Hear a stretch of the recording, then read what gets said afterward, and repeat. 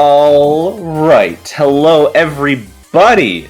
Welcome back. Well, not really back. Welcome to the opening stream for the Osu Mania 4Key World Cup 2021.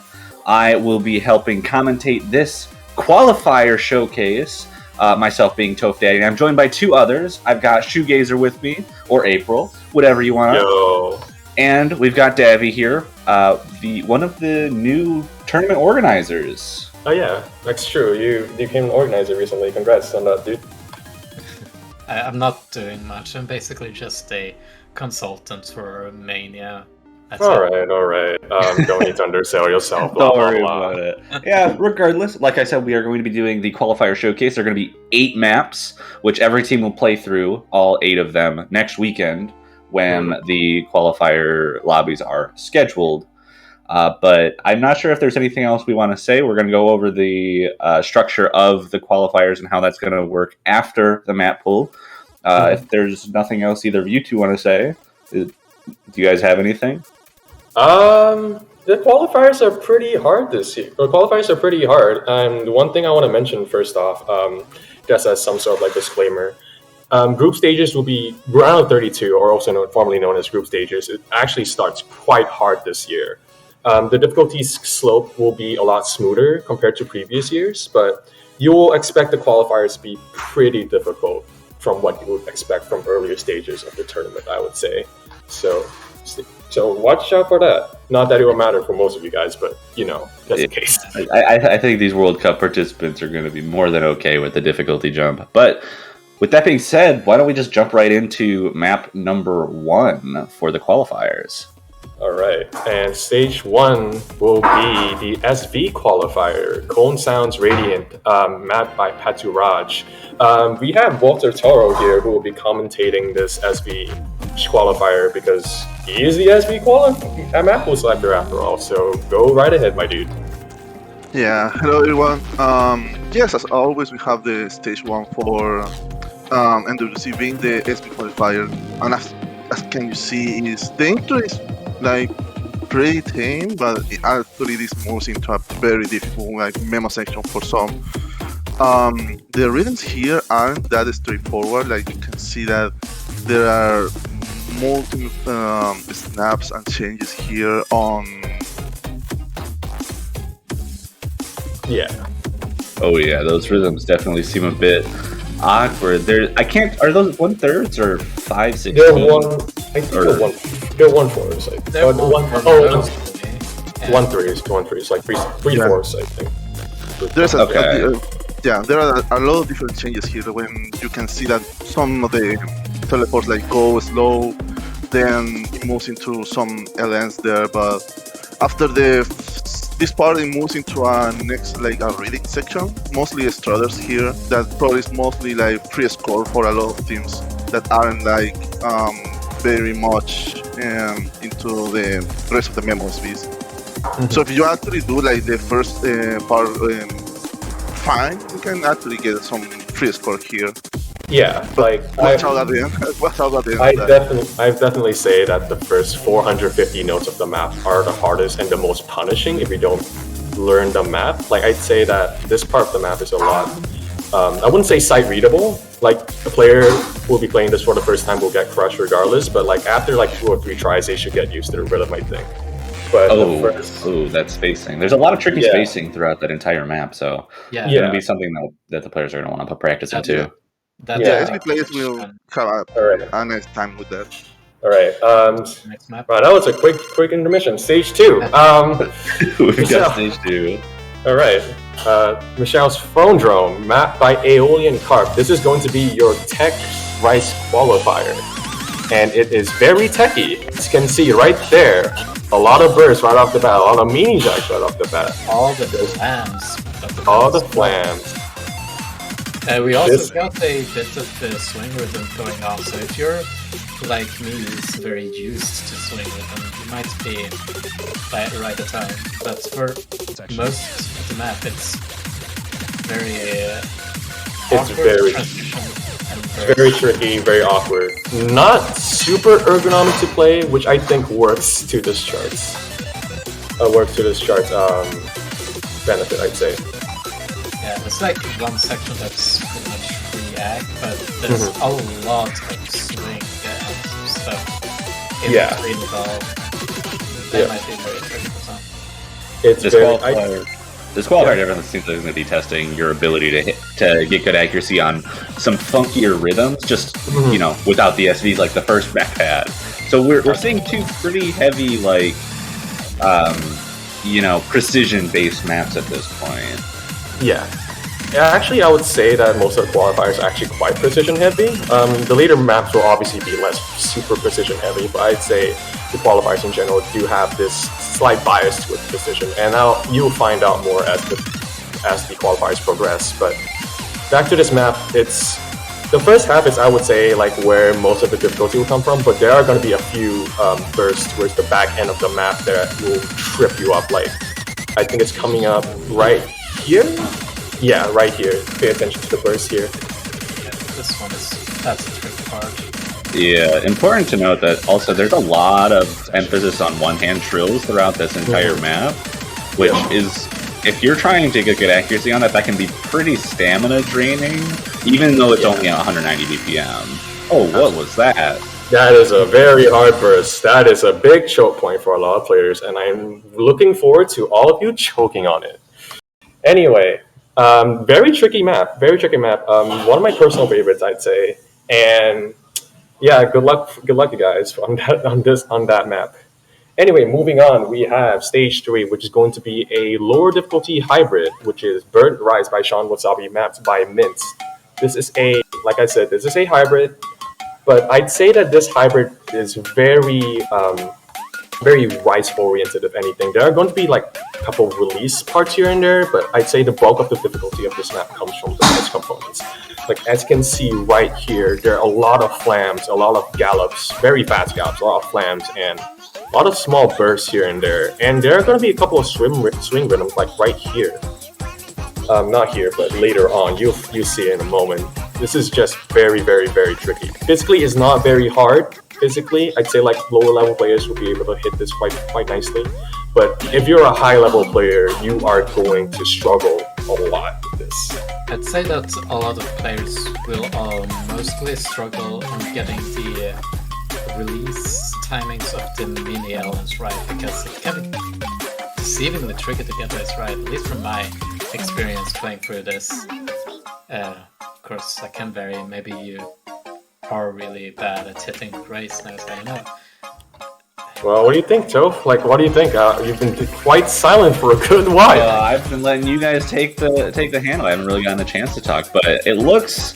I mean, you said pretty much everything. Even though I think the trickiest parts are going to be the flams and the short long notes, and I think it's going to be deceptively tricky to time those together and transition in and out of them, which is kind of going to be where the main difficulty of getting good accuracy on this chart is going to come from. Absolutely, I do think that this map is probably it's going to be very interesting to see for like the stronger teams, because like it's going to be based on ag, and this kind of ag is something that you don't really expect many players to excel at unless you're like a specialist or unless you're just extremely good in general. Yeah, so you also don't really see this kind of structure of map in MWC map pools most of the time. This is kind of like a qualifier exclusive thing, so many tournament players aren't really going to have super extensive experience with this kind of thing. But yeah, that is going to be our stage 3 map. Our stage 4 map is going to be a collaboration between Juan Cristo and Revial, Zek's Kaleidoscope, which is going to be your LN release map. I am illiterate when it comes to long notes, so I'm going to give most of the time to Toph and Debbie about this, so have fun, you two. Alright. Yeah. Mapper names should start ringing bells for people. Juan Cristo and Ray gonna. You already know that this is going to be difficult in releases. Like, you can already see the unattached long note releases right in that beginning. And even though this part looks like it's going to be difficult density-wise, I can already tell that there are going to be a lot of those long notes that are going to trip people up on the releases because of those tiny gaps. A lot of the difficulty of this map is mostly reliant on the getting the releases right. The density sections are not going to be tricky for most people, I imagine, at least. There's some transitions which are a bit awkward, but I think that's also due to how uneven it is sometimes in terms of gaps. So that's like a very essential thing to handle. It's like that's a 6 gap right there. And I also find that whole transition part to be very difficult to not choke on. Yeah. Like a lot of potential choke points. Yeah. The map in general, based on my very untuned eye when it comes to untuned fingers when it comes to LNs, it feels very mentally draining to keep track of all of these releases. Like even though like a lot of them releases here actually have a decent queue. Like a lot of the releases you actually hit a note at the same time, barring like a few staggered releases. It's still very draining to keep track, especially in a release map. So you can expect a couple of like accuracy drops here and there, I'd say. Even on the density parts, I'd argue. Yeah, I think the density parts are going to be like deceptively tricky for people to get the releases right. As I said, there were those gaps in between that makes it so that it's not full inverse, which can be it can be difficult to track the releases when that happens, but it just kind of throws you off when you're like, oh, I think this is going to be pretty much full inverse, and then it throws a lot of those like slightly extended gaps in the middle of it. Yeah, that's part of what makes it a bit mentally taxing. Definitely. Yeah. And with that is our stage 4 map. Good luck, players. And now we have stage 5, which is Penguinosity's Gario Tensei. In my opinion, according to many playtesters' opinions, this is the hardest qualifier in the tournament. I believe this is another LN map, right? Yes, this is LN Density. Yeah. This is LN Density. I forgot to mention that. Almost. It's very hard. Yeah, and hearing that it's very hard can pretty much be equated to the rest of the qualifiers are going to get a bit of a jump in difficulty from now on. Yeah. The first 3, there was the SV chart, and then the first 3 non-SVs were kind of like early rounds. This is hitting more of, we're getting closer to round 16 quarterfinals, that kind of difficulty zone. Correct. That's the idea, yeah. This is pretty much quarterfinals level around it. Yeah, I'd say this is very strictly qualifiers difficulty, maybe a tiny bit north of it, I'd say. It's very tricky. It doesn't look too daunting yet, even though it's obviously a lot of long noodles. Oh, that. Yeah. That inverse burst right there was a bit tricky. There's a lot of tricky bits, even outside of the one part that I'm not going to mention just yet, but for all of you watching, keep an eye out on this section right after this little break. You're going to see why we consider this the hardest qualifier in the pool. I mean, not even that. It's like so consistently difficult that I found it hard to even like. Let's go. Yeah, there we go. Oh, it's going wild. These patterns look really tricky too. Like even barring the fact that it's all inverse, there's a lot of one-hand trills. There's a lot of trills in general in that jump stream. Not really inverse, but those kinds of patterns with having to control control the long notes and releases on that is going to be kind of difficult to coordinate, I think. Yeah. There's a lot of jacks too, which are deceivingly tricky because they occur while you're holding with one finger. They're not super ergonomic to hit in general, and just a little tip for you guys who are playing the qualifiers. Do look at this map in the editor, especially in the last chorus. I think it will help a lot when it comes to figuring out what's going on there. But with that, that's going to be stage 5, a really hard qualifier, and I hope you guys aren't too scared of the next qualifiers. Next map is going to be a map by Lemon Guy, and one of my personal favorites. William Moto's Light Flashes Before Weeb Eyes. This is a hybrid, quarterfinals level hybrid. So this is very hard. Patented Lemon Guy patterns. No, don't say that yet. Is it going to become more apparent later? Duh. Anyway, this is really tricky. This first half, I'd say, is fairly Grice-oriented, even though there are obviously pretty hard LN components here and there, for example.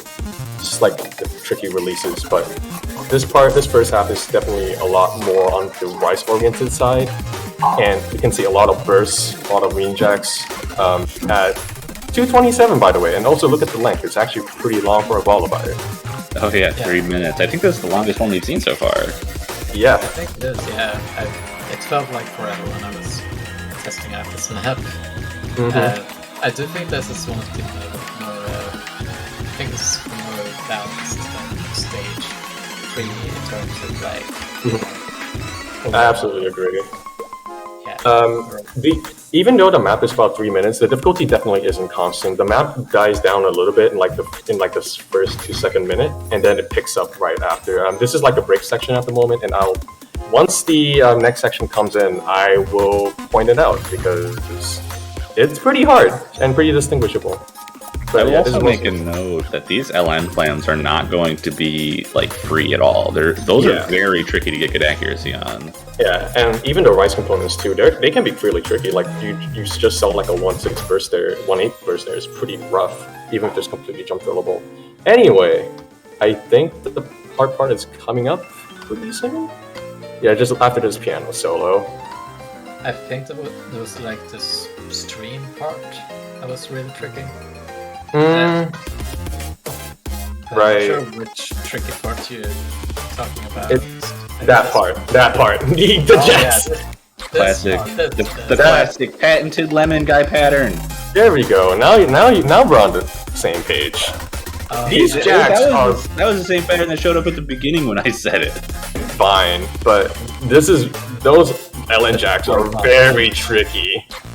Yeah, this is way more constant than the beginning. Very easy to just rush all of them if you mistime the first one. Yeah, like I'd say like out of the maps in the pool, I'd say that this map is the hardest to be consistent on. And in that sense, you can argue that this is about as difficult as Gario Tensei. But I would say that also the rest of the map is like mostly piano solo stuff, which is just all LN. So if you're not good at LNs, well, just don't drown, I guess. But that aside, I would say that this is very choke heavy. Like if you're not careful, you're gonna get like 4200s and cry. So be warned about that. But if you do that, don't worry. There are other qualifiers. Okay, so now we have all of the hybrids and LNs gone. All of the skill sets, they don't matter. We need more rice. We need more rice. All right, stage 7. You're getting your wish. This is a rice map. Mifa's Mariochi Survivor. What a background. This is a good background. This is a jump stream map. Mariochi Survivor. I just realized that name. Yo. Anyway, this is a jump stream map. Patterns I'd say are pretty generous, but I can definitely see a bit of choking here and there. This is pretty stamina heavy despite its length of only 2 minutes. There are a few small breaks here and there, and I think they're nicely sparsed out, but for low level teams, I think this is going to be a bit of a struggle, even with like breaks like this. Patterns don't get that much harder. I think this part is the hardest part in terms of density, but even then, it's not. There's some unfriendly like anchors at times that make me feel very stamina heavy. Especially at that part we're just in. Like my stamina drains a lot in that part. Lots of trills to get through. So I think these patterns are going to be pretty stamina draining for a 2-minute chart, especially at 235 BPM and OD 8.5. So getting good accuracy on it's not really going to be a walk in the park.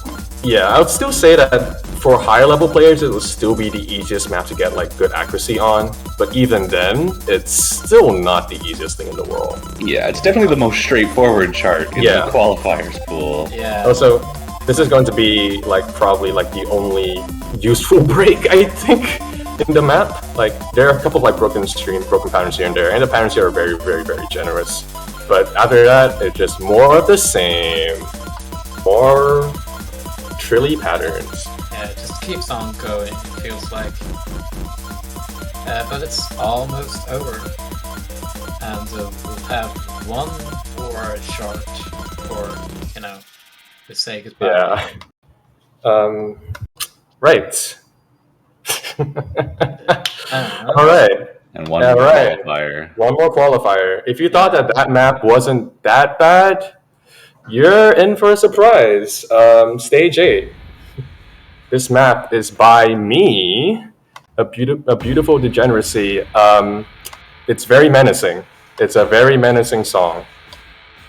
It's actually one of my favorite songs of the entire qualifier, but I think that's to be expected from someone like me. This is a very rough map. This is very rough. And if the screams don't tell you anything, you're gonna scream later on. I'm gonna say that. This is really rough. I wouldn't. This is the hardest rice map in the pool. Lots of break core, lots of anchors. Basically, this map is like if you put every single rice pattern you can think of into a single map. Like, pretty much. Yeah, clocking at 242 BPM, higher OD than even the previous map at 8.7, which is kind of surprising. Usually you put the more straightforward picks as higher OD, but this one is just giving you no chances. Like, you need to be pushing your accuracy as hard as you can on this if you want to score well on it. And like this tech component, like it's pretty rough. Like it's very easy to choke because of how the constant repeated motions and stuff.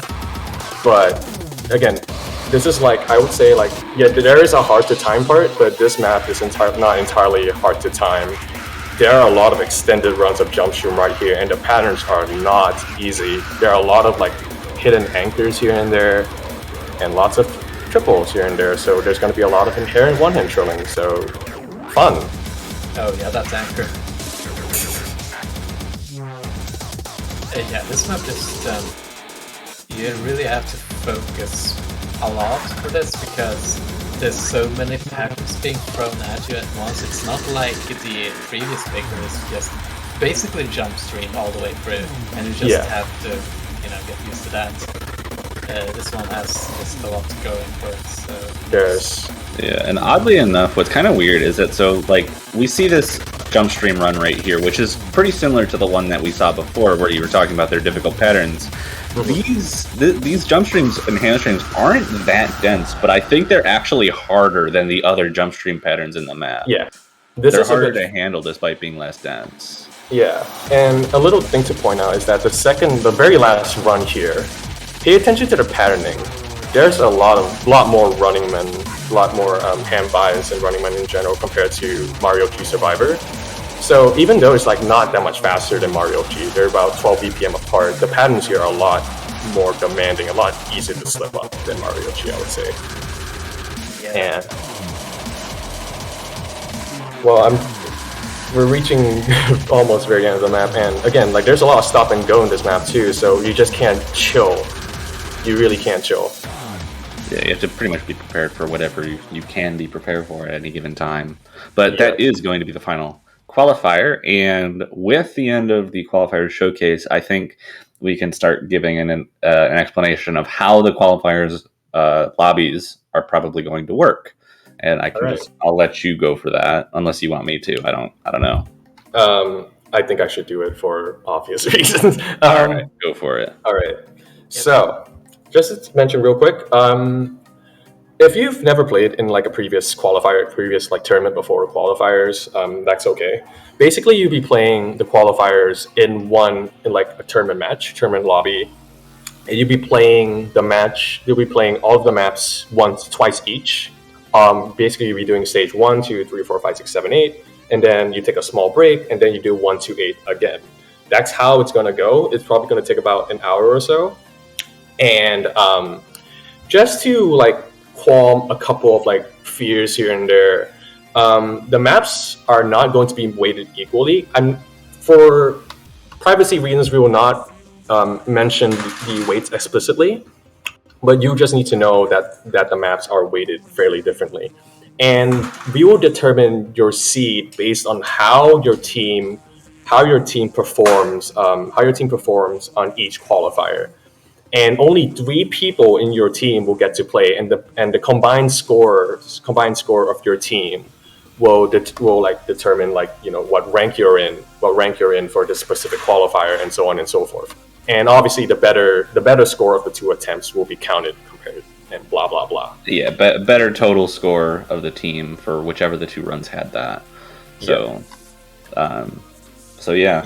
It'll be structured similar to an actual match in the sense that you send 3 players out at a time to pick, and you can swap them out, but you'll just go straight through all 8, repeat a second time, and then that's it. That's the whole process of what's going to be happening next weekend. Yeah. And the top 32 teams, I believe, will advance. I'm not 100% sure. Yeah, it's 32. Yeah, it's 32. If they're exactly 32, then no one's going to get eliminated. Well, there are 39 teams total. Okay, so seven of you will get the boot, and if you do get the boot, I will make formal apologies to all of you through pigeon mail. Anyway. And after that part, it's going to be a double elimination stage. So anyone who advances through the qualifiers will get to play at least 2 matches. So hooray for that, I guess.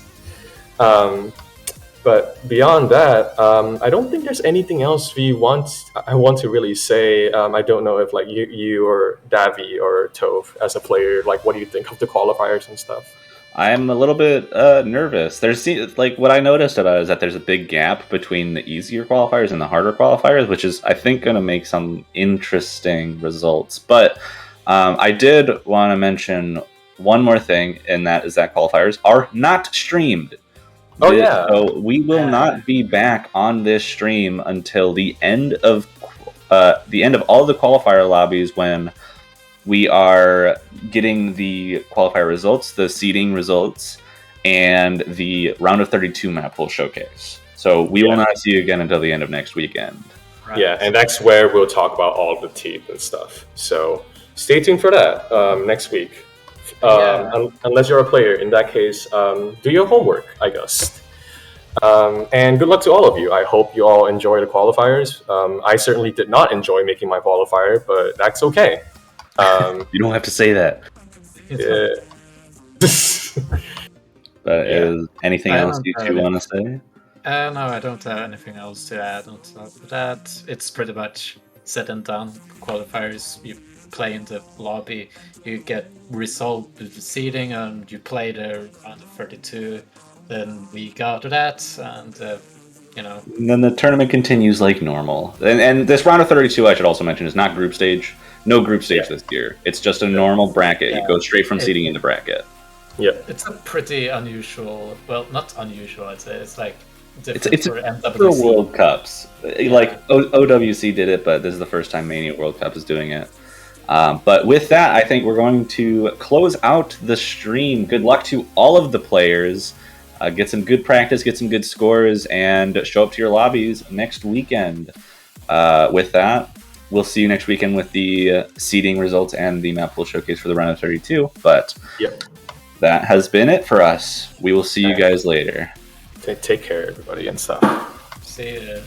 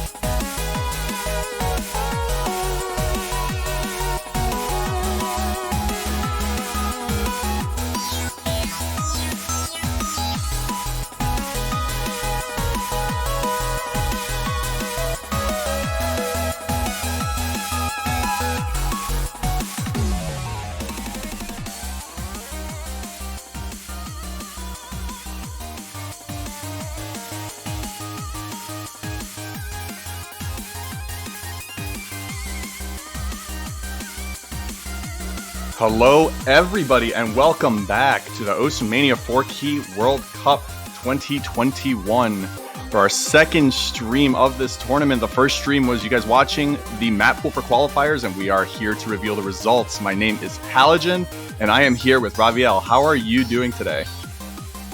I'm pretty excited, really. There's some really interesting teams. Yeah, this has been a very different dynamic for a lot of the players here. And we got a lot of seasoned players who have been participating in the World Cup, and we have a lot of new faces too, and this is an entirely new process. Raviel, you want to talk about that for those who might not be aware? Oh yeah, so group stage is now scrapped. We are going from qualifier straight to round of 32. So that means that the top 32 of this qualifier stage will be automatically placed in the brackets next weekend.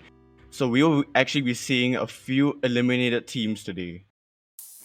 That is correct. And for those unfamiliar with the process, the teams who wanted to get a shot at playing in the Cup this year had to play an 8-song qualification map pool, and essentially the best scores as a unit were taken to accumulate the total scores. And that's how the seeding was done. So a little bit of a different dynamic there, and some of the results will show this difference in dynamic, which I'm really excited to reveal. Yeah, I've already seen the leaderboard for a few of the maps, and there were a lot of surprising ones up there.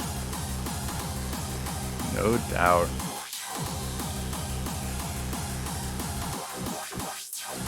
Yeah, with that being said, I think we should just get right onto it to figure out, or to explain or show all of the teams who have qualified to actually participate in the tournament this time around. So at the very bottom of our qualification attempts, we have Latvia, who for the most part was at the bottom of the pack. A couple of picks here where they actually managed to scrape away from the very bottom. They're actually the two toughest qualification maps, kind of scraping just a tiny bit above the absolute bottom there.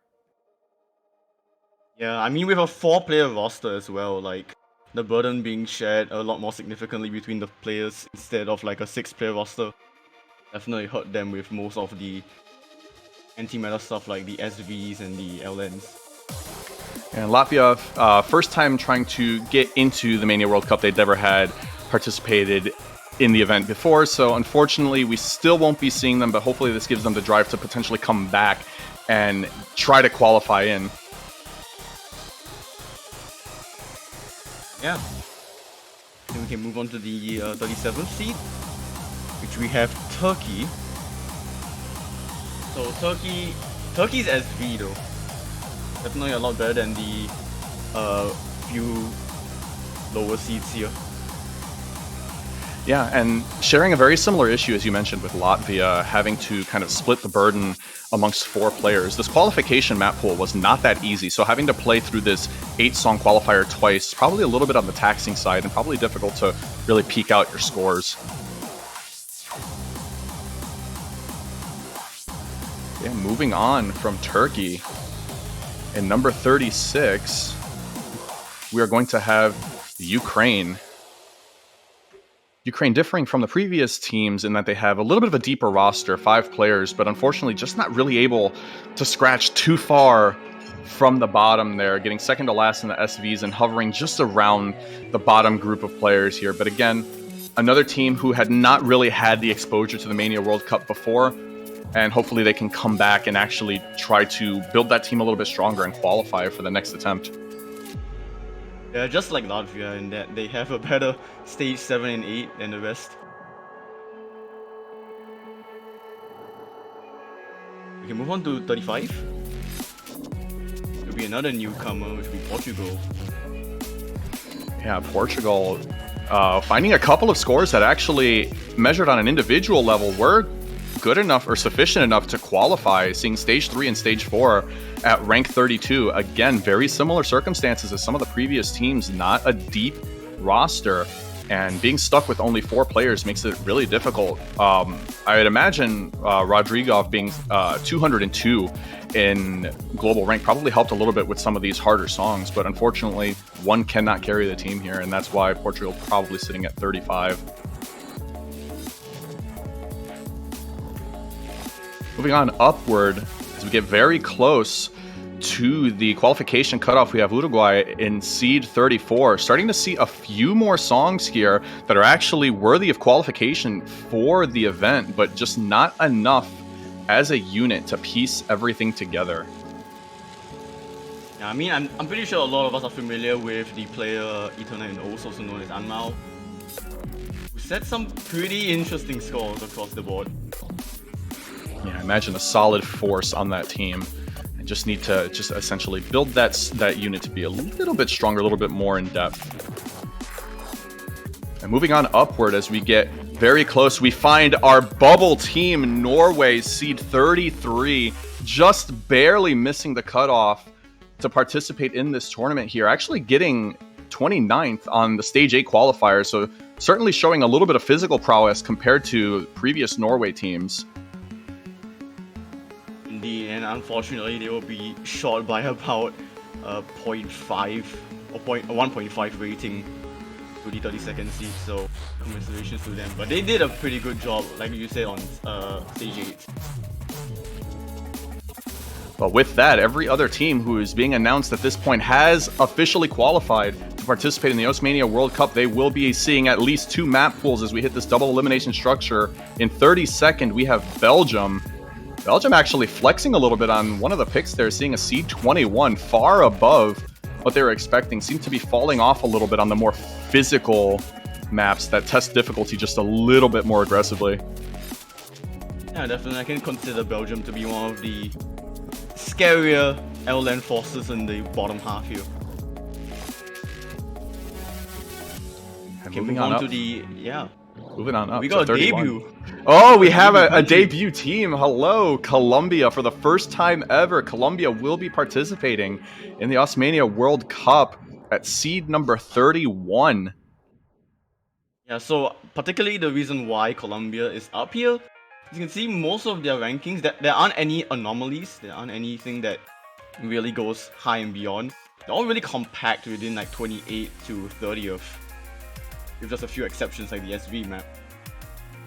Yeah, it seems like we got a little bit of a prowess in long notes there. 28 in Gario Tensei. Gario Tensei was not a trivial long note map, that's for sure. Oh, no, yeah. Very excited to see how they actually fare in the context of the tournament itself. But as we continue on with our qualifying candidates there, we have Germany at seed number 30. Yeah, Germany surprised me with how high they placed in stage 1. Yeah, putting work on the SV pick there, seed 25, certainly far above what their actual seed was. And in general, like the previous team, a decent compression of ranks throughout everything else there. So getting a solid representation throughout the battery of maps that are used to test your positioning here. Yeah, we can move on to number 29. That'll be Switzerland. Just like the last few teams, quite compact ranks, except for stage 3, but mostly 27s, 28, 29. Yeah, stage 3 not looking that great compared to the other results. They're about a solid average throughout, just very consistent results. And a pretty veteran team. I think a good majority of these faces have participated in the Mania World Cup before, so certainly familiar territory, and they'll be trying to vie for a little bit of a deeper attempt in this tournament. Yeah, I'm pretty sure that their team is like almost the same as last year's. Very close indeed. Moving on. Number 28, we have Finland, and very clearly we have a little bit of a standout there. A certain team benefiting from a certain thing. Raviel, what are your thoughts on that? Oh yeah, I mean, I already expected Finland to be very interesting this year because their roster, even though they've only kept like Lovelin and Streichi and Viable, they managed to bring back one of the more interesting tournament players in Camo. And then they also have some wildcards like Sauna and Fizu, so I'm a little bit surprised at stage 1, not that surprised. Yeah, we have half of this roster participated in the World Cup last year, and then one of the players on there, Sonic Klanku, was somebody who had a little bit of experience in team-oriented competition in 40M3, I believe, 2 or 3, one of those 2 tournaments. Yeah, I think so. And Lovely N, not much to be said about them. That's just they're extremely strong as a player, solid long note abilities. I think Finland could be someone to be not to be slept on. Be very careful. Seed number 5, yeah. Whoever you are, you'll be up against them. They're gonna be the anti-meta team, I can see.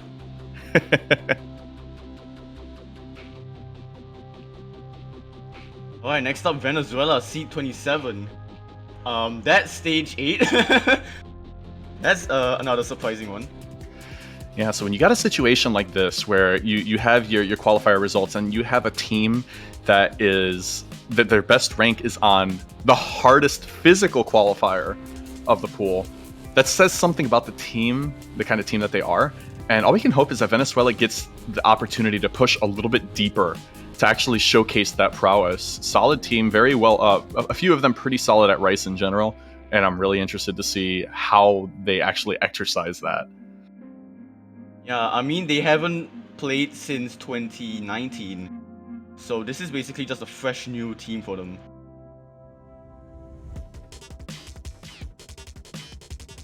All right, and moving on, at seed number 26, we have Sweden. We're actually starting to see a few of these anomaly ranks. You can see stage 2 there. Yeah, excelling a little bit on Phonedrome. Generally compacted scores outside of that. Radiant and Phonedrome being 2 pretty good representations of what you would expect for Sweden, being pretty solid. They're decent. They have a history for being decently well-rounded, and I think Phonedrome kind of showcases that just a little bit.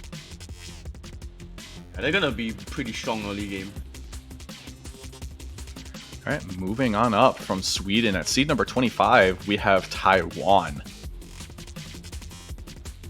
Yeah, again, another anomaly case of stage 1, 18th. A pretty good average throughout the rest of the songs here, and a couple of familiar faces there. Mostly in Fola, who's an extremely talented player. I'm hoping that as the captain, they get to kind of like draw the rest of the team into, some of their tendencies. I could see Taiwan being a decently threatening team depending on the type of pool that they're up against, and that would be up against seed number 8 when the tournament comes. So you might want to watch out there. Not going to be an easy time. Yeah, and they also brought back Weiru and Chang Panda from last year. So just half of the squad from last year already playing this year. Yeah, we're gonna move on to the low seeds, I guess. This would be considered the bottom of the low seeds, yes, since we just finished through the unseeded if we were going through group stages here. And at number 24, we have Australia. Yeah, Australia last year, they were high seed, didn't make out of the groups. But this year, they'll have another chance to try and go far in the bracket with a 17 from Radiant, 14 from Kaleidoscope. That's an interesting set of scores out of the top 20 there. Those two kind of showcases some potential ability to be a little bit more threatening in the earlier stages. Definitely, whoever they face in the first round. I want to take some notes. Yeah, I'm definitely interested in seeing their overall team. I know that Adrenaline and Nerd Guy particularly had some good exposure in 40M, the 40M circuit as well. Yeah. And I believe Alternation is a new name to just MWC circuit in general, if I'm not mistaken.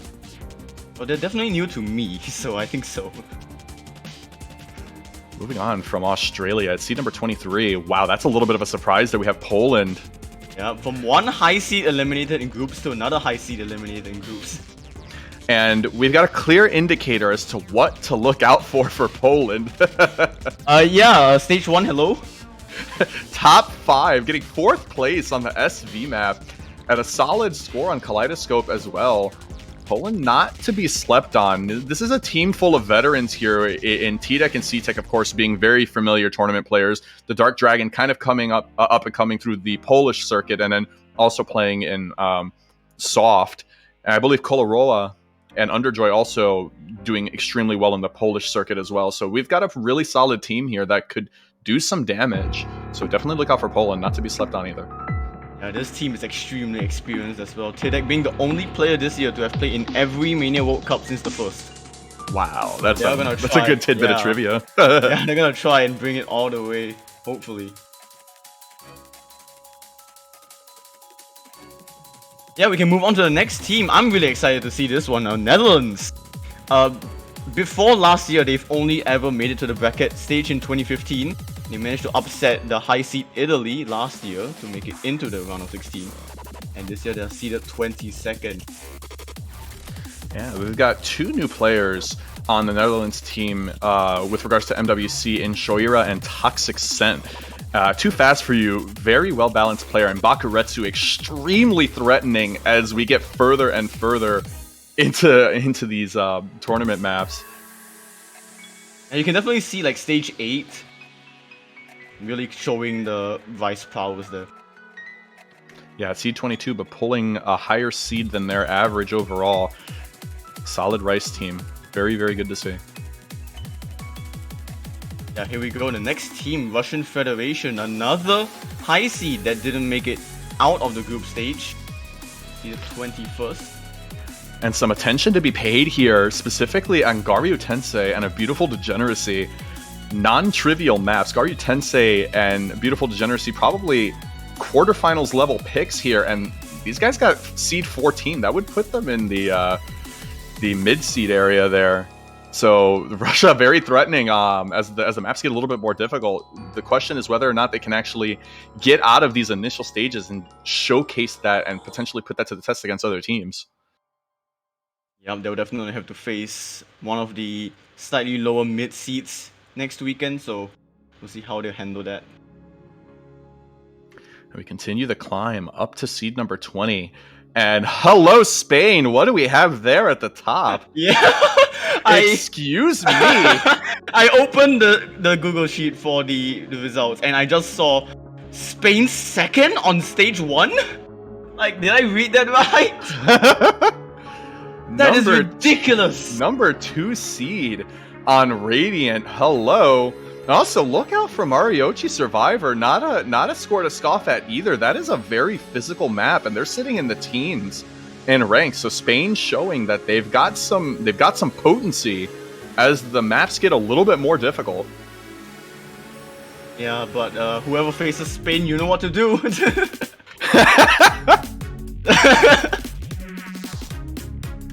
Oh boy, yeah, we're gonna move on to Argentina, seeded 19th. So Yeah. This is a good, Again, well-rounded battery. Like, look at they've got a good distribution of scores throughout. I think a little bit weaker on the SV front, but when you start looking at the more relevant structures and the difficulties intact with them, this is a pretty solid squad. yeah, like stage 7 and 8, they did really well. Something else worth noting here about this particular squad, Argentina is almost an entirely rebuilt team. 4 of the members have not played in MWC before. 2 of them had a little bit of a showcase in 4DMC. And then I believe C90, also known as Crazy COVID, didn't play in 2020, if I'm not mistaken. So there is a lot of new faces to the circuit here. And again, not a team to be scoffed at. This is a solid seed. A very physical team compared to previous Argentina teams. And they're gonna have a lot of potential going into the round 32. And we shall move on to seed 18, Italy. Again, another team that has a very interesting anomaly score in Mariochi at 11th. You get both ends of the spectrum there. Their Radiant being quite weak compared to a lot of the rest of the scores. Their SV clearly not treating them very nicely. And this is another team that, in my opinion, you need to subdue early, because this is a team that's very physically capable. You've got, Crybarb and Jersey are both very strong players. And I think when you throw into the mix Corello and Relay, they've got a little bit more of depth in the accuracy and earlier game stuff. So this is going to be an exciting team to watch as well. They could push a little bit deeper than I think people expect. Yeah, indeed. They'll be facing seed 15th, right? Yeah, seed 15. Yeah, we'll get to see that really soon. Next up, this is a huge surprise to me, and I'm really happy for them. Peru 17th. I mean, this Peru team, they've never made it out of group stage before. So to see them so high up is just insane. Like, especially that stage 1. They put in the work where it counted, and it shows big time. Garyu Tensei 19th, not too bad for a seed 17 team. Kaleidoscope hitting the top 10, but also showcasing that they have some really strong physical abilities that's not just reliant on being, very consistent. They can handle the changes that you see in something like a Beautiful Degeneracy sitting in 13th. This is a good squad, and they have a lot of potential to go into this tournament. Seed 16, who we're about to find out, Peru is going to be their opponent, and that's not a good position to start off in. Oh boy. Yeah, just saying, whoever supports 16th, prepare. France is 16th this year. So last year, they managed to get into the top 12. But yeah, this year is going to be a slight slip away from that. And yep, those players there, they'll be facing Peru next weekend. A congestion of solid scores right in the middle of the qualifier, stages 3 through 6, all being top 16 or better. So at the very least, France is good where it's going to matter for at least their first opponent. We're going to have a pretty exciting match between France and Italy right at the start of the gates. This is going to be a good one. Yeah, that Kaleidoscope score is really good. We should move on to the next team, Thailand. Last year, breaking into the top 4 for the first time ever. Only seeded 15th. Yeah, solid performance last year. Maybe not quite what they hoped in terms of seeding this time around, but that being said, certainly not a team to scoff at. Look at the congestion of good scores. It's going to be really good where it matters. And I can tell you right now, a good majority of this team, they can play and they can play hard. But how to play LN needs no introduction. Miku aimbot, very, very good at accuracy. I've seen them on the leaderboards quite a bit. Shokoha, another solid tournament player. I think actually Jimmy Returns I've seen a little bit on the leaderboards too. This is a good squad that can actually put up a good fight. Yeah, How to Play LN and Jimmy Returns coming back from last year. The other 4 players all brand new, so really interesting to see how they'll play. And at seed number 14, we have Indonesia. Indonesia finishing 9th place last year. And we have a pretty clear outlier looking at this, and that should make some teams shake just a little bit. Yeah, I mean, we all know, well, I would say most of us know Onta Bakassi as one of the really good LN specialists, but I'm a little bit surprised that they are just a good LN unit as a whole. Yeah, and Indonesia, they've got a decent composition in terms of their team there. We've got some LN specialties, but there's a couple of players here who have incredible physical capabilities, and we see that with I Can't Play and Rei in specific, being specific there. Those two players can throw down really hard on some of the more aggressive Rice stuff. They are very strong players. I'm just hoping that we can, again, get them to a position where they can actually showcase that talent. We shall move on to C13 with your second place 2020 finishers. Will be a high seed this year, so the loss of Intellizer definitely showing, but they're stage 1 and they're stage 8. Pretty decent. Yeah, you get a good sense of where they stand. This is a pretty well-rounded squad with regards to Rice. However, the loss of Intellizer hurts big time on the long note front. Intellizer was present on a lot of long note picks last year in particular. And it's going to be up to MMU and Nakikaze to come in and try to fill that gap a little bit. This unit is extremely good at non-long note stuff, and I don't think they're going to have too much problem there. It's going to be a matter of covering up that gap in long notes. Yeah, so another quick shout out to Kuke for getting first in stage 1 for 998213. Somehow that doesn't surprise me whatsoever. No, it shouldn't surprise anyone.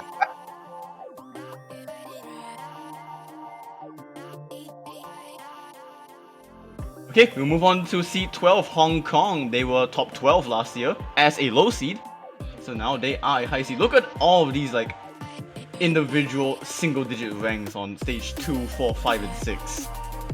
Yeah, I've got to say, if you would have told me Hong Kong was going to be seed 12, I would not have believed you. This is an extremely good unit here. 4 top 10 qualification results, and half of this team is new. 3 of these players have not participated in MWC before.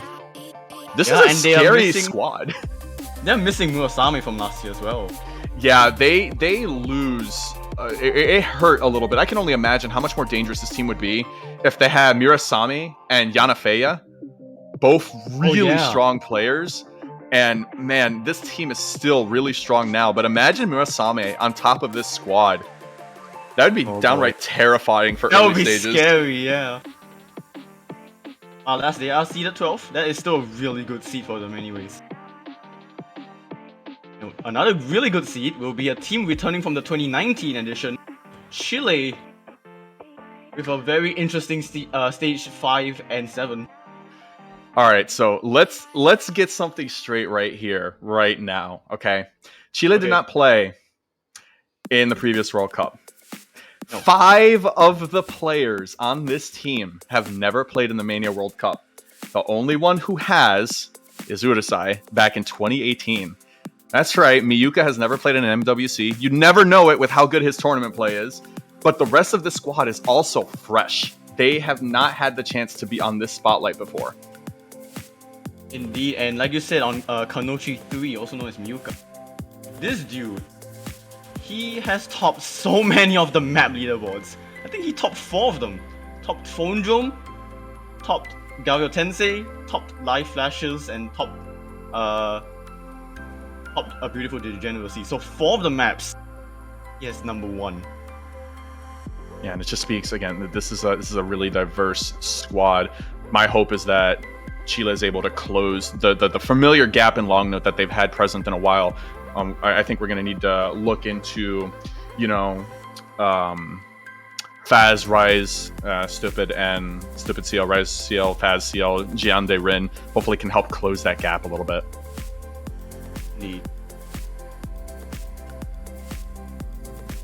Moving on to another team that placed in the top 6. We have Singapore with some individual really good performances on stuff like stage 2, stage 3, stage 6, and 7. Yeah, sitting at seed 10, half of their results in the top 10, actually pretty deep into them. We have 2 top 5s here, and very, very solid average scores throughout here. And not only that, but a good battery there. Seed number 5 and seed number 7 on tech and streams at an upper level there. And a respectable, beautiful degeneracy means that Singapore is actually a pretty potent team in just about every map pool that they touch. Yeah, but you can definitely see like their composition and that they have a really Rice-based team. You can see that SV and LN just kind of lacking a little bit.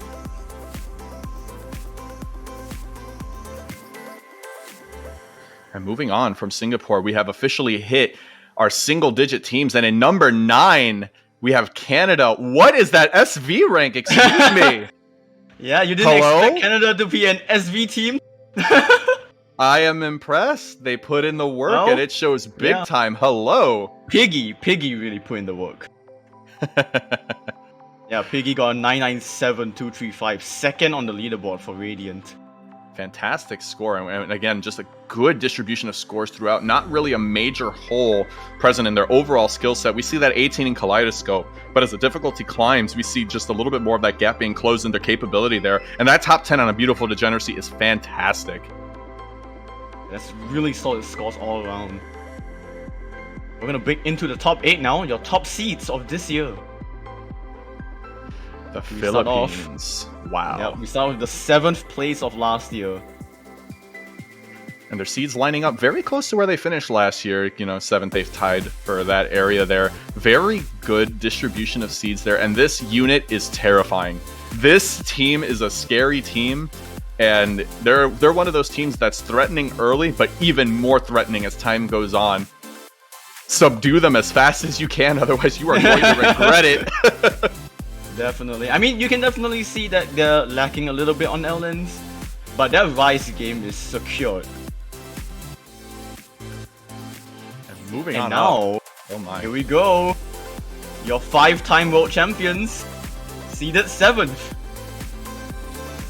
So, that is interesting. What am I calling interesting here, Raviel? Maybe Gario Tensei? Question mark.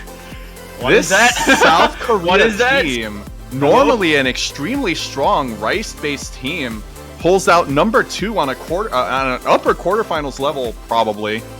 LN map. That is surprising to me. This is a great team all around, but that score is surprisingly good.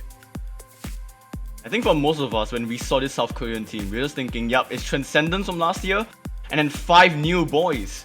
So we don't know how they'll do, but they definitely surprised me in that stage 5. Very impressive. And we're moving on from South Korea. We have the all-bearing crazy tag China. For the first time ever, all 6 players being from the Crazy Clan. And a top-seeded Chinese team here. Great battery of scores throughout. Not the biggest of weakness there. We have a slight poking of weakness there in Garyu Tensei, but all the scores throughout, just a really, really good representation of this Chinese team being pretty solid where it counts. Yeah, definitely. You can definitely see that also on like stage 8 and stage 4 as well. Like early game LN and mid game Rise, they excel at.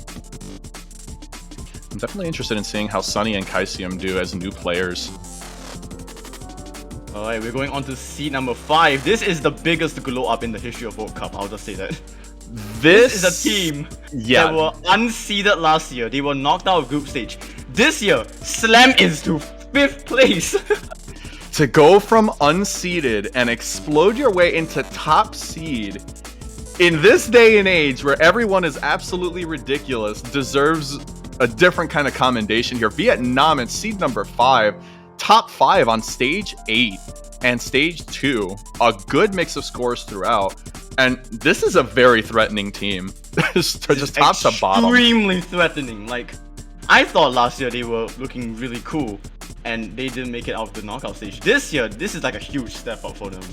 And just seeing like on their stage 2, their stage 8, they're beating out some teams that I thought would get higher on those maps. So Vietnam definitely a surprise package. All right, but as we move up here, we have our top 4. And this one, I am so happy to see. I am so happy to see we Malaysia get to see our this first high. ever, our first spot on one of the stages. Yeah, Malaysia getting number 1 seed on long notes, probably surprising exactly nobody with how good they are at long notes. I wonder who it might be. Who could be the first name of that team? But again, just fantastic scores all throughout here. Kaleidoscope, a number 2 seed, barely missing the top on that one as well. But also, look at the bottom. A Beautiful Degeneracy, top 3. This team can cover just about anything. They gain a little bit of depth as well on the early game with Leon, who's a new face to MWC. Not new to the tournament scene, but they had their showing in the Springtime Oceania Free-For-All tournament, and they had some very good long notes as well, so fitting the Malaysia squad perfectly. Yeah, they are not going to be a one-trick pony at all. They have a lot of bases covered. But now we're going into the podium places here, top 3. We have our champions. Third spot. Look at the number 1 rankings. And they are still third. 3 number 1s and 2 number 2s. 5 of the 8 scores being first or second. But getting a little bit inhibited by the stage 8 and stage 1 results there. Yeah, their stage 1 definitely fell off a little bit. I thought they had a good stage 1. And then people and teams started getting better stage 1s. And I was like, oh no. Yeah, Brazil gonna fall off a little bit on the seeding. But I mean, yeah, stage 3, 4, and 6, I think they explained for themselves. Really good squad here too. We have a couple of new faces here in Light and Len. Len being a 4-digit Mania World Cup powerhouse. I'm very happy to see them here on Brazil's actual team. And then Light, who I had to look a little bit to find them, but they're a pretty good player themselves. They've got some good accuracy and a range to boot for being able to play with good accuracy. So Brazil, not the same squad that you guys might be used to, but still championship worthy and very threatening. Yeah, they're definitely going to be in the running to retain their title again. We're going to move on to the seed number 2. Higher than Brazil by 0.05 rating is the United Kingdom.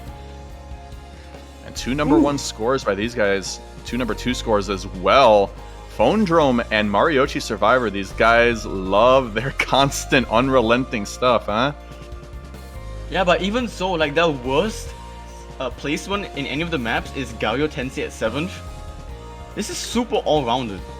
Yeah, it is. They're showing that they can actually hang pretty well, not just on the rice, which United Kingdom has been traditionally a pretty well-rounded unit with a little bit of a lean toward rice, but they're closing that gap a little bit and starting to say, hey, no, we don't want to say leaning anymore. We are the unit. We can do this. We're the team that can do it all. Yeah, they're definitely putting in work on the anti-meta stuff. And of course, last but not least, you want to take this one? Oh, why the hell not? Rounding up the top of the Oceania 4Key World Cup qualification is the United States. Taking number 1 on SV, number 1 on the stage 8 pick.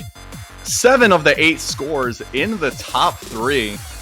And I don't think too much more can be said about the unit that is the United States this year. This is a team unlike... It's hard to explain. This team is ridiculous. Yeah, this team is really ridiculous. I mean, last year they finished top 6. I'm pretty sure they were pretty disappointed because their squad last year were really good. Yeah, But you know, this that's something I would like to say too. United States arguably, up until now, probably had the best team that they'd ever had in 2020, and somehow ended up earlier than normal, and this team is better than that, and that is just absolutely terrifying to think about. Very, very terrifying squad. Just every single player playing a part. But with that, you guys have your top 32 teams who are going to be participating in the Oceania World Cup 2021. And with those teams being announced, we have our matchups already as well. You know, no having to wait for how group deltas work, no having to wait about this, that, or the other. It's pretty easy. Yeah, we got some very interesting matchups. I mean, in the middle of the pack, we have France versus Peru, which is 16 versus 17. That's going to be very fun to watch. There are so many teams in places that are not where I expected, and it's making for matchups that I think are going to be a little bit more intense than intended as well. Yeah, like Vietnam definitely showing up. That's definitely one that comes to mind. Yeah, that has been the announcement of the seeds. I'm not sure if we're going to be announcing the matches or if it's going to be showing up. I mean, I guess we can always do that as well.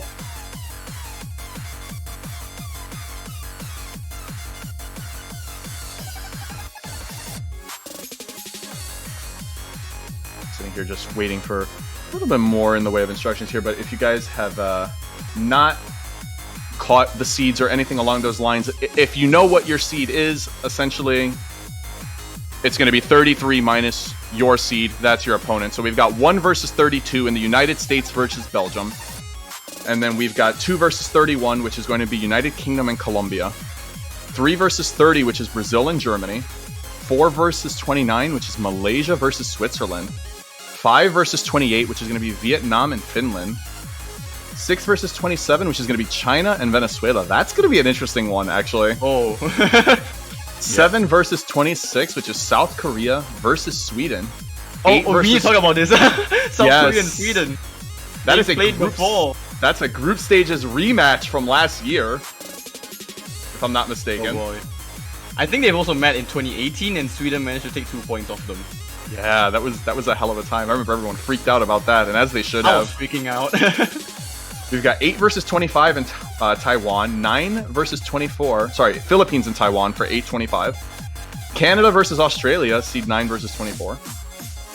Singapore versus Poland. That is another matchup that could be absolute insanity there. That's seed 10 versus 23. Yep. Chile versus the Netherlands, 11 versus 22. Hong Kong versus Russia. That's another matchup that could actually be pretty interesting too, I think. That's a coin toss. I mean, all these matches that are coming up now are pretty much a coin toss to me. Yeah, as we start getting closer to the convergence of the bracket here, the matches start to get closer and closer as they should be. And that was 12 versus 21 with Hong Kong and Russia. And then we have 13 versus 20, Japan versus Spain. 14 versus 19, Indonesia and Argentina. That's another one that could go down to the wire, I think. Yeah, definitely. Especially for round of 32 stage. Yeah. Thailand versus Italy for 15 versus 18. And then your last match for round of 32, not chronologically, but just the last match to be announced here, is France versus Peru, 16 versus 17. Yeah, those are the 16 matches that will happen next weekend. But with that announcement, I think it's time we move on to the second part of this stream here. To that, we're going to have new commentators to reveal the round of 32 map pool showcase. We have Juan Crystal and Toph Daddy. Y'all can take it away. Hello. Yes, it is I, Toph Daddy. I'm here along with Juan Crystal. If he would like to introduce himself now. Hello. I'm Juan Crystal. What's up? Yeah.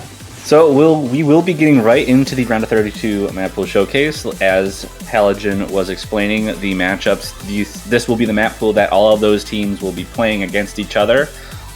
Before we get into the map pool showcase, I should mention that no team is going to be eliminated in this stage. All 32 teams will be moving on to the next round, but the winners, this first round will be splitting the field into a winners and a losers bracket. So 16 people will be in the winners bracket, and so the winners of each match will be moving on to the winners bracket. The 16 losers will be moving on to the losers bracket to face each other in the round of 16 map pool, which we'll get to next week. But with that, we should have, I think, everything ready to go for the round of 32 map pool showcase.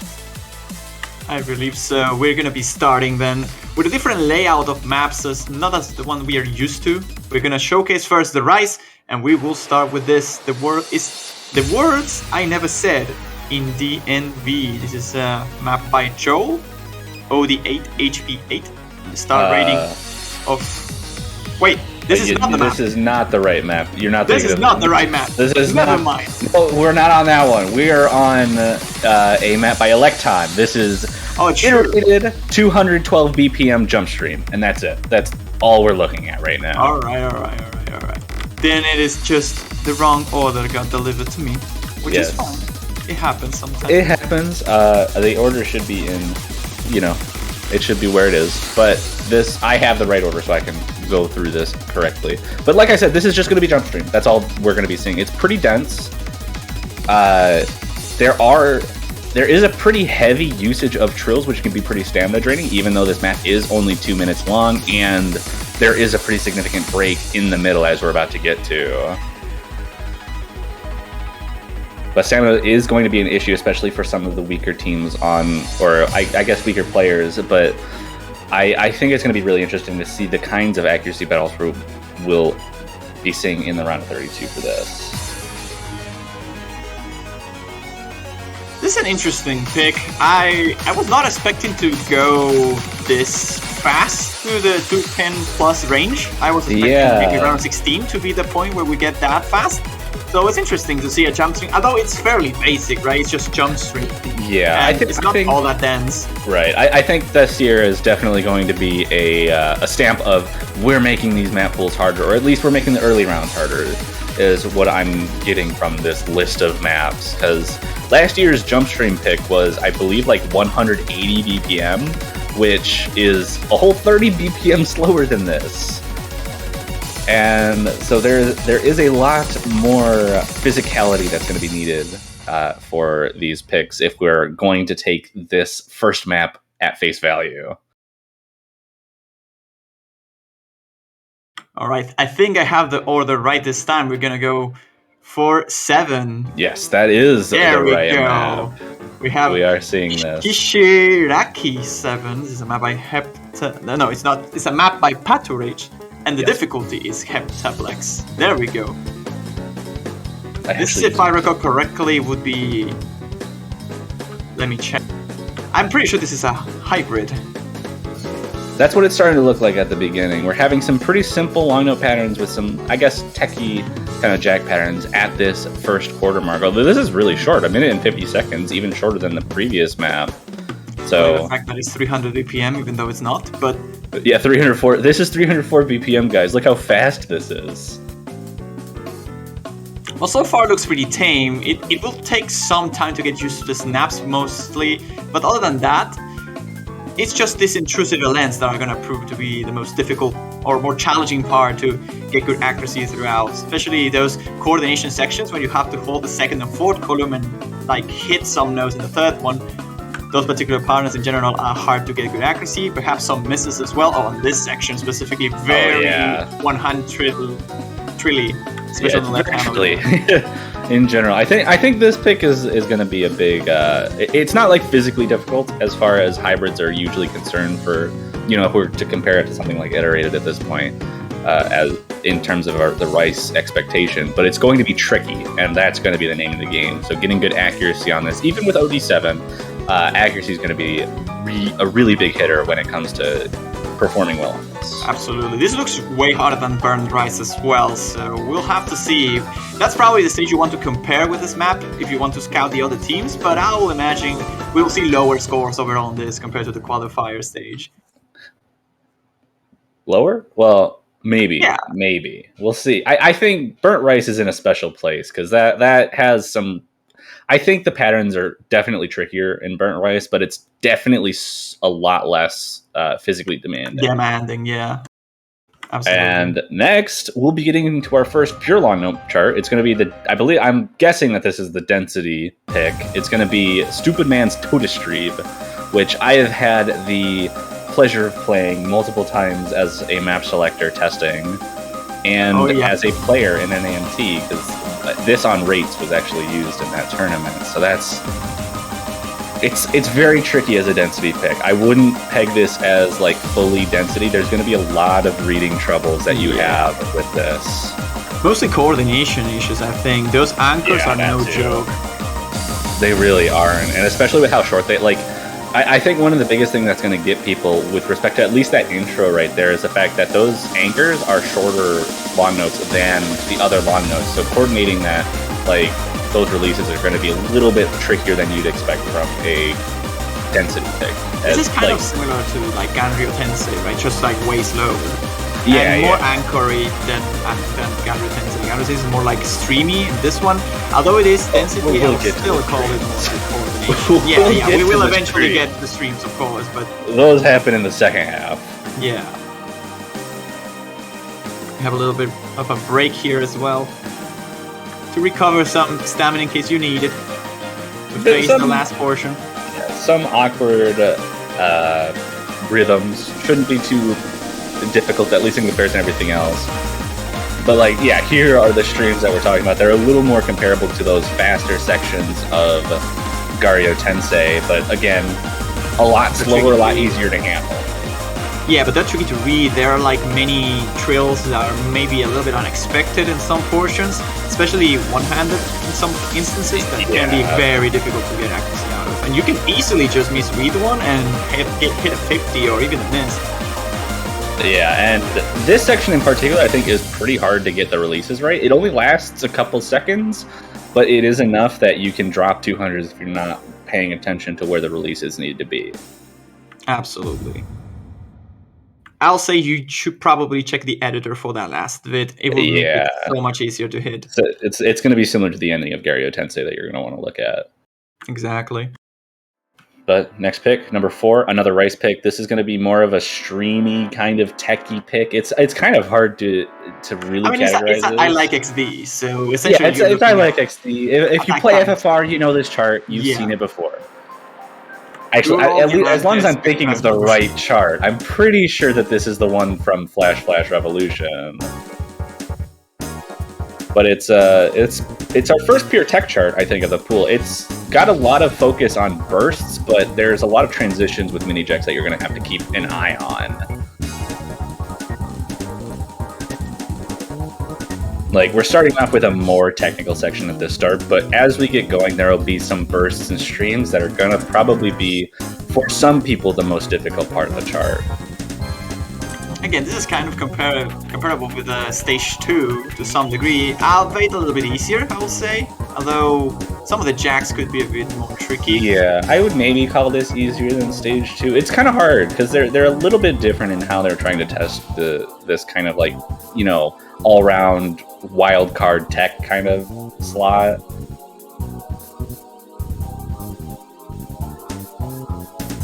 Although I expect this map to be like one of the highest average scores alongside the jump stream pick we saw before.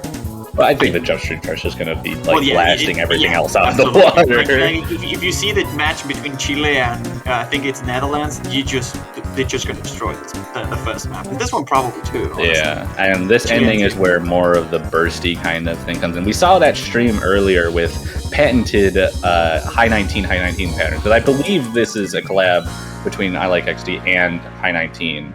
But those bursts at the end, finishing off the chart. So it's got a bit of a few different types of things you got to pay attention to. Absolutely, I wouldn't be surprised if we see sub 50s on that map specifically. And now we go to the map I spoiled before. Whoopsies, which is the word I never said in the NV. It's a map by Joel. This time 1.05 rate though, 181 BPM. And if I know Joel, I will say this is probably the speed stream. Yeah, that's what I would expect coming out of it. Like, I've never seen this chart, but seeing the name Joel and 181 BPM, you could see maybe a 240-ish BPM stream card coming. And there it is. we're exactly what we're predicting. Okay, this is very flowy, as expected from Joel. It's probably one of the most fun maps to play for most people, I'm imagining, because it's on this point that it's not fast enough to be like streamy. Like you don't have to mini jack all that often. But most of the time it's very flowy and you can like go through them. Right, I think Joel tends to do that with his speed charts, where most of the chart like is going to be pretty flowy and you know you don't have to strain super hard. But when like significant things happen, like vocals come in, then you see those like camel jacks showing up in the middle of the streams, and that's where the strain is really going to matter, and that is exactly what's happening in this chart too. Yeah, it reminds me of like Here I Go Again or On My Own, those kind of maps as well. Yeah. Which are like what we have seen from him. Yeah. But this is little section of Rake as well. Yeah. This is the easiest out of the three we've just mentioned. I'll say that Here I Go Again is about the same levels, maybe a little bit faster. So it's definitely faster, but it's also longer, which makes it hard. True. And this one's only a minute and 54. Yeah, we haven't seen all of them. I think have been less than 2 minutes, except for Iterated and maybe Totus Street. Yeah, but just barely, right? Yeah, they were like 2 minutes and 5 seconds each or something. I would assume we're going to see some longer charts somewhere along the line, but you know, given it's an early pool, making these easier pools have super long charts isn't really going to be beneficial to the overall, especially if there's too many of them. Yes, I I would be surprised if we don't see like at least 2 maps that are long enough. And this one might be This the one's the beginning, right? longest. Yeah, we're starting to get there. This map. This is SV. This is SV. Let's go. Oh, it is SV, isn't it? Patcherage, the creator of the SV qualifier, is back again, making another SV chart for this pool. 2 minutes and 37 seconds, though, a little bit longer than the qualifiers, and so far the longest map we've seen in the pool. True. Runes, this is by Sesakura UK, map by Patcherage, as we said before. Shambles. This is the cool game. This far, it's looking like the reading pick between the 2 SV charts that are going to be in this pool. I like this map so far. It's like one of those maps that if you know the song well enough, you can mostly side with this. Oh, Like, I was wondering why I knew the song. It's a Toby Fox. It's a remix of a Toby Fox song. Yep. So I think the most challenging so far was like that long no into double pattern. Yeah, there are some tricky patterns. Like these LNs into the notes are a little bit tricky, but like I said, it's reading, so there are little hints that allow you to, like the length of the long notes should give you an idea of the timing of the next note, but it's still going to be pretty tricky. Oh, I love that part. Oh no, the snaps. Oh, that can be very confusing. That part right there can be very confusing if you're just side reading this.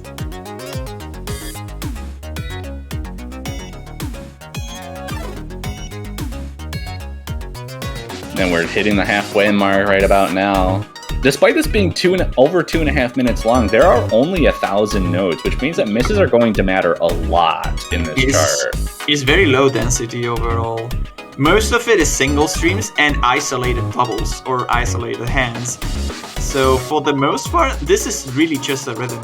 Like, you just have to follow the rhythm. I mean, you could say it's that to literally any map on a rhythm game, but this one specifically, if you know the song well enough, it's probably going to help you a lot to get good accuracy on this. Just don't get tricked by the visuals and try to follow the music and you should be fine. Yeah, this isn't going to take too much learning, I don't think. It's just going to, you play it a few times, get used to the rhythms and the visual gimmicks that are going on, and you should be able to get this down pretty quickly. Oh, that one's also a bit tricky, I think, right? There was like a drum hit that was very strong, but it was only a single, and I think it was following the music after that portion. So those parts can be a bit confusing as well. Yeah, but we are heading out to the end of the chart. The gimmicks are about to be complete, and that is our first SV chart of the pool, and we'll be moving into another Rice chart, I would assume. I'm gonna guess because of the person who created this. There's no way Electon made that. Anything that isn't Rice, right? Yeah, this was also used in an Eterna pack, in the Untitled Eterna pack, because I recognize. Wait, this is classified as a hybrid. Is it?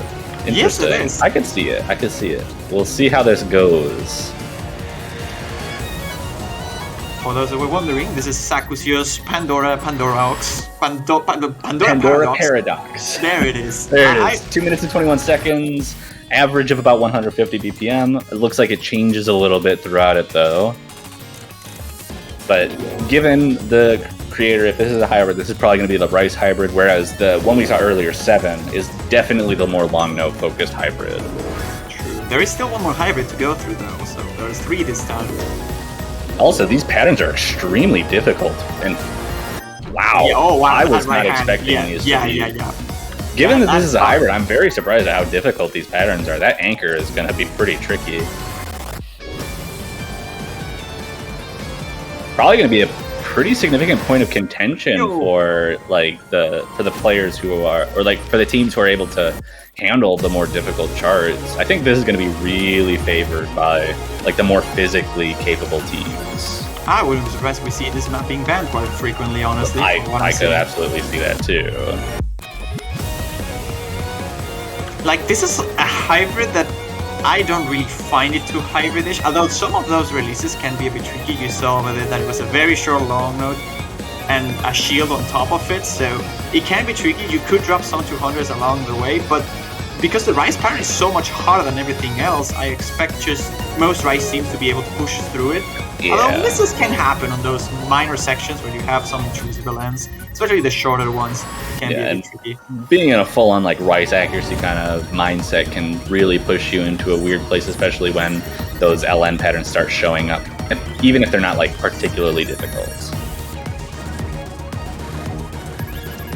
Oh, and these anchors are not going to be very friendly to some players. I like them though. They seem very natural to play too. Those bursts were not friendly. Oh, that was that. Yeah, that. Okay, no. What was that ending? No. It's better. It's easier to hit than Phone Drum's ending. I'll put that out there. But that's a lot. Wow. Yeah, that was a split-handed trill, like split-handed double trill. That was very tricky, or at least it looked that way. And next pick, Gaspard de la Nuit, Undine, a re-upload by Mint to cut this. It's not the 7-minute chart or however long the actual one is. This was cut to about 3 minutes, so it looks like this is going to be more of like our consistency and accuracy pick that we're looking at in comparison to everything else in the pool.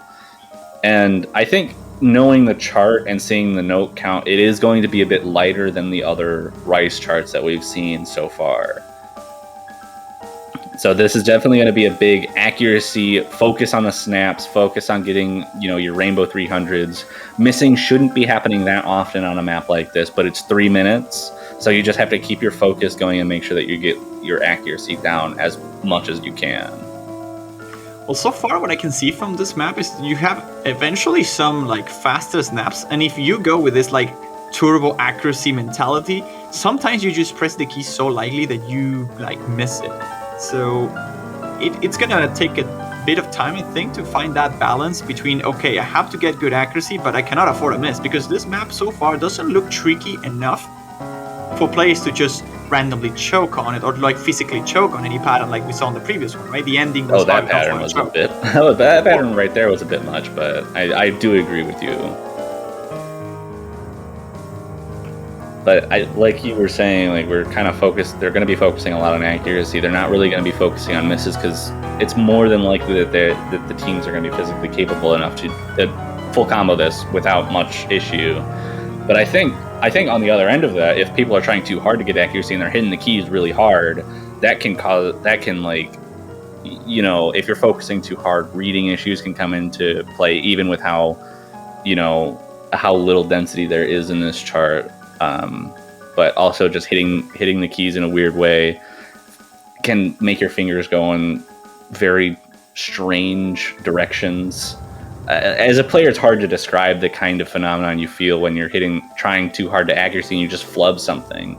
But it can happen if you're going too hard on it. Yeah, it happens to me as well. Like you're so concentrated on the accuracy and reading it that your finger just slips a little bit from the key, and everything feels so much different. And this ending is a little bit trickier, I will say, although the pattern is not too bad. It definitely goes faster, and that might be a good thing to get your focus back.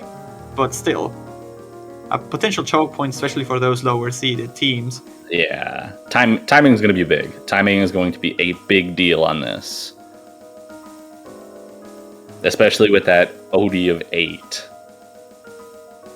True. I will expect this kind of maps in later stages to just be OD 9, and that will be very harsh. For now, OD 8 seems fine enough. And it looks like we'll be getting into our have some last flashbacks one. now. Is this our last long note pick? I think it is, and we're having some flashbacks already. Those from Soft 1. Raise your hands in the chat. No, not Soft 1. Oh, Soft 2. It was Soft 2. Yeah, that's true. We have Harajuku Iyahoi, and this is a long note pick. Again, this is releases, as you can tell by the first 5 notes. Yeah, this is very clearly going to be what's going to test your releases. And I think the second half is really going to be what matters most significantly with that.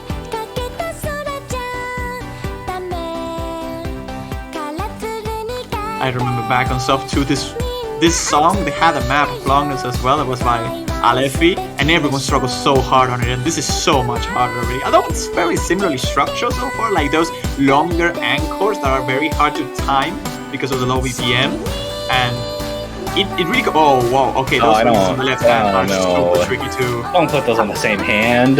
Yeah, on 128 BPM, which is slow enough that you can't really cheese those releases, you have to actually have such an insane finger coordination, finger independency to release it properly.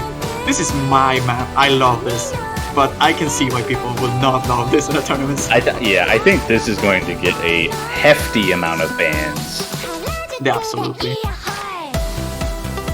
Okay, this section is a little bit easier, I'll say. The releases are all pretty, like, combined. I don't know how to say it, right? They all end at the same time. You don't have disjointed releases for the most part. And if they are, you have a press at the end. So, other than that... Oh, now we're starting to get into disjointed releases. Now we're getting like I said, the ending's going to hit you. I said more of the second half, but the ending is really what matters, because this goes on for another quarter of the map, which is about 30 seconds, and it doesn't give you a break. This is an insane score by Mysterium, by the way. 996.5 on this. Looks very hard to do.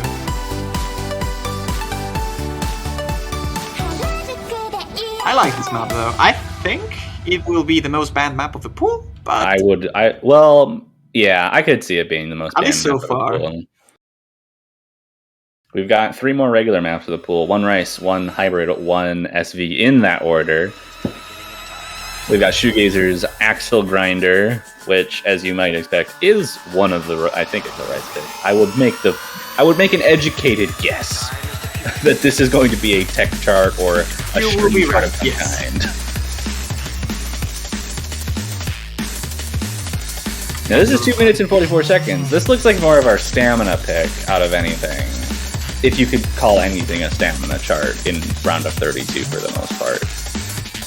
190 BPM though, fairly slow. So it's probably more like a dense Rice rather than stamina specifically, I would say. I think this is like comparable to Tower of Heaven from last year, where it's more of like the dense jump stream goes on for a really long time. You need to focus for a longer time. Whereas, you know, Iterator IOD like as well. Jump stream. Yeah, that too.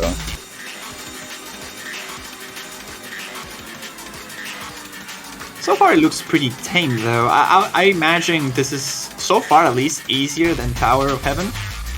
Specifically because of the 8.5 and not of the 9.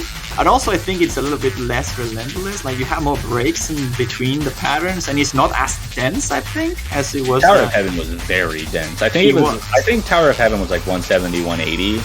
So it's a little bit slower. So this one's a little bit faster, but it's going to be a little bit less dense and a little...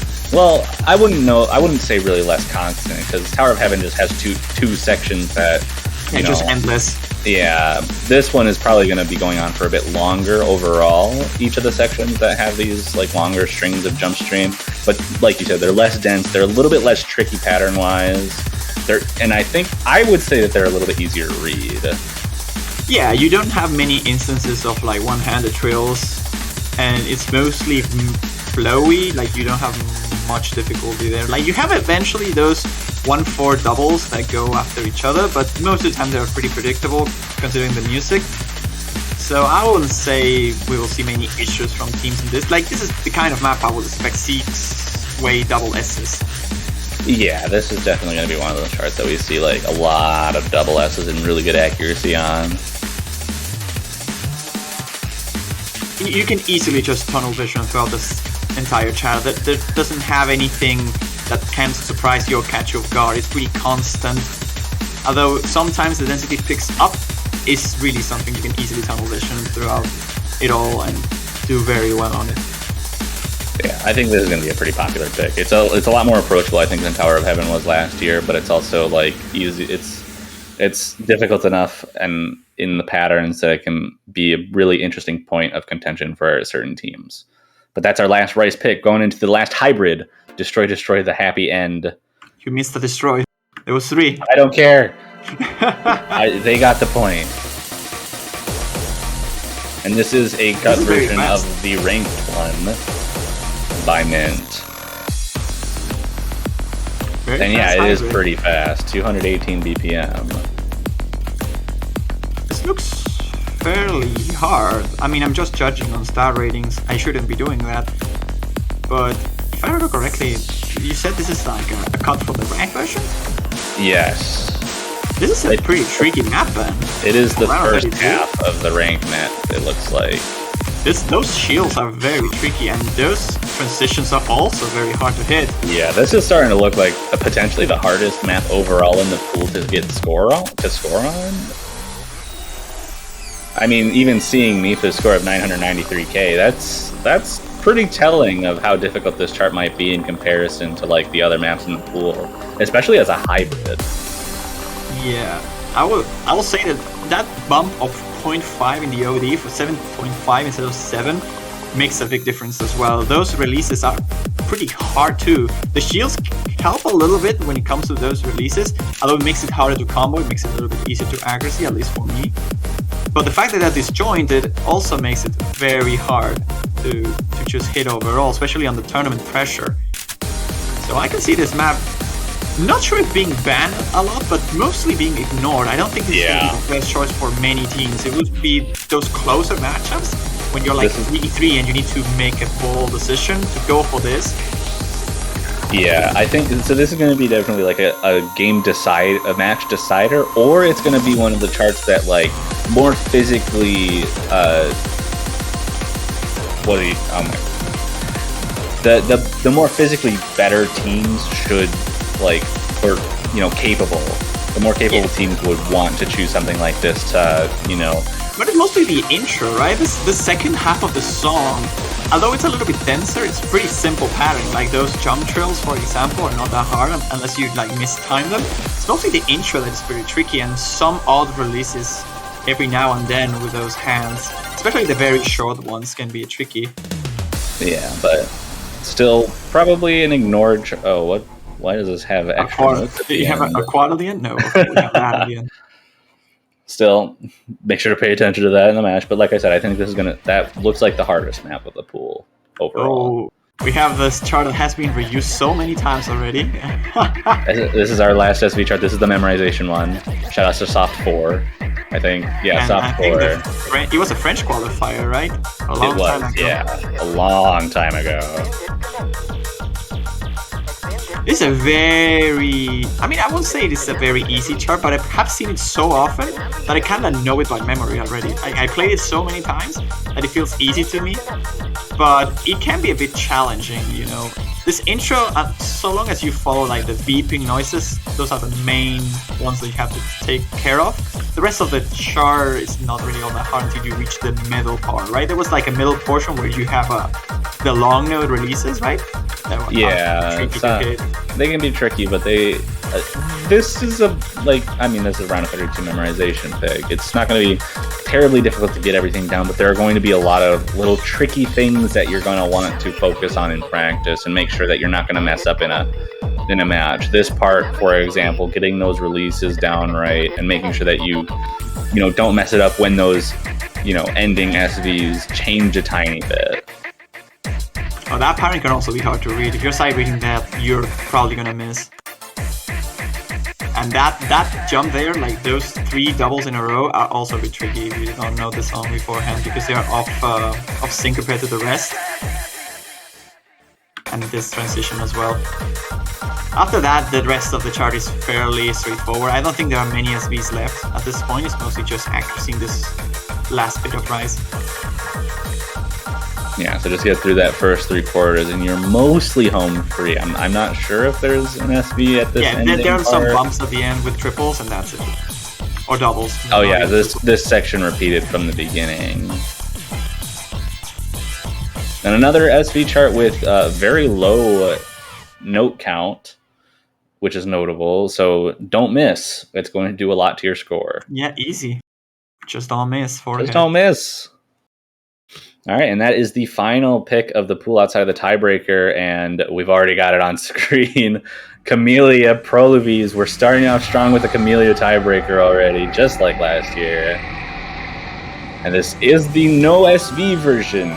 Thank you. No. I think the SVs would have made this map a little bit too hard for the stage. 100%. So it makes sense that the SVs got removed. I would have preferred the SVs being nerfed instead of removed, but I can see why. This is a tricky release section, and in general the map features this kind of hard releases when the long notes come into place. But overall it's a pretty balanced tiebreaker as far as I remember. Yeah, I think it does a pretty good job as a tiebreaker. It's very difficult. Like, for this round, you would not expect to see something as hard as this coming in. But this is just, like I said at the beginning, these sets of map pools are going to be getting a little bit harder than they have been in the past. I think at least the early rounds are, and this map should be telling about what to expect in round of 16. Yeah, in general, I'm honestly quite surprised by the goal I got those jacks. I'm quite surprised by the difficulty that we have achieved for this one, right? Round 32 are really looking very spicy. I can see many low-seeded teams struggling hard on this kind of map. Really. I can definitely agree. I could see lots of teams struggling on many of the picks in these pools. And I'm not really concerned. I don't think concern is the word, but I'm curious, how hard will the map pool get, right? If we're around 32 and the pools are already this hard, what will finals look like? I guess we'll just have to wait and see what happens with the pools as they go forward. Absolutely.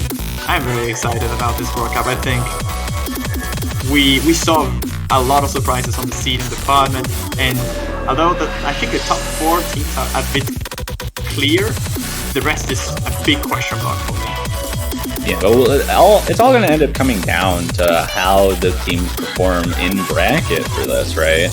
So nothing's really set in stone at this point, and lots of teams have shown potential that I personally did not expect coming out of qualifiers even last night when I finished them. I came out with the scores that the United States did, and I was thinking, oh yeah, I think we're pretty safely in the top, 3 or 4. And looking at the scores that were posted for, even up to like top 16, top 24, top 32, I was wrong.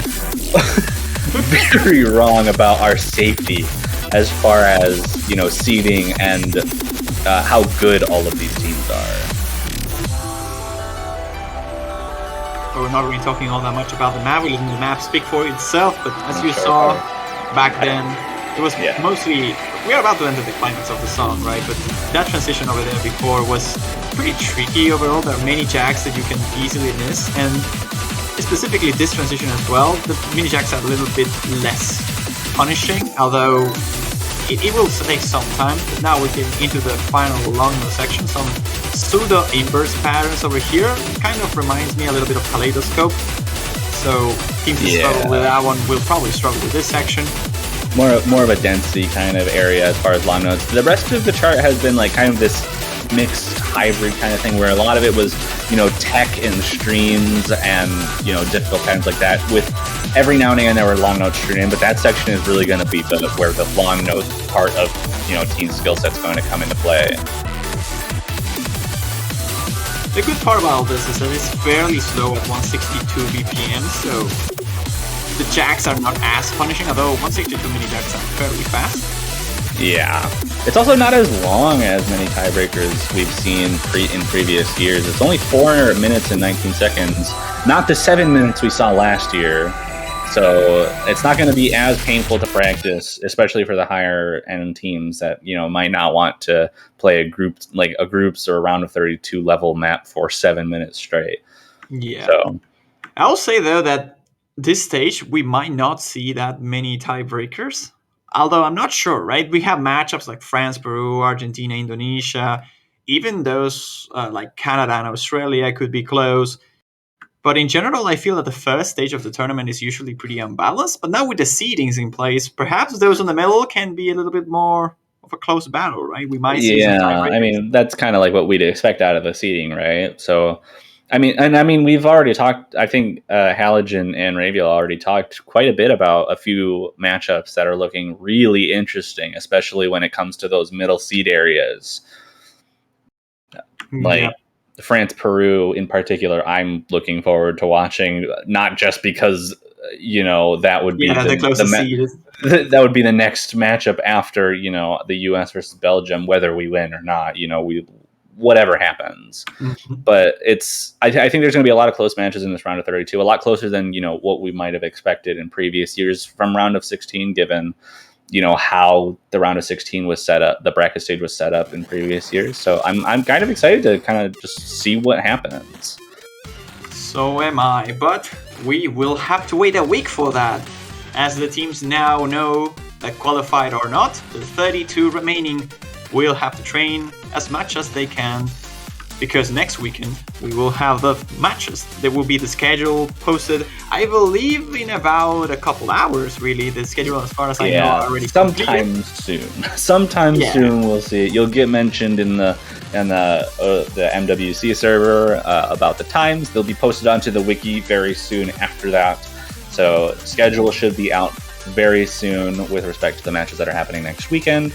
The bracket should also be up sometime soon, so you should know who everyone is facing very soon. But with that, I do not know if I have anything else to say. Well, other than saying good luck to those who qualify to the Reno 32, and I hope that all of you stick around for those matches, because as we said, there are so many interesting matches coming up next weekend, and I honestly cannot wait. I'm very excited. Yeah, so we will see you all next week, and have a wonderful week of practice.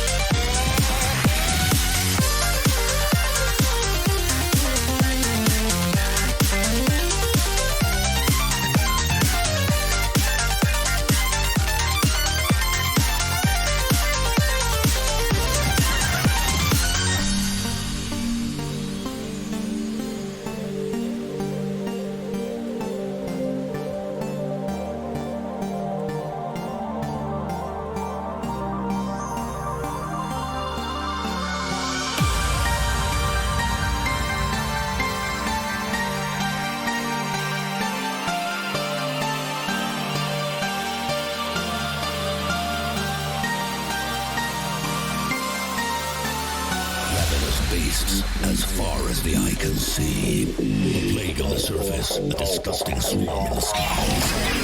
With a crash of thunder, a new demon appears. Unfurling its rotten wings, it lets out a petrifying scream.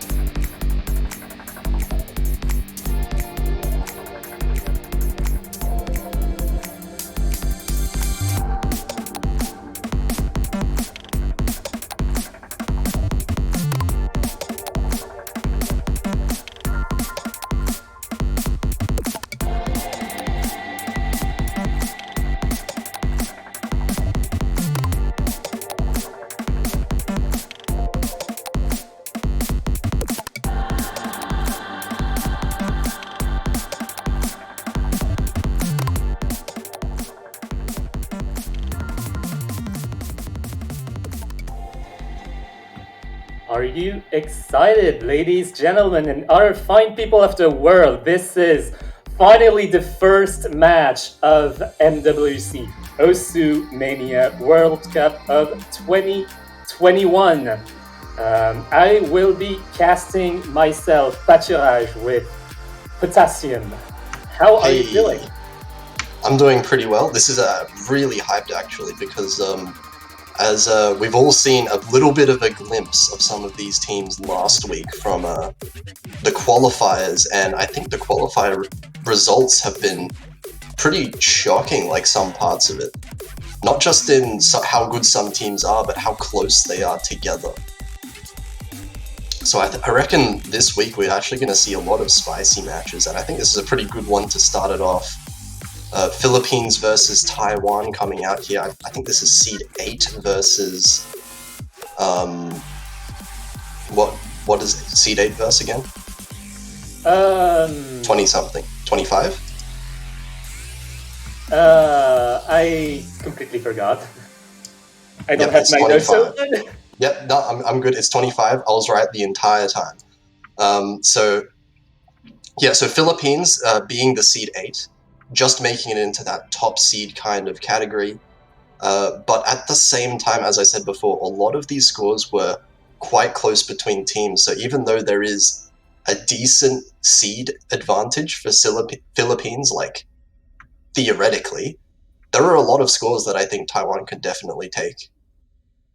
Yeah, like keep in mind that in the qualifiers, like I think like 38 players played, 38 teams, played the qualifiers, and only the top 32 made it out of the qualifiers. To give you a representation, the 32nd team is Belgium, and Belgium has some really good players in it. So Belgium was one of the, you would think of as one of the scary unseed teams in the previous World Cups, but now being like essentially dead last in the qualified teams is a pretty scary thought in general. Yeah, so this gives you an idea of how stacked the top 32 of this year is going to be. And there are a couple of changes compared to last year as well, especially in terms of map pool difficulty, especially towards the beginning. The round of 32 is so much harder than last year. Oh yeah, definitely. That's a massive one, actually. Even from the qualifiers we saw, compared to even last year, all the years before, this map pool for round of 32 is way harder. Like, not even comparable to like any of the previous years for group stage or round of 16. This is like somewhere like round of 16 to quarterfinals-ish level of like previous years. So we are kind of skipping a lot of that ACK battle, and it'll be exciting because a lot of teams we'll see have some hidden talent with the higher end of difficulty that they've never kind of been able to show off before in previous World Cups. Yeah, absolutely. Like qualifiers is a net benefit to this tournament. And speaking of skipping, there's a huge change also. Another huge change to the World Cup, that we do not have warm-ups anymore, which means we can go right into the action. Yeah, I was waiting for the first warm-up. Actually, I should switch that mindset around. But we're going straight into the roles. There are no more warm-ups. Fortunately or unfortunately, depending on who you are. But for now, it is going to be straight up into the roles. And it looks like Taiwan has rolled a 55, first of all. Pretty solid first roll of the tournament. Yeah, just slightly above average, yeah. Yeah, you'd take it. It's not terrible. We'll see what Philippines manages to roll. Yeah, meanwhile, you can see the current map pool for the round of 32. It's looking pretty snazzy. Yeah, there's some pretty challenging maps, especially I would say a lot of the hybrid maps are quite difficult physically, right? The only thing I think from previous years that is probably toned down a little bit is the SV, but But I think that kind of makes the pick and ban a little bit more interesting because we're going to see a lot less SV bans than we normally would. Yeah, some teams might consider the SV picks as kind of accuracy testers because some of the accuracy-minded players might switch to an SV mindset compared to last year. Oh, it looks like Philippines has rolled their chances of winning to be 27%. Taiwan is now favored in this match, but it looks like Taiwan will at least win the roll first of all. So the first ban going over to Philippines, we'll see what they want to ban.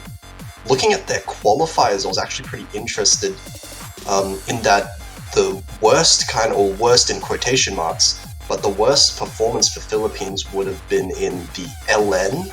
But at the same time, having a player like Siluesca Els on your team kind of makes you hesitant to ban the LN. But it looks like they're going to go for it anyway. They're going to ban the more release-heavy LN map in Harajuku Iyohoi. Yeah, absolutely. It does not matter how good Els is at LNs. We all know, well, seasoned Mania players know how good Els is at LNs, but it does not matter because this is a team tournament. Yeah, it's crazy. Els from the Philippines actually on Harajuku Iyohoi getting on stage 4 and 5 getting the, I think, third and second highest individual scores on those maps. So it's pretty crazy to see them banning LN. It just goes to show that Taiwan is scary enough in their own right at LN. But hang on a second. This is unexpected. It looks like neither team is interested whatsoever in playing LN. Well, I guess the LNs are the new SV. Yeah, I guess maybe this is the new thing. The SVs have been toned down a little bit. Everyone is now good at SVs, so LN are just going to be banned out, I guess. Shoutouts to SVSC. That was an interesting one. But I guess Taiwan just feel comfortable with some of the other ones. I would have thought maybe destroy. Like some of the more physically intensive maps were what Taiwan would want to ban. But it looks like they're going straight for the SV. And I think this is a pretty good idea. Taiwan's best qualifier score was definitely their stage 1. Yeah, I think that definitely Runes would be one of their best chances of getting a point. Runes is very accuracy based, and the edit of this one raises DoD from 7 to 8. And given all the SV shenanigans that there is in this map, well, yeah, I believe that Taiwan is going to go for hard accuracy mode here. Yeah, SV is always kind of a little bit unpredictable in a way.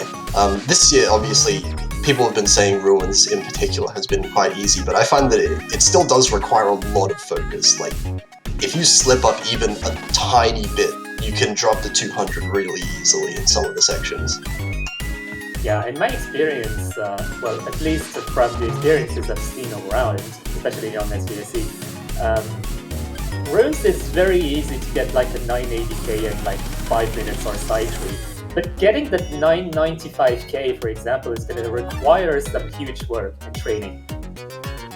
Yeah, it's crazy that we're saying, like, expecting 995ks to come out, but like everyone, the stage 1 scores were kind of ridiculous for all teams.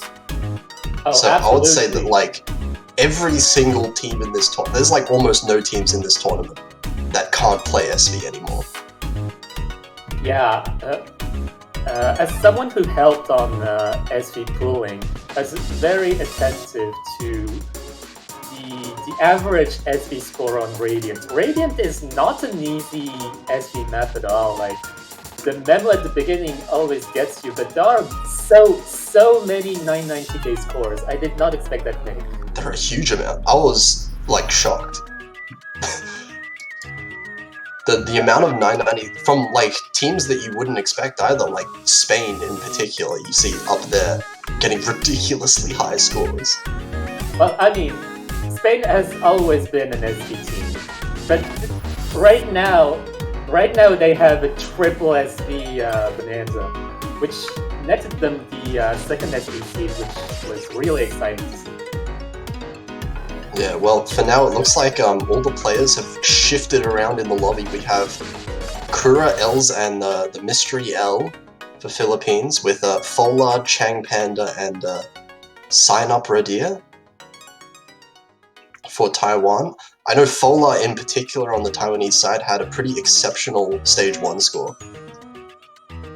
So I'll definitely look for some of those players on Taiwan to pull up the team score, potentially get a point off of Philippines in this first point.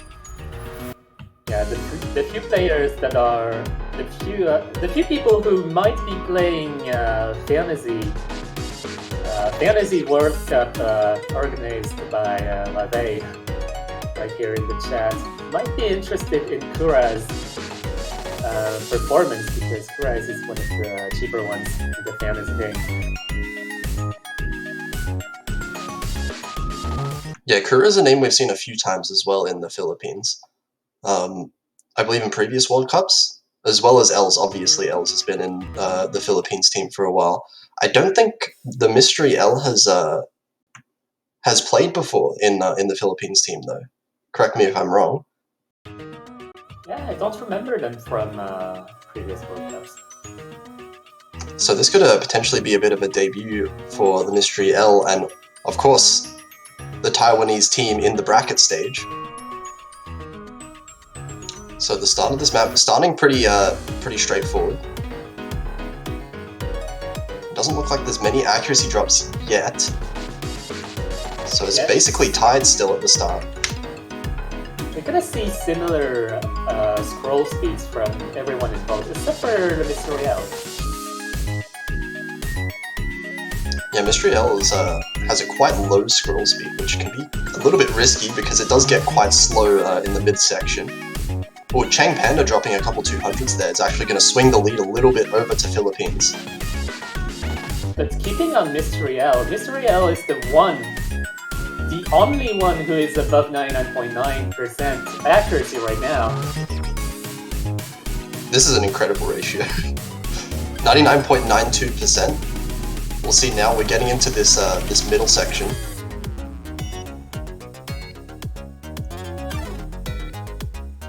Yeah, right now we kind of. Oh my god, Els! What happened, Els? A massive miss from it. Hang on. Keyboard issues, potentially, it looks like. Or... Oh my god. But this is a complete swing over to Taiwan, unless it's a client bug. At this point, though, I don't think it is a client bug. Yeah, if it's a keyboard issue, it is absolutely devastating, because within the rules, we are in the middle of the song right now, and the Philippines will have to yield the point to Taiwan, unfortunately. Yeah, this is way too late in the map to call a restart, so it does look like, unfortunately, it will go to Taiwan. Mystery L, though, still holding this incredible ratio, this accuracy.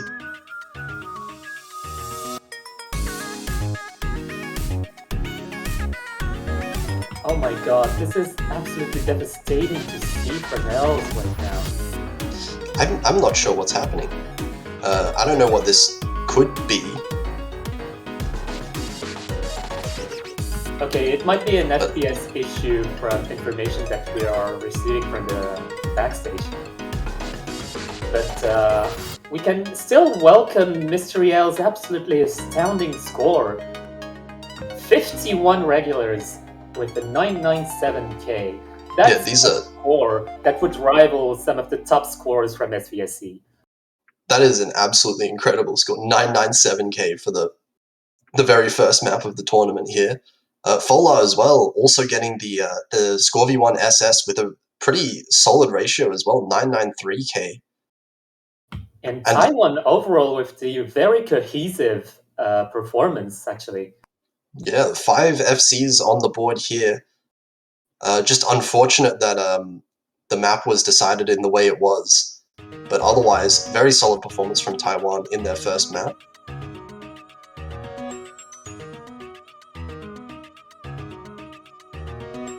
And you really do hate to see it, but Philippines really do need to pick their next pick wisely now. Because after that, you really want to score one back immediately, to not let it slip, let it get in your head. Yeah, absolutely. And honestly, I would really hate it to see it happen again on the Nara picks, because else it's definitely the one carry for the Philippines alongside Swansea and. Yeah, Els is definitely up there as one of the best players in my mind from the Philippines that I am aware of. Swansea, of course, being just in general amazing at the game. But it looks like they're going to go with iterated, so they're going straight for the Rice picks. Going to see more of a stream map coming in now. So we'll get to see some of the more physical abilities of these players from both teams. Yeah, Iterated is one of the harder maps in my opinion from the Rice pool. Iterated is like 212 BPM jump streams, and those are not so friendly patterns. Yeah, a few tricky bursts in between the jump streams as well, and of course at 212 BPM, much faster than you would expect in a first pool of a tournament. I think Taiwan did very slightly struggle with Mariochi Survivor, and Stage 8. So perhaps Philippines trying to attack a small window of opportunity that they see from Taiwan's qualifier performance here. And It might actually be also a moment for Els to figure out her issues, actually, because we are not seeing her in the roster for the Philippines. Instead, we're seeing Swansea J1002 and Mystery out. Yeah, so we're seeing Swansea coming in. Obviously, Swansea I expect to be in for pretty much all Rice maps. And J102 is a name I'm not too familiar with, but they were in for the Rice maps for stages 7 and 8 for Philippines. It did perform quite well. So we'll have to see how they perform as a team now. And it looks like Taiwan is just going to be switching out Fola with Murarachi. Yeah, it's quite interesting that we see quite a crossover between SV and Rise, which does not happen that often. Yeah, usually it's quite common for teams to have like somewhat of a dedicated SV player that they would substitute in. For the Philippines, it seems like Kura was that player for the first map. Taiwan do seem to have a fairly consistent roster for now, at least. At the start here, actually, we're seeing some really high accuracies. A bit of a drop from Murarachi, but a lot of scores above 99.9 here. Mystery L, Swansea, Chang Panda. Oh my god. Philippines Rise is just something else to see. It looks like Murarachi and Sign Up. Ooh, Sign Up with a drop there. Oh, that's going to be a massive swing. Philippines already had started to gain a bit of an advantage from the accuracy, but now it's just going to be even worse. Swansea accuracy is still at 99.96. Oh my god, looking at the hit error bar from Swansea is just magnificent. It is so scented. It's a work of art. It's dense. It's just a work of art. Mystery L as well, 99.93. And there's still some pretty good scores on Taiwan. Chang Panda 99.88 is really good, but Swansea is just counteracting that and more on top of it. So unless there is a miss to come through, maybe a couple misses from Philippines required for Taiwan to be able to close the score gap. Yeah, looking at Taiwan's performance, it looks like they can actually sustain this type of speed. but might not actually have the accuracy needed to catch up to the Philippines.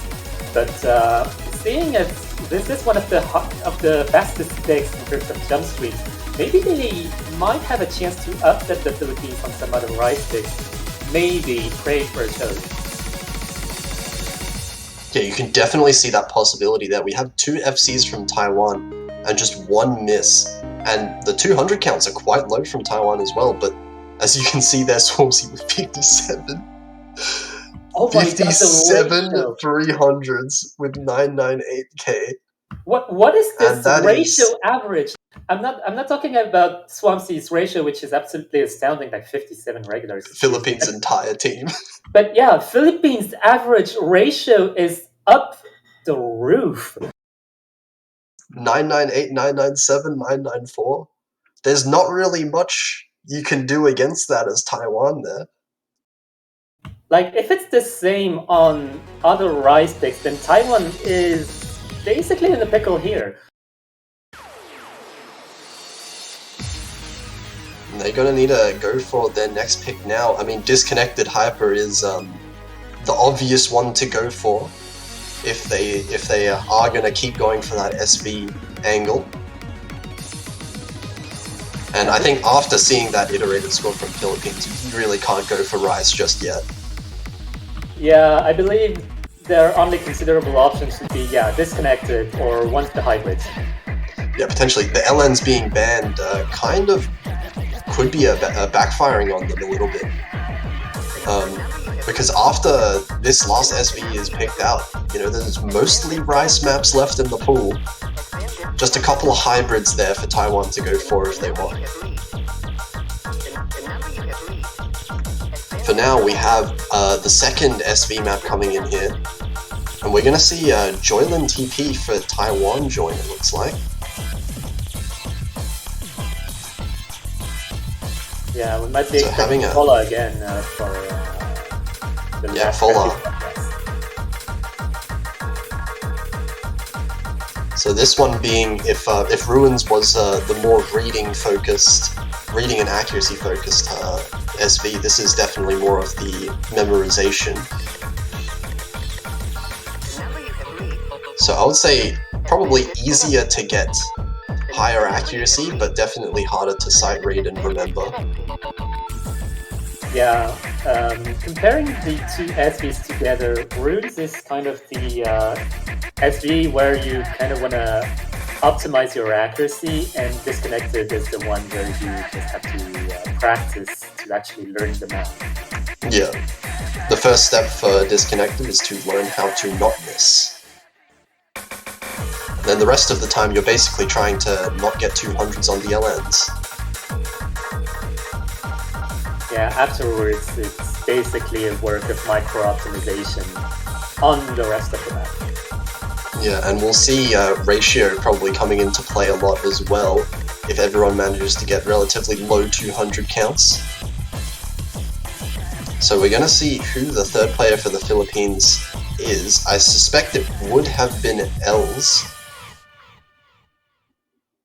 Yeah, it would But have probably- been else, but seeing the problems that she might be encountering, maybe an emergency plan is in order here. Yeah, it seems like we're just waiting now, which is fine. Bit of internet issues. Can't really do much about that. But hopefully it just doesn't happen again.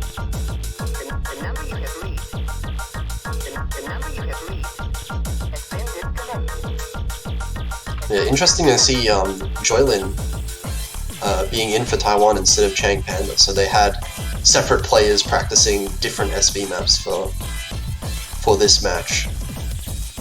Yeah, I think this is a fair strategy, especially for a country like Taiwan. Taiwan has many SV players, I think. Yeah, it's pretty unusual actually to see something like that, because normally with teams, especially some of the lower seeded teams, you would expect only a few of them to be really comfortable with SVs. But it is a very good strength to have 4 SV players potentially. Now it looks like we've got all the players in. We should be starting now. Going for the third map. See if Taiwan can win their second point or if Philippines will manage to win the break. Yes, it is a matter of seeing who is going to be disconnected. Oh no, don't. Okay, let's start. Don't say that. Don't make a disconnection joke. It looks like there is still a little bit of internet issues. Mostly client-sided for now, though. Yeah, I might have cursed it. I'm sorry. We're gonna be the ones who disconnect from the map, not the players. Yeah, we basically cursed ourselves here.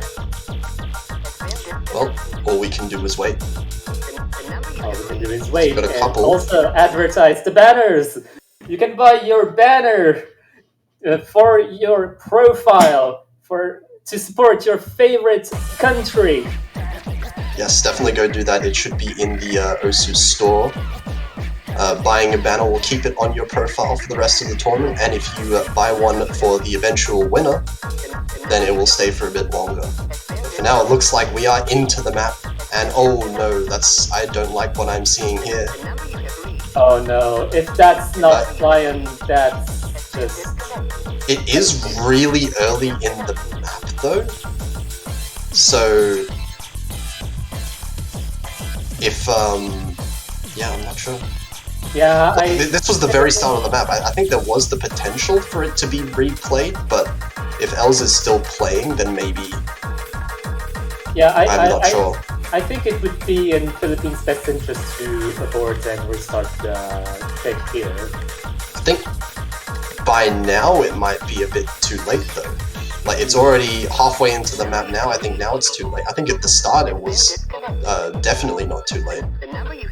But either way, we can see Folar and Mystery L are holding some incredible accuracies right now.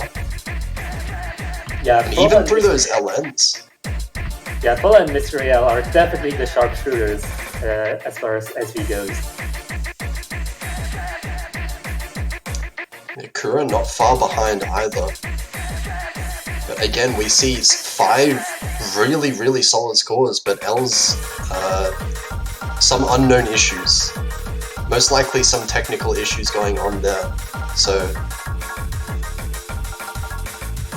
very unfortunate way to lose a map. Well, at least what we can grasp from this performance is that the Philippines definitely has an SV lineup. Oh, absolutely. This is going to be a 3-way FC from Philippines here. None of these last notes are very difficult.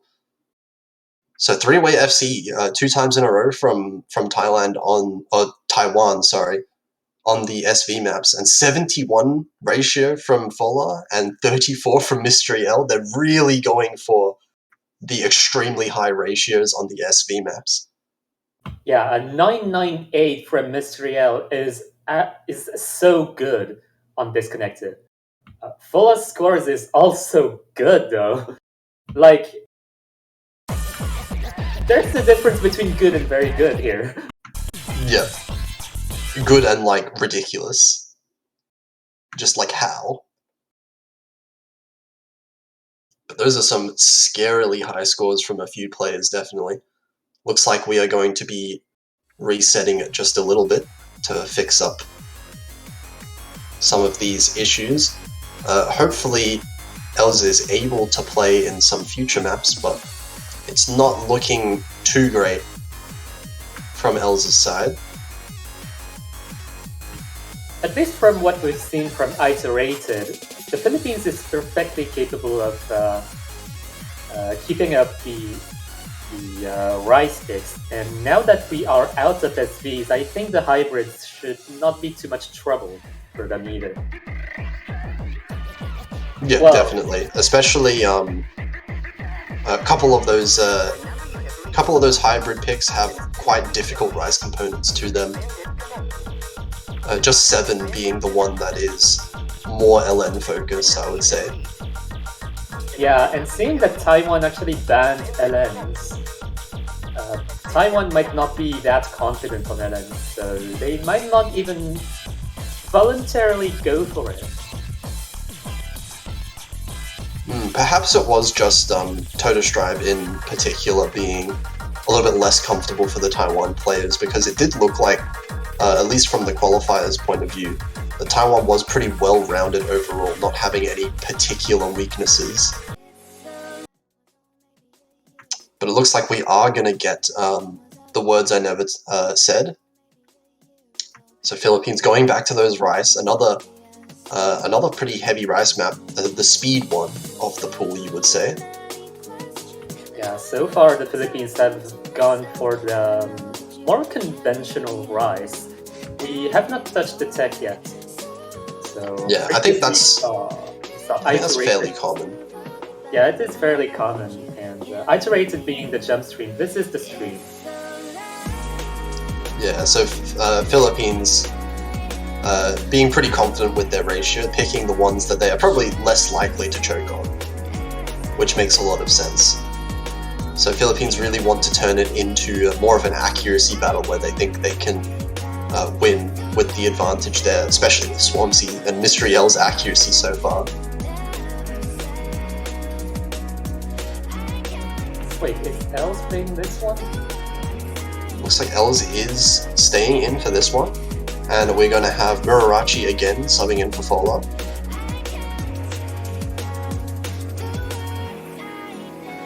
I believe this is going to be the first time we're seeing Joylin on Rice Map as well. Oh, that's so we'll see how they perform.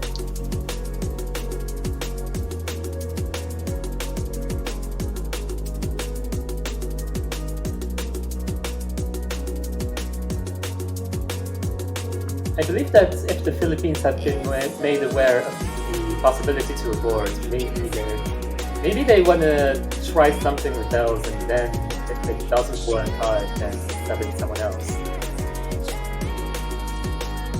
It's always worth trying though, because Els is definitely someone who deserves to play. Yeah, definitely. But I mean, if it isn't working out, then maybe Philippines have to get a substitute. Unfortunately, they might be trying one more time here. I guess we're just waiting for all the players to be ready. Oh, Taiwan making a substitution. It looks like Joylin might not be playing the Rice after all. Looks like Joylin was straight up kicked. Oh no! Nice. Always hard to see exactly what's going on in the lobbies from this point of view. Well, it wouldn't be a World Cup without technical issues. Of course, of course. Especially on the first match. Well, it's good to get all these technical issues out of the way early, hopefully, because we do have a pretty long block, actually. I believe there's 6 matches in a row. Just this one block.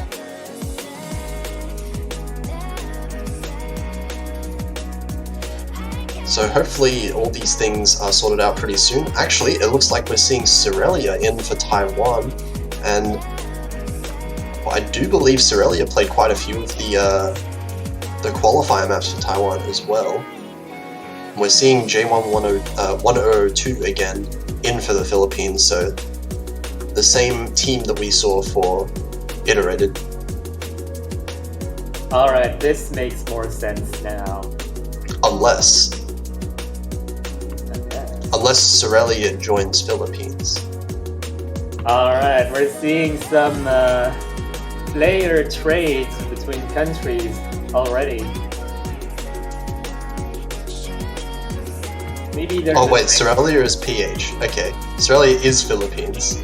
Yeah, maybe they were just playing okay. fantasy work. That is my bad. That is my bad.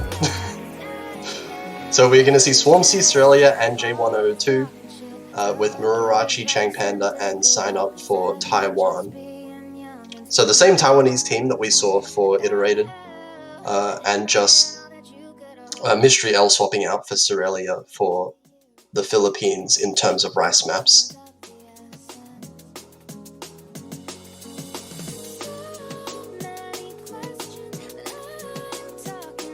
Now it should all be sorted. Yeah, I Looks think like we're ready to go. Yeah, we are pretty much ready to start anytime now.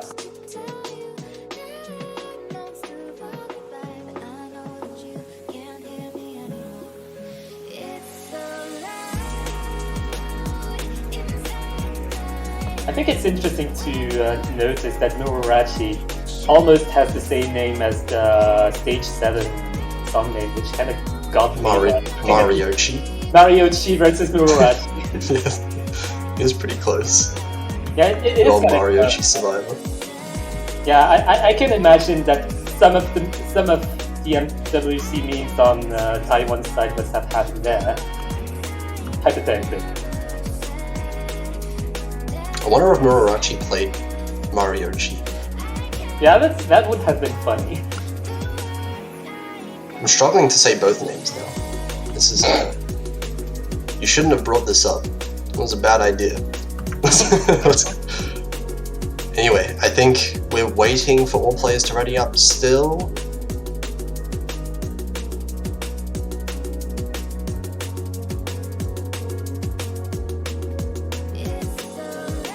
It looks like sign up for Taiwan is not quite ready right now, so still got a bit of a break.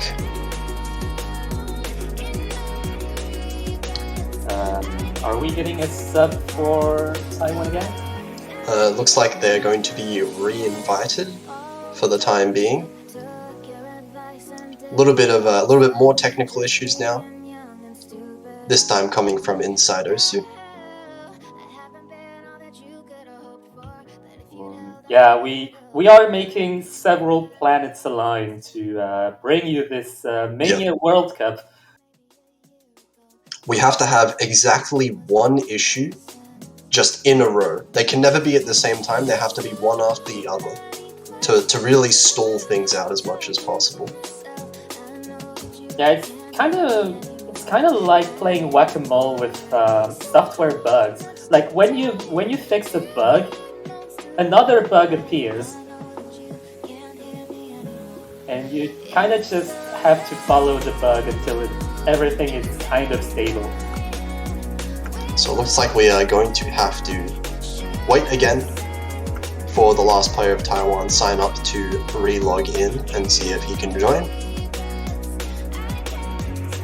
Plenty of time for the players to cool down in the meantime. Yeah, arguably it might not be a good thing either, because some of the players rely on being warmed up. Yeah, definitely. Especially before a more physically intensive map. Not the most, but definitely more than the SB maps we've seen. Absolutely. I think this is probably the most physically demanding map as well.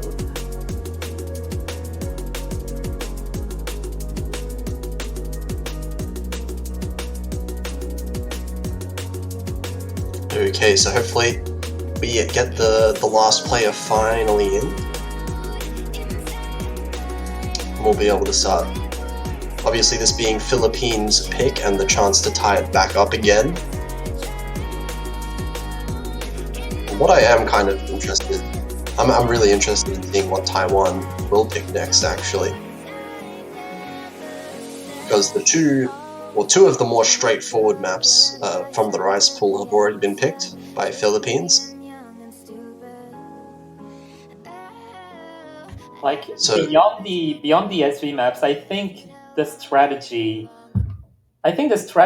like on Taiwan's side would be interesting to consider. They could go either way. Like I think they're pretty sure to lose the Rice picks, seeing the ratios from the Philippines team. So they're definitely considering the hybrids, but which hybrid to pick? If it was before the match started, I would have said 7. But after seeing them ban Todestribe, I'm not sure if they're confident on LNs at this current moment. So it will really have to depend on what they feel they have the most comfort on, I guess. And for now, it looks like we're finally into the map here after a bit of a wait.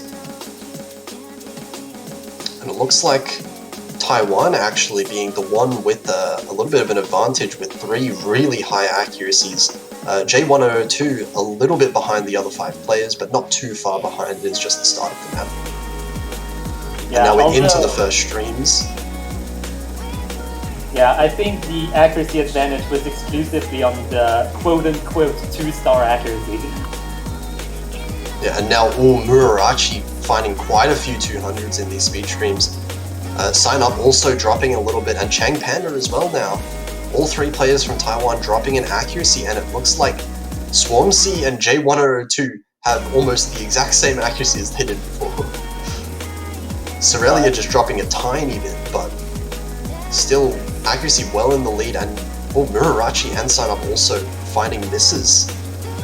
Wait, no. Some of those are applied misses, actually. I was waiting a little before calling them. Sign Up looks like it was a legitimate miss, though. At this point, 300 combo ago. Murarachi is still holding on to that full combo, but really is struggling with that accuracy, getting a lot of 200s. So now with one miss on Taiwan's side and the accuracy well in favor of Philippines, it's looking like it will be very hard for Taiwan to come back. It's going to need immediate misses, and a lot of them, and not from Taiwan's side. Sign Up unfortunately missing again. Oh my god. The Philippines' rise is so cohesive. Everyone is above 99.8. J1002 had the exact same accuracy by the end that they had at the very start with the 2-star accuracy section. But look, 998, 993, 993, 51 from Swarmsea, and not a single 200 on the entire Philippines team. Ridiculously consistent performance.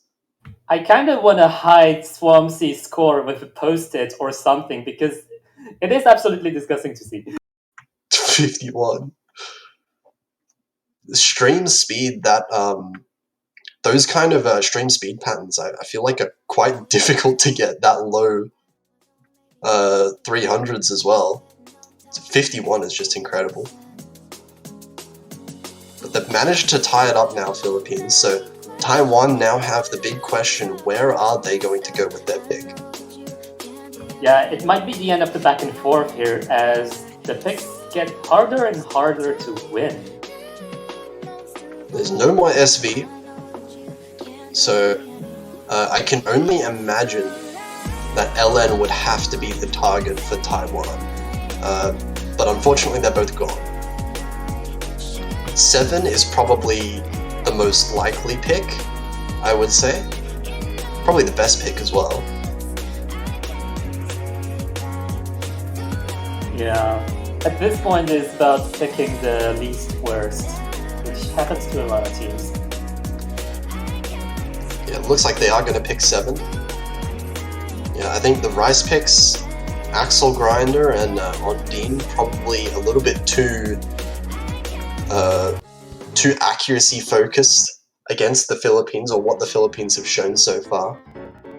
But 7 here, Taiwan are going to hope for a little bit of accuracy drop from the Philippines to try and take advantage of maybe a bit of LN weakness. Especially now, since Els, it looks like, is not able to play,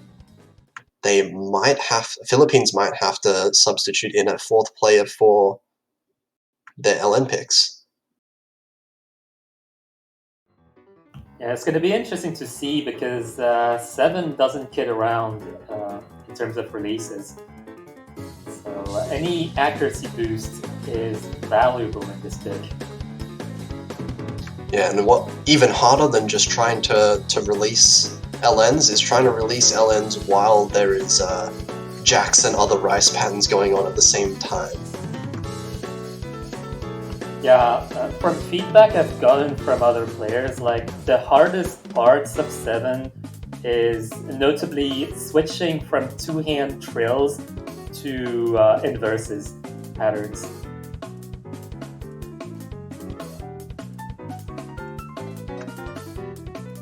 It looks like we are going to get the Mystery L coming in for Philippines, taking the place of Swarmsea. And Fola is going to come back in for Taiwan as well for this pick. And Joylin.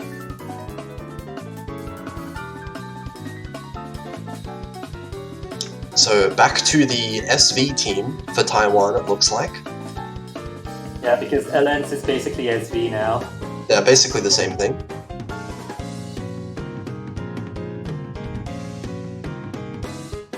So you know what they call long nodes, they call them sliders as well, and SV can mean slider velocity, I guess. Yes. Slider velocity. How fast the LNs are is the definition of SV, of course. Yes, as we all know it. So it looks like the teams have gotten sorted out much quicker this time, which is fortunate. So we'll be able to see, I'm interested in seeing how the Philippines in particular fare on this. Wait, what am I seeing in the game chat right now? People didn't know that they could switch teams?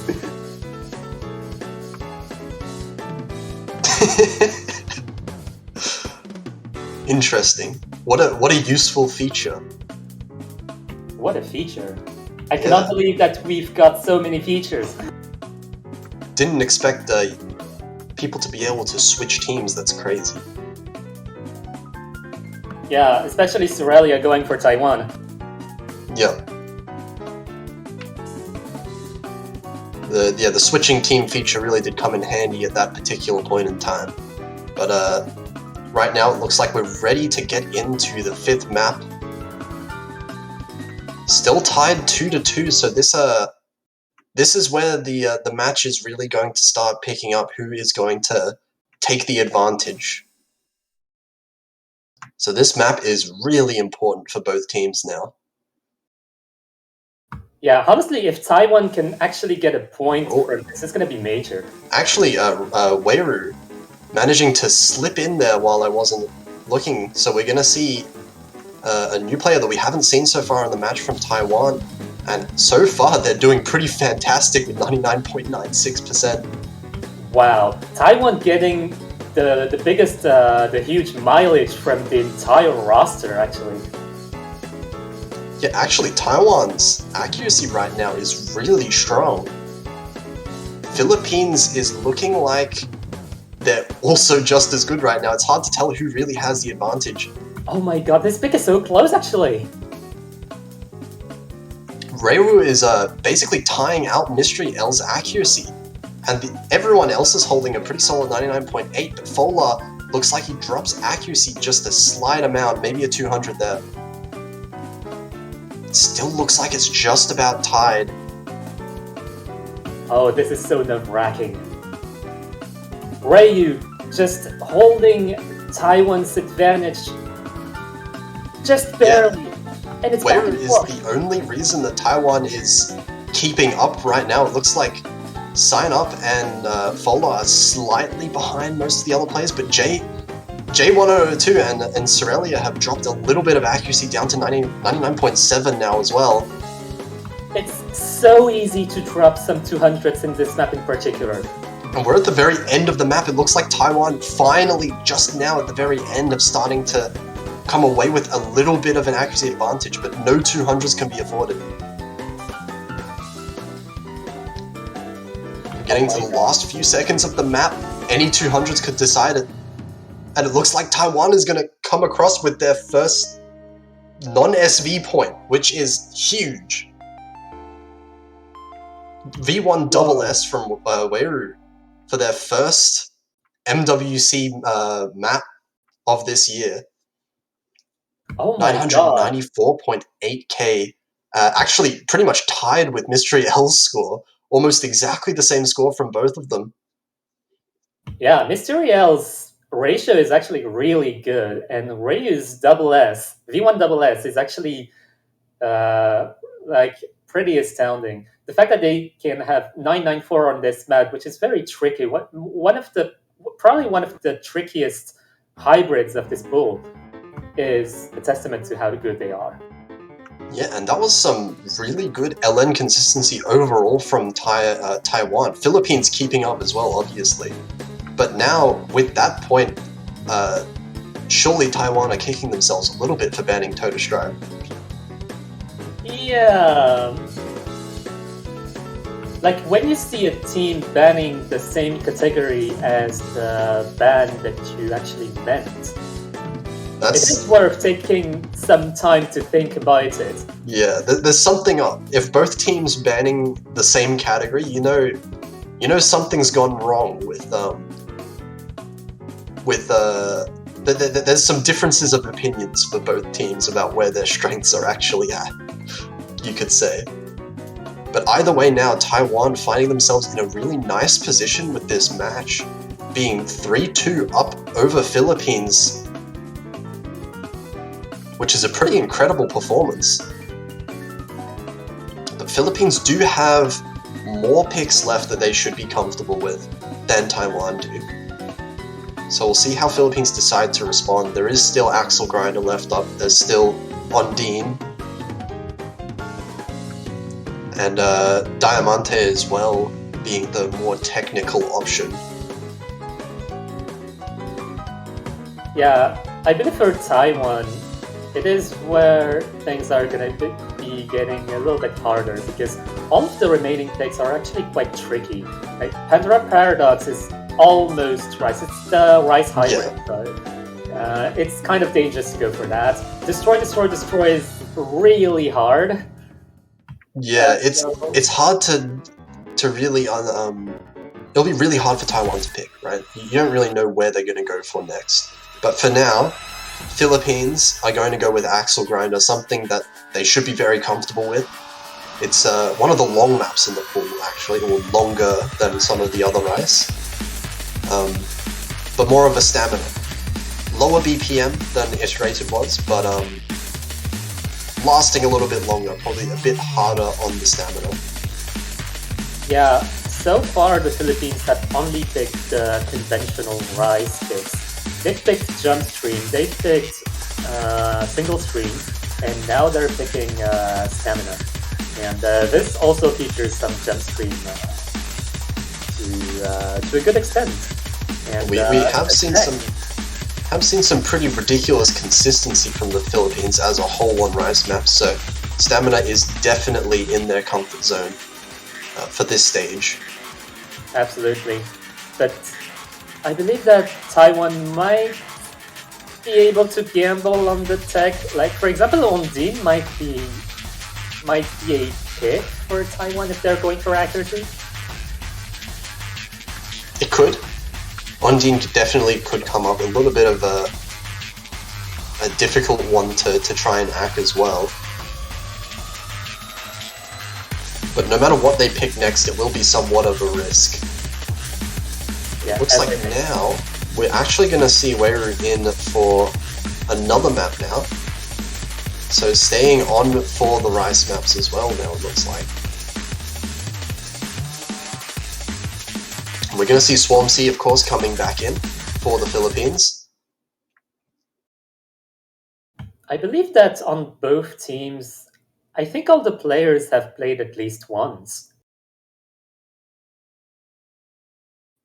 Yeah, we've got the classic Rice team for the Philippines that they've had for all the maps, and Taiwan now with the same team but with Weru coming in. So we'll see how they manage with this stamina heavy pick. Actually, a bit of a rough start from Jay. Nope, that's just Climb. So far, everyone off to a pretty decent start. Everyone around 99.9. Swarmsea a little bit better at 99.95 right now. It looks like Taiwan can actually hold their ground pretty well. I think if a choke happens on the Philippines side, then it definitely would go to Taiwan. Okay, big question. Were any of those misses real misses? Mystery L's was not, but J1002 and Weru... No, J1002 was not a real miss. Weiru's might have been, though. That may have been one miss for Taiwan early on in the map, whereas Philippines holding on to all three of their full combos. all with really good accuracy as well. So Taiwan are going to be put a little bit behind now, and Philippines overall with the accuracy lead as well.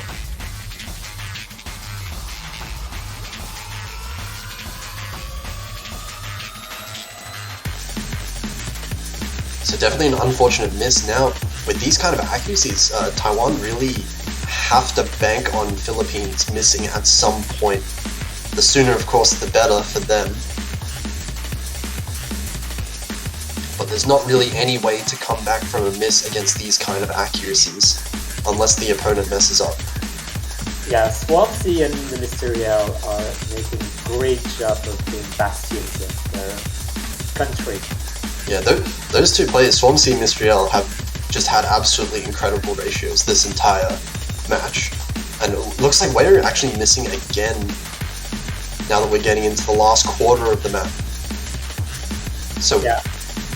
Unless the Philippines miss several times, maybe all three of their players missing, it's not looking too good for Taiwan in this map.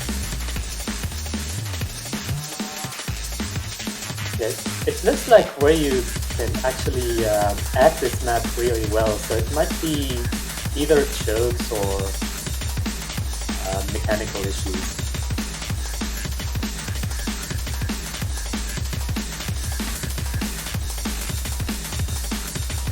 Yeah, we're getting towards the end of the map. There's no misses coming out of Philippines' side, so that's going to be a really high team score.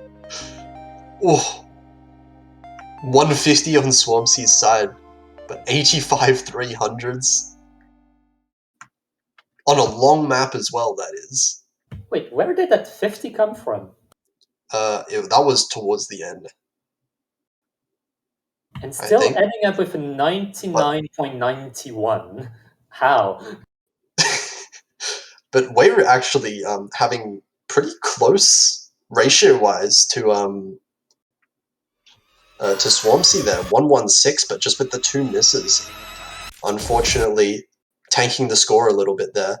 But Taiwan picks really fast now. They're picking Destroy, Destroy, Destroy, which is, out of all the maps remaining, the one with the most amount of LN.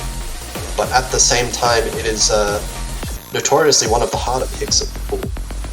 So it really comes down to if Taiwan can really keep up with this level of difficulty against a team with as much skill as the Philippines has. Which I think is a possibility. I think it's definitely a possibility if L is still enabled to play.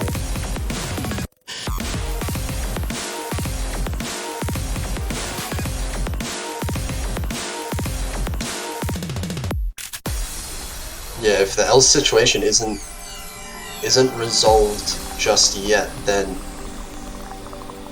there is some kind of opportunity for Taiwan. But it's hard to say with a map this hard. It really does depend on how comfortable these players are, because any kind of misses are just things that you can't afford against the Philippines. Oh, we see Kura playing this one. Well, Kura coming in, last time we saw Kura in was the very first match, very first map of the match, sorry. Looks like we are seeing Fola and Joylin in again for Taiwan. Sorelia coming in again as well for the Philippines. So more of their hybrid team, it looks like, for the Philippines there.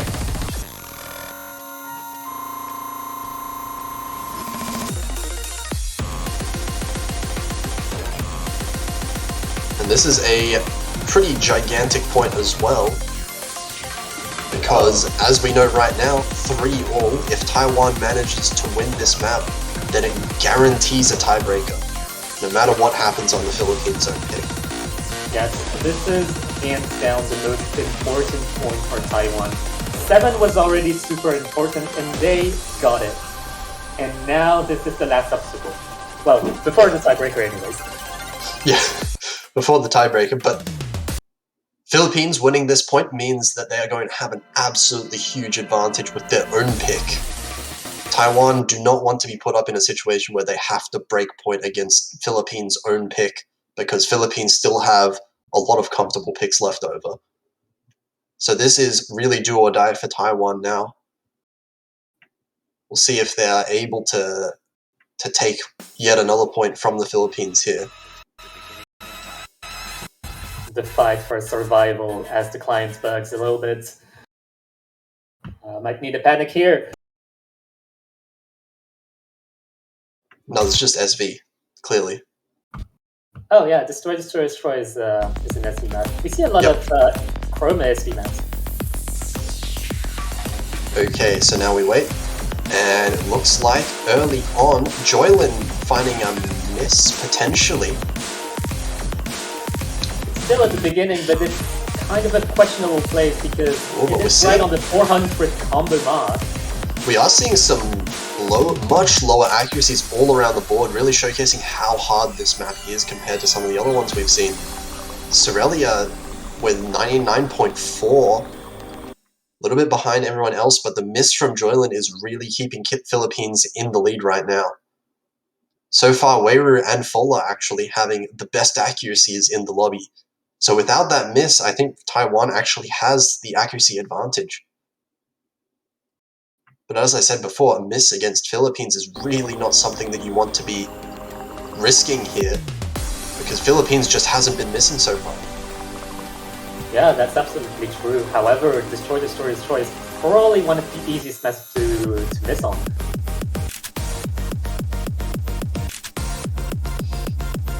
And we'll see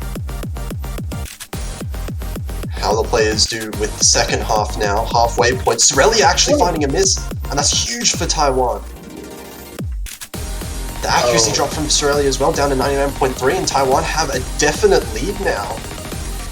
They just need to hold on to this. If they hold on to their accuracy, 99.8 for Weiru, doing really well. There's a third of the map left, and this third is going to be super crucial as we go into the jump drills. There cannot be any misses. A single miss from Taiwan completely loses the lead right now. It is too close in the accuracy. And we're getting into the last fifth of the map now. Oh my god, this is going to be so major for Taiwan. With Joylin dropping accuracy a little bit, but Weiru has been building accuracy from the start of the second half onwards, and is now at 99.83. Weiru and Fola really putting the team on their backs right now. And it looks like Taiwan are actually going to take a fourth point now. Oh my god. Guaranteed tiebreaker for Taiwan. This is huge. This is the 25th seed right now against the 8th seed. And we can just see exactly what we meant at the start. All of these teams are so close in skill together. The seed numbers don't matter at all. Philippines now up against the wall. They need to win this next point and then the tiebreaker in order to win this match. So the survivor question might get answered from one match, exactly one match. Yep, the very first match in this tournament could very well be a tiebreaker right now. The Philippines have the opportunity to push this to tiebreaker. We'll see what they decide to pick. There's 3 maps left in the pool, 2 Rice maps and Pandora Paradox in the hybrid section.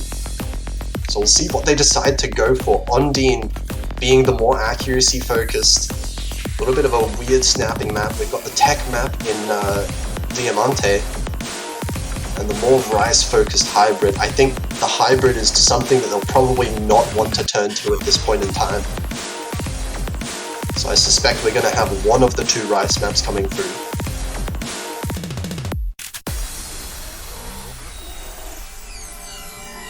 Yeah, I believe they're going to be going for Rice no matter what.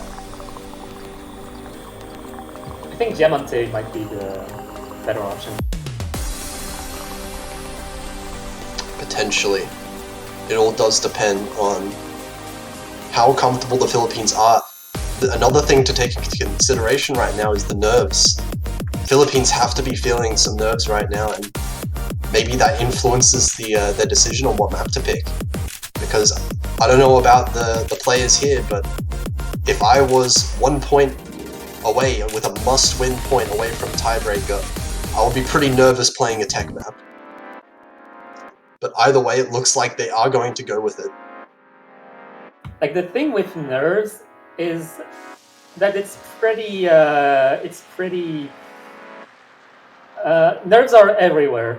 I think both of the teams must be nervous out of their mind right now. Oh, definitely. Taiwan as well, even though they are up, they have to be feeling the nerves as well. Being so close to a major upset. But right now, this is the Philippines' best chance of coming back to the match right now, is winning this Rice map. And so far, we know exactly how good they've been on Rice. Yeah, the thing is with Diamante is that it's so bursty that it's so easy to miss. So Taiwan could very well close it 5-3 against the Philippines if the Philippines are not careful. Yeah, absolutely. But at the same time, I do think that Philippines just overall has been phenomenal on these Rice picks, so the chance of them missing on a Rice pick probably not as high as Taiwan. We're going to see Murarachi coming in yet again instead of Weiru. Player that is seemingly more comfortable on the Rice picks, at least combo-wise.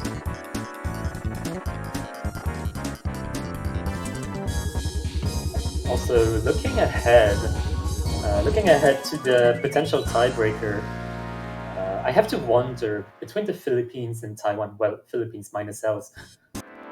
Who is going to win? That's really hard to say. A really interesting question, because the hybrid maps we've seen Taiwan win. And of course the tiebreaker is one of those hybrid maps. So we'll see what happens if we get to that point. Right now the players can't really focus on the tiebreaker themselves. All they have to do is put all of their energy into this one map right now. And we are getting Swampsy back in, of course.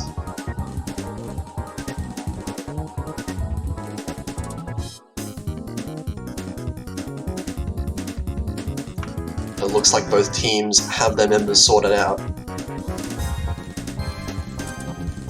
Oh man, I'm not ready for this pick. Okay, let's get into it now. Match point for Taiwan. The chance of a tiebreaker is out in the open for the Philippines to take.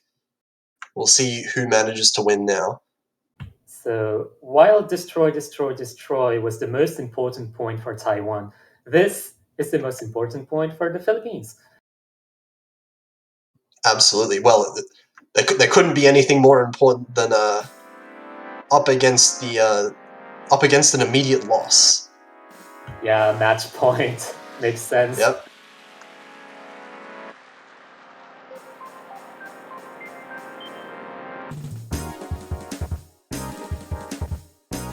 So here we go at the start here. We have a little bit of an AC drop from sign up at the very start, but nothing too major. Right now, Swampsy is the one sticking out above everyone else with a 99.95, but Chang Panda actually has it matched. So the accuracy difference is not too huge, but Murarachi finding a little bit of drop in AC. Down to 99.6. We're seeing kind of 3 mirror matches against each other, and the Philippines have the advantage right now in terms of the mirror matches. Yeah, Mystery L beating out Murarachi's accuracy just by a bit there. 0.2% is the advantage there. They get the burst. Everyone gets the burst. Yeah, combo's holding really strong for all players. It's just in this accuracy advantage that we're seeing, and Australia actually dropping in accuracy quite a lot, down to 99.6. Now it's below Sign-Up's accuracy, and Murarachi's. So there is a little bit of a window for Taiwan to come back if they manage to build up their accuracies, but it has to come up pretty quickly, because we're already reaching the end of this really short map. Yeah, last quarter of the map and any miss could matter, Chang as I would Panda. say. And it looks like that might seal the deal for the end of this map. The accuracy advantage is still in the Philippines side, even with that miss. So now we are going to end up with the Philippines win, taking their 4th point and forcing the tiebreaker in the very first match of the tournament. First match of the tournament, tiebreaker. Yes. Yes. This is crazy. Taiwan as well, a country that I would not have expected whatsoever coming into this tournament to be this good. Right? Holding up their own against the Philippines in such a massive way, taking it to tiebreaker is a pretty insane performance from them, and now we've got it. We are going to be going on to the standard Camellia tiebreaker that we see in every pool, of course. Yes, Prolove is We'll without have a to see. team. We'll have to see what the lineups are going to look like. I can only imagine it will be a similar lineup that we saw for the hybrid maps. We already see Weiru coming in for Taiwan. Definitely one of the strong players that stood out on those hybrid maps. We might be getting a little bit impatient. Hang on a second. Might be getting a little bit impatient here. The script was leaked, unfortunately. Pretend you didn't see that. Come on, client, don't be biased.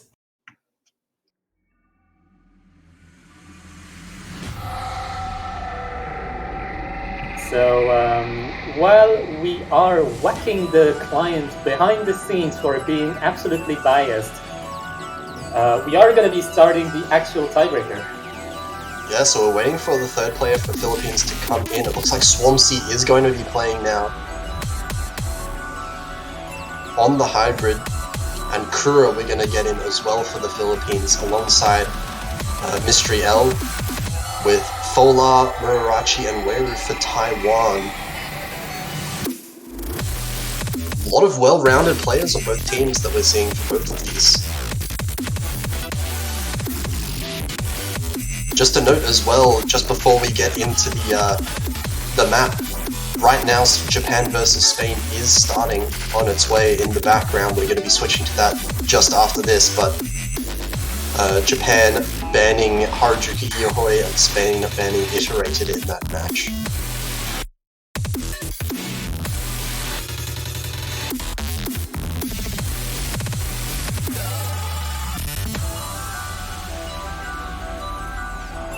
And it looks like Kura is sight reading this. Sight reading the tiebreaker right now. That is a scary thought. Oh my god. I would never have expected such a chaotic match to start the weekend. Oh my god. I think Swampsea also said that they were sight reading the tiebreaker as well. I wonder if the Philippines has practiced this much. So, live news from the other match going on right now, Japan versus Spain. Japan wins their first point on Axel Blinder, and a father, also known as AM Dustia, gets a 998.776. Oh my god. Oh my god, Japan actually What a got ratio. 5,000 points? That is going to be another close match, it looks like. But we're going to see that right after this. For now, we have the very last map we'll see in this match, the tiebreaker between Philippines and Taiwan, just about to start. Make sure you cheer for your favorite teams now, because everything is on the line. Loser of this goes straight down into loser's bracket. And is that a 50 from Swampsea at the very start, missing the first LN? The client combos are a little That is the client. That is the client. But anyway, everything is on the table right now. Everything is on the line for both of those teams. This is for everything. Kura dropping accuracy quite a lot on these LNs in the intro. Not looking very comfortable so far, dropping down to 99.1, and that's going to give Taiwan a little bit of a lead. But not too much, because Mystery L is holding a really solid score. Sign Up finding a miss early on, but Swarmzy trades it back. Yeah, this tiebreaker is so easy to miss on, especially in their nerves. So the misses were traded one apiece, but the accuracy drop from Sign Up is much more severe than Swarmzy's accuracy drop. Philippines are in the lead solely based on the accuracy right now.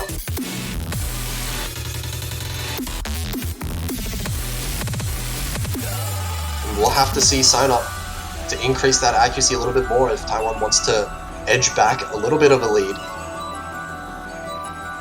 Fola right now holding a 99.4, a little bit behind as well, but so is Kura. It really is Weiru versus Mystery L right here, being the highest scores on both teams.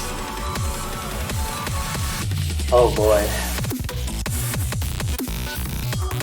And Fola finding a miss there. Fola Taiwan, that's going to be a pretty decent sized lead for the Philippines now. Philippines are going to start to run away with a bit of a lead as long as they can keep onto their own combos. Yeah, right now in a really good position. It seems that both of the teams have one top player, one middle player, and one player who is holding the third player role right now. But right now, overall, the Philippines seem to be having the advantage on all three of those aspects. And Mystery L looking like the strongest scorer in the lobby so far, but Weiru is not that far behind, and it really just does come down to that one miss from Fola and Sign Up. It's where most of the score lead is coming from right now. But Fola finding another miss now. That was after building up to 400 combo as well, so that's going to be a lot of score being missing. And seemingly struggling on a lot of these more physically intensive patterns that we're seeing in this tiebreaker. Yeah, this tiebreaker is kind of Jack-oriented, and that might be an issue for the Taiwanese players. It is a really difficult tiebreaker as well, especially when we compare it to a lot of previous year's tiebreakers, definitely.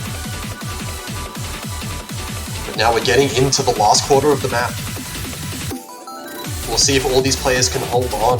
Philippines just needs to hold on to their combo. Accuracy drops are not going to be enough for Taiwan to come back into this map. Theoretically, Taiwan should have the advantage on the lens, but is it going to be enough? Yeah, there really does need to be misses coming out. It can't just be an accuracy lead in LNs, it has to be combo leads. And just let's say that Swarmzy missing, is that going to be enough though? It's a singular miss and the accuracy from Swarmzy is still really high, 99.7 still.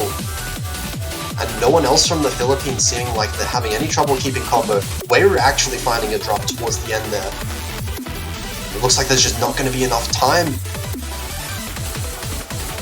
Yeah, Weiru finding another miss. And unless something catastrophic happens, we're at the very, very end of the map.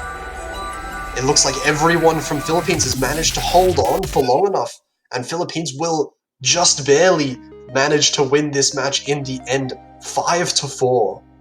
2 full combos on the Philippines side, and especially on suboptimal conditions as well. That's absolutely incredible to see. Wow, absolutely astounding performance from all players involved here. Mystery L right there being the MVP, 3 200s that entire map, as well as having almost the best ratio. Swarmzy there with popping off a little bit with that ratio. But overall, just an amazing team score overall from Philippines, and they're really showing why they are a high-seeded team, a top-seeded team in this tournament. I must say Kura is so underrated. That was a sight read as well from Kura, yeah. Kura is so underrated, oh my god.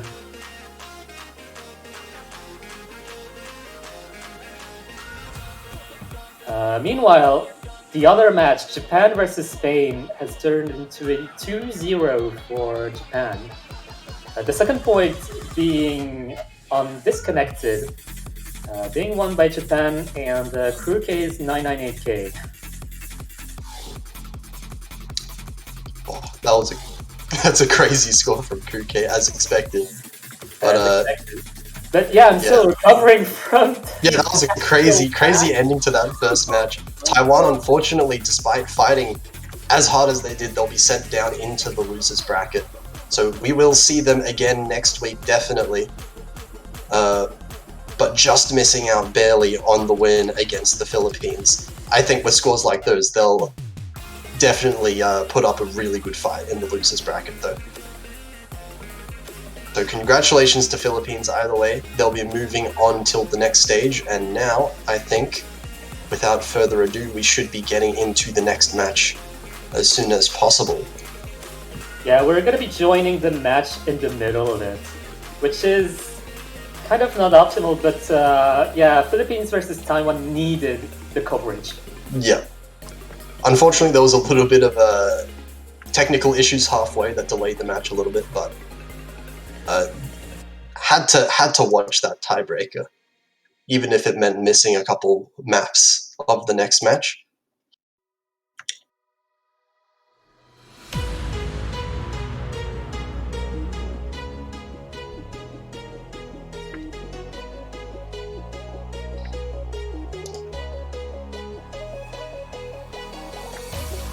So right now it looks like they have just started playing Destroy, Destroy, Destroy, the Happy End, which should be Japan's pick, actually. Oh, that's quite interesting. I hope That's a really interesting pick from Japan. So, while we're waiting for the stream to switch up, we do have Japan being historically an extremely rice-focused team, basically picking only rice for years. And this year is no exception. They are really, really strong at rice, but their LNs are not quite as strong. So picking second pick a hybrid map is a little bit of a surprise here. Yeah, especially since from what we've seen from qualifiers, Japan does not have the strongest LN lineup. Yeah, so we are looking at right now a Japan hybrid pick. So Crew K, AM Duskia, and Fairy Fi for Japan, and we're looking at Crew K Fanboy, funnily enough, Aita and Komirin for Spain. So interesting to see the difference in scores between the original and the Fanboy. I completely forgot about the original versus Fanboy matchup. There are two of them actually. There's Crew K versus Crew K Fanboy and Lovely Ann versus Lovely Ann. Oh my god, there is Lovely N versus Lovely L later on. But, actually, Fairy Fi finding a miss. This is big. This is swinging towards Spain now. Oh, and Spain holding on, really strong scores. Crew K Fanboy and Aita holding on. 99.7, high 99.7s. Crew K being the only one on Japan's team to really match those accuracies. And with misses from Fi and AMD, that's not going to be enough for Japan to pull out the win. Spain looking like they're taking their first point here in this match, and it's going to be a break point on Japan's own pick. I believe this is the first break point of the tournament so far. Yeah, actually no, there was one before. Japan won on Spain's pick of Disconnected. Oh, yeah, sorry. Yeah, so Spain, they have something that can go for them now. Definitely an interesting pick from Japan. I would have thought Japan would just go immediately for rice and only rice, because there are enough picks for Japan to just pick out all the rice and be very comfortable with it. But either way, Spain now with an opportunity to come and tie the match back up with their own pick. Spain, most notably in the qualifiers, getting second place on the SB qualifier. So there is still one more SB map to go for, but Japan is a really scary SB team themselves. So there's always a risk in picking that SB map. Yeah, there's always a risk because the SVs right now are easier than the qualifiers because so it's quite different from the qualifiers. You gotta take that into account when strategizing. Yeah, and when it comes to accuracy with SVs, Crew K is an absolute machine for Japan's side. Looks like Spain are going to take a little bit of a different approach here. We're going to pick Toto Stripe, the LN map against Japan, which is quite a good pick, I would say. Even if LN is not Spain's biggest strength, it is definitely Japan's biggest weakness. Yeah, it's quite interesting. We get to see Toto Stripe for the first time on stream.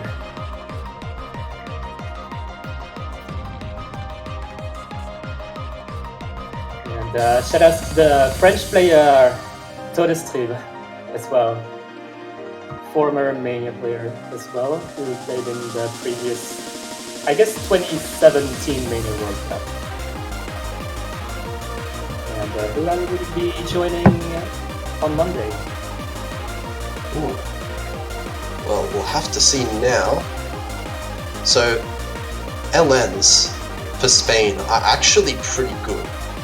Aita is quite a good LN player, known for being really good at a lot of LN maps. And Kruke Fanboy has also shown some really solid LN scores.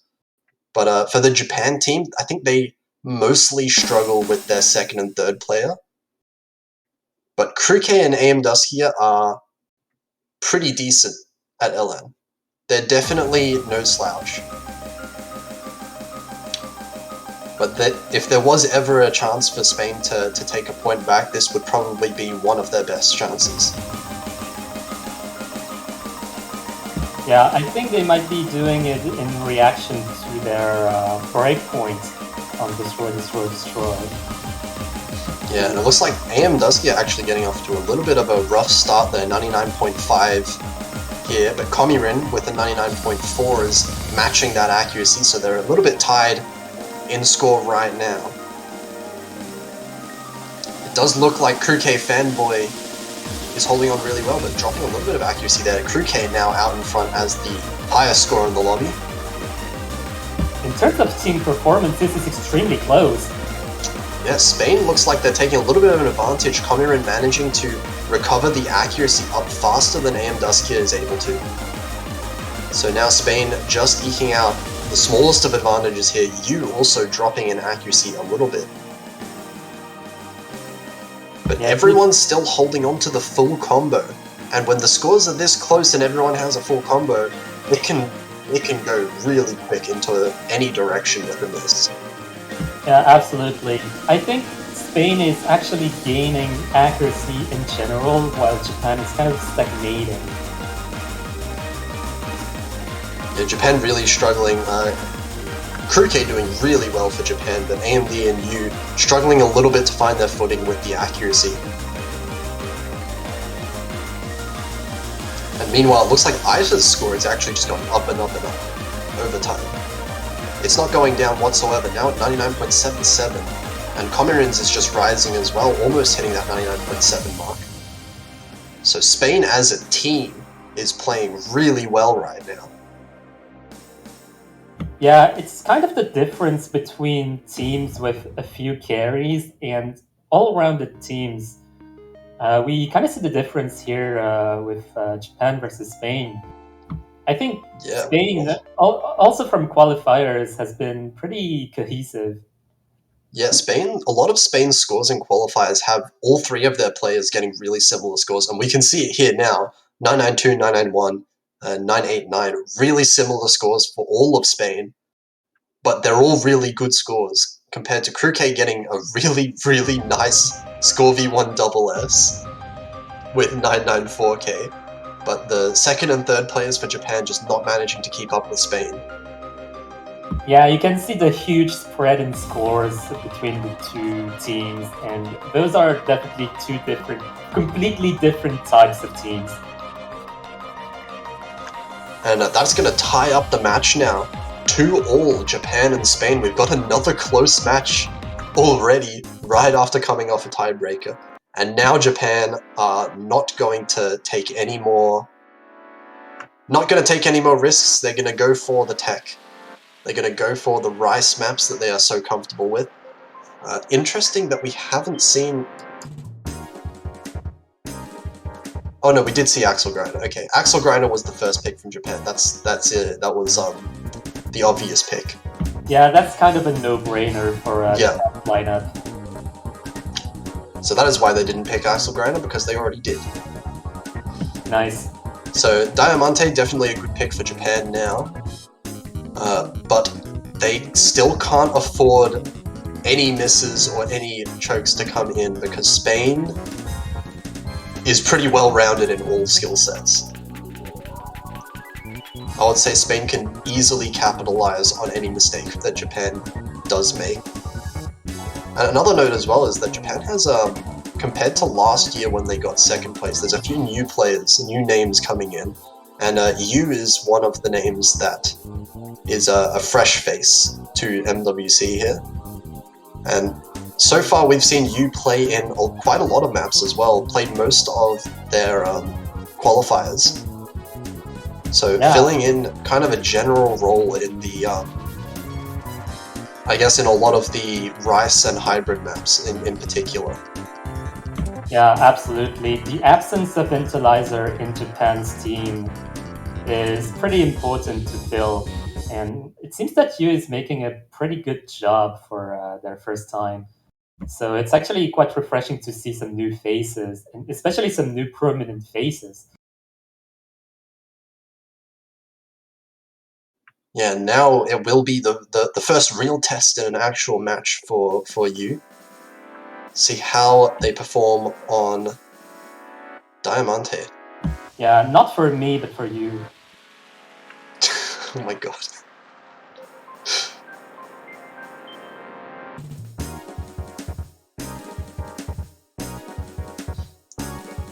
Okay, decent starts for everyone. Yu and Aita holding off a little bit lower than other people, but slowly building back up the accuracy. AMD right now with 99.94 is crushing in the accuracy department. But we also have Kruke building up their accuracy as well into the 99.9s. Yeah, Kruke and AMD are the only... Oh, that's accuracy break from Kruke here. I was going to say that Kruke and AMD were the only ones close to 99.9. Now Kruke contending with Kruke Fanboy, but Kruke Fanboy dropping a 200 there. Going to drop in accuracy a little bit. Japan's going to maintain the accuracy lead. We're now in the last third or so of the map. Yeah, I guess the real battle is between Kruke and Kruke Fanboy. Absolutely. How embarrassing must it be for you to lose to your own fanboy?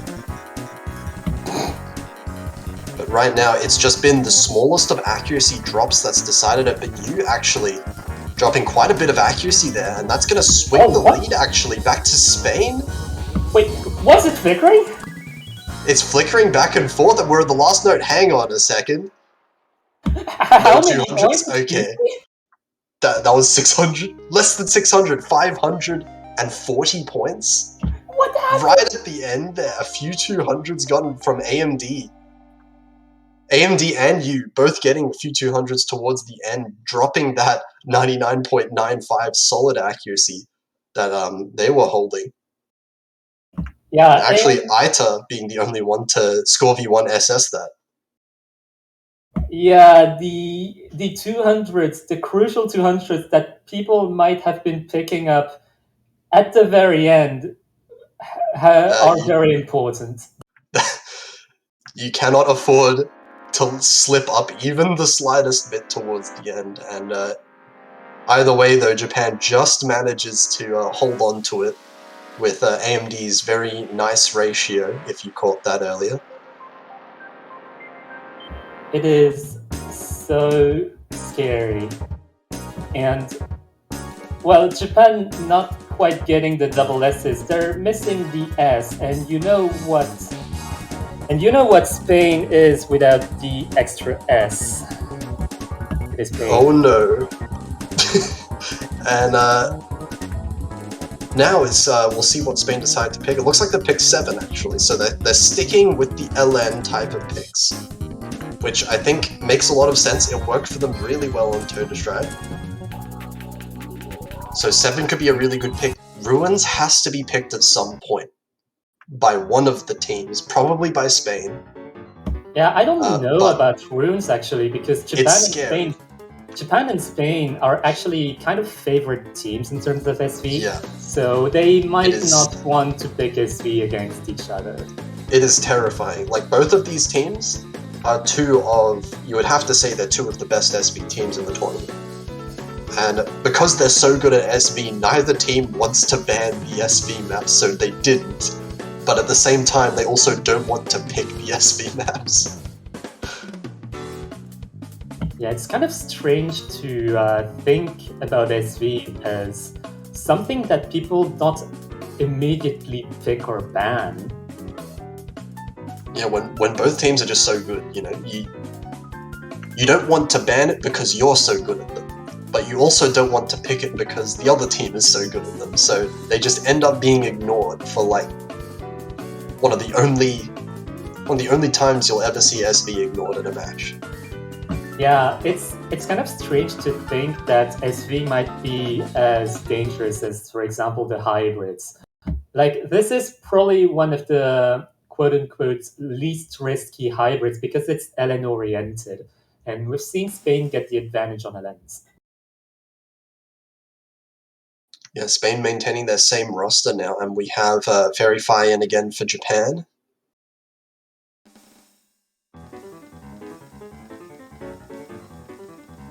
Verify seeming like they are being one of the hybrid players for Japan as well as the SV player that they are known for.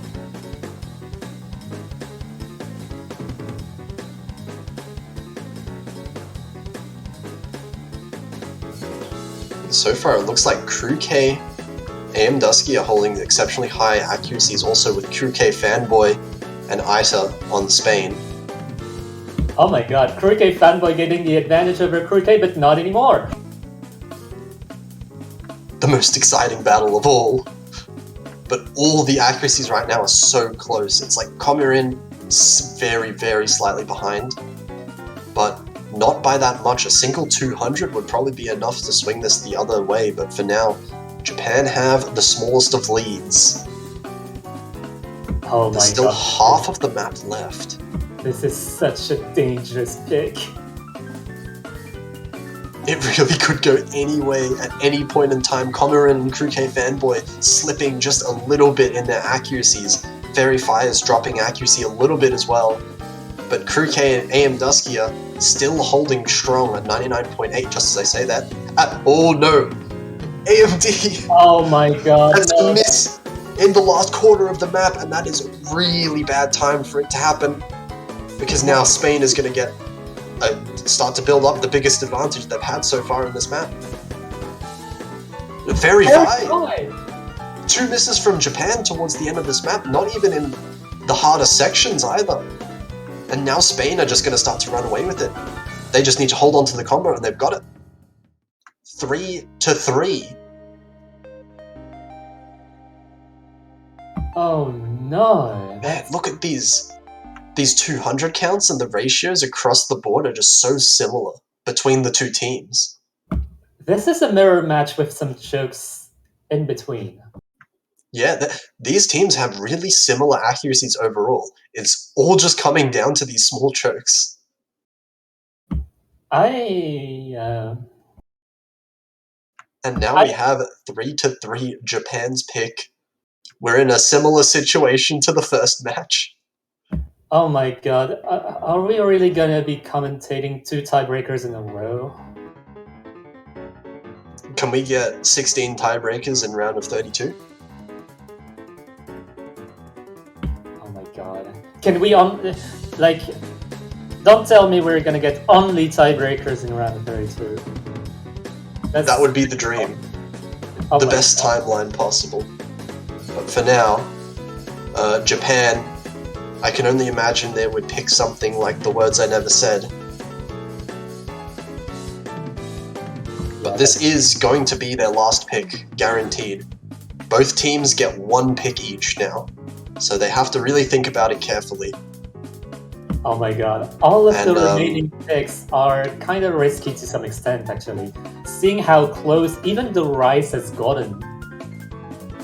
Yeah, so Japan is definitely picking between The Words I Never Said and Ondine, and Spain is definitely picking between Ruins and Pandora Paradox. But probably Ruins.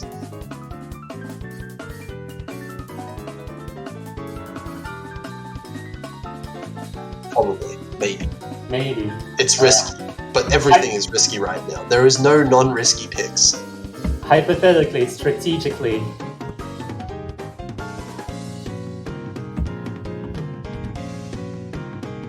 Right now we're just waiting on what Japan decide to pick. Looks like they're discussing it.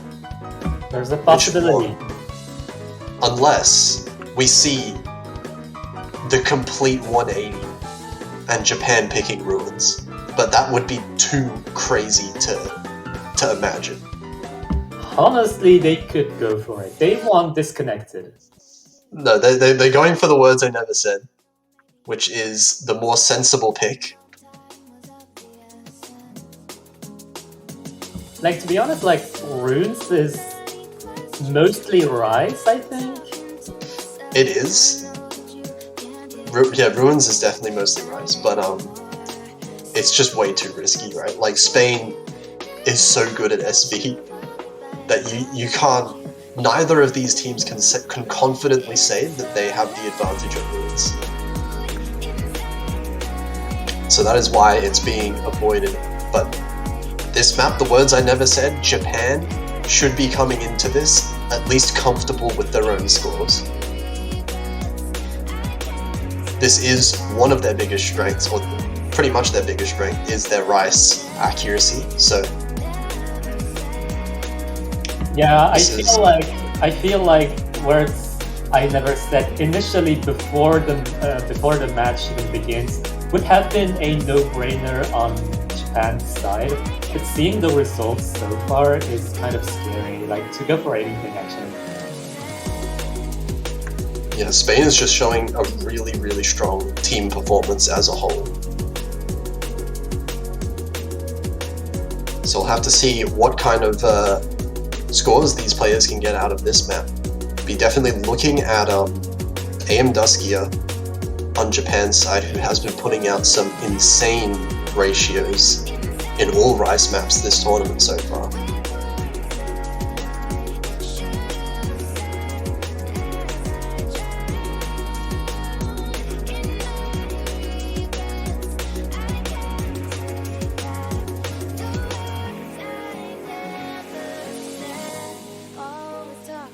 Here we go, the most important map for Japan, at least right now. I think it's important for both of the teams. I think 3-3. It really is. 3-3 is like such. It's such a volatile situation right now because no matter like what Spain picks as their last pick, it's going to be a coin flip. So right now, whichever team wins this now is going to get a huge advantage.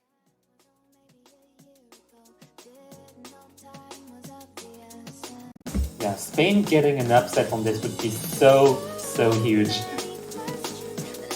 But here we go into the speed streams, and right now we've got two 100% over there on Japan's side, doing what they do best. Ratio gods. And this is lasting a lot longer than I thought it would. There's a regular 300 from AMD, but Crew K is going to last all the way until the streams. And a very slight accuracy advantage for Japan now. Aisha is dropping a little bit in accuracy, so is Guldak, but Yu is matching those. And Aisha actually finding a miss. That's a big miss now. The Fanboy getting a pretty substantial advantage over the original. Yeah, Crew K actually dropping in accuracy quite a bit, and now Crew K Fanboy with a really strong accuracy, matching AMD right now. But AMD finding a miss! Oh, it's trading. In the speed stream. And now that might be enough for Spain to take back the lead. Kruke and Kruke Fanboy are tied in accuracy and score right now. AMD and Iter are tied 1 miss a piece with the same accuracy, and you and Guldark have the same accuracy as well. I think these scores are basically tied once AMD hits that 400 combo mark. Yeah, it's gonna come down to accuracy, and these accuracies, those total accuracies are so close. If you look at these players pair-wise, they have the same accuracy. And Iter and AMD both having the same number of misses as well. This is flickering back and forth. It could go to anyone at the very end of the map. Oh my 200s can't be What am I watching? Any 200s aside the map. Is that Japan? What? What? The difference is Is in the that way. 16 points? Excuse me? Is that 16 points? This point difference is not even legal. What? Oh my god. 16. That's like, oh. One Rainbow 300. One Rainbow 300 difference. If either of any 6 of these players got an extra Rainbow 300, it would have been a different result. But Japan getting so close to losing their own pick. And now they're up 4-3. Spain have to win the next 2 points to win. Right now, I just wanna stand up, get away from my room, and breathe a little bit, because I don't know what this match even is. Oh my god. And they're going for ruins. Oh, they're going for ruins. No way, this is gonna be so close. Oh my god.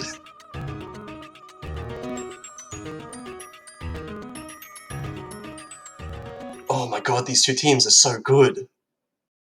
Why are the first MWC matches so high? Oh my god. Oh, how is this even happening? Okay, Spain, this is the last pick before a potential tiebreaker.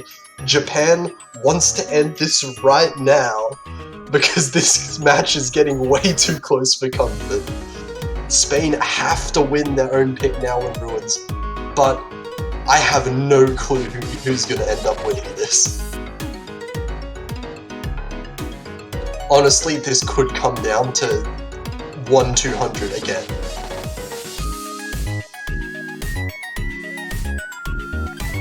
We have 3 SV gods on Spain here. Kruke, Fanboy, Iter, and Kamirin. And on Japan, we have Kruke, the god at SV, along with you, and I believe Fairy Fi should be coming in as well, being really solid themselves. Yeah, on Spain's side, we see the same trio that netted the number 2 seed on the SV qualifier. Summit, Aitor, and Kamirin, along with a potential COVID shot. Or if either of these teams were against any other team, they would be picking this map first. Like, they would be picking SV first every time against any other team, but now it's lasted until the very last pick of the match.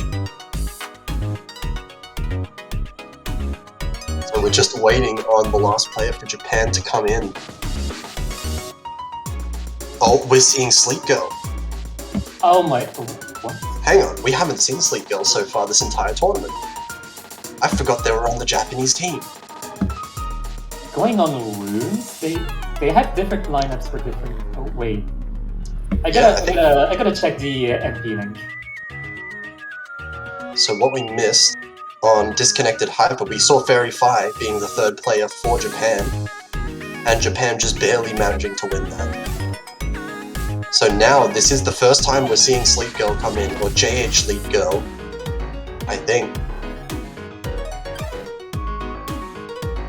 Yeah, there's literally no way to predict the outcome of this point. There's no way to predict anything here.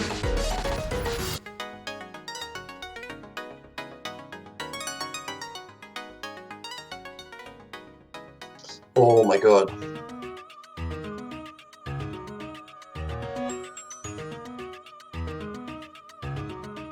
I am not ready for anything right now. Okay, we just gotta calm down a little bit. I'm we'll gonna wait. grab some water a little bit. I need it after all that's happened in the past hour. Okay, it does look like Japan is gonna sub in Fi. So Fairy Fi is gonna come back in as the third SV player for Japan.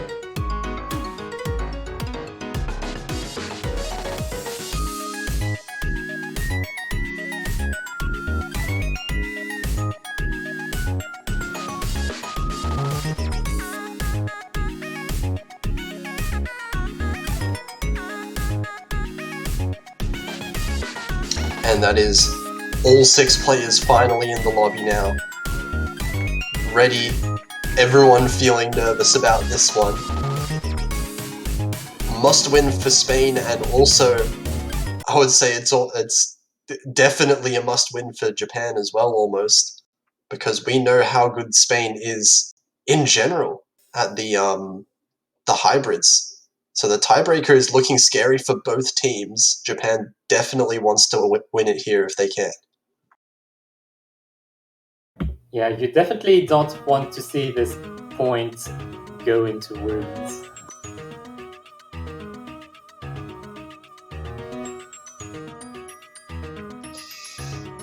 Oh, and we're starting the map now, but just tied between both teams, as it should be at the start of the map. Fairy Fire having a really good ratio right now. So same with Crew K as expected. Aito and Komirin keeping up though. But so far a really tiny advantage for Japan, but it's kind of flickering a little bit. But oh, that's a little bit of an accuracy drop from both Crew K and Fairy Fire. Yeah, that's gonna have a top score. Oh, Crew K dropping accuracy again. That was a 200, I think, that time. And Aita now dominating the lobby with this accuracy, 99.9. No one else even close to it. Yu and Komirin with tied accuracies. Crew K fanboy matching Fi. So yeah, Spain with an advantage now. All Japan can do is focus on the ratio. Focus on the ratio. But you can't focus too hard on the ratio because that's when the 200s start coming out, especially on SV maps like this. No, this is such a nerve-wracking point. On a slow jam map, no less. Aisha is just holding on so strong, consistent with that accuracy. But Crew K is building up the accuracy really fast. He's increased his accuracy by 0.1% just in the past third of the map, and it's still getting higher. So Japan is really slowly starting to take back a little bit of an advantage potentially soon. But Fairy Fire is dropping accuracy a little bit. Crew K has recovered so much accuracy. Crew K has recovered a ridiculous amount. He has definitely not gotten like any regular 300s for a while.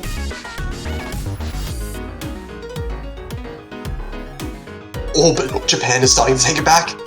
Japan's the ac recovery from Crew K is just being enough. Aita finding a little bit of an accuracy drop as well. I think Japan have the lead now.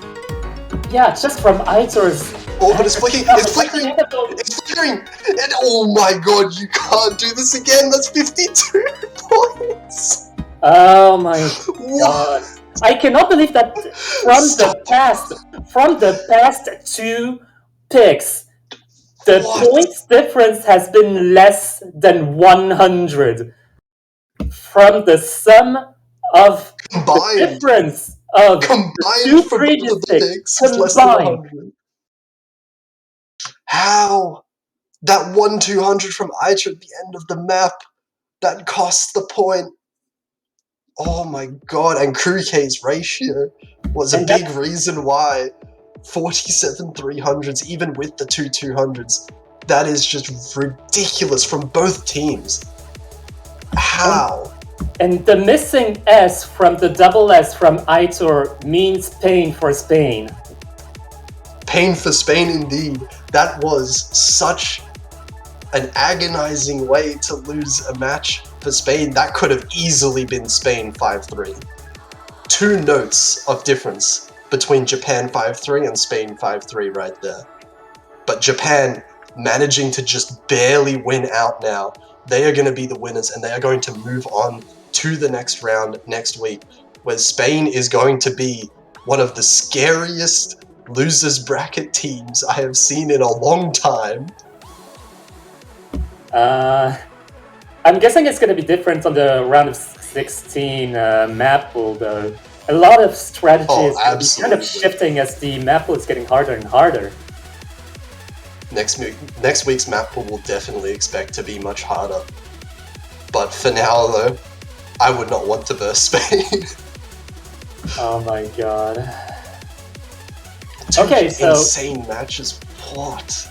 Oh my god, we've got only 4 minutes to go until the next match.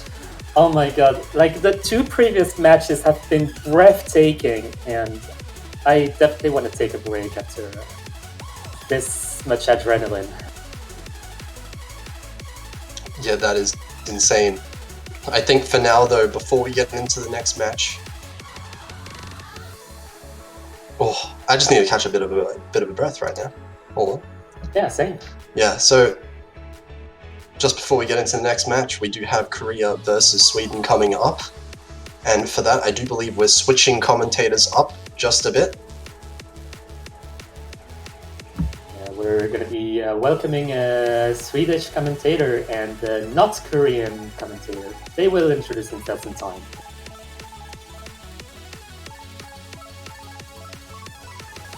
Yeah, those 2 matches were so good. Wow. Yep, so now it looks like we have our 2 next commentators in here.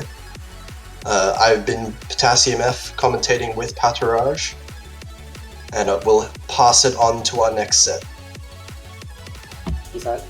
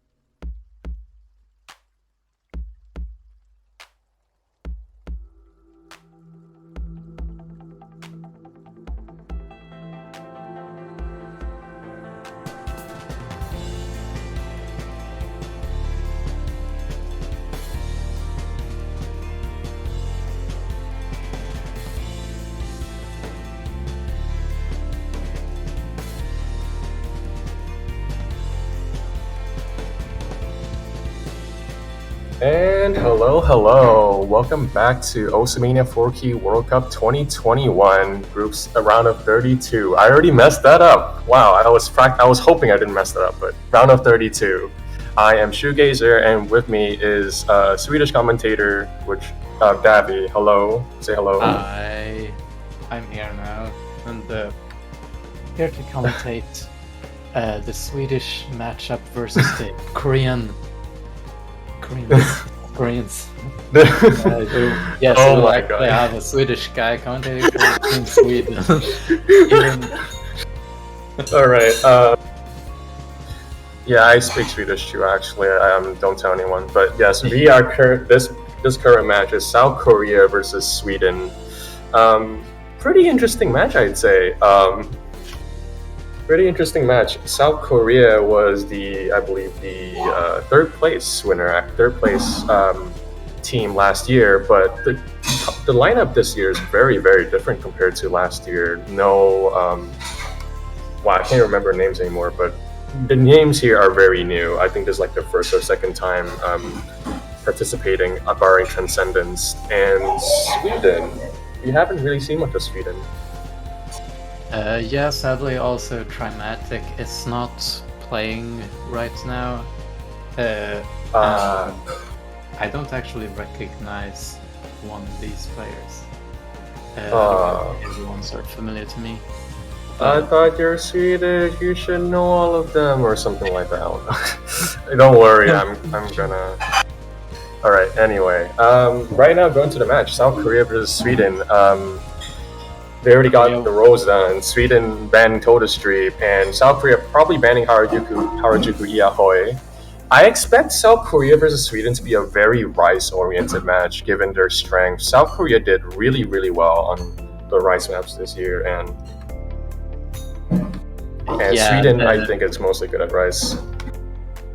Sweden is definitely very Rice-oriented, and same goes with South Korea. Now, unfortunately, South Korea is a bit stronger when it comes to just pure Rice. I've seen some of their scores, and there's something.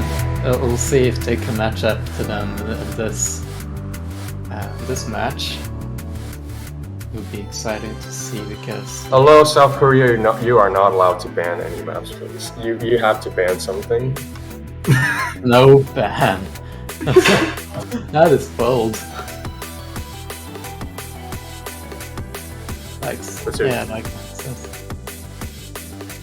Anyways, heja Sverige. I get. But yeah. I have to say something in Swedish. Otherwise, this is scuffed. Alright. I do think that this is going to be Harajuku Iahoi. First pick iterated, yeah, that makes sense. I was expecting South Korea to go for like iterated, Axel Grinder, Diamante, and maybe Ondine? Those are the four. They're a bit... From what I've seen, they're a bit shaky on Ondine, but they're still doing very well on it.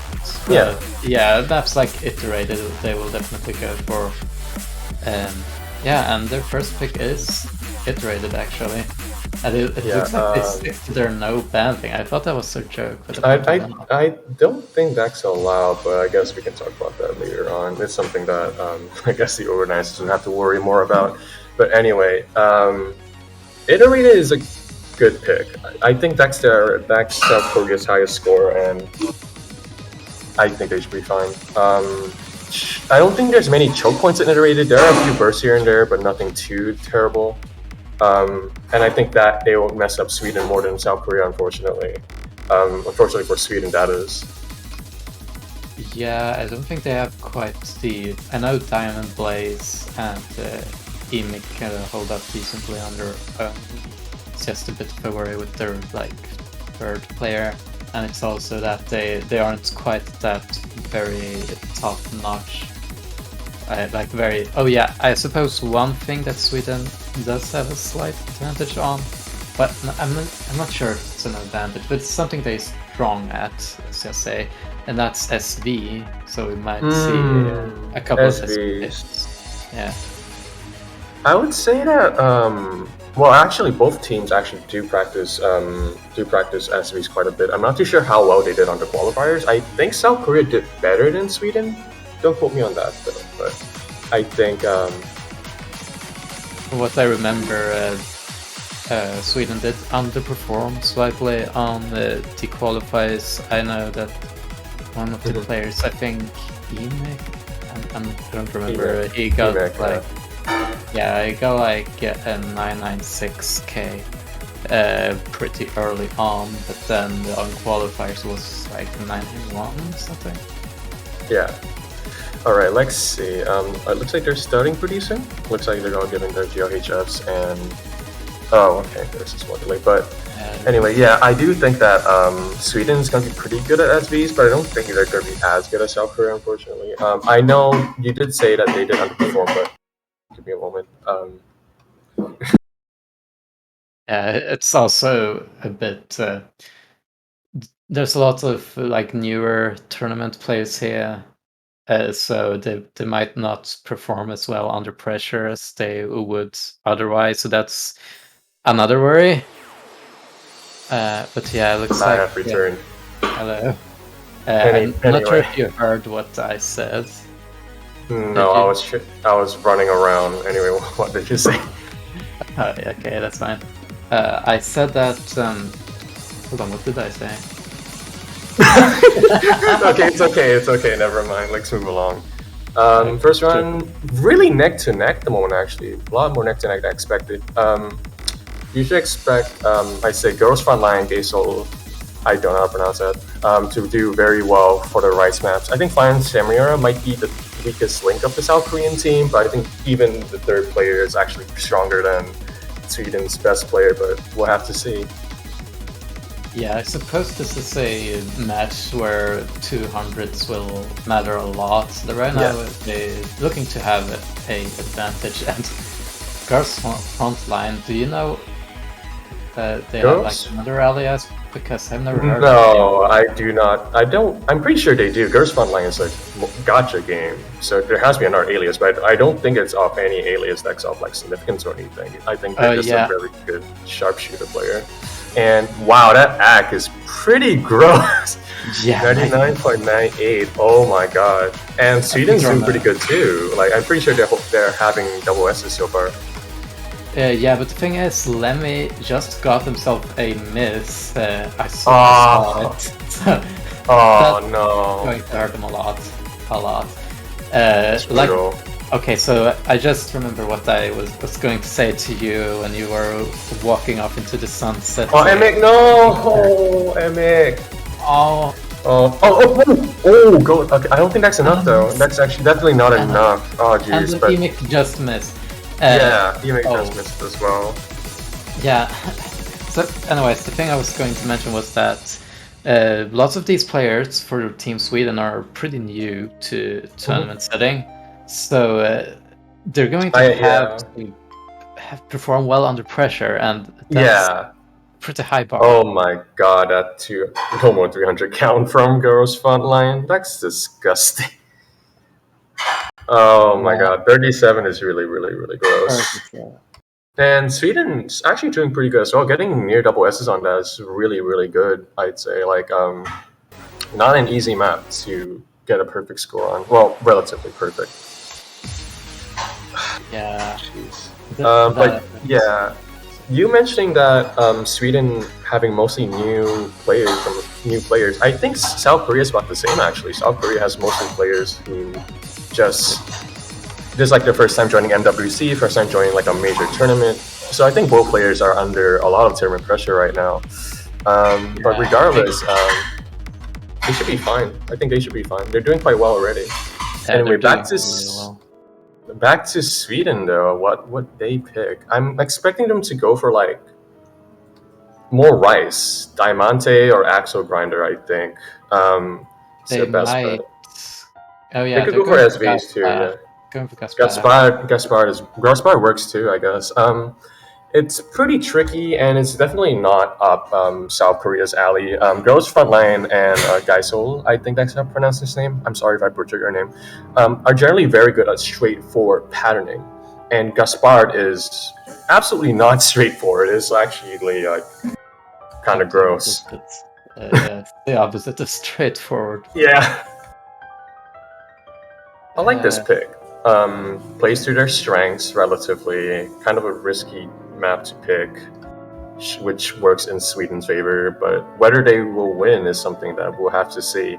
This is a very long map, and there is one part that's really, really hard to time, and I expect a couple people to like vomit 200s all over. But we'll see.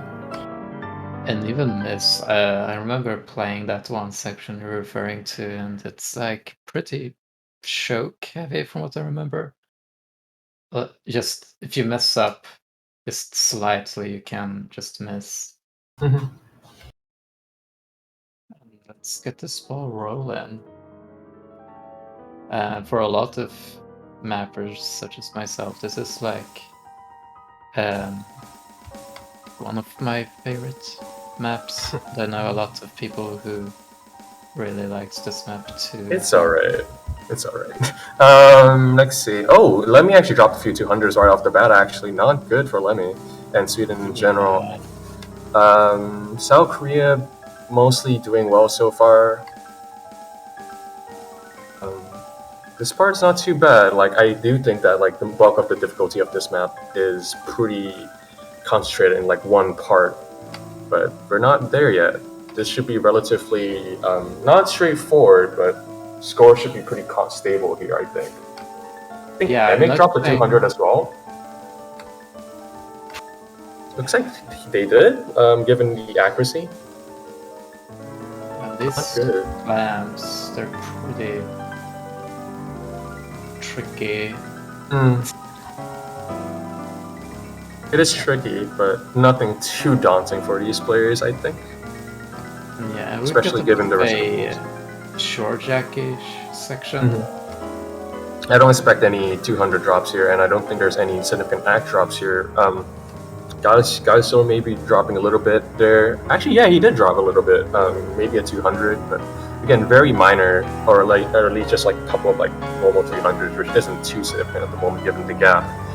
But again, it comes down to that one roll section, burst section that's coming up fairly soon, I believe. Yeah, it's the climax, I believe. Wait, no, wait, it's not.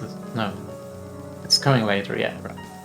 It's not. I was actually thinking about how it's like playing this on the actual piano. No, this is the climax. This works as a climax, I'd say. All right, let's see. Looks like we're coming up pretty soon. Yeah, pretty sure. It's a part that's pretty easy to play on piano, but it's the hardest part on this. Right, there it is. Let's see. No significant drops. Okay. Oh, Ghost front line dropped. Ghost front line dropped. Oh god. This might actually change things. Oh my god. Ghost front line dropped. Ghost front line. Oh my god. Sweden might take this. Is Sweden taking this? Oh my god, please. Are we actually? This is just like. Oh my god. I was not expecting a drop. I was expecting an act drop, but not like a combo drop. Oh my god, that is insane. Sweden actually taking a point. Oh, 94 too. Yeah. Oh no. That has been pretty wild so far. Like, you just saw the Spain versus Japan match, right? And it was like something else. That bad. Oh my god, that is wow. Well, that's a wake-up call, I think. Yeah, the match basically is going to boil down if the misses. Yeah, like random misses. Yeah. Given that Sweden probably won't be able to catch up to South Korea in terms of accuracy, I do think that their saving grace would come down to not combo breaking, which is perfectly understandable. And Axel Grinder is probably like the most stable map left in the pool because actually, worse I never said, it's also pretty safe. But Axel Grinder is the slowest and probably the easiest to pull high accuracy on. So I think this is a very good pick. But anything can happen. Yeah, like we just witnessed that South Korea seems to have a tendency from one of their players to miss, as to getting one miss, and it's like, even though the misses are very clean, if the other team is FCing, that just means you straight up lose. Like, yeah, for matches like this, yeah, you really need to have players that are like consistent. We've already seen in previous matches, like in Japan to Spain, and I believe to a smaller extent Philippines versus Taiwan, that most matches were decided based on a person just missing once or twice. and that's what you expect. That's what you would expect to see in round 32 because like the maps are like relatively easy for these players, so like scores are going to be so close. Anyway, right, song number 3, which is Axle Grinder. Great song. Pretty biased because I mapped this, but this song is pretty good. Very jump streamy. Very, very jump streamy. That's so well to that pattern, yeah. Oh, Very- wait, when did you map this again? What? When did you map this Oh, again? this is like pretty recent. I think like 1 or 2 months ago. It's pretty new. Anyway, South Korea's accuracy is pretty disgusting so far. Not gonna lie, 99.9s across the board. Goes front line with the disgusting 99.97. But Sweden's doing pretty good themselves. 99.8. Yeah, across the they're board. holding up pretty well considering who they're up against. 99.9 for Teamic. Yeah. Right now they finished like the first third of the map. Scores are pretty constant so far, and obviously this is a very accuracy-oriented battle here. And anything can happen. Like even though South Korea has a bad accuracy right now, like the scores this close, I think they only have like 2 or 3 200s sort of buffer, and you can very easily drop a couple of 200s because the blaring in this is very difficult to actually coordinate at times. Yeah. Alright, well, here we go. Here we go. It's going to be the first miss. Who's gonna be the first miss? That's gonna be really fun. No misses so far. Yeah. South it's Korea's like act is pretty gross still. Actually, both teams' act is really, really good. Yeah, everyone's very comfortable on this, it looks like. Yeah, I'm glad to hear. Yeah. Alright, one more iteration of this. See how well they do. Gaisolo's act is dropping a little bit there. I might have dropped 200, but I don't think it matters very much. The gap is very substantial. So only a break will switch the direction of this match. We'll have to see. Last jump actually, stream. Diamond has been climbing a fair bit. I think Yeah. at the beginning it was around 99.8. Yeah, he's moving up pretty fast, but unfortunately I don't think that's enough. We're reaching the very, very end of the map, and this is pretty gross. All of these scores are disgusting. Like that's probably like one of the highest like average accuracy scores I've seen. Goes from like the disgusting 65, and everyone else with like at least 10-1 ratio, barring Lemmy, but it's pretty close to it. Some of them getting like 20-1, 30-1. This is disgusting. This is really, really disgusting. Oh yeah, like this is very well played from both teams. Okay, so now I know why it seemed a bit weird for. I guess I didn't notice that, but Diamond Blaze had dropped a couple of 200s. Yeah. It's a bit unfortunate. Yeah. I mean, 200s do happen on that map, but thankfully they're not too relevant because they're so long. In any case, Sweden going for Diamante Spectra Explosion. Another pick that's pretty stop and go, very disjointed, not continuous. So you can potentially see a few breaks here and there. There are a few bursts that are pretty tricky, but I realistically don't expect South Korea to trip up. But you know, anything can happen. I didn't expect South Korea to trip up on Dine, and well, they broke. So this is safer. This is a little bit easier than on Dine, though, I'd say. it's how is it? It's like I haven't seen this map a lot, but it's like very flam oriented or something.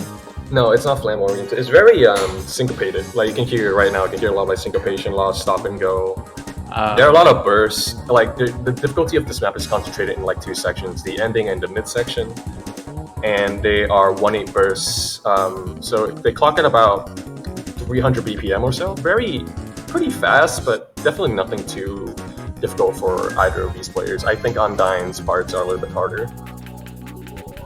But regardless, I'm pretty excited to see this because I really want to see how well Sweden does on this, and South Korea. I do expect South Korea to do very well, but anything can happen. Anything can happen. Anything can happen indeed, and we're getting And root for your into the favorite map. team. Yep, getting to the map. Song number 4. Bit of a stop. Yeah, you can't. You need to like embrace the atmosphere. Like this is a good song. Anyway, Yeah, you mentioned let me with stop the and go, I guess. yeah. True. Yeah, the rhythm is relatively straightforward, but again, it's the midsection and the ending that we have to worry about. Oh yeah, I We've can seen see a what couple you of mean. there have been a couple of close matches on this map particularly, so I'm very curious to see. But so far, I think South Korea has a pretty comfortable lead at the moment. But again, there's a lot in this map. Lots of nodes still to go. Lots of flams there too. I didn't think. Yeah, there actually was a bit of flams, but now there's the burst. Ooh, whoa! Yeah, it looks like everyone did. Transcendence might have dropped to 200 actually. Oh, and Emic as well. Oh, yeah, it looks like Emic is slacking very behind, so it's yeah. I heard they have to. South Korea has to find a couple of more 200s. There's one more section left, and it's not easy. It's a bit more fragmented, so you can probably expect a potential combo break there, but I don't expect it to. But we'll see. Like Emic drop. Oh no, wrong team. No. Yeah, this is not Sweden's map. I'm sorry to say. Still a good attempt. Actually, Ghost Frontline's accuracy is pretty gross still, 99.93. I think that's about 70. Diamond Blaze holding 47. Well, that's a 1-to-10 ratio and a 47. No, 47. 47 on this is absolutely disgusting. Yeah, how does it do it? This is so gross.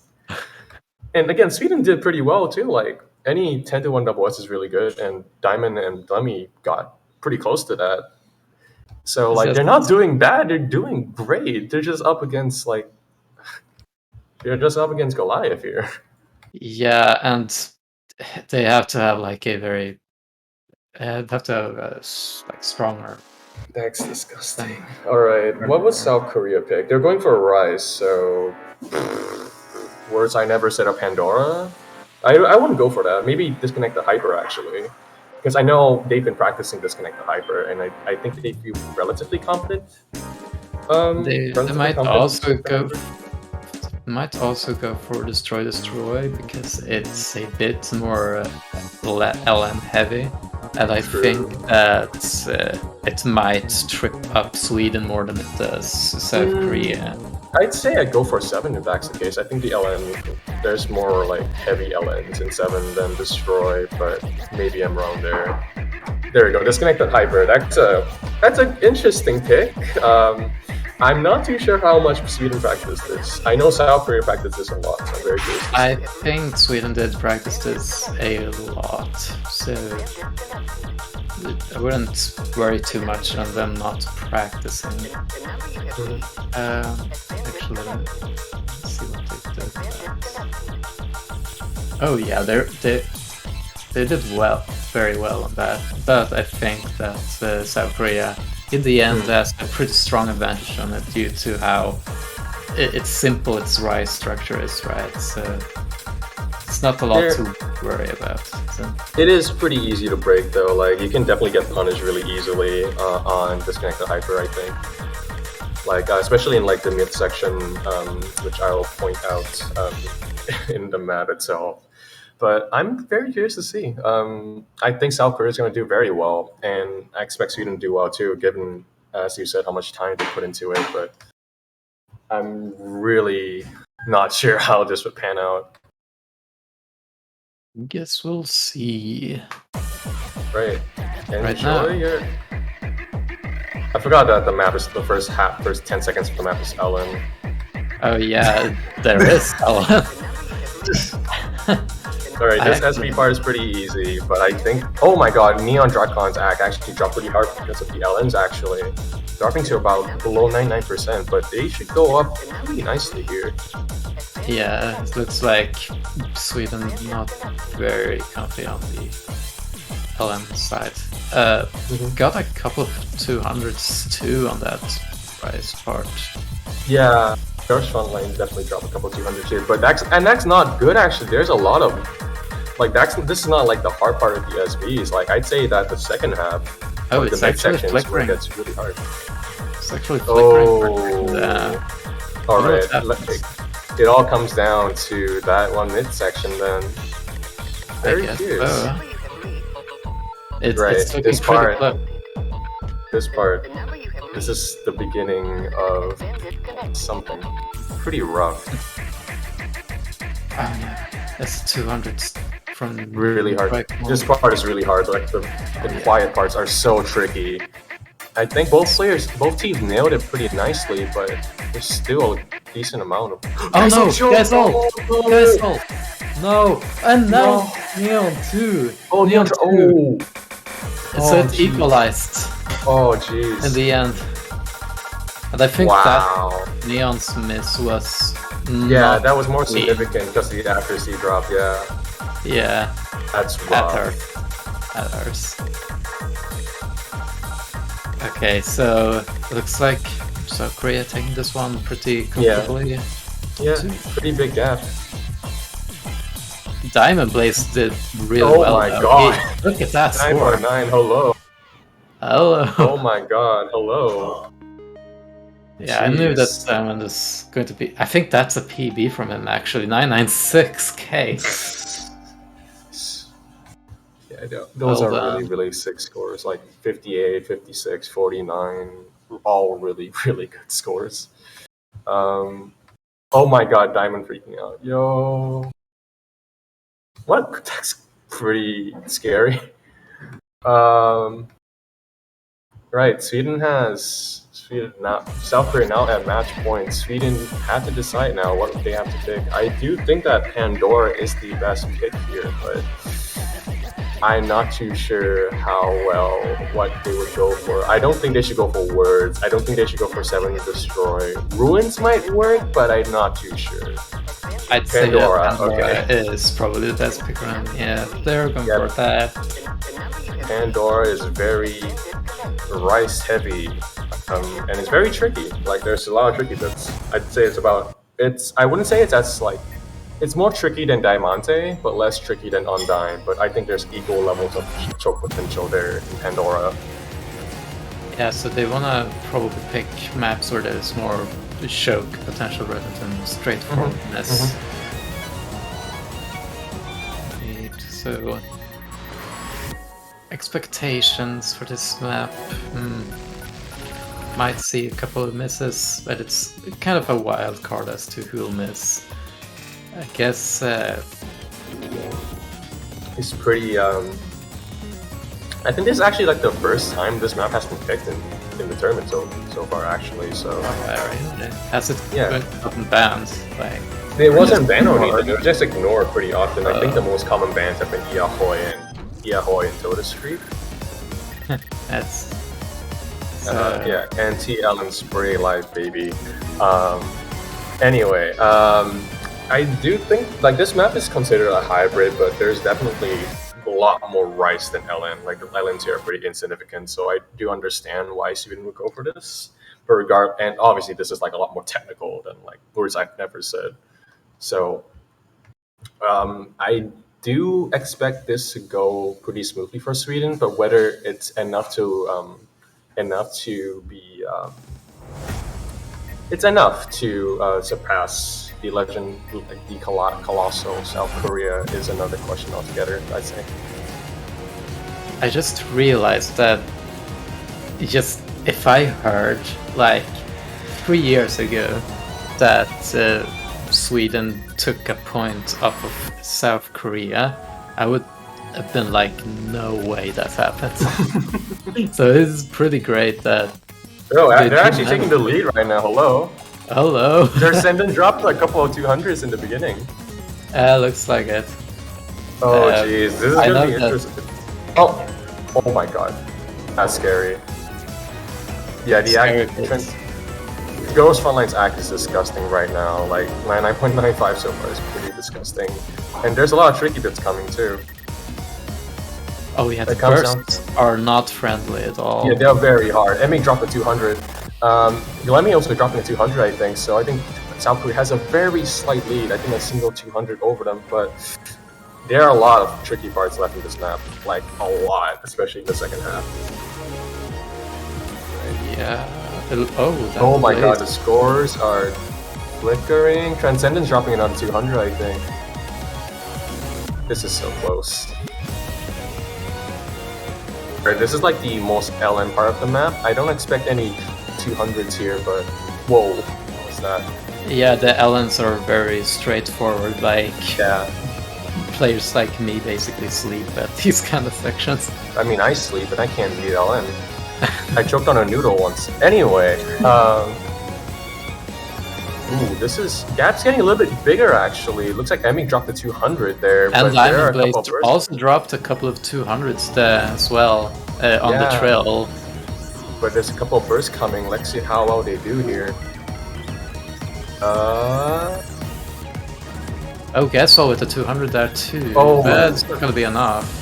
That's definitely not enough. I think they need like 100 or something at this point. And no chokes there. Yeah, looks like that- Lear scaling for South Korea. Whoa, that was... Yeah, that, that I is- forgot that was a thing. Wow. Gap is bigger than I expected. That's pretty good. 102. 99.9 on this is really, really, really good. Jeez. Everyone did pretty well, I gotta say. Yeah. It's just a couple of 100s from Team Sweden that really cost them. Yeah.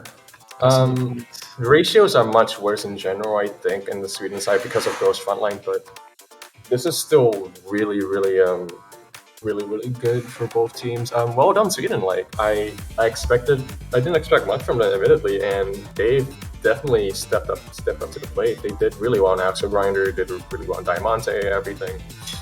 All crazy performances. And South Korea, congratulations on winning the round of 32 match.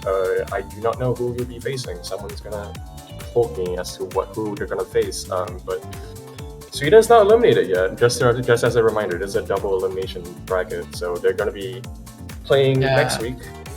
But I forgot the bracket again. I had a feeling that they were going to face off potentially against Poland, I think.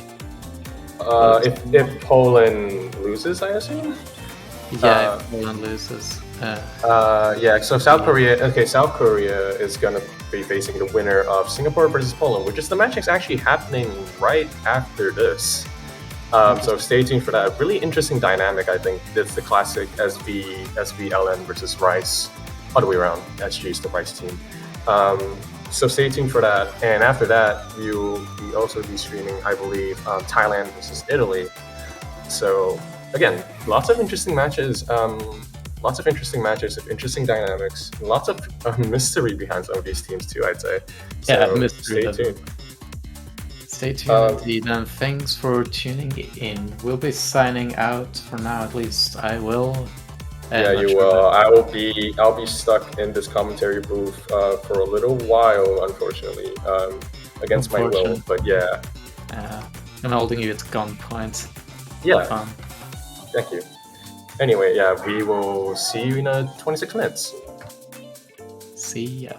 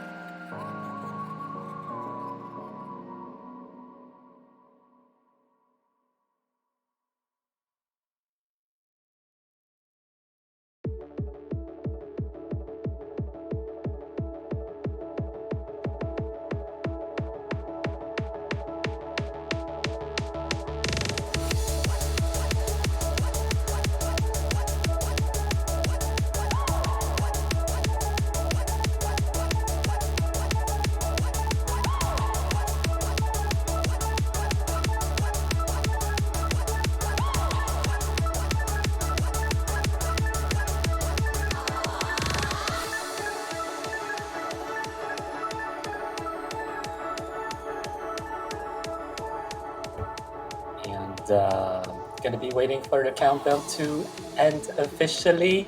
Welcome back to another exciting match, well, potentially exciting match of Mania World Cup 2021 4 keys. This is Singapore versus Poland, two very kind of similar flags, but not quite the same, especially in direction. I am Pachiraj, and I am accompanied by the least biased commentator we could find on deck. Yeah, I was found on the street. Anyway, hello, I am Shoegazer. Interesting match. Very interesting match, I'd say. Despite the flag I have, don't look at the flag. I do not support either team. I support both teams equally. I think that's the best way to put it. That's the best way to put it. Yes, this is a very interesting dynamic, I'd say. Singapore has been very well known to have a very strong rice team, and Poland is very good. Their SVs have been known to be like some of the best in the world, and their LNs and hybrids are not too bad. Like their worst skill is rice, and for Singapore, their worst skills are easily LNs and SVs. So there is this dynamic going on, which I think will make for a lot of interesting back and forth matches. I'd say. Yeah, absolutely. I think Poland's lineup in terms of carries has not changed that much, but Singapore, on the other hand, has changed quite a bit. Singapore has definitely had a huge community shift over the past years, and I think like because of rhythm games such as Robeats, I think there have been new and older players just no longer playing because of like real life obligations. Because surprise, people have a life.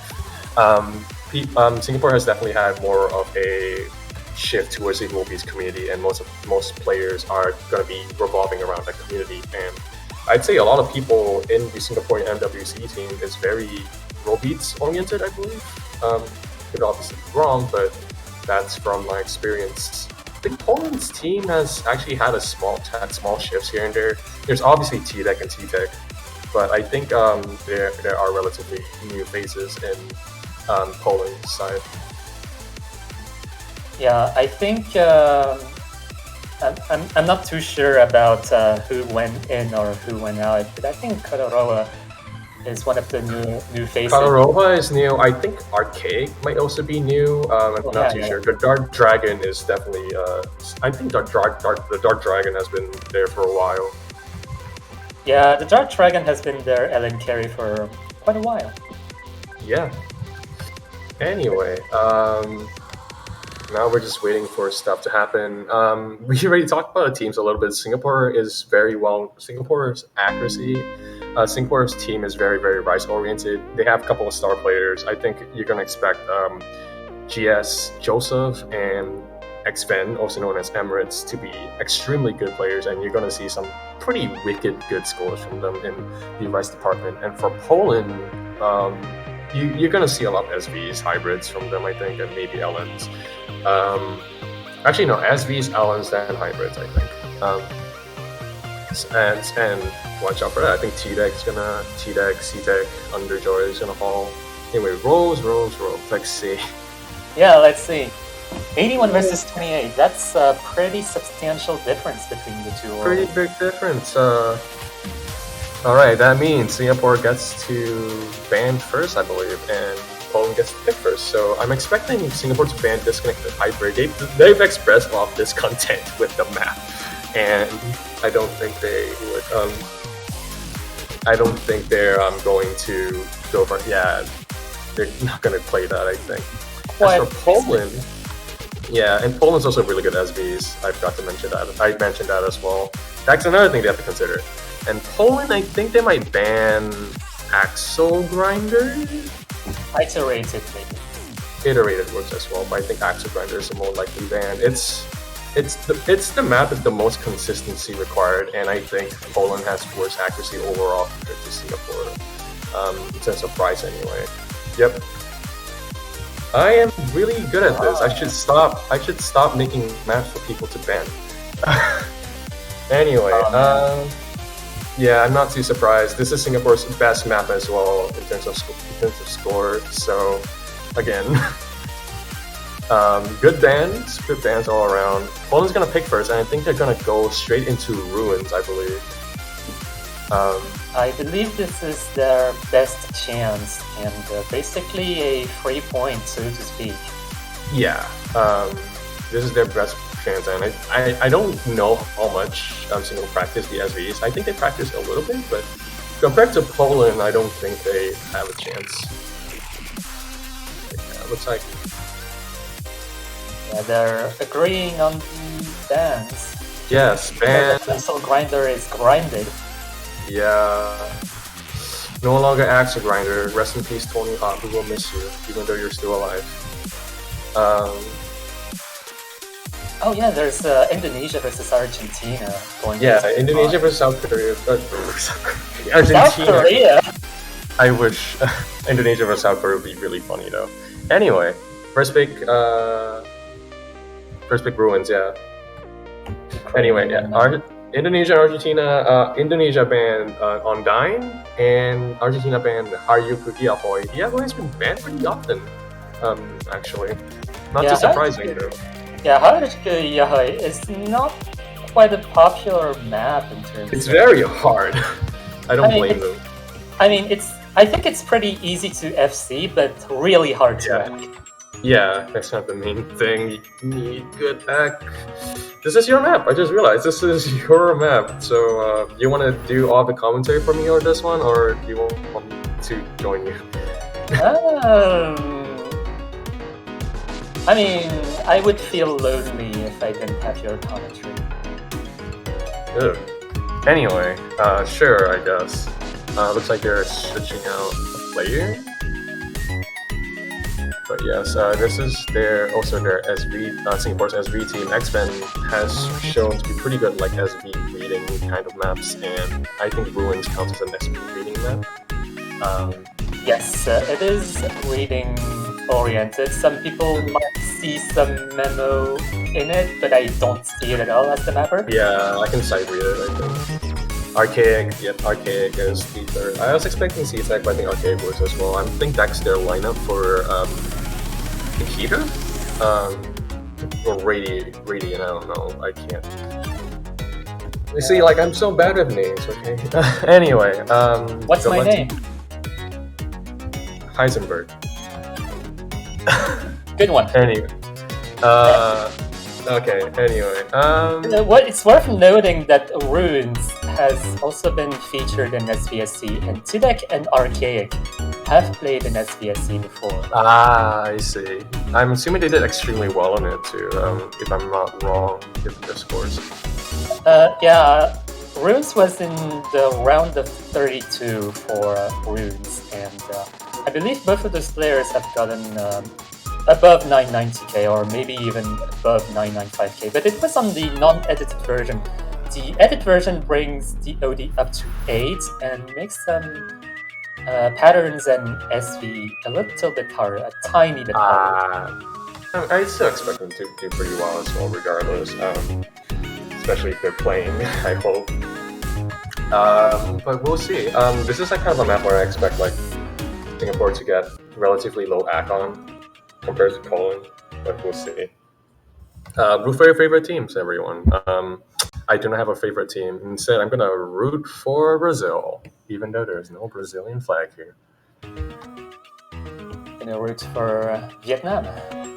All right, let's go.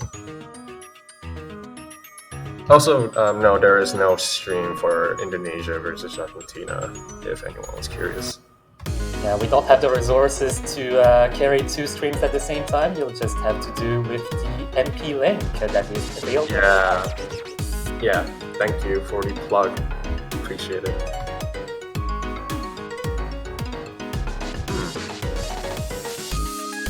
Pretty close so far, actually. Oh, that's unexpected. Yeah, I'm expecting them to drop towards the latter half, though. Yeah, I feel like the tough parts in Root are towards the middle end.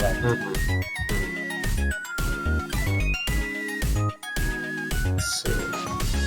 Still very back and forth. I wonder what's going on here. X-Van's act is pretty gross. I think Joseph finally dropped a couple 200s there. Still. Oh yeah, it goes to Poland. Going down drastically here. Yeah, 200s. Pretty good buffer for Poland.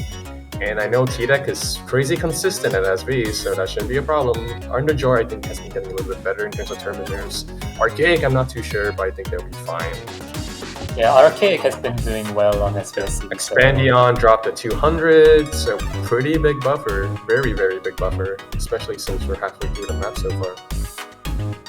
Yeah, Poland's performance has been pretty cohesive, pretty teamwork-like. Yeah. Ooh, looks like your game is lagging. Oh yeah. Blame the client again. Yeah, I'm sorry. Ooh. Oh, Underjoy. Underjoy dropped a couple of 200s, but I don't think that's remotely close enough, actually, given that even Underjoy's act is a lot better than Joseph and Expandion right now, and he's the worst player. So it's still a lot. Only a miss is going to swing the point back to Singapore, I think. And at this point of the song, I don't think a miss is gonna matter. There are not enough notes to catch up. Expander dropped a few 200s as well, so that's pretty much it. Really consistent, really good team score from Poland, I think. 101, 118, 118. Ratios across the board are much better than Singapore's, barring X-Ben. X-Ben with the MVP score, but this is a team tournament. Yeah, that's extremely unified. From Poland. Yeah, extremely constant across the board. Really good job. Singapore doing really good themselves again, but not enough against speed, velocity thingy powerhouse. Yeah, absolutely. Like the standard deviation in terms of ratio in Singapore is much larger than the one from Poland. It looks like Poland's actually suffering from a bit of nerves. I understand. This is like one of their easiest points, I think, and it's really easy to like mess up. Anyway, Singapore is going to go for iterated, I believe. They have really good scores in iterated. X-Fan has a disgusting 15 normal 300 score, which I think you might see replicated here. We'll see. But I do think that iterated is their best pick. If I'm wrong, I'm gonna eat a shoe. I'm prepared.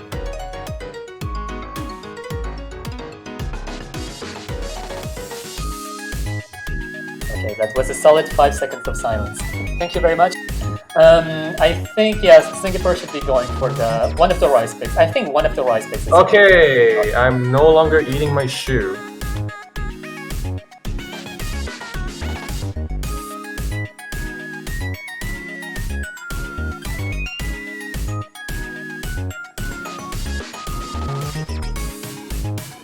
I'm eating it instead. It doesn't taste good. That's a shame. Alright, Oh yeah, you're completely right. On the dot even. Yeah. Yeah, I was about to say, if I was gonna eat my shoe for that, I'm gonna be pissed. But yeah, I will never eat shoes because I am pretty okay at analyzing, I hope. Oh my god, that's a duck in here. Oh, shoe skin. Anyway, they should... Oh my god, I never noticed the duck in there. I'm sorry. Anyway, looks like they're getting ready. Not too sure.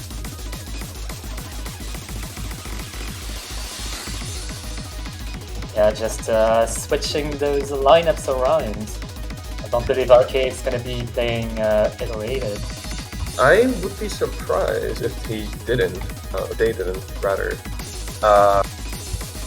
I think C-Tech could play, but I'm guessing C-Tech is not around or something. Interesting. I'm not too sure. I mean, the Polish team doesn't say anything, and I don't understand Polish. But iterated. This is a very, very, very, very safe pick for Singapore. Watch me jinx it afterwards, but they should be fine here. Expect some pretty disgusting axe scores, I think. Very curious to see. Yeah, in terms of rights, this is pretty run-of-the-mill for Singapore. A walk in the park. We'll see. There are a few tricky bursts here and there regardless that I think can mess up a few players potentially, but I don't expect it to be a problem. X-Ven! Did we forget Scorby 2? Oh, no. That's gross. Oh my god. I just have no words. Everyone's act is really good in Singapore side. 99.9 throughout. Oh my god. Alright, 99.98 now, but still, that was kind of gross. So yeah, ladies and gentlemen, and other fighting people of the world, this is the new generation of Mania players. Yeah, B13 or B square. Really, Poland's doing pretty good as well, honestly, like 99.7, 99.8, 99.8. Just that they're up against probably the strongest prize acting for early game. Barring like South Korea, I think. This is pretty disgusting, and the rest of the map is mostly just easy jump shooting for these players, so expect their accuracy to stay mostly constant. The only way Singapore's gonna lose a point here is if they break, and I don't expect any breaks here. Underdraw getting a 200, but Dark Dragon dropping. Yeah, that's gonna seal the deal. Oh, dude. This is gross. Yeah, this is a slaughter. Alright, let's see how much X-Men got. I'm not too sure. Okay, how many regulars? 19? Okay, 27. Okay, 27, yeah. Yeah, it's 27. Okay, kind of okay. I've seen Intelizer get like 5. Yeah, that's... No, seriously, that's insane. That's insane. Oh my god. Yeah, 27 is still less than my age. Yeah, 79 is insane. 114 is really good. And 167 for the Dark Dragon is also really good, actually. 10-1, any 10-1 scoring is pretty insane. Like, mind you, the scores from Poland would beat some of the teams, like some of the other teams. Yeah, they would beat out like Sweden, I think. Like beat out pretty much every team except for like Sweden and every team other than like South Korea and Japan, which are like two of the strongest rice teams. Yeah, Poland, crazy. Poland's actually pretty good. Like, this run is actually pretty good for Poland, minus the miss. Yeah, that's disgusting. Okay, what will Poland pick? I think they should go for Haryuku Yahoe. I'm expecting that to go. Looks like Dark Dragon might actually be staying as well, so I'm expecting LN. Yeah, I would say Haryuku Yahoe is their best pick, but, you know, I could be surprised. Yeah, I'm totally expecting a Rise versus Hybrid back and forth. Yeah. Rise, Hybrids, LN's, the kitchen sink.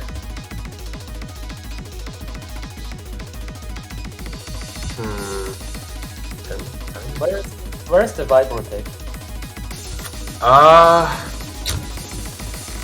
It's with the raw skill pick in like Tournament 3. Anyway, looks like C-Tech is here actually. I was very wrong. Hello. Harajuku Yahoe, there we go. This is the first time he has been picked, I believe. Could be quite wrong on yeah, it looks like Harajuku Yahoe is the next pick. Pretty hard map.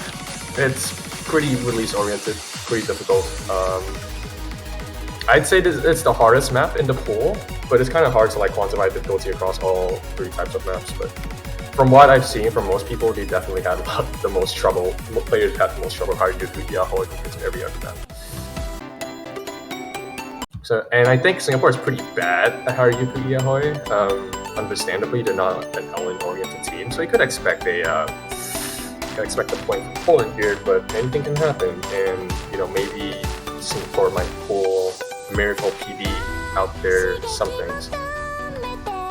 Yeah, things could definitely happen on a pretty volatile map in terms of releases. Lots of things could happen, in fact. Yeah. Also, this song's a flop. I love it. It's been very polarizing. I usually dislike Carry Palm You, but Haruki Yaho is very good, I think. I personally like it as well. Yeah. But I know also a lot of people who don't. Yeah, they can go back to the 100 decks and their whatever money machine. I'm joking because that's like the exact same target audience. What am I talking about? Anyway, good song. It's much better than like Carry Kami's other popular songs, I think. But probably enough about that. We'll go back to the match relatively soon when it starts. Mind Block Gaming. Mind Block Gaming. Mind Block Gaming. I guess this is a sponsor from Poland. We are getting sponsors now. Yeah.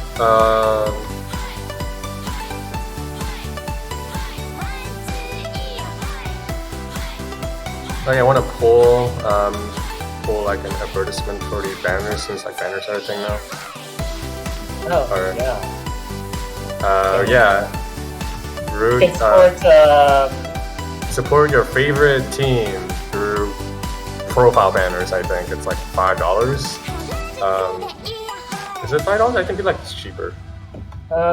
Maybe 4. I don't know. You could probably get a bargain somewhere.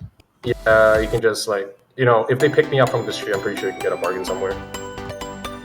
Anyway. Legend has it that if you buy a flag that is not Singapore, you get a discount. Yeah, if you get a flag that's not Singapore, you probably get it for like $2.99. I think Singapore is like premium, like $27.99 or something, or like 72.7. I don't know. Anyway, all right, moving on. It's actually $2.50. Oh. Anyway, barring that, songs of Bob. Let's see how well they do here. Expandion's accuracy dropped pretty hard already, 99.1. Everyone else in the Polish team doing pretty good. Yeah, we see a substantial difference in terms of accuracy right from the get-go. Expansion kind of lagging behind. Yeah. Oh, is that a drop? Oh, C-Tech drop. Oh, jeez. That's very bad. That is not good. Not a map you want to drop. Like it's a map where it's relatively easy to FC, but if you drop, you're dead. I think. I could be wrong. I hope I'm wrong.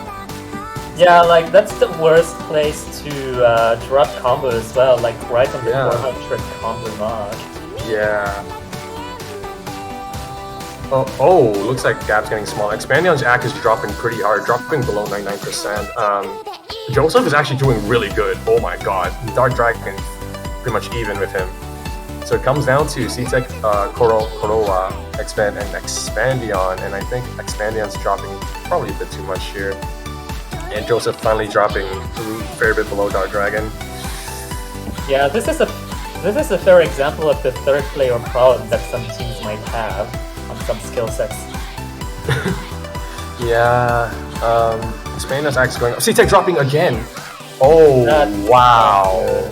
Wow, now point is going all the way back to Singapore. That's really not good. Jeez. That's just unfortunate. That's a really brutal drop at the end.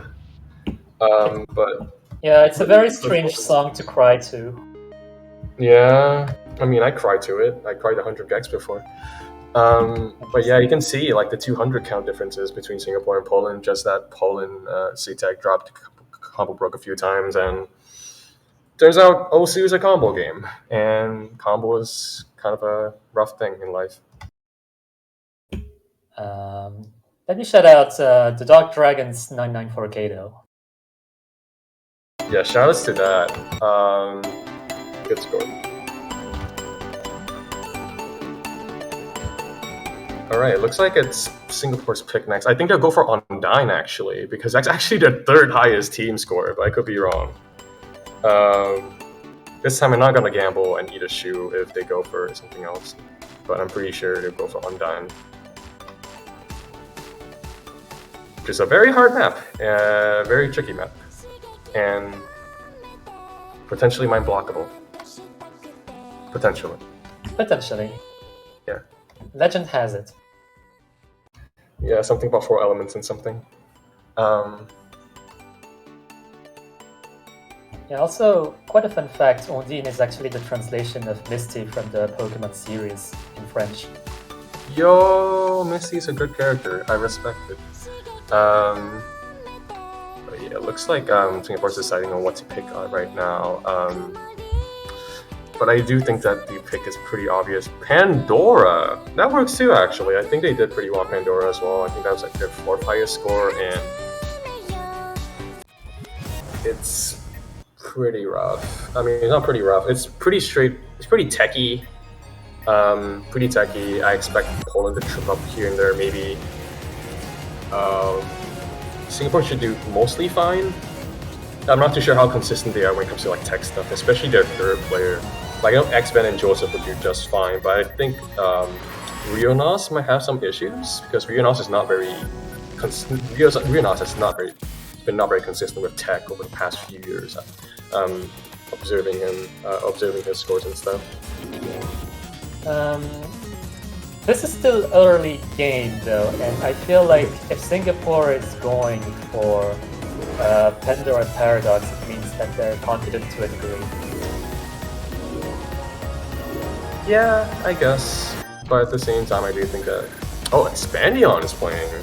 Yeah, so Rionos is not going to be in the play here. That's interesting. Let me have a look. Yeah, the thing is with this hybrid pick, it's actually Rise-oriented enough that someone quite Rise-oriented like Expandion could be viable, but also Japanius could be a... Let's call it Jap. Like just use Jape from now on, or Jake. Jape. JP. No, that is. You can confuse that with Japan. Would not do that. Jape is fine. Do not. I was hoping that no one would pronounce that wrongly, but it's okay.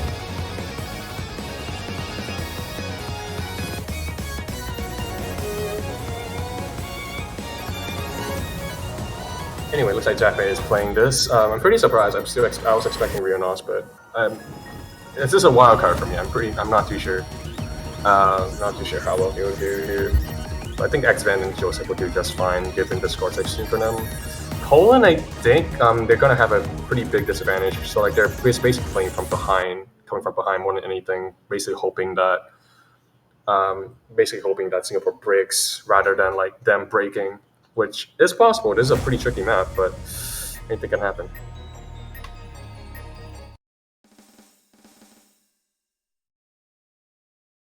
As we slowly settle into the pick itself. Answering the purple. Go for your favorite team, everybody. Go Indonesia. Indonesia's flag is actually pretty close to the 2 flags actually, so it works. Yeah, exactly. It's like, oh, looks like Japanese axe dropped pretty hard the intro right off the bat, but not even entering the hard parts yet, unfortunately. Yeah, I guess speaking of Indonesia, they're leading 2-1 against Argentina, but back to this match. Poland's actually doing pretty well and cohesively as a team. For the burst, no drops, no 200 so far from Poland's side, and I think Singapore is being carried by X-Ben right now. That act is kind of gross. Joseph dropped the 200 there, I believe, and Jape dropped. Oh, that's a big drop. That's a huge drop. 99.3 is very low for this map. Like, that is more than just a miss. I think he messed up really hard. And Poland doing pretty good. Just needs to full combo the rest of the map and they should be fine. Well, hopefully. There's a LN part, which I think advantages Poland more than Singapore here. So I'm expecting a few accuracy drops from like Joseph or Jaffe or X-Men here. But as long as Poland pull full combo, they should be fine. Fingers crossed. Fingers crossed. Singapore recovering some accuracy, especially on Jaffe's side. Indeed, but Gap is definitely getting smaller. But they're running out of time. There is one more burst section coming up, which is pretty tricky. So anything can happen there. But I do expect Poland to take this. But I could have jinxed it there, maybe. Yeah, the map is coming. Oh my god, the gap is getting smaller. Okay, one more burst. And like they got it? Okay. Okay. Okay. Hold your breath. 345. Pretty gross. Jeez, that is scary. Like you can see, like, oh my god, X-Men score is actually kind of gross. 50. 50 is so gross. Yeah. Oh jeez. The Underdroid dropped at the end too, so that was really, really scary. Yikes. Like, that's, I mean, great break point for Poland. That's definitely a confidence booster. Getting a break point after getting break point, whatever. So it's Poland's pick next, and I think, what would Poland pick next actually? 7? Oh, Total Street. Total Street works. Yeah, Total Street works, but I feel like Poland would. Okay, they're going with Total Street first, but I feel like 7 is gonna be next. Yeah, I think that's the game plan. They're obviously going to go for LNs and hybrids. I'm actually surprised they're going for Total Sweep so early on, but Total Sweep does have a couple of police parts that can be pretty tricky to hit, which can trip up Singapore a lot. Poland, I think they are doing just fine. I think they're going to expect the Dark Dragon and Poloa to be here, and they seem to be pretty consistent. It's mostly C-Tech that needs to show more consistency, I believe. But I'm not too sure. I'm very curious as to see how well Singapore's going to do on this, because I'm actually not too sure. I didn't really get to see many scores off on Total Street for Singapore side.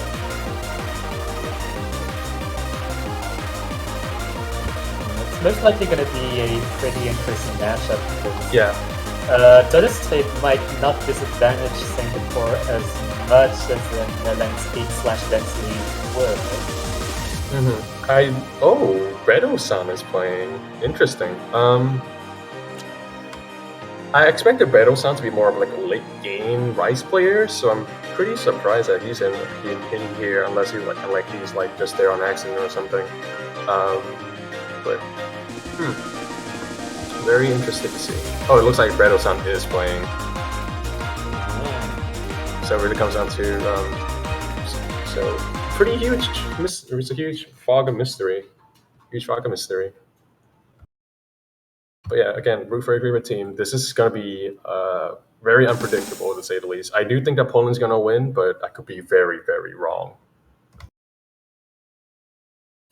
I feel like it's kind of up in the air, but it's going to be depending on Singapore's third player.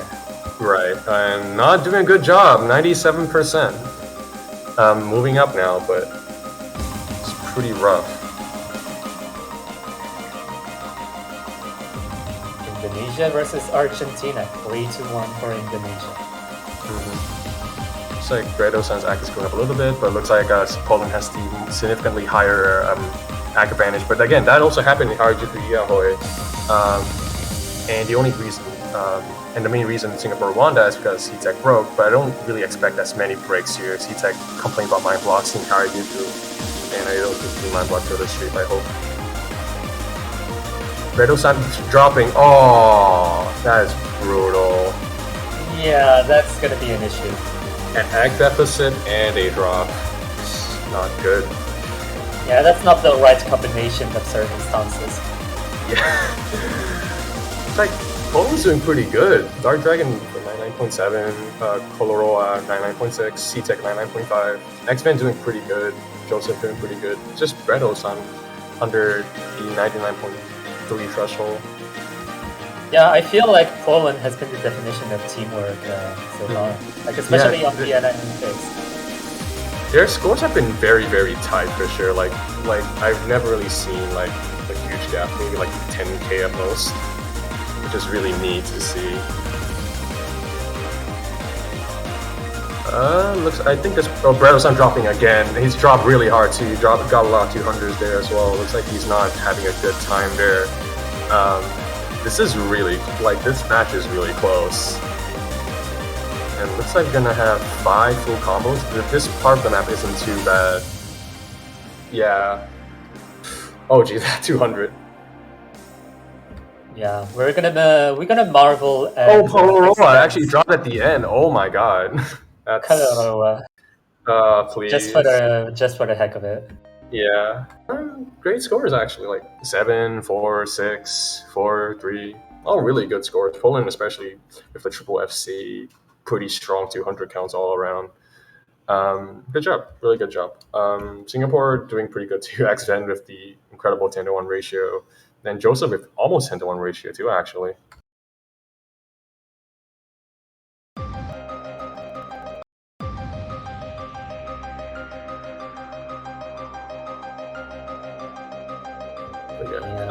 Looks like it's Singapore's pick.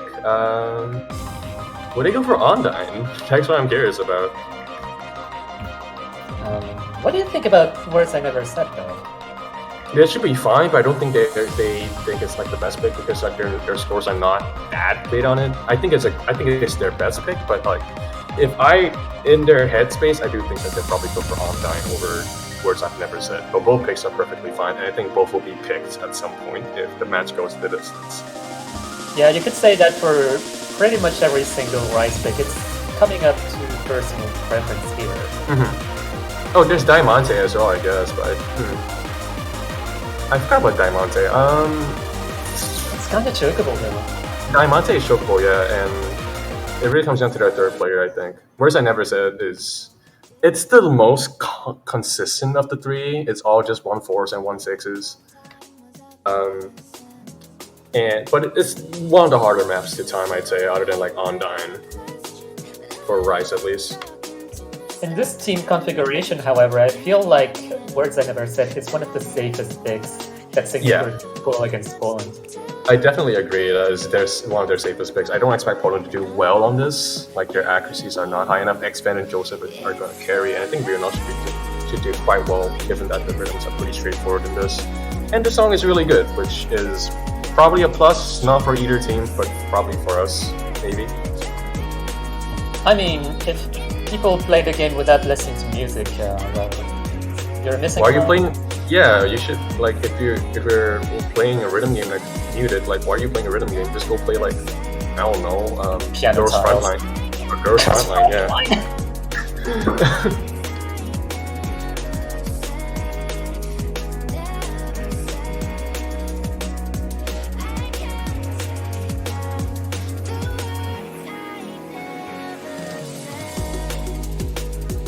Yeah, we're just listening to this song.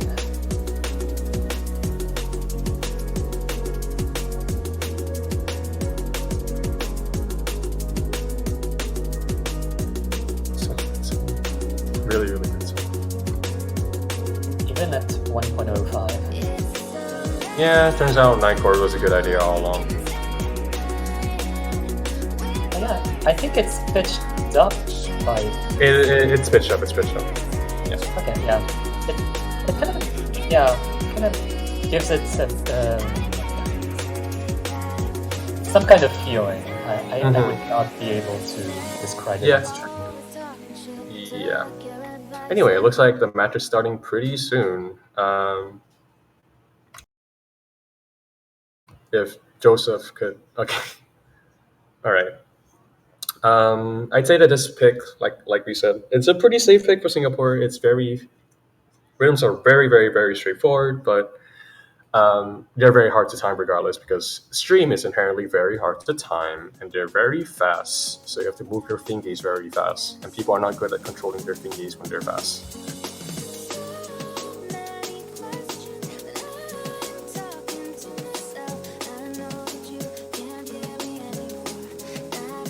Are we on the right? Why did I see 300%? Yeah. Score V1? Is it score V1 or like... Oh my god, that was not score V1! That wasn't score V1. I mean, Okay. yeah, it's just the beginning, like... Yeah, okay, the beginning is easy to ratio, but still, yeah. Oh my god. Okay, now your acts are back to normal. Well, quote-unquote normal. Anything Okay. 99.9 on the stream app's just okay. True. Okay, we're now dropped to 200. I think a couple players dropped to 200 as well. C-Tech dropped like 3, Arcade dropped 1, 2, actually 2. Koroa dropped 2 or 3. Looks like Riona's dropped 1, and I think X-Men and Joseph are currently on double S pace at the moment. Halfway through the map so far, and there's one more big stream left. It's more of the same. I don't expect any major drops. Prepare for some kind of weird scores, funny scores. Yeah, like if any miss happens, it's pretty much serious. I think that if Singapore misses, it might not. It wouldn't matter. Yeah, that the wouldn't map is matter. really short. Jesus, 99.98, 99.97 on this. And Joseph not too far behind. Greenhouse pretty good as well. Archaic and Koloroa carving a bit there. Alright, let's see their ratios. I'm probably gonna vomit. Ew. Okay, that's more than my age. It's fine. 29. It's pretty good. I have nothing to say. That's actually really goddamn good. It's more than my age. It's fine. Yeah, it's more than your age. It's fine. But the other scores are pretty good too. Like Joseph with 10-1, Ria Nos with not too bad. Koloroa with a really good score as well. Actually, everyone with low 200 counts too. Lots of consistency here. But yeah, that's pretty disgusting. Anyway, Poland probably going for 7, I think, if they can count to 7. 1, 2, 3, 4, 5, 9. Yeah. Yeah, I'm not sure. Yeah. They might be going for destroy even. Like. I don't think they'll go for destroy. Oh, Maybe. it's their last pick, so I think it's pretty much gonna be 7. Yeah, it's their last pick. Either way, it's not the best of situations, but I do think that 7's probably their best pick. Singapore has not shown to have a very good third player in either hybrids or LN, so they should probably exploit that. Oh my god. Yeah, this is best of 5. First to 5. Yep, C-Tech saying pick 7. We are going for 7. Yep, we have managed to count to 7. All those Mania World Cups have Unbelievable. amounted. Yep, all those World Cups have amounted to this. Counting to Yeah, 7. they finally paid off. I wonder if that's the 7th World Cup. I don't think so, but could be. It is. No, it's the... Okay, no, there's a 20... Was that 2014? I think there was a 2014, but it was kind of small. I'll be back in about 2 seconds. 1, 2. Alright, there is no. There is. I am very dumb. I had a 50-50 chance and I blew it. I'm so sorry. Yeah, That's looks again, like well, that's again. that's the 8th MWC, yeah. Anyways, Indonesia versus Argentina, 3-2. Argentina actually getting a point on roots. What's with all of these close matches today? Jeez. Yeah, honestly, this has been the most exciting round of 32. Like the first exciting round I've seen recently, I guess. Like, Yeah, I'm we don't very expect- surprised. We don't expect many close to tiebreaker situations in the first round, even. But right now, the teams are providing us with a huge amount of entertainment. Very entertaining. Probably not good for the participants' hearts though. But you know what? That's okay. They all have health insurance, I hope. So yeah, most of this song is in 7/8, and there's even one measure in 13/16. But we'll talk about that. What is this time signature thing you're talking about? All I know is like hitting the arrow. The time signature is. Is the time is the thing where like a clock signs on a paper or something? The time signature is when you get Intellizer to sign your mania. Right. I forgot he's actually like a metronome with actual human intelligence. Crazy. Alright, looks like we're starting pretty soon here.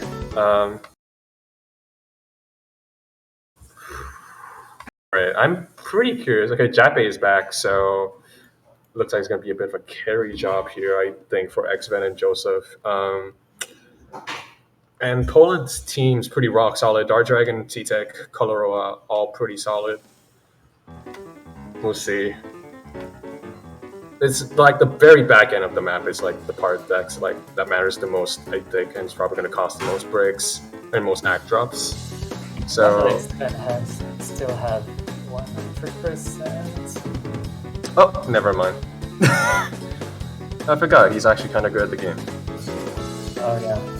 Yeah. Oh yeah, tiebreaker hype. Yeah, potential tiebreaker hype here. Oh yeah, there's a tiebreaker. I forgot. Yeah. Jeez. How does it feel? Like potentially like commentating like 3 potential tiebreaker matches in a row. Oh my god, I cannot believe that all of the matches I've been in could have been tiebreakers. Like, all of my matches have been close. Yeah, it looks like, well, actually, Singapore is actually taking a pretty comfortable lead here, but again, it's really like the last of the map that matters. And I expect like a drop at some point. Jappe is doing really good, actually, doing much better act than C-Tech here. But again, anything can happen, and very curious to see how well they do from this point onwards. Ooh. Oh no! Oh no, that's gonna be a field breaker. That is brutal. Not the place you want to drop.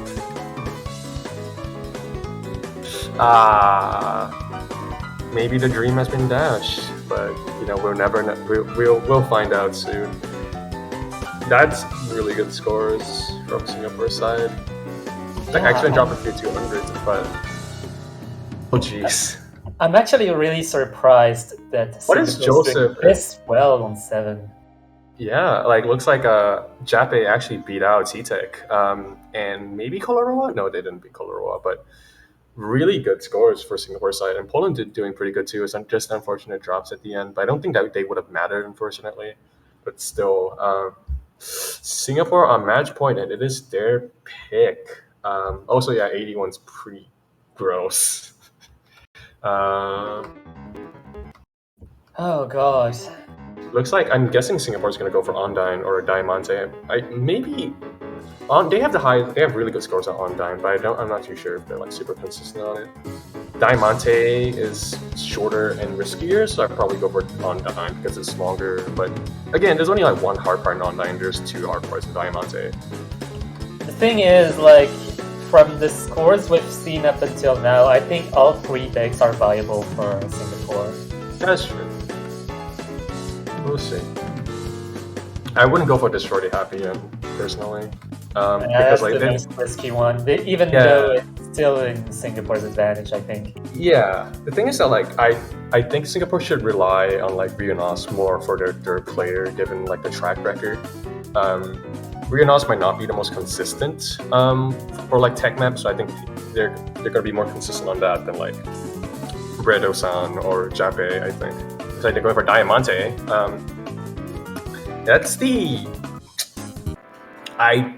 I think it's equally good compared to Ondan.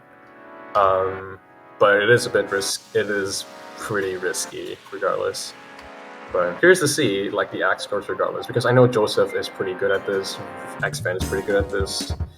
I'm pretty worried about Rionos and maybe Underjoy if Underjoy is playing. I'm not too sure if Underjoy is playing. But if they win this, but if Singapore wins this, they'll be proceeding and they'll be facing South Korea. Oh wow, that's an Asian matchup. So will we get a friendly time zone matchup? Yeah, buddy. That's what we're waiting for.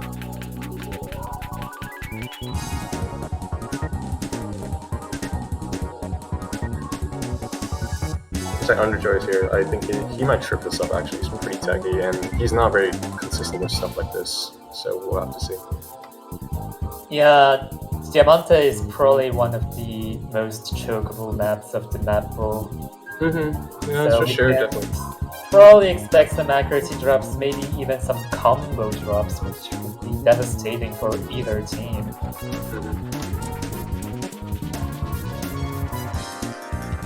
A player that I've been pretty surprised to see do as consistently good as they have been is Joseph. Actually, I'm pretty surprised as to how good he's been doing so far. Like everyone expected X-Men to be like the MVP, obviously, but Joseph is pretty disgusting good in his own right. So kudos to him, like big kudos to him. I think this is his first MWC as well, so very nice to see a new player make his mark on the community in the tournament scene, I think. Anyway, maps starting pretty soon. Root for your favorite team. I'm still rooting for Indonesia, I think. They're still going against Argentina. It seems that it might be... They'll be taking a while. Slower. Yeah, it might take a little bit longer than this match in particular. So yeah, kind of crazy, given that this match is almost an hour long. Yeah, we love long matches, especially Ryunosk's. Oh my god, look at that score, baby. That's actually... Okay, back to normal. Yeah, Ryunosk making up for the lack of potential consistency with a huge amount of combos. Alright, score's pretty even so far. X-Men doing pretty good. Joseph's doing a little bit worse than I expected here, but I'm expecting him to like gain composure afterwards. Colorado is actually the player with the lowest hacks so far. Might have dropped a few 200s here and there, which I don't blame her for because I think she dropped a couple 200s, like some of the trickier parts of the map. Oh no!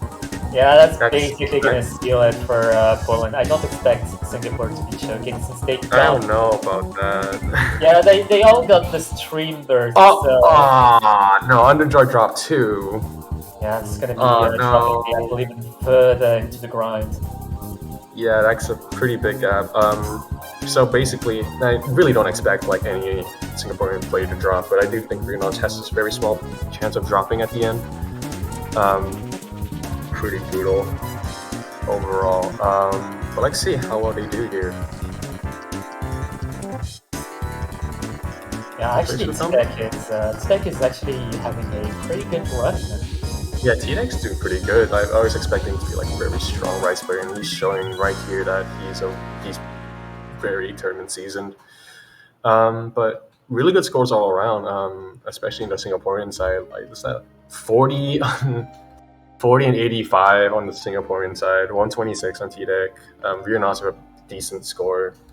Underjoy actually having a pretty good accuracy too. Just shame about the combo breaks. But all in all, really good job both players, both teams. Honestly, like a really close match. Really, really awesome dynamic, and obviously really crazy scores, especially from like X-Ven and I'd say some of the Polish players like Dark Dragon and Kolaroa and Blake and Joseph, of course. Joseph's not Polish, but still. Yeah, strategically it's been pretty straightforward, like Rice versus Ellen Hybrid. And we even got some upsets here and there, which was pretty interesting to see. Really, really surprised to see that Harajuku Yaoi upset. if that went differently, we might not be seeing this panel right here, which is actually scary to think about. Like the performance from Singapore on 7, it actually impresses me the most. Mm-hmm.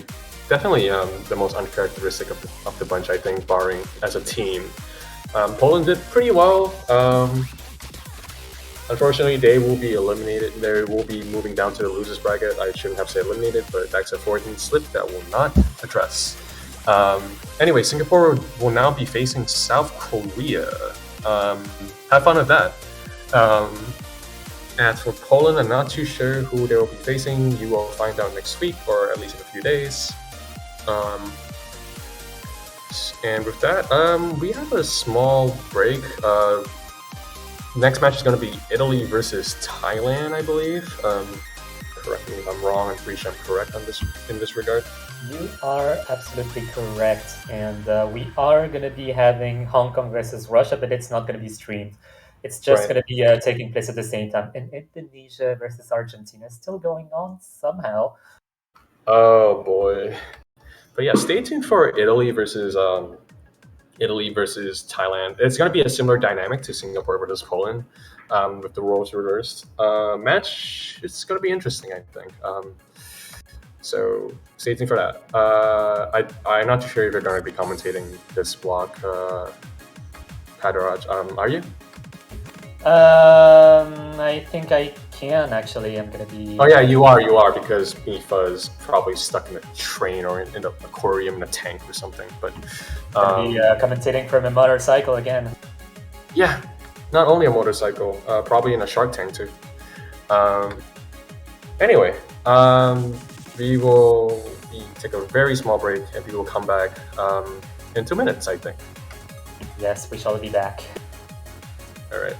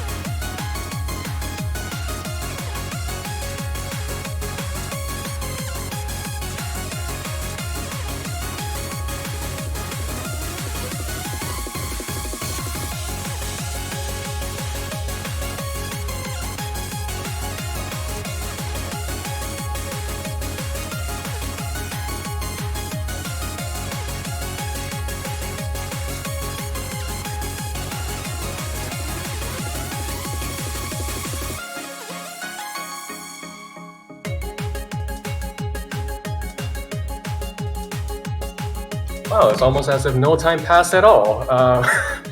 We are back. I just chugged a gallon of water. I might fall asleep from overhydration. But hi, I'm Shoegazer, your least favorite commentator, and I'm with Pataraj, your favorite commentator. I'm sure I'm not, but it's fine. Yeah. Because we are having Thailand versus Italy, two completely unrelated flags, unlike Singapore and Poland. Yeah, like we said, this is a pretty interesting match, I'd say. Thailand's a very all-rounded team, very all-rounded team. I'd say that LNs and SVs are probably going to be their specialization in comparison to Italy. Italy's pretty decent at Rice, but and that's probably what they're going to go for. Like Crybob is pretty gross at Rice. Shiraz, I think, is pretty decent all around. But yeah, this dynamic is going to be pretty interesting. Thailand's going to be a very big wild card for me. I don't really know what they're going to go for, but Italy, I think, has a very set game plan. Yeah, I think Italy is one of the teams that might be underrated. They have some potential carries in the name of Curaz and GSA especially. GSA I kind of followed during soft while I was commentating that. So. Oh, right, GSA was in soft, yeah, that's true. And they did pretty well, yeah. But looks like they've already... What? Okay, why is there a 271? Oh, right, okay. That's an epic 96, by the way. Not nice, but... Anyway, Thailand will probably ban... Axel Grinder, I'm guessing. Italy will ban... Harajuku Yahoy, or... Hyper, disconnect the Hyper, probably Harajuku Yahoy. Don't remember them being super good at LNs. Oh, DMB. Okay, DMB works too, actually. Nah, I think Italy might be banning SVs because they had questionable performance on the SV qualifier. Ah, that's fair. Where's the end of DMB is Fremont 1.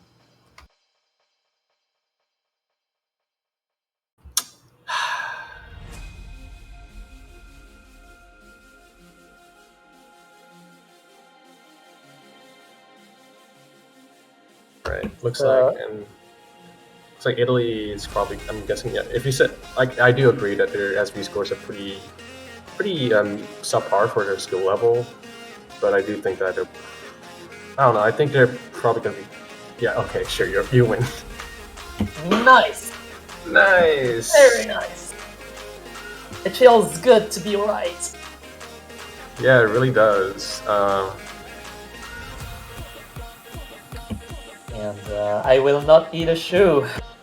Yeah, you're not your shoe, even though you never made the bet in the first place. Anyway, looks like Italy's picking first. I'm guessing they're gonna go for iterated here, given that it's Rice. It's very straightforward Rice. We haven't practiced. Oh, jeez. Very. You know what? I respect it. I respect the gamble of not practicing disconnected. Yeah, maybe they're just banning it to not get disconnected. Yeah, I don't blame them. Last time I played this map, I think I'm pretty sure I got disconnected off the face of the earth. So, anyway, Italy, yeah, iterated. Yep. Most straightforward Rice pick in the pool, and I expect this to also be the most picked map in the pool. But that is my. Actually, no, it's been banned once. So that's between you, but that aside. Yeah, I actually don't think it's that straightforward. Like, some of the patterns are kind of trilly and there's some burst here and there. Right. Compared to something like Axel Grinder. Axel Grinder is quite... The thing is that, like, iterated is relatively short as well. It's about 2 minutes long, and iterated is about 3. So, I'm not too sure. Like, I mean, either way, both are pretty comfortable. I think most people will go for iterated over...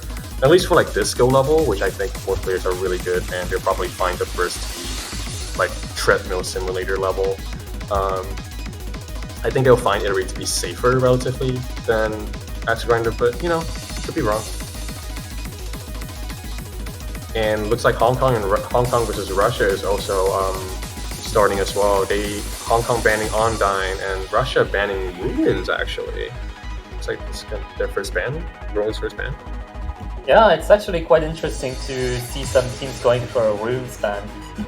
Depending on who you're asking, Runes might be more trickier than Disconnected. I would say Disconnected is a good bit harder, but you know, that's just my skill set, my very One Piece skill set. Yeah, every team has different players with very different skill sets, so right. Yeah, just gotta adapt. And also, if you want to follow Hong Kong versus Russia, check the MP links. Eagle MD already posted like command at and exclamation point MP, and you can find the MP links there. But if you want to watch Thailand versus Italy, stay here, or yeah, stay here, I guess. Unless you're into like text over arrow bars flying, I guess.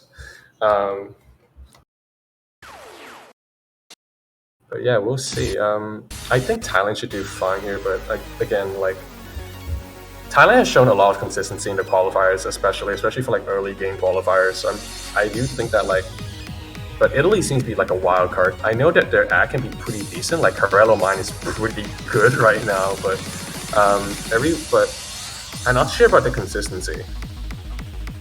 Yeah, we're gonna have to acquire this information as we go, and I'm sure that Thailand is gonna be doing the same because Italy is kind of one of the quote-unquote unknown teams. Definitely more enigmatic than the other teams for sure. In other news, Indonesia and Argentina are finally done 5-3 for Indonesia. Oh jeez. All right. Oh my god, this is really close. Oh yeah. That gap is... Oh, Carrello, no. Carrello dropped. That was a nice curse. That's probably the first official curse of MWC. Congratulations. To be fair, that's not specific enough, so... That is not specific enough. So we are good. Looks like they're doing pretty good. The accuracies are pretty even. Ryan Carrello. Jeez. Yeah, one more section left. Just gonna be hoping for another miss from Diamond's side. Just the only thing that Italy can hope for to avoid getting a point. And I think Miku aimbot and Cosplay LN's act is actually a good bit higher than Kiraz and Crybob right now, so it really comes down to Jimmy's actually messing up, which I don't really expect to happen. Like, this section is not too hard to, like, FC, I think. Like, see. Like, seeing their accuracy, they're definitely using an aimbot. We definitely have to do something about it. Crybob dropped. No.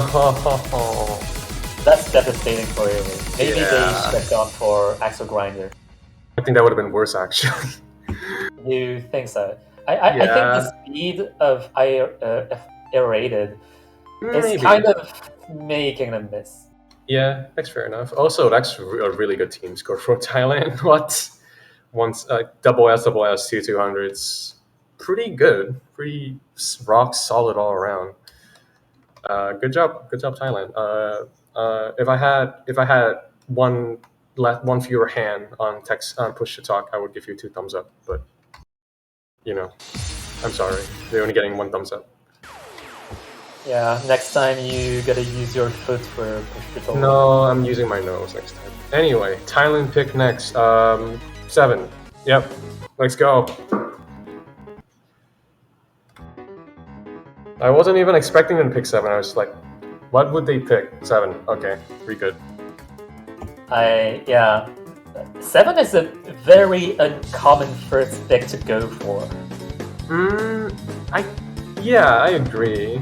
Like, the thing is that like Thailand is like one of those teams that like they're like not particularly great at LM, not particularly great at Rice, but like there are not many teams who are good at like hybrids, and Thailand is like one of the few teams where they can confidently say that their best skill set relatively is hybrid, which is really cool and interesting, I think. And I know for sure that I think How to Play LN especially only went for like hybrids in like a soft 5, which is like another tournament, mania tournament. So interesting dynamic, I think. We're gonna expect a lot of hybrid from Thailand from the looks of it, and a lot of Rice from Italy. So pretty similar dynamic to our previous match, which is Poland versus Singapore, except roles are probably reversed.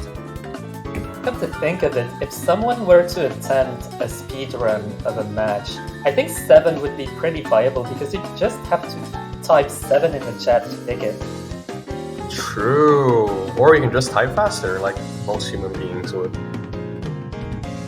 Or it could be an octopus. I guess. Well, to be fair, no. You use 9 fingers to type. What can an octopus do? Like waggle their 8 tentacles and stuff? Can play 9K. I guess using their head. Why is this? Oh yeah, why is the BPM 304? 7/8 and Oh right. yeah. I don't think 7/8 time signatures are supported in Nosu, so I just doubled the BPM.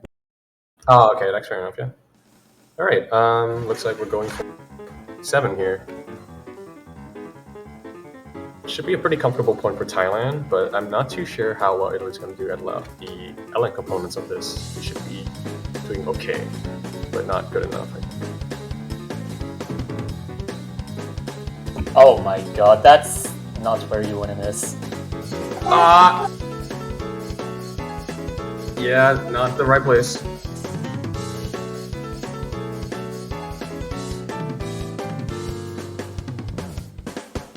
Yeah, so Italy is going to be starting this pick with a setback, but we're going to see how it goes in terms of accuracy, but it's not looking too hopeful because Thailand is just... They can still come back. I think they can still come back, but how the LN's accuracy is actually pretty disgusting. Nice 200. I jinxed that one, I'm sorry. That was very specific. Yeah. But regardless, they still have a massive accuracy lead at the moment, 99.8, 99.8, 99.7, versus like an average of about 99.6. Kara's doing pretty good here, and pretty much carrying the backbone of the team right now, but there's some ground to cover for sure, especially with that miss.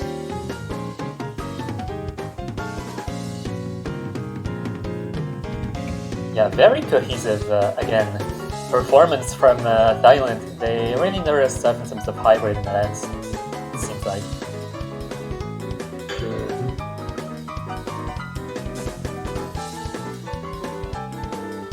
Coming to the last part of the map, I don't think there's any hope for Italy for this one. There isn't.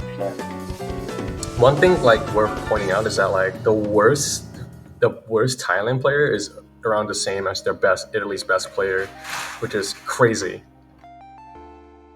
Yeah, comparing the ratios, it's pretty astounding.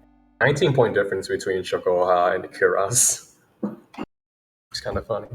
Yeah, call 991 because we've got a lot of 991 scores here.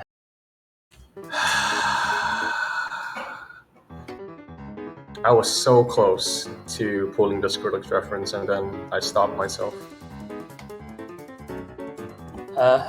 Yeah, that's a fair point. We don't want to get DMCA. True. Anyway, Italy's next pick. Axel Grinder is probably their safest pick, but it looks like very the wrong scroll speed there. But I think Italy should probably go for Axel Grinder. They might go for Pandora or Ondaimos Diamante, but I don't think that's as likely. Axel Grinder is pretty consistent and relatively comfortable in length. It's a little bit under 3 minutes. It's still pretty close. Oh jeez. Yeah, it's gonna be hurting being at 2-0 situation, but the only way to make it back is to catch your spirits up and just perform out of your mind, especially on a pick like Axel Grinder. Just be consistent, do not miss. It's your head in the game. Yep. Say your prayers, blah blah blah.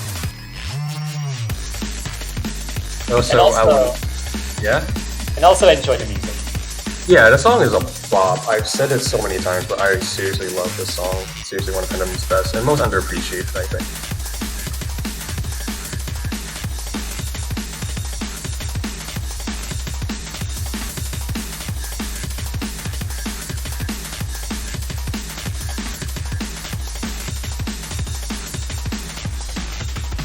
Looks like they're switching players here. It's like GB Returns is making his return here, and Carlo Mine is probably playing as well. Very smoothly said. And Canreio is also making a comeback. Right, enjoy the pop.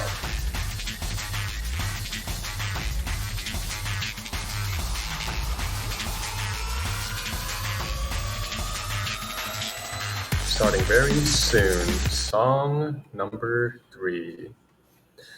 That was a weird anime background.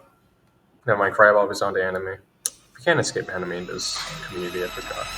Anime background and a pendulum song. I've seen it way more often than I would like to admit. It makes me very angry. I completely understand. That's outrageous. It's like having I don't know, like Euro camp to Inveri. Anyway, That was kind of weird. yeah, neck to neck. Crybob looks like dropping 200 there, but they seem pretty consistent so far.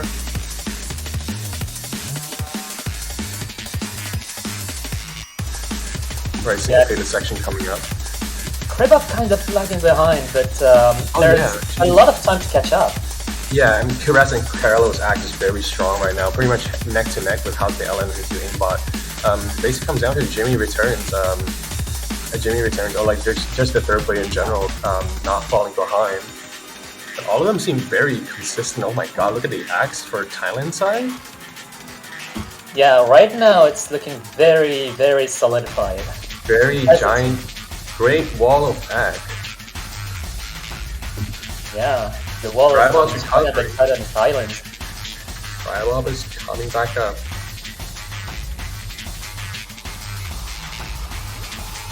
But any miss, there's also the imminent threat of a miss as well. Like you always can't forget that. The gap is small enough for like a miss to matter. All of the players in Thailand have the same accuracy. Yep. Not anymore, but they were. I appreciate it.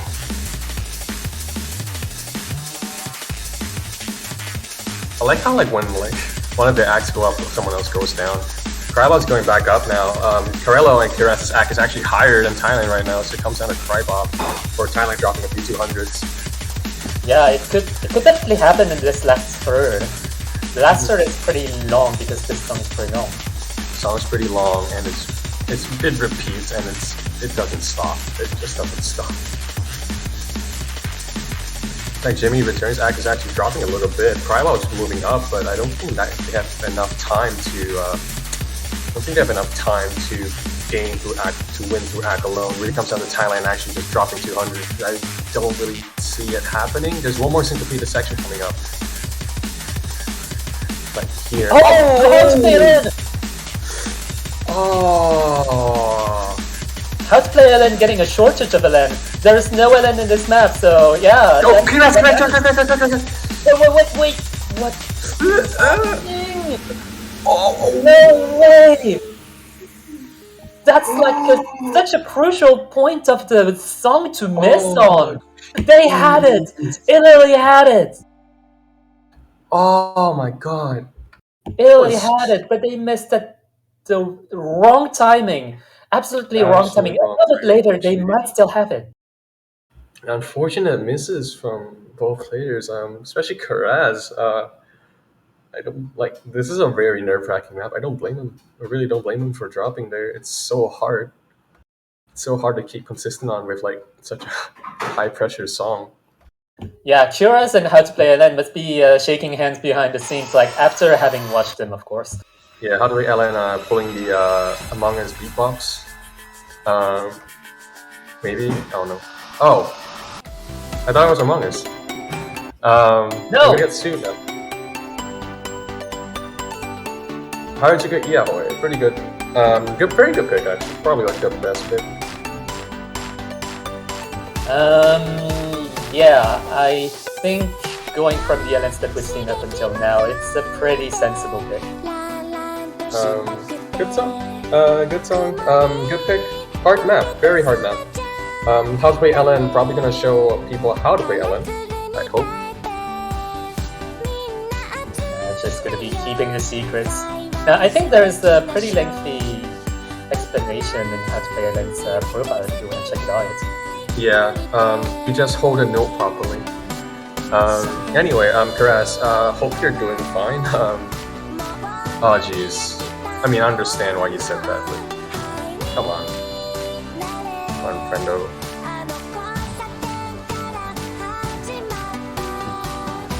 YMCA Osu Live? YMCA? YMCA Osu Live? YMCA? Oh, Jesus. I mean, I get that it's fun to stay here, but YMCA?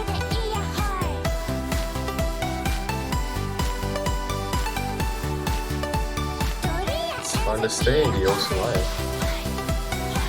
I hope you're having fun, everyone. Yeah, I hope you're all having fun. Or if you're a player, I hope you're having fun as well. Because I know some of you probably had a heart attack or two. And I am very apologetic for that, except for maybe the ones who... Actually, I feel apologetic to everyone. Today, I decided to be a very nice person. Yeah, speaking of nerves, like, we haven't spoken a lot about qualifiers, but qualifiers, for some people, are more nerve-wracking than actual matches. Like, for qualifiers, like, it's like 1 or 2 tries, and it's just up to you. There's no opponent that you can rely on to miss. Yeah. Like, if you miss, you miss.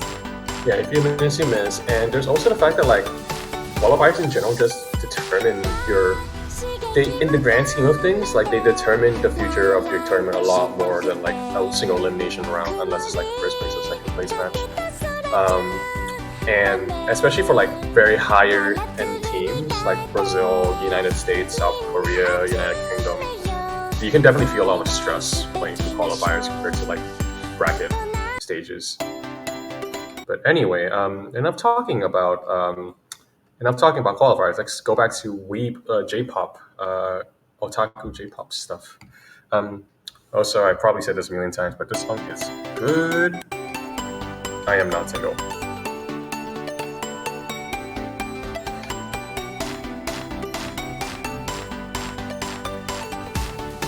It's like they're having a pretty big lead already.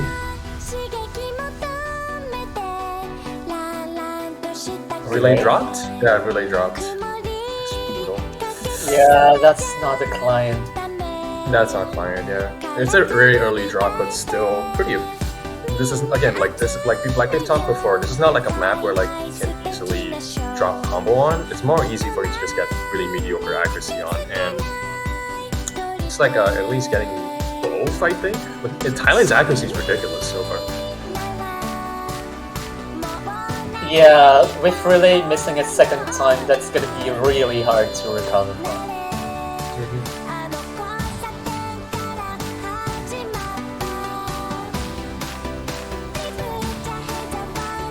Like, I feel like slow BPM LNs are kind of something else. They're almost a of their own. Like, I'd say that slow LNs in general just requires so much more timing than pretty much any other like pattern in that difficulty and the pattern, and it's just really rough.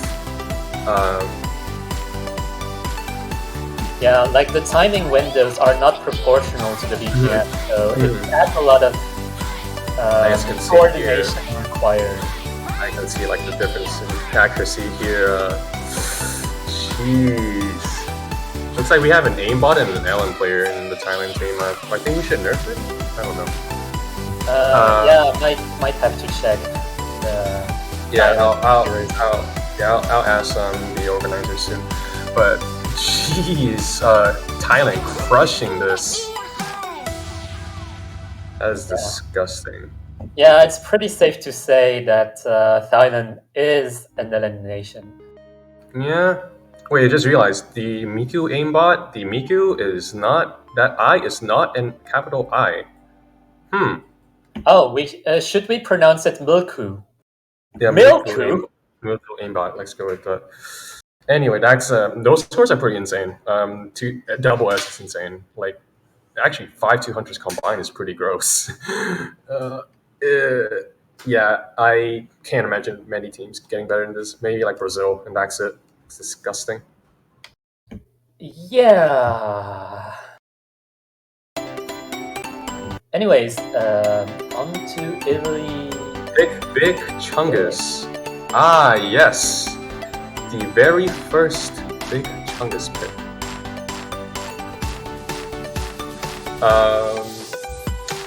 There's a Lost dedicated map that goes to Big Chungus, but I don't think that counts. Probably gonna go for Diamante Spectre Explosion, I think. I feel like that's the best chance that Italy has. But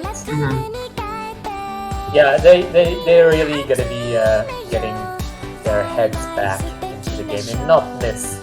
Please not miss.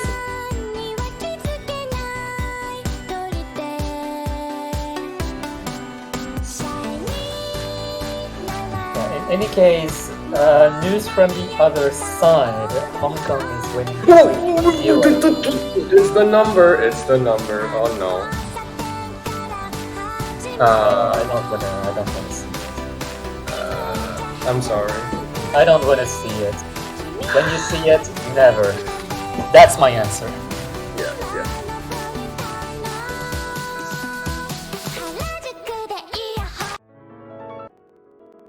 All right, Undyne. Interesting. Alright.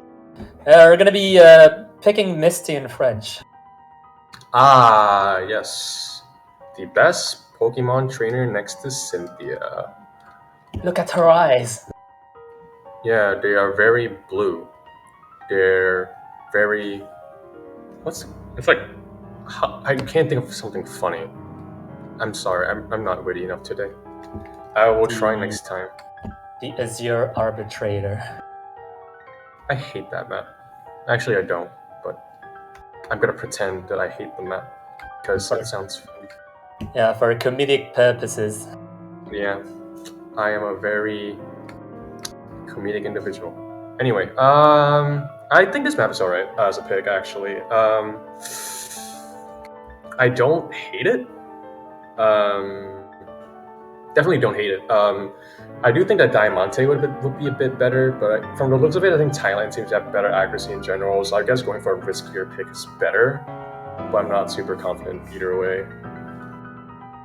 Yeah, I don't know what's the most chokeable, Diamante or Undyne or Ondine or... I'd say Undine or Undyne or whatever you want to pronounce it. Misty is harder to be consistent on. I consider it to be the hardest map in the rice pool and the hardest to time, obviously, and I think in terms of 200s, I think it's far more likely that a person's going to get like 1,200s on Undyne compared to Diamante. I think Diamante is pretty fair, it's just uneven in difficulty, which is fine. Undyne is a lot more egregious in that respect, I think. Yeah, I see your train of thought. Yeah, anyway, good fun, have luck, yeah. Humphrey Allen really doing a good job of covering my commentary. He should be a commentator, he should probably do all of this so that I don't have to.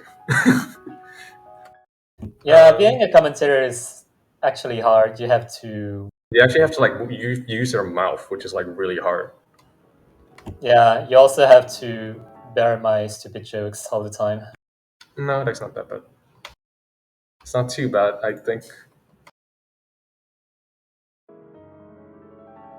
Anyway, right, song number 5. This is match point for Thailand. I forgot to mention that. That's really close. That's a lot faster than I expected, but it makes sense given that song number 5. Pretty even so far, and even though like the gap, don't mind the gaps right now. Like there is one section that's really, really hard, and I expect the act drops to come there, and the gap will change a lot because of it. But you know, it's fun. It's fun to look at the pendulum swinging like that. Yeah, I wonder what it would have been if this map was key sounded. That'd be interesting. Anyway, Yeah, it looks like especially key sound would be pretty great for us for sure. Especially if hit sounds are a thing here in streaming. Yeah. Anyways, back to that. Thailand has like a 200 advantage right now, which isn't saying much given the nature of, it's actually getting a lot smaller. Oh my god. Yeah, it's actually quite volatile. Yeah, Kira's dropped to 200 there as well, I believe, so pretty much back to 200s difference, but again, we're approaching the really funny part. Right about It's coming pretty soon. Yeah. In the meantime, How to Play LN and Careo are each, They're doing really good. yeah, they're each leading their respective team in a pretty significant way. Whoa. We're getting close. Ooh, scary music. Wait for it. Wait for it, and X. The song just never climaxes, I swear. Yeah, it's But it is. it's kind of magic all the time. Yeah. Oh my god. Oh my god. Looks like Italy got a couple of 200s, but I think it looks like Thailand mostly got like early or late 300s at most. And Italy got like maybe a 200 or two. Looks like that's gonna be it. There's really not much in the map left, unless someone plugs their monitor or something. That's gonna be it. Crazy performance from Thailand, like absolutely disgusting performance actually. Let's see the scores here. Oh my god, 131 is gross, and Corello with a pretty solid double S too. 10-1. Yeah, like Thailand has shown pretty great performance all across the board, especially on the lands, but they also showed that they're not bad on the rice category either. Yeah, they're pretty good at everything. They're a very scary team. Looks like it's a team to look out for, especially in future rounds, I'd say. Anyway, congratulations, Thailand, on your clean sweep.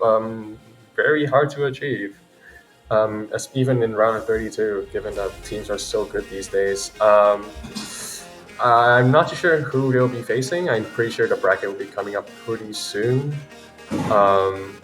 And Italy will be in the losers bracket in round of 16, where they will be having harder maps to enjoy, I hope. Yep, prayers to them. Thoughts and prayers. Anyway, I'm not too sure if we're gonna go to Russia versus Hong Kong. Looks like it's 4-0 right now, and actually never mind. Yep. The match is already over. It's 5-0.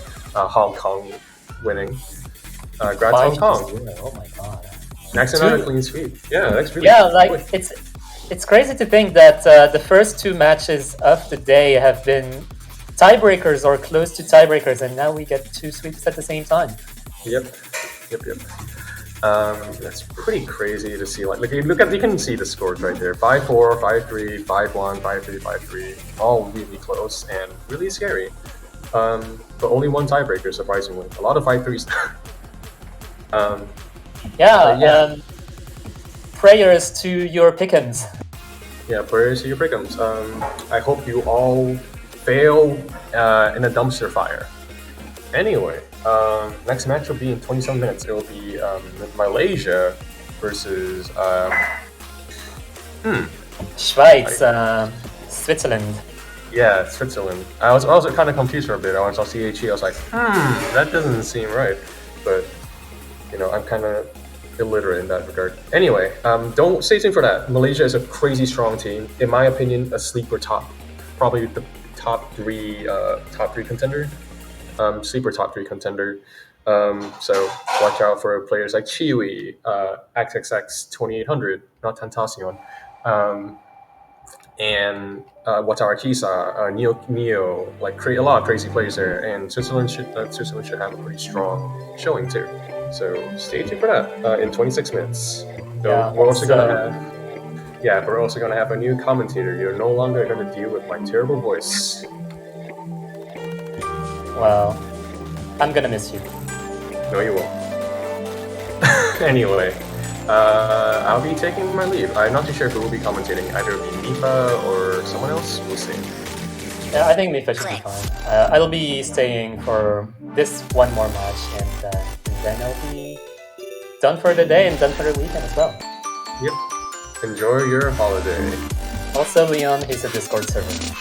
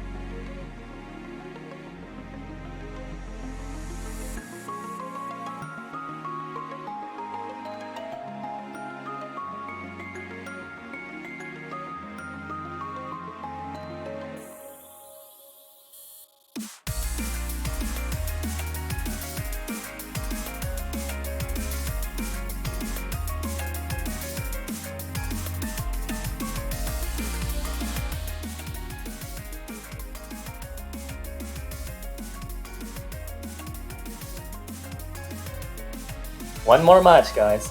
One more match. This is the last match of the day. Well, at least for the people who are having this on Saturday. Welcome back to Osu Mania World Cup 2021. This is yet another match. We've had a couple of matches today. It's on the left, by the way. You can see them all.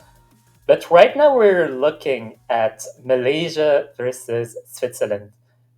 Hi, I am Pachiraj again, and I am joined by a new commentator here, Mifa.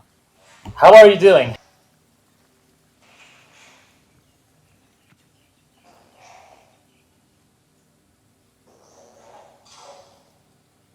One, two, three. Okay, Mifa is dead. Oh no! We have successfully lost Mifa. This is a disaster. Meanwhile,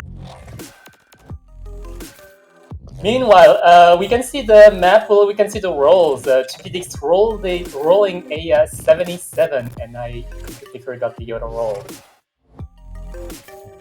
Anyways, the first ban from Malaysia is going to be disconnected, and that's actually kind of surprising because Switzerland is actually not known for their SV prowesses.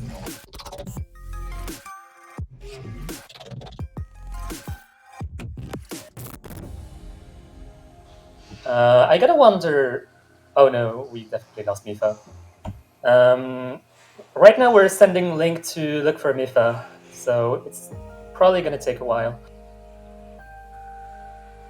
Anyways, Switzerland is going to be banning something, but what can they ban? Malaysia is very strong overall. Like they're seed 4, and getting seed 4 among those countries, there are so many stacked countries like the United States, Brazil, the United Kingdom, and many more I can mention.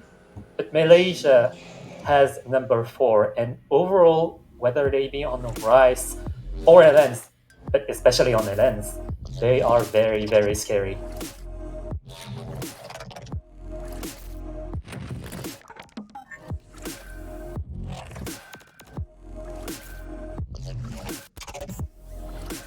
But yeah, shoutouts to Switzerland. I know some of those players from basically French tournaments because Switzerland is at least partly French-speaking, and wow, that's the first.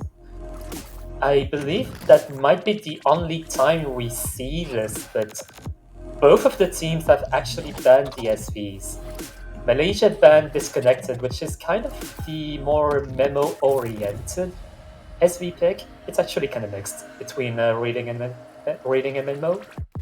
and Runes, the reading-oriented pick. It seems that Link has found someone on the street, but it might not be Mifa. Who are you? Who am I?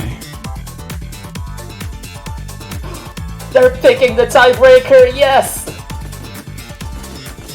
We are seeing a first ever in a tournament ever, and this is gonna be never mind.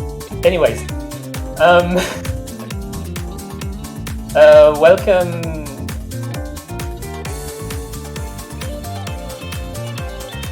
I'm not sure if Ron is actually going to be commentating this, so I'm just. I mean, I don't know either. So we're on the same boat, man. Yeah. I guess until Mifa comes back, we can cover. Yeah, for sure. Am I right? Yeah, I mean, you're totally welcome in this commentator booth. I'm kind of feeling lonely.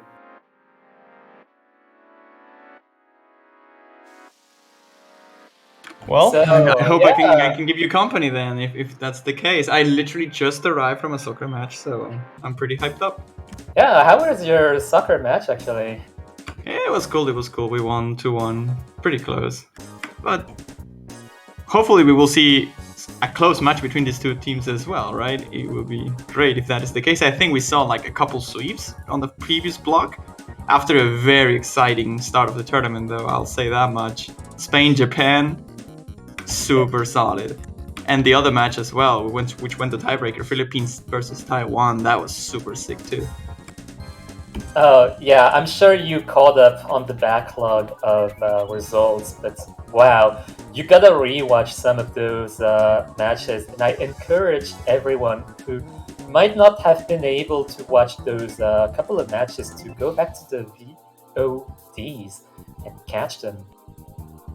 Because, wow. Yeah, those were some insane results. I don't think many people expected those two matches and specifically being the closest out of all the potential matches.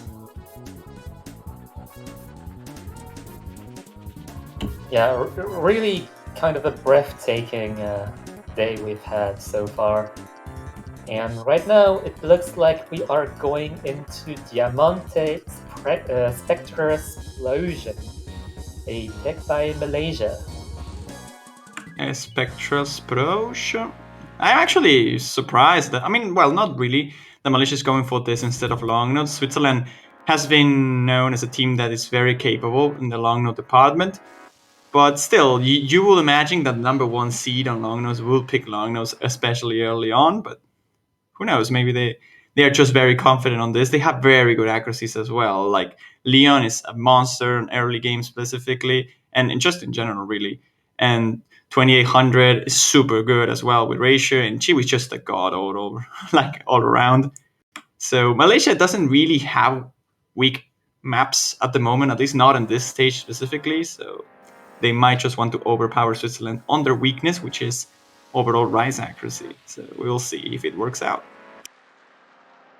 Yeah, the lineup from Switzerland is actually looking quite interesting. Crash Smash is kind of a rising star in the country, I know that much.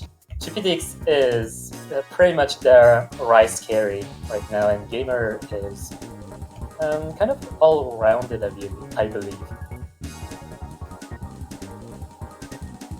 We have seen tournament appearances from pretty much all of these players in the past, not specifically Mania World Cup, but I'm talking specifically about Leon. I think he was not, but he's still a very experienced and good tournament player. As you can see, he's holding actually the lowest accuracy on the Malaysian team, but still beating every single one of the members in Switzerland. But that that was a double miss. That was a double miss between Chiwi and Gamer. Oh my god.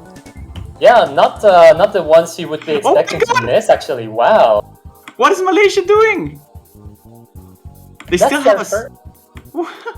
That's their first pick. That's not good. They still have a huge accuracy lead, but I mean, it's not that huge actually. Only 0.4%. This might be enough for Switzerland to just take over if they like not miss at all on the second half of the map in this last quarter. Wow. What an unusual way to start the match. What am I even watching right now? It hasn't even started, kind of. Oh, but it's still very close. It's kind of flickering a little bit. Is Malaysia gonna take it despite the double miss? And I think they will. What? 300 points. This does not make any sense. 370 something points. They take it regardless of the misses here. What just happened? That ratio from Gamer pulling the team down a little bit. And with the miss as well, I was sure Switzerland was taking that one. Oh my goodness. I mean, rather than Gamer's ratio, I think it's Chiwi and Apple's ratio that really brought it up. Like, from their ratio alone, they were able to catch up to a combo deficit. That's really impressive. And also, I cannot believe that the Discord server can score that many points.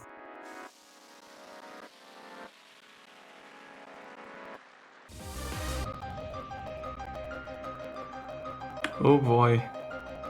Anyways, okay, I think this is... Okay, I'm really confused right now, but Diamante might have been Switzerland's pick, and Todestream might be Malaysia's pick. Okay, I mean, that makes a little bit more sense from Malaysia to pick Longnose. I was expecting personally Switzerland to pick Longnose as well. I was expecting this to be like a hybrid long note battlefield.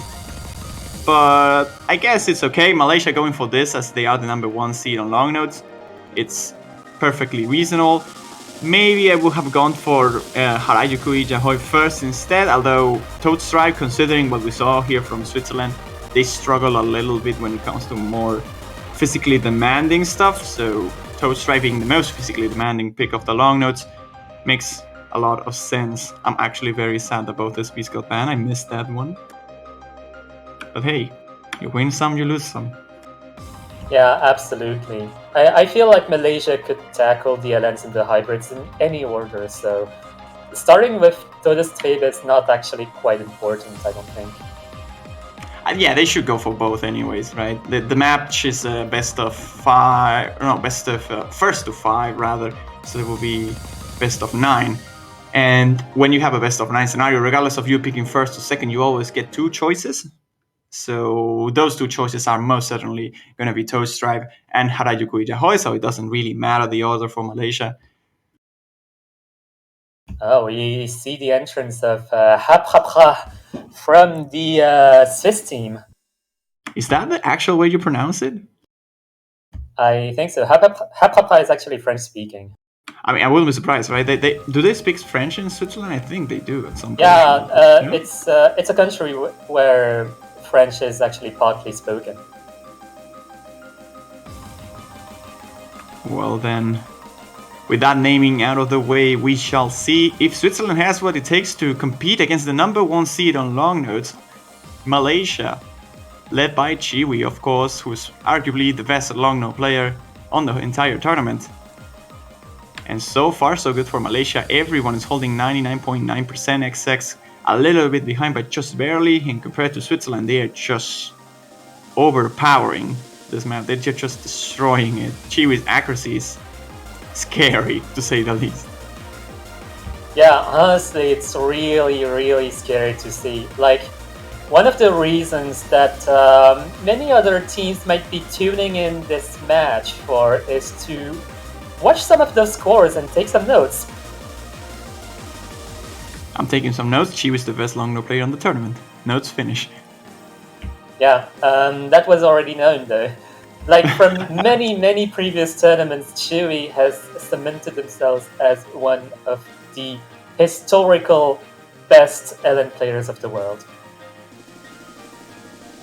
On the other hand, Switzerland is struggling a little bit when it comes to accuracy compared to top-seeded Malaysia here. They're all holding their full combos though, so they still are hunting for a miss or 2 from Malaysia and they could potentially recover.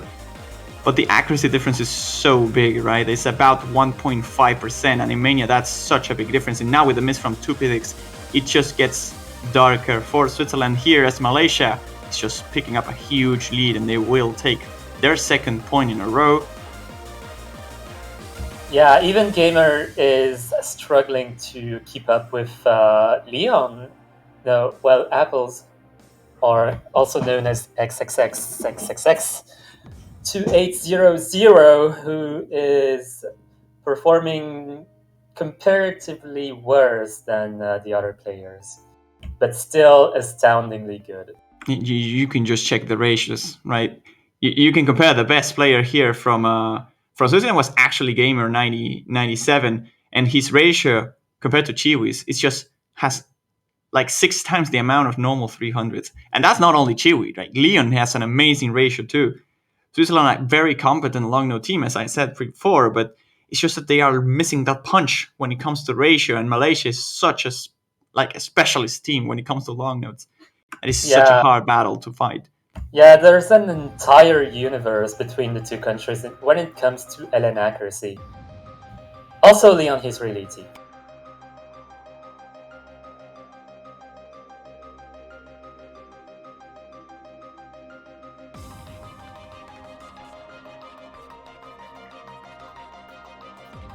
Anyways, on to the next pick from Switzerland. So, we do have confirmation that Diamante was the first Swiss pick. The second one is probably going to be another Rice.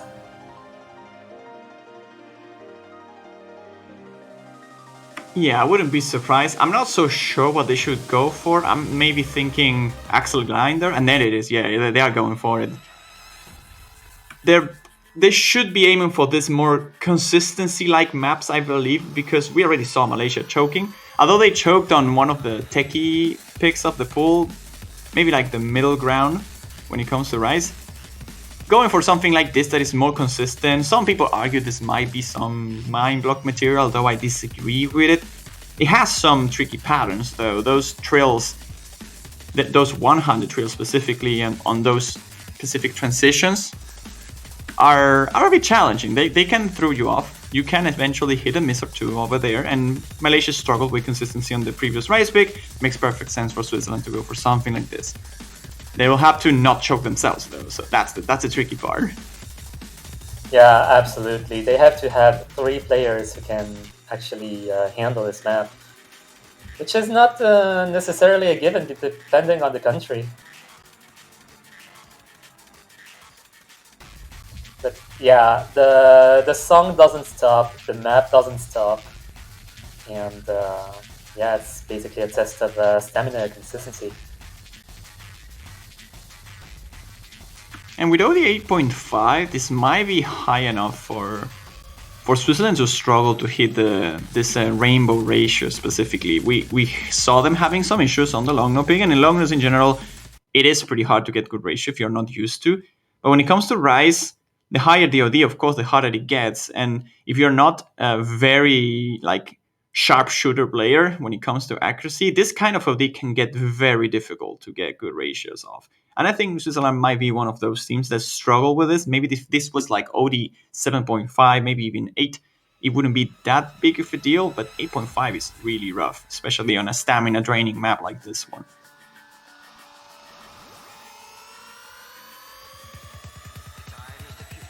Here we go with some jacks at the start and right into the alley. As we get into this jump stream, you will see many trails, and eventually some of them being 100 trails, and those are the ones that you have to be very precise and very careful not to drop. Yeah, it's quite an interesting battlefield right now. Switzerland does have the disadvantage comparatively, but there's still the entire song to go through. Anything could happen. We saw Play-Doh swap as well from Malaysia, and I believe the same from Switzerland. We see in Crash Smash here for the Swiss team in Watarakisa on Malaysia, who is actually holding the lowest score for the team, but still, again, beating the best score by Crash Smash here on Switzerland. And Chiwi and Apple are just destroying this chart. Again, very high accuracy, both of them. But this time it is close enough that a miss will most certainly make the difference here. They have to be very careful not to drop. They can afford to drop a little bit of ratio. They don't have to sharpshoot this hard, but so long as they don't miss, Malaysia should be fine. Yeah, round of 32 is a round where consistency matters very, very much. And any miss could spell doom for any of the team.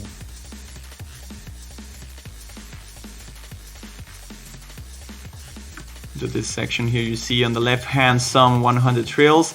They have to be careful as well with this doubles in the 1/4, like this 1/4 to 2/3 jumps.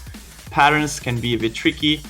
Not much of a difficulty for any of the players though. Watarakisa dropping a little bit behind, but now Crash Smash finds the first miss of the map. Unfortunately for Switzerland, he was holding the better score, actually starting to tie up with Watarakisa, and with that miss, now it's looking very complicated for Switzerland to take this point. They will need like 2 misses, maybe not even enough with 2 misses. Now the Crash misses once more. Twice, even. Yeah, the map's just over. It's Malaysia all over again. Yeah, like, we can see how solid Malaysia is on Rise. They might not have a third player who can follow Chewy and Apples, but Watarakisa is actually outperforming every single player from Switzerland, so that's telling a lot of. Oh, Chewy, no! Oh god, that's not a triple FC. That's unfortunate. Wow, the ratio from Apple. Oh my god, that's insane. Almost 999k on this map is ridiculous. Wow. Wow, 56. 56 out of like 2,400 and some nodes. That's some ratio right here. And Chiwi's ratio is also really solid. Watarakisa with the double S as well. Literally, it was a triple double S from Malaysia and a triple 1-200 round from Switzerland. If you don't count the misses. I mean, Crash Mash got also 100 there when he misrushed, but I wouldn't count that. I think he had the score on the bag anyway if he had not missed there. But still, you can see again the difference. This ratio difference is key, especially early on where misses are not that frequent. The ratio is just carrying Malaysia very hard here. And Switzerland, as much as they can, they still have pretty decent ratios. Like 8-1, 9-1 is very respectable. But against a team that can just... I mean, the worst score is just a 10-1, and the best score is like a 20-1. What can you do? Yeah, what can you do when your opening is so accurate? We have actually played the tiebreaker before all of this, you just didn't see it. It went well, by the way. Oh, yeah, very epic. Okay, we're going for Harajuku Yahoy. Absolutely sensible pick here from Malaysia. And oh God, please mute this. I'm gonna mute this. Bye. Okay, so there are people who like this song and there are people who don't like this song. One doesn't like this song. I mean, I don't mind this song actually. I believe I think this song, was it this song that was played on of a movie? I think it was John Wick, right? I'm not sure if anyone saw it. At the end of there was a character that just had this as a theme for the character, and I found it very funny. But this obviously just screams Soft 2 all over the place. Every time I hear this song, I immediately have flashbacks of that tournament. And the difficulty difference between these two maps is huge. Both were the LN releases category or sort of LN coordination category, and this is just so much harder. It's more LN focused than the LFA map that we saw years ago, and it's a very hard release test. I myself think myself as a release player, and God, I cannot play this map. It's so hard. Yeah, I believe that Quan does not even have a double S on this. No, not even close. I don't think I have single-digit grades on this. That's how hard this map can get.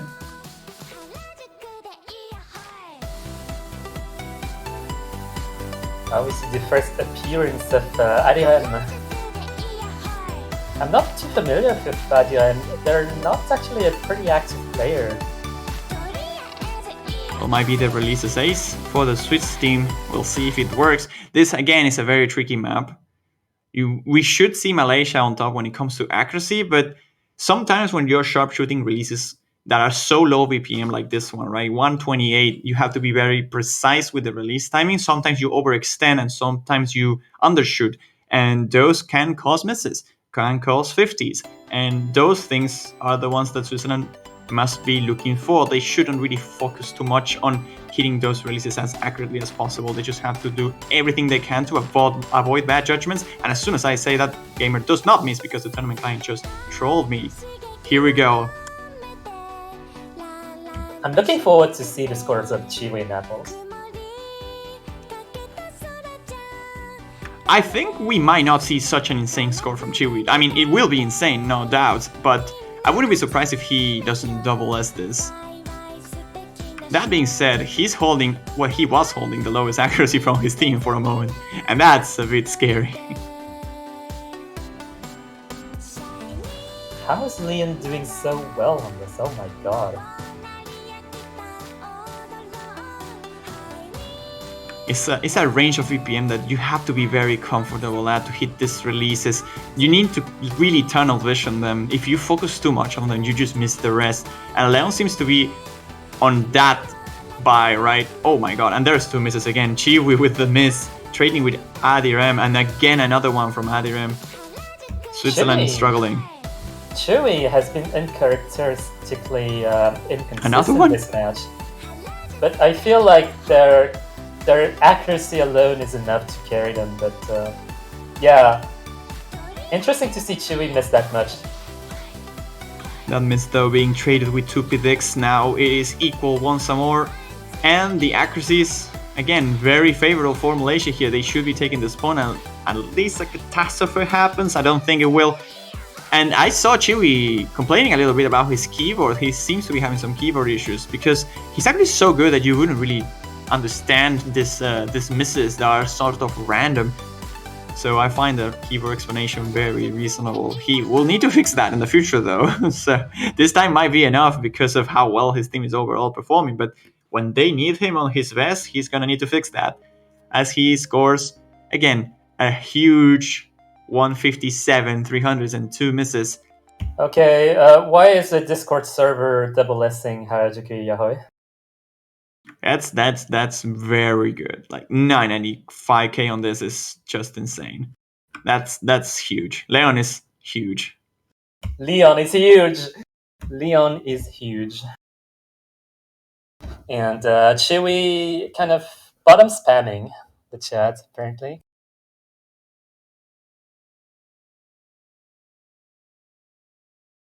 And I agree with Tupidix here on the chat. You guys are too good at the lens, and that's true. Malaysia, it is for a reason that the number 1 seed on log notes. They are very good indeed at it. Actually, they're only the number 1 on stage 5. They're actually number 2 on Kaleidoscope, stage 4. Just behind Brazil. Brazil, who is also a very good LN team. Well, very good overall team, anyways.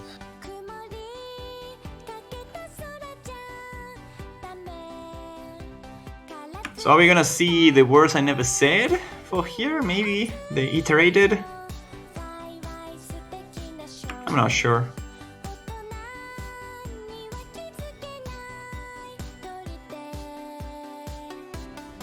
I mean, honestly, we could most certainly see anything. Whatever Malaysia feels like they can be consistent at should be fine enough. The accuracy difference, unfortunately for Switzerland, is just huge. Like any map that is like long nose, they have about a 400, 300 difference. And on Rise, they just have like around 200, 250, and that's just really hard to recover from. They're gonna go instead for Gaspard de la Noite. I think that's the way to pronounce. I'm not sure. Yeah, let the Frenchies pronounce it. Yeah, that's true. Yeah, you're so much better at this than me. You're more qualified for sure. Oh, yeah. I wasn't even recruited for this. It's okay. We can use the help anyway. Please pay me for my pronunciations. Let's go. By the way, please also pay us for banners. Oh my god. I knew it was coming. I knew it. you knew I was gonna do that at some point. But yeah, you can support your favorite country by buying a banner for $2.50. They are pretty cute. You should get one if you can afford it. It will also support the teams. It will support the prize pool. So yeah, it's all good. We're all winners. We're all winners. We're all gamers. Of course, if you happen to pick the team that wins it all, your banner will stick for a little bit longer. So that's also very, very fun, very cool. So you can always support the team you want, but if you want to stick with the banner for a little bit longer, you might want to pick one of the teams you think is gonna win. I'm on the team that will pick someone like a banner to support a team I like, but I'm not judging.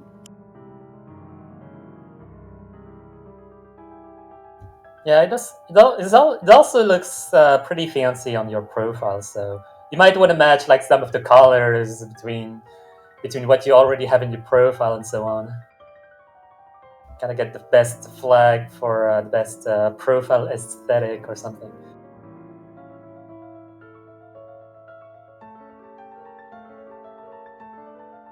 Okay, we're seeing more player substitutions here from Switzerland, and actually from Malaysia too. Chiu is not playing this one apparently, which makes sense considering his keyboard issues. We're gonna see Watarakisa, Leon, and Apple, or also known as XXX, a million X's. And on Switzerland, we see Crash Smash here, replacing I think was Gamer97, right? Who played the previous map. Yes, indeed. And here we are, potential last map of the match and block as well, because after this we're going to have a break until the next wave of matches. We'll see if Malaysia can seal the clean sweep or Switzerland can pull out a surprise and perhaps a fight to keep this match a bit longer. Yeah, I feel like depending on consistency, Switzerland might be able to pick a point depending on the amount of misses that Malaysia is able to get. But the amount of misses could very well amount to 0, which is not good for Switzerland. Well, at the moment, the accuracies are actually fairly closer than usual. Adirem is a little bit behind compared to XX, who is like destroying the chart all around. But Tupidix and Crash Mash are both outperforming both Leon and Watarakisa, so this might be closer than we anticipated.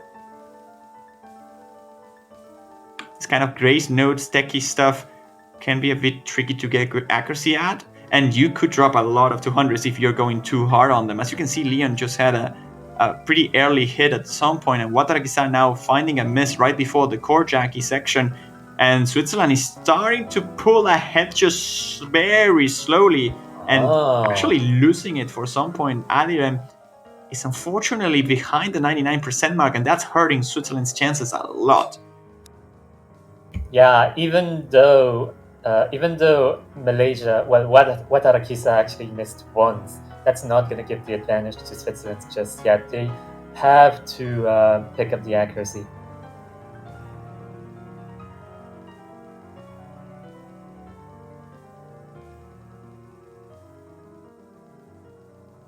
And we haven't even gotten to the toughest part of the map yet. Oh yeah, we still have the ending. But there were a couple bursts that were a bit tricky, right?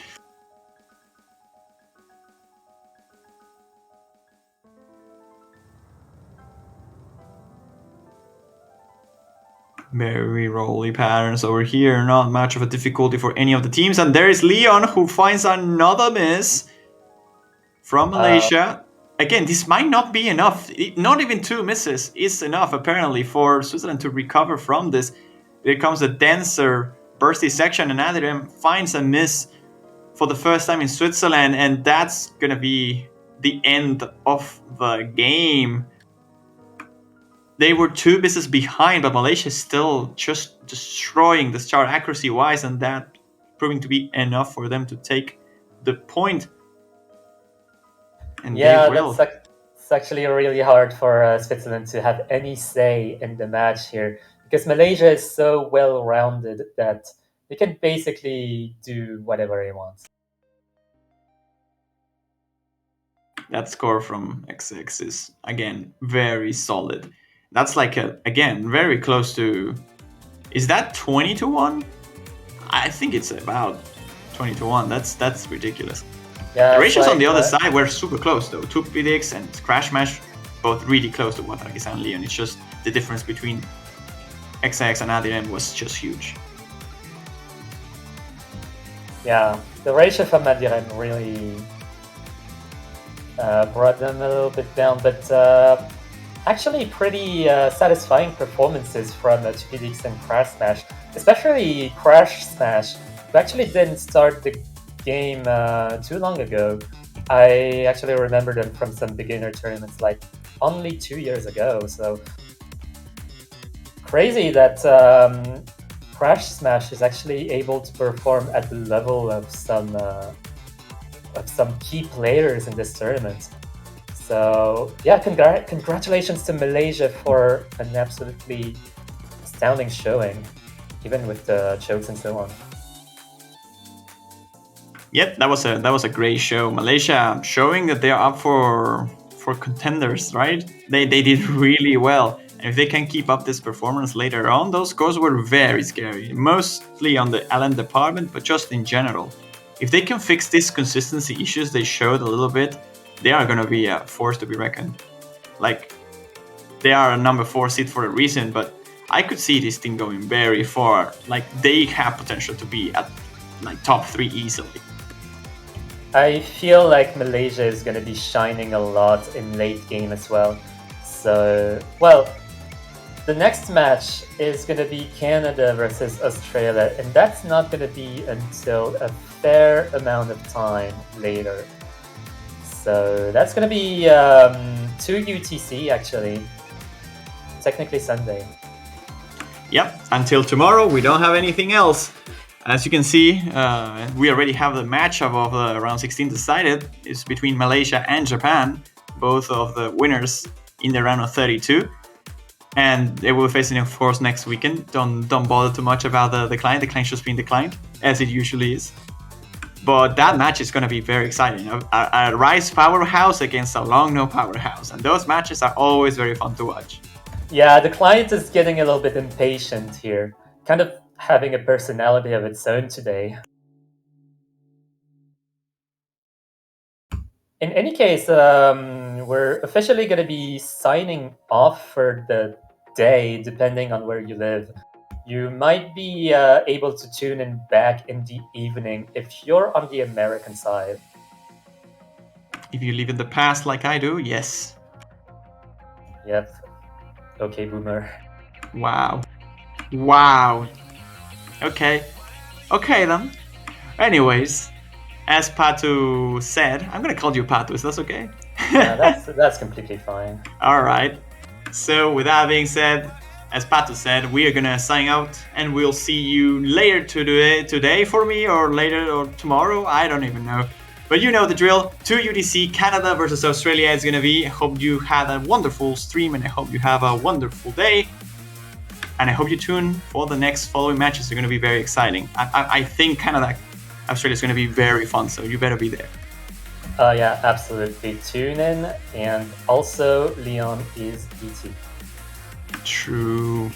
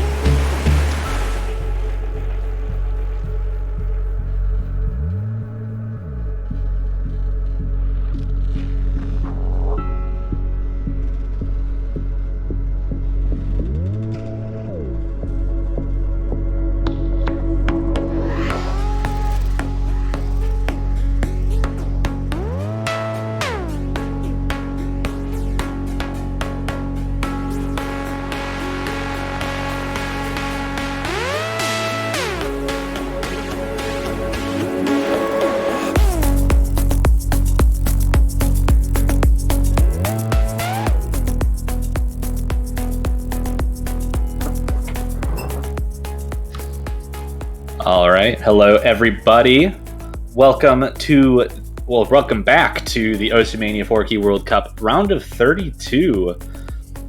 We've had, I believe, 6 or 7 matches already in this group stage, and we've seen a lot of really close matches. But upcoming, we will be seeing Canada versus Australia, the 9th seed versus the 24th seed. And I will be commentator number 1. I am Toph Daddy, and I am joined by Orca, who is having his World Cup commentary debut. How you doing tonight? Yo, I'm doing all right. Thanks for introducing me so kindly. Yeah, of course. But we've got a really interesting match. Australia coming out with some pretty strong scores during qualifiers, particularly on the rice, I believe, if I'm remembering correctly. And Team Canada being a lot more well-rounded than they have shown in previous years. I think they've generally shown quite a bit of LN deficiency over the years, and I think that's been remedied a little bit, as you could probably tell by their number 9 seed. So it's going to be really interesting to see how they fare with that after the qualifier results. And not to mention that their SV qualifier scores were extremely strong. I think they got number 3 overall. They were definitely very strong. And yeah, the LN, touching on Australia first, actually, this is probably one of the strongest Australia teams we've seen in NWC. You were saying rice. The rice is always, that's their bread and butter, and a lot of the players, I'm sure some people will recognize. It's really strong rice players. Right. Lofus is on the wrong side. Oh no. Come on. I think Dale is on the wrong side as well. I think he's Yeah, Australian. Lofus is Canadian. Got to switch those up. But yeah, no, Canada's team, just physicality.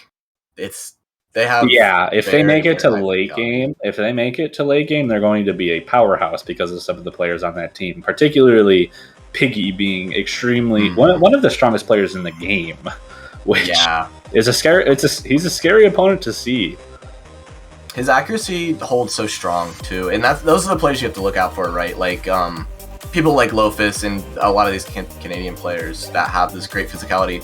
A lot of their accuracies don't hold up, right? But Piggy, we've seen him in other tournaments as well. Like, his accuracy can battle pretty much anyone at that top level.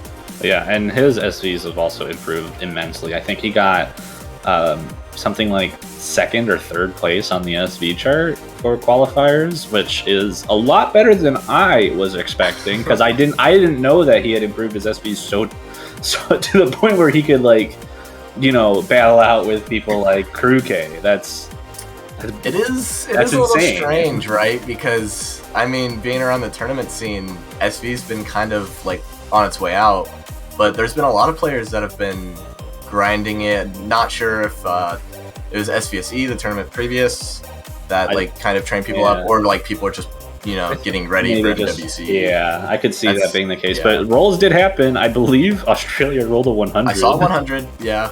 Canada did not roll a 100. So they banned first, and they're banning Harajuku Iohoi, it looks like, LN2. LN2, definitely.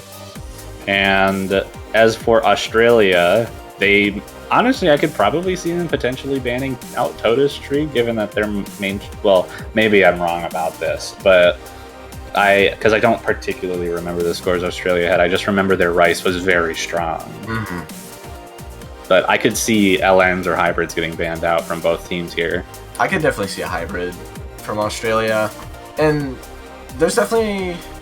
I don't want to bring any bias in, right? But I definitely think Canada has that upper hand on this. And coming in, I have a prediction. They're the favorites. I think Canada, it's a number 9 seed versus number 24.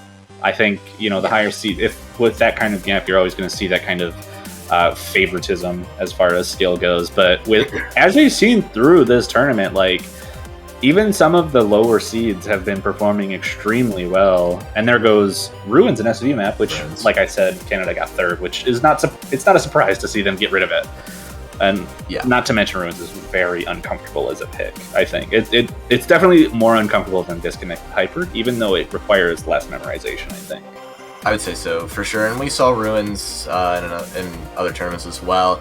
And I mean, the SV really isn't the struggle there, or at least it won't be for 90% of players. Yeah, there's I think one part that you have to worry about in Disconnected, and if you can get that down, usually it takes like slowing down your scroll speed, because I think there's certain like teleports that are kind of hard to react to without that. But definitely. But Ruin's definitely, I think, uncomfortable for many players through this tournament. But I'm interested to see how the picks end up going through this match, because I could see Canada trying to just go for what they're comfortable with, which I think in general is going to be Rice. I could see them going straight out for Disconnected on their second pick. They could definitely go for SV, and I was thinking honestly, dabbling in some hybrid, or even taking that last LN pick. It really depends on what. Battleground. Rice is going to be an interesting place for these teams to go. I do know that Australia still does have strong LN players. Ruka comes to mind. And there's the first. No, that's not Canada's pick. That's Australia's pick. That's an interesting choice. So, I think the reason more than just SV that Australia. I think this is a bad pick for Australia, but I would agree that it's not the strongest pick.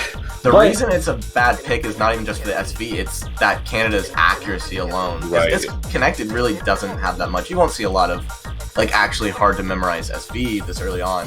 It's really just the accuracy, like powerhouses. That keep your accuracy with like being able to keep your accuracy through SV gimmicks is so important for these early rounds. Yeah. And Disconnected Hyper is pretty much exactly that kind of map, because like if you slow down your scroll speed to react to some parts, to the one part that I was mentioning, then most of the rest of the map's going to be in a slow jam, which can be difficult to accuracy if you're not used to it. For sure. But that being said, it is particularly common for lower seeds to pick the SVs into the upper seeds, because mainly based on the fact that, you know, when you're a low seed and you feel like your physicality and your accuracy and your long note capabilities are going to be outshined, it's a lot easier for those chokes to come out on SVs, even if the other team showed a really strong performance in, you know, previous rounds on SV, like Canada did in qualifiers. Yep, and a lot of teams, especially with these higher seeds, Canada being one of the higher seeds, won't really practice the SV a lot of times if they're playing a lower seed, right? Yeah, potentially. That might be an angle to go for, but I think Canada's too strong of a team this year to give up on SVs so easily. Definitely. And even when they were the lower seed, like I remember facing them in 2018 MWC in round of 16, where we had those easier SV picks, and all of Canada was, you know, very strong in those picks. So I don't think we're going to see an unpracticed Canada on this pick. Yeah, nice one. Yeah, big nice one to get ready for this. I'm like waiting to see who Australia tags in for this. Canada had their lineup ready to go, but Alternation 4 looks like he's coming in. Alternation was in the lobby. He was just not in the right slot. Okay. They're looking for their third now. Yeah, I'm not crazy familiar with who, you know, the accuracy players really are in Australia. Obviously, Lockie's going to be one that they're going to throw in a lot, just in general for basically everything. We'll see. Yeah, they're taking a second to figure it out.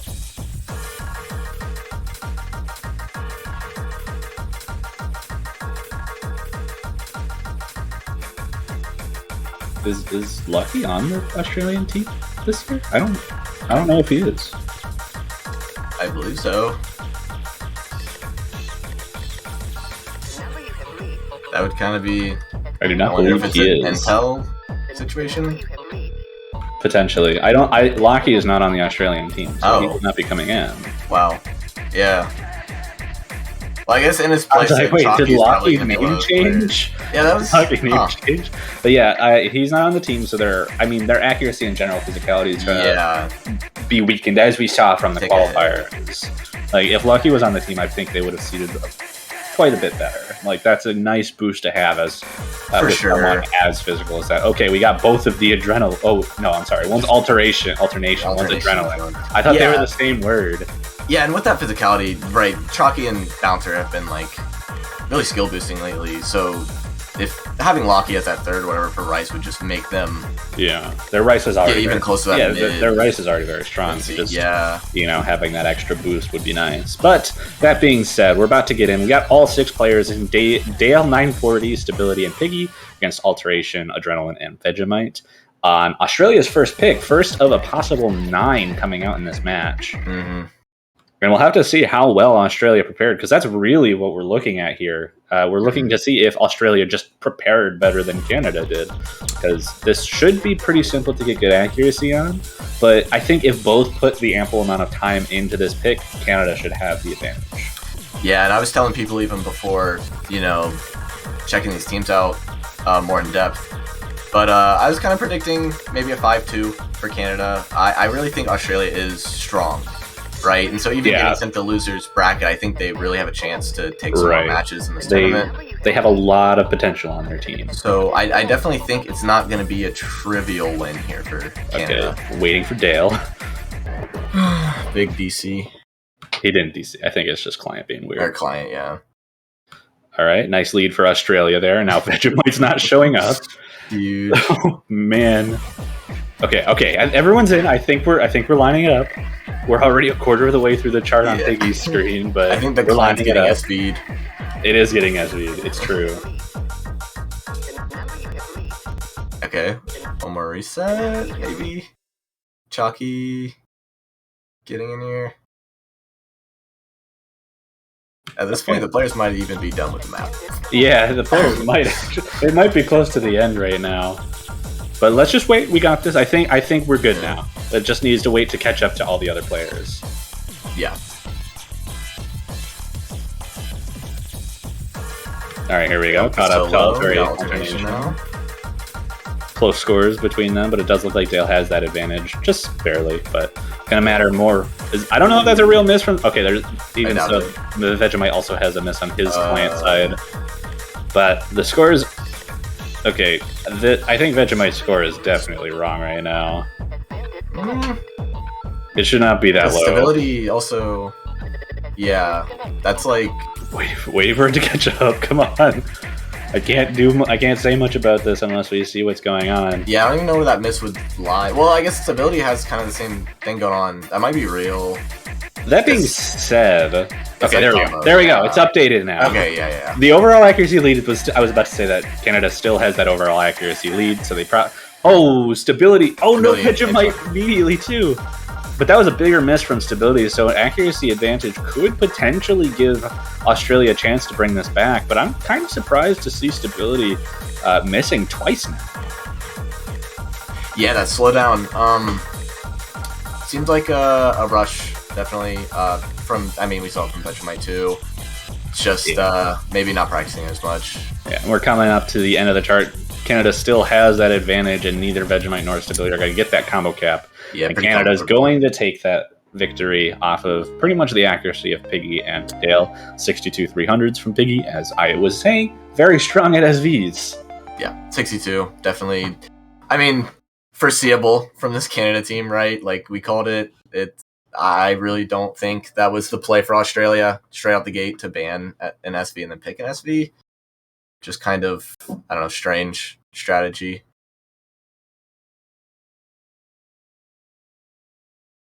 Piggy will definitely see a lot of these really good ratio scores.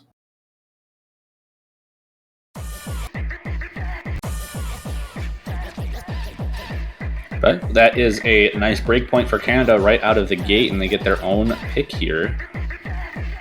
And I think they would want to go with one of their more comfortable picks, which would be something in the Rice area. I think Iterated wouldn't be a bad choice here. Yeah, Iterated. Some of the easier Axel Grinder, some of them probably similar map. So Axel Grinder. I could see words I never said. Also, yeah, just straightforward Rice. Don't make things complicated. Get the stuff that you're most comfortable with and move forward. Yeah. I don't mind that strategy from Canada at all, even if they might actually end up having an advantage on, like a more significant advantage on something like the long note picks or the hybrids. Yeah. Yeah, I think they just straight up have that ratio advantage on basically every single Rice pick that's in this pool, just being so early on, and these Canada players being so crazy good at ratioing.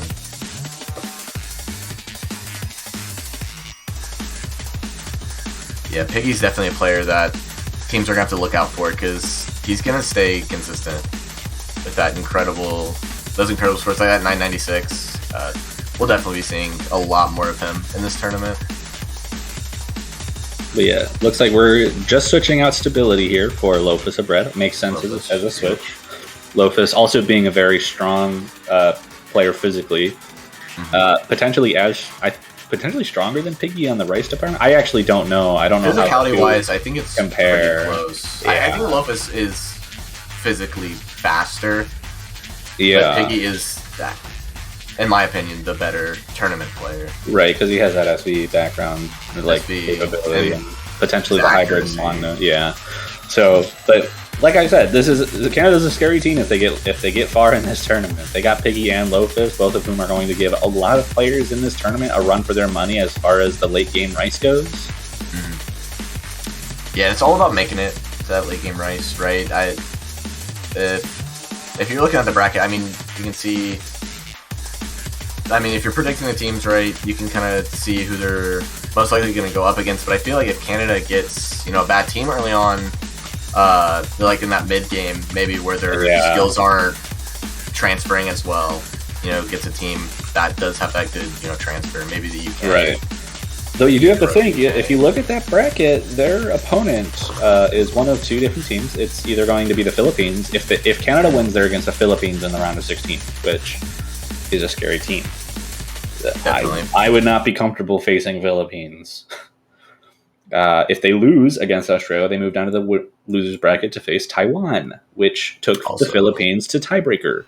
Yeah. So it's not the friendliest matchup either one of these two teams is going to have next round, and I would probably be interested to see how these next couple of matches go. Yeah, Philippines, pretty well-rounded team, I would say. I think running into them round of 16 would be really scary for Canada because they're not hitting that stuff that's really challenging their physicality yet. Something's going on with Vegemite. Yeah. Don't know if he hasn't started playing or if the client's being weird. Yeah. And I'm sure, I don't know, Australia, Canada, 2 time zones, different times. It looks like Australia's net is being a bit on the rough side right now. That being said, accuracies are very significantly favoring Canada right now. All 3 of their players are above 99.9%. That's a scary number. Abort. Oh, and we aborted. Yeah, I think Chalky's had some issues. Client is just pooped, perhaps. Potentially. But we'll see if we're able to get him into this next run of it. Hopefully. And there we go. The MP Start command comes back. Hopefully, Canada's going to be able to maintain that same kind of prowess they were showing in the aborted run. Yeah, I'm sure it's not going to put too much of a wrench in having some issues again. Still maybe having issues. Australia's internet really not being friendly right now. Yeah. Hopefully we can get in here. Wow. Oh, did he just leave? What? What's going on? He might have tried to reset. Yeah, potentially.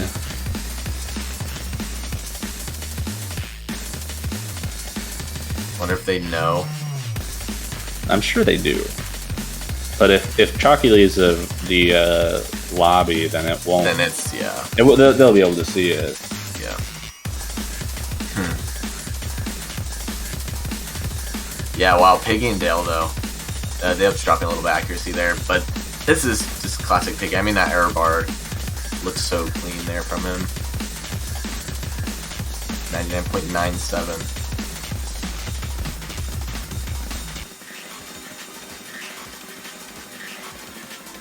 But yeah, Canada's still maintaining a very strong accuracy, and with alternations miss, I don't know, we're only a third of the way through the map.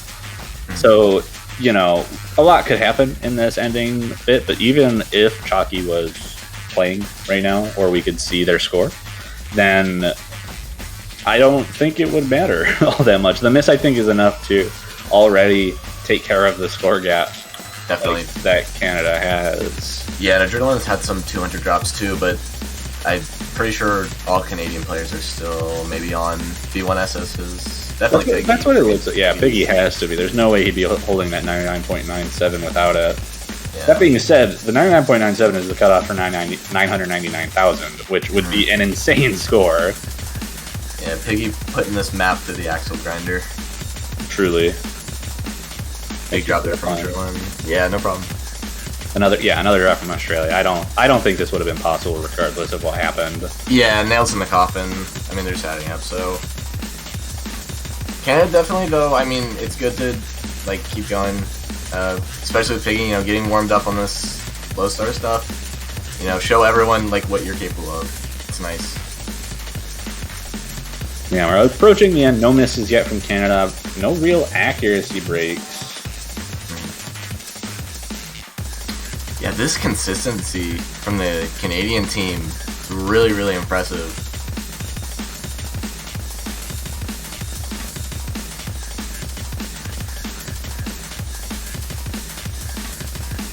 Yeah, really insane scores from those 3 Canadian players. And Biggie might get it. Oh, I think he's like 10 points off. He's off by 45. Was it 45? Just barely, Yeah, or 35. My bad. But that was a difference like between the players of 1,024,000. So even with Chalky there, it would not have mattered. No, it wouldn't have mattered because the max score is 1 million. True, it can't. Yeah. Yeah, Adrenaline with those drops. I mean, alternation too, but I mean, losing more points than the entire other team combined obviously doesn't fare well for your team on Rise. Not looking too hot, and at this point, they need to figure out what's going on with Chalky for one. Yeah, or someone it. Yeah, or whoever they're gonna have come in for the match. They need to figure something out because this is not going to work out. But they also need to decide what they're going to pick against Canada because Rice is not looking too hot. Yeah, there's no reason for them to be picking Rice after that. And I mean, already picking that SB. I doubt they would do anything other than, you know, LN or Hybrid. That's kind of their only choice. Even if they think they're not as strong as Canada, you know, you have to try something different. You can't just go back to what you were losing on.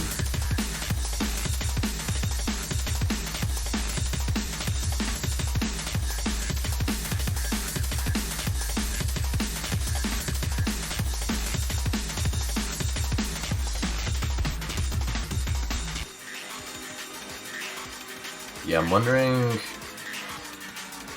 if Vegeta might purposefully try to restart, or if it was. I believe they're saying in chat that they did, that they purposely left because they were trying to do something. But it might have been after the MP start timer, and it doesn't look like there were any messages between the MP start timer that I could see. Okay, Australia picking 7. That being said, we're going into our next pick. We're not going to worry about Axel Grinder anymore. Yeah. We're going to move straight on to an LN pick, which I think is fair. They just had a pretty massive loss on Axel Grinder. So moving on to something not so Rice oriented is probably going to fare better for them, or at the very least, it's going to be different. It's going to change it up. Yeah, it's going to change up the match. It's going to take Canada out of their comfort zone, and we'll see if that strategy sort of pays off.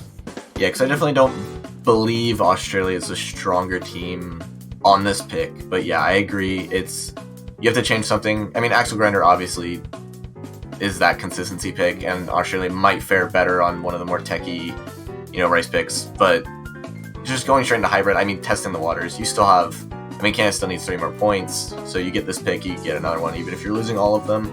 So you need to try something. You try to get that LN pick, and if it works out for them, they still have another LN pick open and another hybrid. But the more important pick there is going to be Toadistry, where that's a lot more LN focused than something like Pandora Paradox, which is heavily Rice favored. Yeah.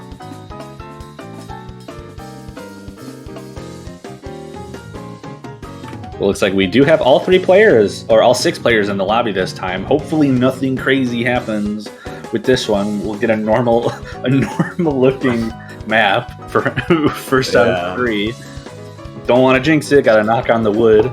Yeah, no commentator's curse for the No, client. yeah, I'm not going to commentator's curse the client. Yeah, getting Bounturn, I'm wondering... I mean, I'm not crazy familiar with these players, but I'm wondering if that's just because Vegemite isn't Okay, we rejoining. got all 6 to load in. We got all 6. Seeing if it's... Is it going to work from the connect start? properly? No, okay, all 6 are going. Are we good? Are we good? I think we're good. It's just waiting for it to start now. Fast track. Ooh, Let's go. That looks good. That all looks right, good. we in there. But starting off on the LN-focused hybrid, we've got Ruka and Bounter subbing in for those other 2 positions that were held by, I believe, Adrenaline and Adrenaline and Chalky or Vegemite. Yeah, Bounter, I believe, is that stronger LN player over Chalky. And his accuracy is showing at 99.81%, even better than Ruka, who I mentioned earlier with having very strong LN ability. But on the side of Canada, stability comes back in and is even stronger than that right now. So Canada's holding a very noticeable accuracy advantage. I think stability, their lowest. Oh, now Dale's the lowest. And he just dipped under two of the players on Australia. So Bounter is really the big thing. Oh, and I shouldn't have said his name or their drop. name. Yeah.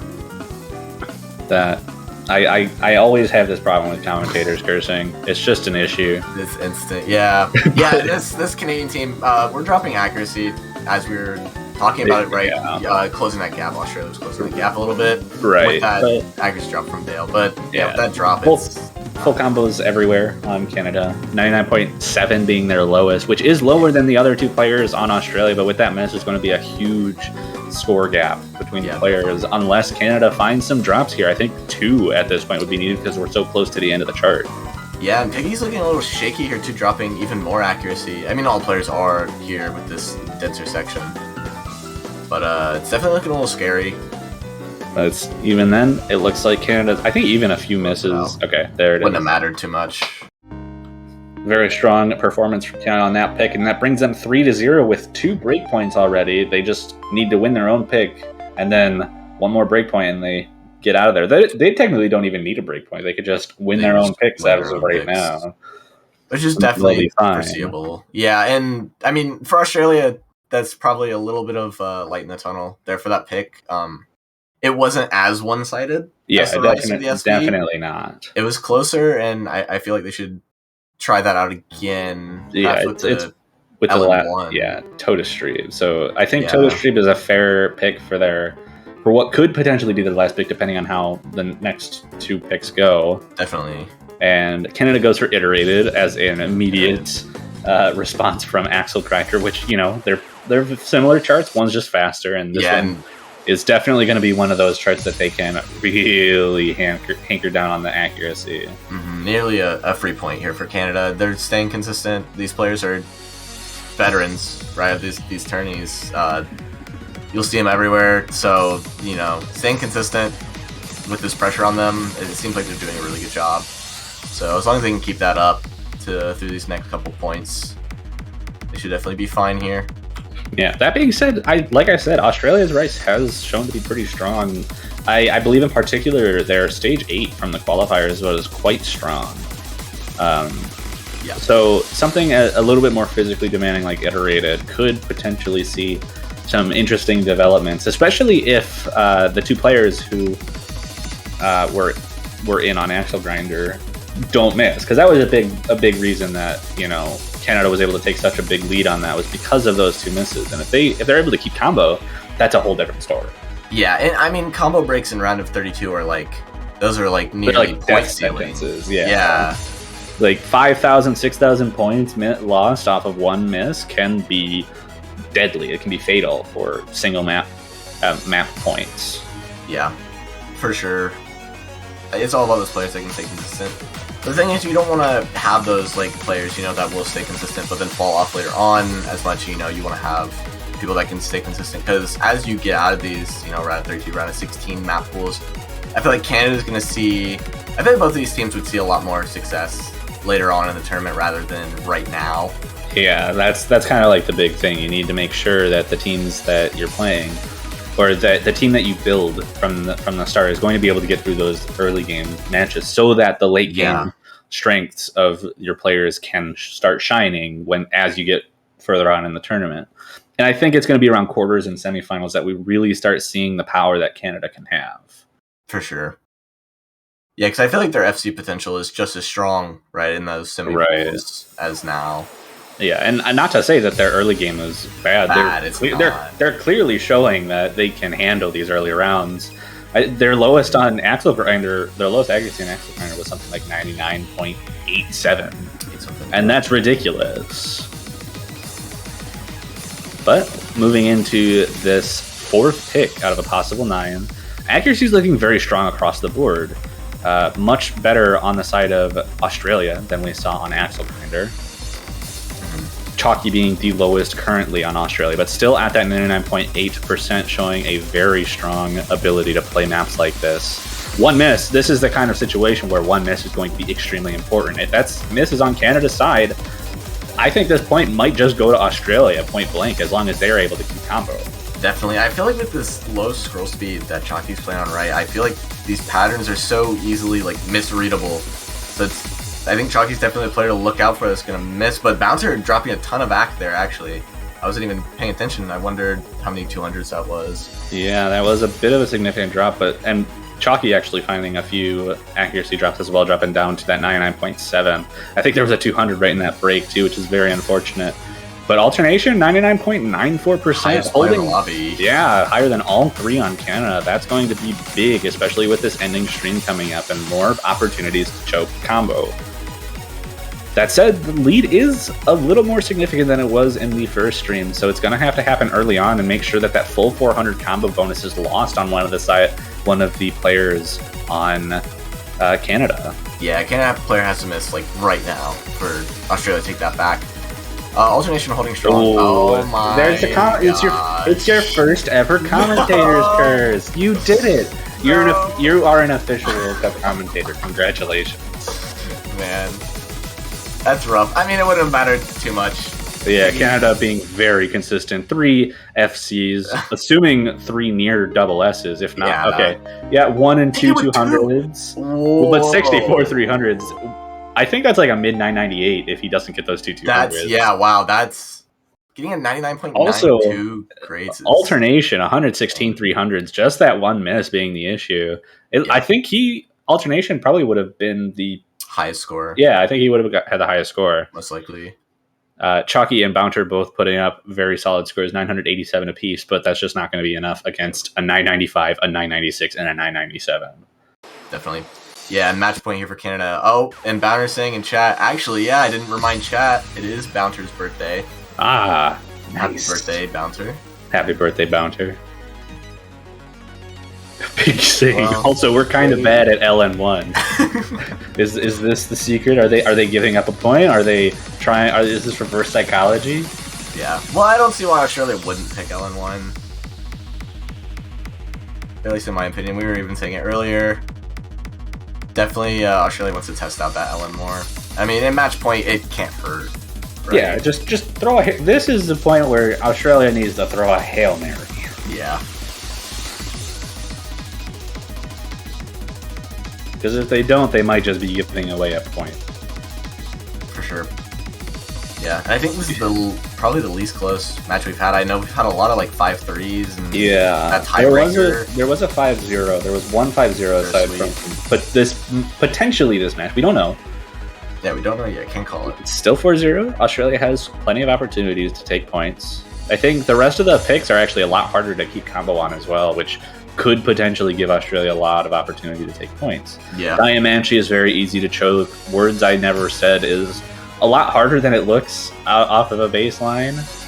Destroy is like it looks, again, it's another one that's like, it looks straightforward. But it's rough. It's rough. Toda Street and LN pick, we haven't really seen pure LN yet, so this could be promising for the side of Australia. And Gaspard is very long, very consistency based, hard to keep accuracy on. Plenty of places for Canada to, make mistakes and give Australia the points they need to come back.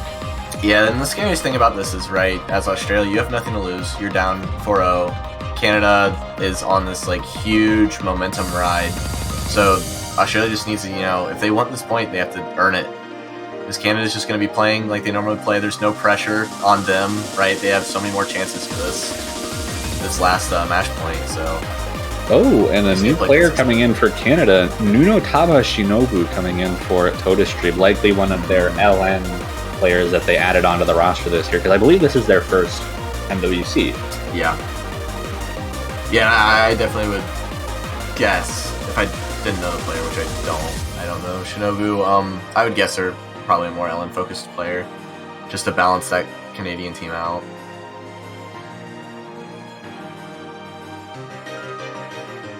I think this is Australia's typical LN lineup as well. I mean, Bouncer was playing well on the hybrid, just... Yeah, I think, Adrenaline would potentially be better at just straight LN density and the reading side of things. Yeah, staying more consistent in that tournament setting. Is this not new? I'm reading it might not be Nuno Taba Shinobu's first MWC. I have no idea, actually. I just didn't recognize the name. I have no idea. Yeah, and Canada this year is making a lot more waves than they were last year, too, so I'm sure... I guess I've been proven wrong. Someone else also agrees that it's not... Their second year. It's their second year, not their first. But still... 2019 MWC. Wow, a gap year. Yeah. A gap year, yeah. But 2019 was an unfortunate year for Canada because they got knocked out in group stage. Yeah. So they didn't get to really show off a whole lot of their ability, so... Yeah, this year they got through. Yeah, they got through qualifiers. They're guaranteed at least one more match after this, and it looked. I don't know if that was a real miss from. I doubt it. Nuno Taba. You get them a. It looked like lag, yeah. But if it wasn't, okay, never mind. There goes reset. That being said, accuracies are very close between the two teams. Stability actually dropping quite a bit of accuracy, down to the 99.55. All of Australia ahead of them, but I'm going to call them Shinobu. I'm going to call them Shinobu. That's what I Shinobu and Piggy are both ahead of everyone on Australia. So that accuracy lead should stay in Canada's favor. And now Stability has actually increased his accuracy to above all of Australia as well. Yeah, and watching the hybrid pick last time, I was actually a little bit scared for Piggy. He looked a little shaky during one of the denser sections. So... we'll have to see if the more dense section later on is going to cause some trouble. Because there are some tricky patterns in that ending. Even though I would consider it harder to get good accuracy on this opening, and at the very end, the chorus can be very difficult to read through. Yeah, Ruka with that drop right in the middle. That's not the best spot. Yeah. Going to be building back up to that 400. Yeah. For sure. But with that being the case, it's about 30,000 points of difference between the two teams. Maybe a little bit less, but with 3 full combos on the side of Canada, Australia's gonna need a miss or two. Probably more than one. Probably more.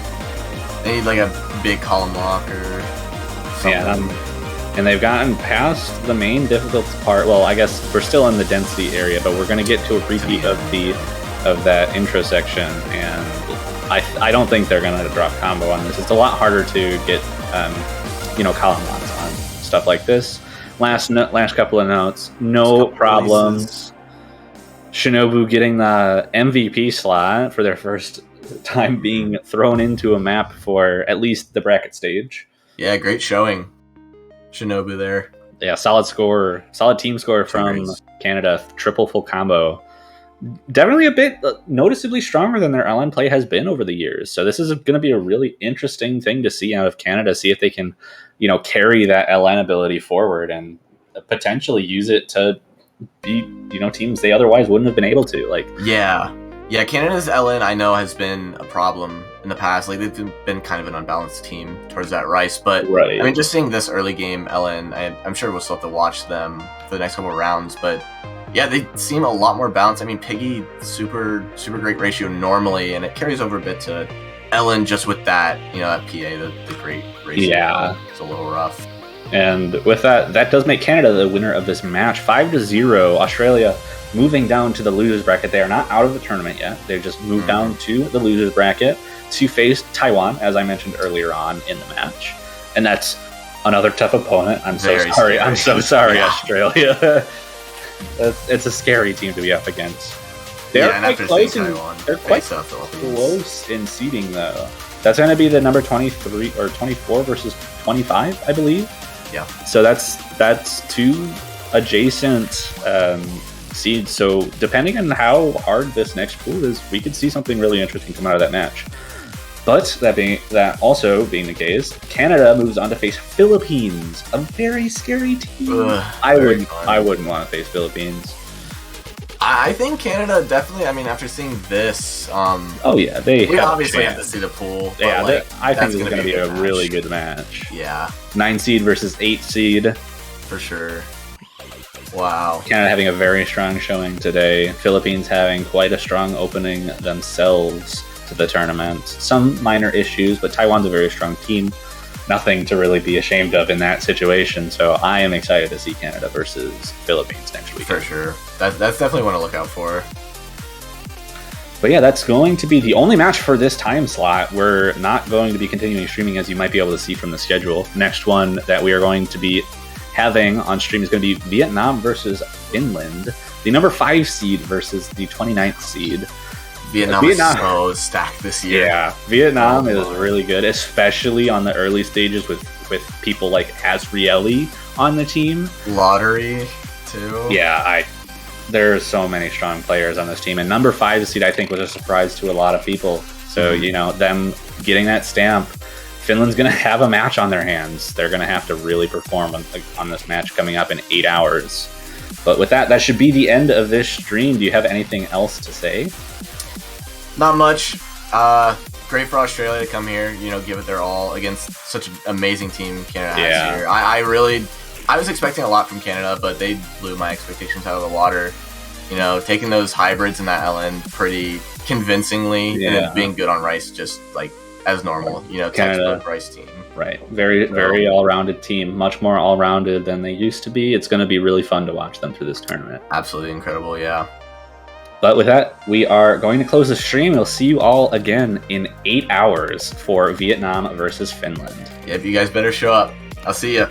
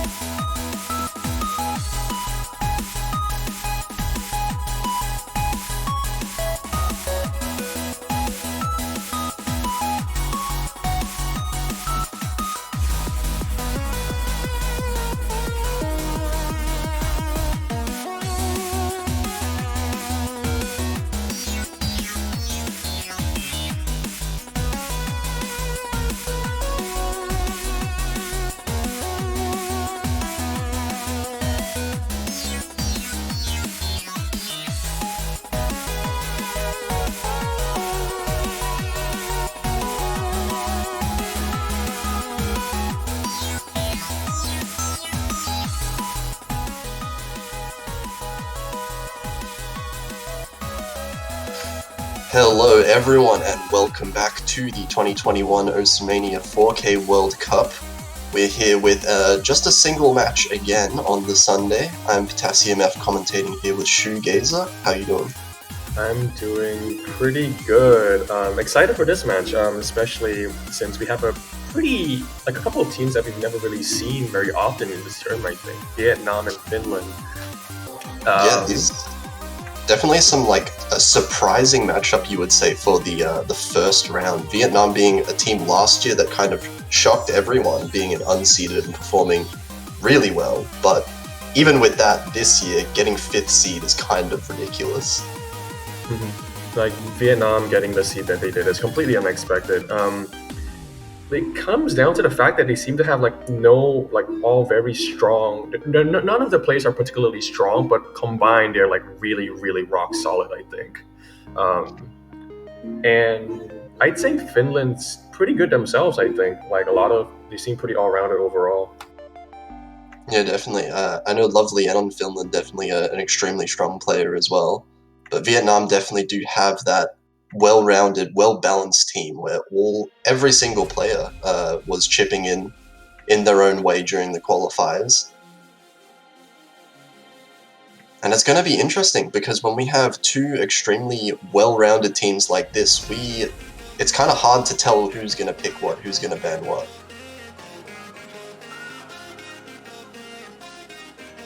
And of course, we have to give a bit of a shout out there to the names Lovely L versus Lovely N. The name matchup, just like yesterday's Crew K versus Crew K fanboy. The stars just happen to align in the brackets here.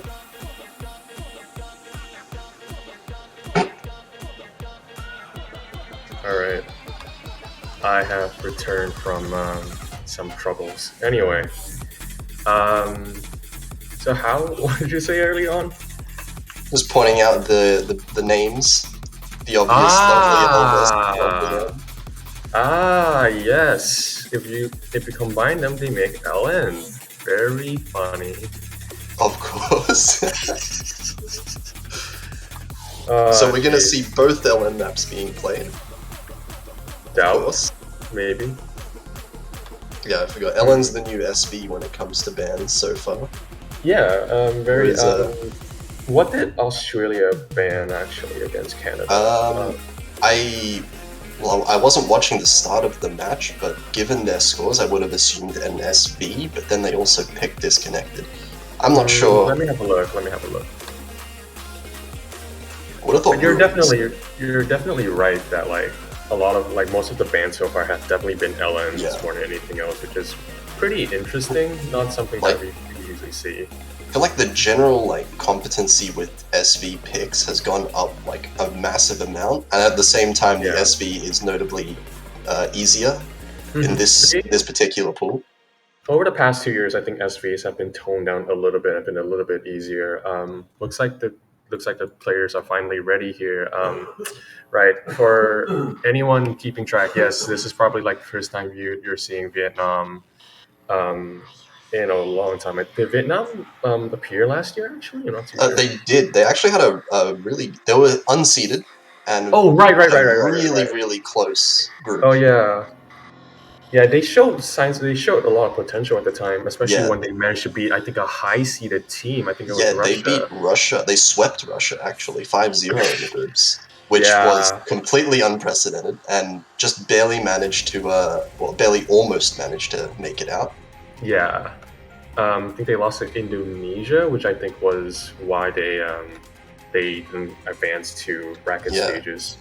But so now, with players like Azraeli, Lottery is a recurring player. Azraeli, I think Tridoan Gaming is also a pretty new player. Tridoan showed up a lot during the qualifiers as well, getting a lot of the high scores for the team. Yeah, absolutely crazy. It's so crazy to see how all-rounded they are. It's really goes. It's so weird. Really really send a message with the qualifier scores, I think. Anyway, it looks like rows have concluded, and Lottery won with an 81. So Vietnam wins the roll. Yep. So Finland bans first, and Vietnam picks first. What would Finland ban? Finland probably ban Toda Stream. It's very hard to get a read of like what Finland, because like Finland doesn't really have like any pronounced weaknesses or anything. It's really hard to like pick a particular ban that they will go for. But I think Toda Stream, based on the source I've seen, might be the ban. Yeah, potentially. What It's do you hard to think? really ban against Vietnam as well. Oh, Ruins. Okay. Ruins. Oh, I was gonna say not SB, but that was the I one don't thing that I blame was you. confident on. But yeah, it appears like I'm completely wrong. Time for Vietnam now to ban, and it's kind of hard to. Well, I would have thought that Vietnam would have been the one to ban SV, if anything. Yeah, Vietnam's a very all-rounded team. But I think their worst skill relatively, because of their third player, is SV. But They're gonna ban Ehoy. Ehoy, which is pretty fair. Fair Lovely enough. and not happy about that. Definitely one of the maps that Lovely End would absolutely crush for Team Finland. Yeah, their score on Ehoy is pretty disgusting. It was like 15-1 ratio or something. It's pretty good. I do say so myself. Anyway, Vietnam with their first pick, I'm guessing they're going to go for Rice because of Australia and all that. I'm assuming that they're going to go for Iterated. That seems to be like the most popular Rice pick. Yeah, Iterated does seem like the first pick that's happened quite a lot for the Rice teams. Understandably, it's quite short. It's relatively easy to time compared to like the other maps. So that's what I'm expecting here. But you know, they might throw a complete curveball and go for Destroy. They went for the boring one. Destroy does work though. It does work. Like the harder maps, you know, kind of flexing that later game skill that they would probably have over Finland. Mm-hmm. So an interesting thing I noticed with Finland is that like some of the players in the Finnish team actually do struggle a fair bit with Iterated. I know Camel folk like struggles a little bit with Iterated. They can still FC, but I think you're gonna expect like relatively high 200 count relative to like the other teammates, and also Vietnam, I think. Yeah, it is definitely in the BPM range that's a bit higher than a lot of teams would have expected coming into the tournament at this stage. Yeah. I think the others should do fine. Fisu and Strachi should do fine. So it really comes down. But again, like I think even though as long as you FC, you should be fine. Like right now, like with maps this relatively easy, I think a single miss will determine who will win the map. Yeah. Definitely. But then in the case where all players FC, we have Azrieli on the Vietnamese side and Tridoan getting some pretty amazing accuracies in the qualifiers. Lottery himself is also pretty good. Like he's shown like especially last year how good he was at ag, especially LN stuff. But even at Rice stuff, he can hang pretty nicely, I think. So I think like Vietnam's again like just like their qualifiers completely rock solid.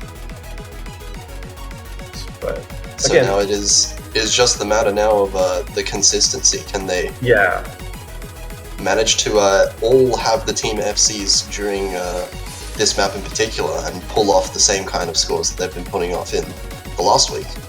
Yeah, it's a bit hard to read. From what I've seen in the qualifiers, Vietnam did miss a few times, especially on the Rice qualifier for, I think Azrieli missed once on Phone Drone, which was the Rice qualifier, just once, but he managed to recover pretty well. And if he FCs, you're probably going to expect him to have like the highest score in the room, I think.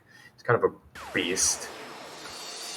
Yeah, Azrieli's a very well-known accuracy player from a long time ago. Yeah, he was definitely he was not necessarily like the very best like halogen tier or anything, but he was there. And if you were against him in a tournament, you're probably not gonna pick any Rice against him ever. Definitely not. All right, goodbye Lottery. Hello Sylvia, I think. Sevelia? Sevelia, okay, Sevelia. Right there.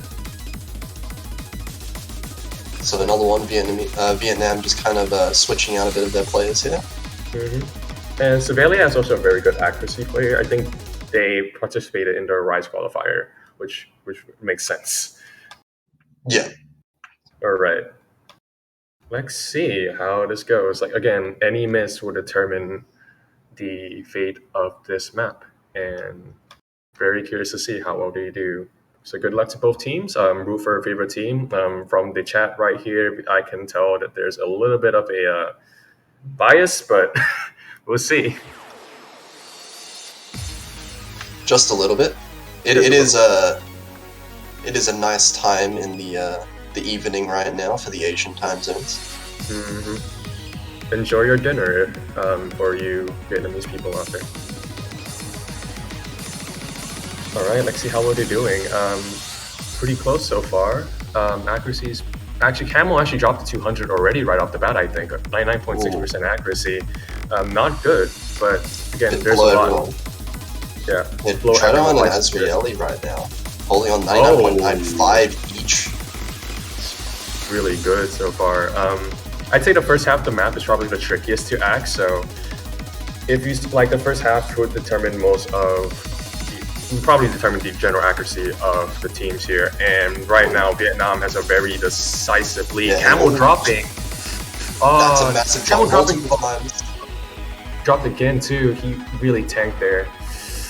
Really unfortunate. Below 99% now, and Fisu kind of struggling a little bit behind him just in the accuracy department compared to the Vietnamese side as well. So this is a pretty massive lead. Actually, Azrieli did drop a little bit of accuracy, but in the grand scheme of things, not really that important here. And Camel dropping the LMs. Again. I don't think there's really much room to cover here unless like Vietnam experiences something catastrophic. Their accuracies are so rock solid, and the rest of the map is pretty tame comparison. And everyone's accuracy is ridiculously good in Vietnam's team. More misses from Camo as well. There's not really any way I can imagine this going back. Even if all three players of Vietnam miss, the accuracy lead is just gigantic. Yeah, Camel dropping like flies here, and we're approaching the very, very end of the map, and I don't see any trace of them dropping here. And with that, pretty decisive win. Fisu dropping very end. But it's not going to matter too much. Vietnam still ends up with the win, and with pretty much identical ratios there. 89 and 90, pretty gross. Strategy of a very solid double S. 10-1 double S on V1. And Sibelia is doing pretty good too. Pretty solid 9-1 ratio there. So really nice scores from Vietnam. And strategy pretty good themselves. All right. With that, I wonder what Finland would pick actually. Again, while they do not have any like particularly strong weaknesses, I don't think they have any really good strengths either.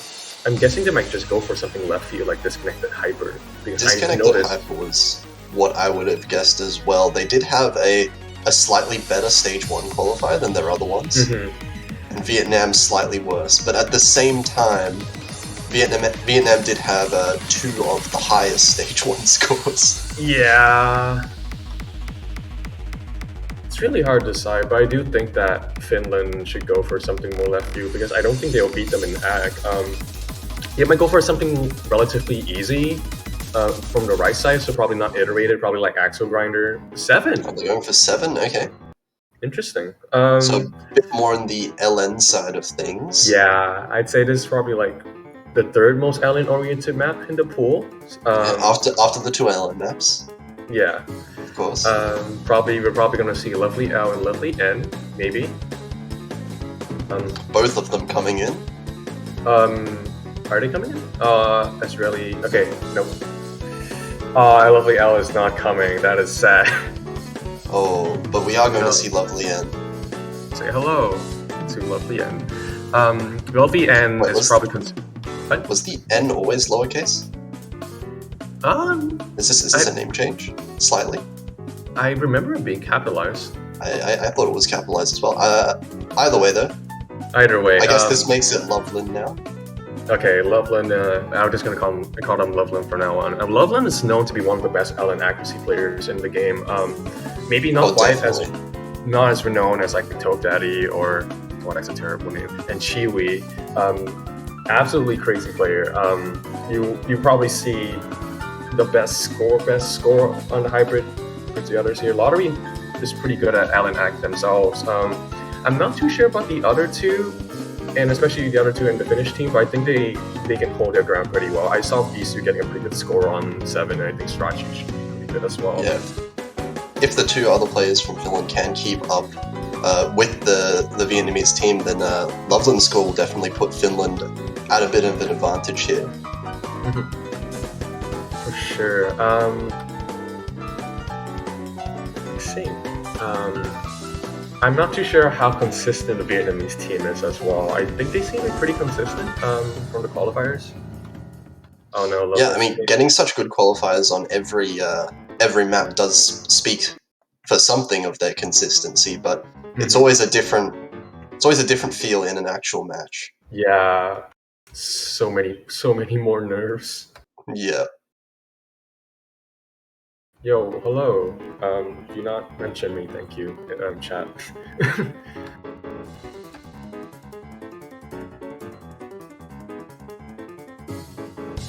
Okay, looks like we're just getting into the map now, and Finland's first pick. We'll see how this works out for them. It should be pretty close, I think. I hope it's pretty close. Just no drops. No drops. Hit all the notes. Yep, combo game. Yeah. So far we have 2 players. Duo, yeah. Alright, looks like things are gonna be perfectly Looks like a pretty rough start from Lottery there just at the beginning. Yeah, it's a single 200, but Strachi did get a 200 as well, so it's a bit even here. They're actually very close right now. Lovely end, hello. Don't know how tried to win. Lasted for so long, 99.9 at the start there. So I tried to win. Lovely are actually neck to neck. The scores are dead even right now. Visu, Lottery are about the same. Strachi and Sivelia is about the same. You're going to see a lot of back and forth here. Yeah, we got 3 pairs of scores, basically dead even between all 3. Oh my goodness. So any kind of LN. Looks like Strachi dropped a bit. Strachi dropped a little bit there. Strachi dropped again a little bit. Yeah, a few 200s there. No big deal. The map gets a little bit harder towards the end, and we might see a couple of like huge 200 drops there. But this is really, really close. It's really close right now. Trito and pretty much matching Lovely and Score, both of them matching each other. So it really is coming down. Visu actually dropping a little bit there, 99.6 versus 99.8 on Lottery's end. So there's about a 3 or 4 200 deficit there. Actually, Strachi dropped a lot more too. Yeah, down to 99.4. So we're at the last kind of quarter of the map. It's a very short map overall. So there's going to have to be a pretty big accuracy drop from one of the Vietnamese side right now. This is a pretty tricky bit, so you could expect a few 200 drops here for sure. Any drops here? It's going to have to be pretty soon, though, otherwise there won't be enough time for the Finland to come back, and it looks like Vietnam is just so consistent. Oh my god, that's crazy rock solid, and I think Visu actually dropped accuracy a little bit more there. Very convincing scores by Vietnam. Lovely end. Just winning by the 1-300 in the match between Trito and... Yeah, those are crazy scores. Ratios, yeah. Like 10 to 1 to 17 to 1. Yeah. All crazy scores from Vietnam. And again, Finland's scores are pretty good, like honestly. Any FC on this is really, really good. Triple team FC. Yeah. Good showing from Finland, definitely. Yeah, and of course, lovely, and I cannot pronounce it without the capitalization. Crazy score for sure, and well done to everybody. Yeah, this does mean that Vietnam is 2-0 up now, though, with the chance of going 3-0 if they manage to win the next pick. I wonder if they'll go for Axel Grinder or Words I've Never Said next. The 12 are pretty different picks, but they're right. That is true. Those have been the kind of standard picks after iterated for a lot of teams as well. Yeah. Normally after iterated, go right for Axel Grinder, but I don't think Axel Grinder is a great pick in comparison to. Oh, they're going for Axel Grinder. Okay. Yeah, Axel Grinder is definitely going to be more comfortable for the other players of Finland. So I'm probably not going to see the misses that we saw in iterated again. I think I saw a Camel with like a 15-to-1 ratio, maybe 20-to-1 on Axel Grinders, so... that is scary. Yeah, so the weakest link becomes Becomes probably the carry. yeah, it becomes Vietnam's downfall potentially. Are they going for Axel Grinder? There they are. Okay. That is Axel Grinder. Okay. I will never stop mentioning how good of a song this is. Such a banger. But yes, I do think that is a good pick. You're probably gonna see Lovely End switch out with Camel Portuguese here. Again, Camel's act is really good on this. I don't know if he can FC this consistently or not, but if they secure an FC, then you're gonna see some pretty insane scores from the Finnish side. I think these two and Stratchy are pretty comfortable with this for sure. They just need to FC it once, so yeah. If they can get that team FC, then Vietnam will definitely be in for their money here. Yep.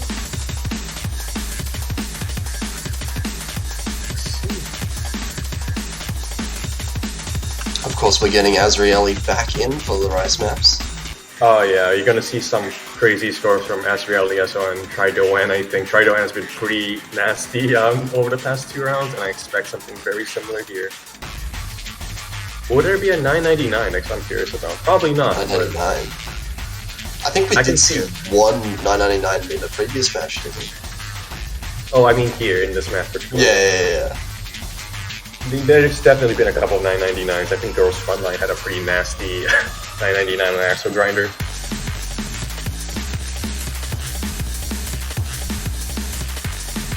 Looks like there's a bit of problems from the Finnish side. Yeah. Let's see.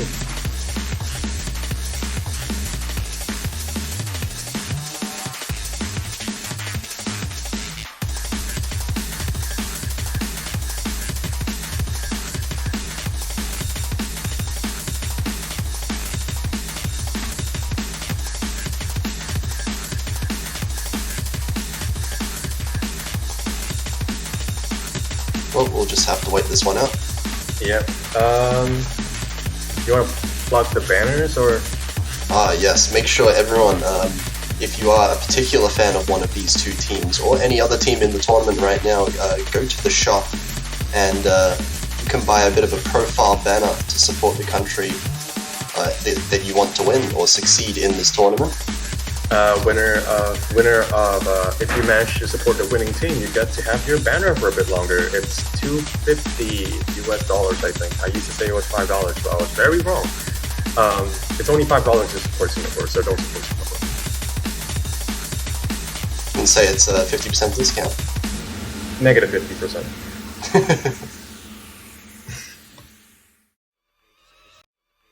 Let's see. Looks like we're gonna have Fireable. Interesting. Oh, fire. Okay, so we're not seeing Camo in for this one.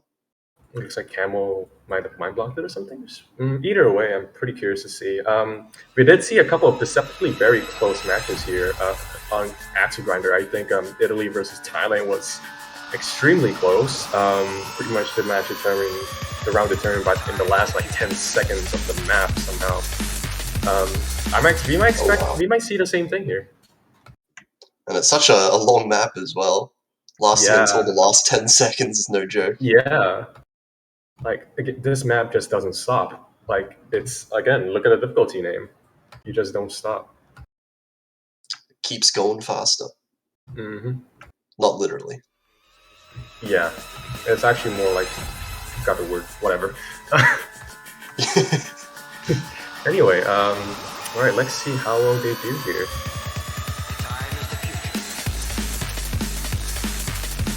So just off the gate, it looks like Azrieli is pulling ahead in accuracy a little bit of a better start than the other players. So Vietnam is going to be a little bit in front.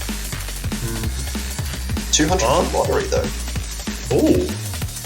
It's really hard to actually tell because his accuracy is still like the same as like Fireable and Fisu at the moment. And Stratchy's accuracy is climbing up quite well as well. Fisu's catching up as well with the Vietnamese team. Yeah. Fireable drops a little bit. Down to 99.7. Second up like probably 200s. Oh, none of 200 there. Not good. No Still plenty of damage on the time to Vietnamese catch side. Yeah, it's a huge game of catch up right now, and I don't really see Finland really like catching up based on sheer act alone. They have to rely on Vietnam on dropping a few 200s, I think. And since the start, Vietnam's accuracy has only been going up. Azrieli and Trido are now both holding some incredible accuracies. Strachi not too far behind, but Fireball is really making up most of this difference in team accuracy. And the second half is just more of the same, very tricky patterns to act, and you might see Fireball's act go down a bit more as the match goes by. So it comes down to Vietnam just sustaining full combos, I think, and they've been pretty deadly consistent so far. I don't think they've dropped a single time. Yeah, not so far this match, definitely. Let's see how well they do here. The accuracies are definitely close enough that one Fireball drops. Oh no! Not from the Finland side though. Oh. And that is going to give Vietnam a really big advantage coming into the last third of this map. Yeah, definitely. Right, last stretch of jump stream here. It's like every player is doing mostly fine. Fireball with the unfortunate drop, but everyone seems to be mostly constant. I think Tridoan actually dropped. I don't think it may have dropped 200. Probably not.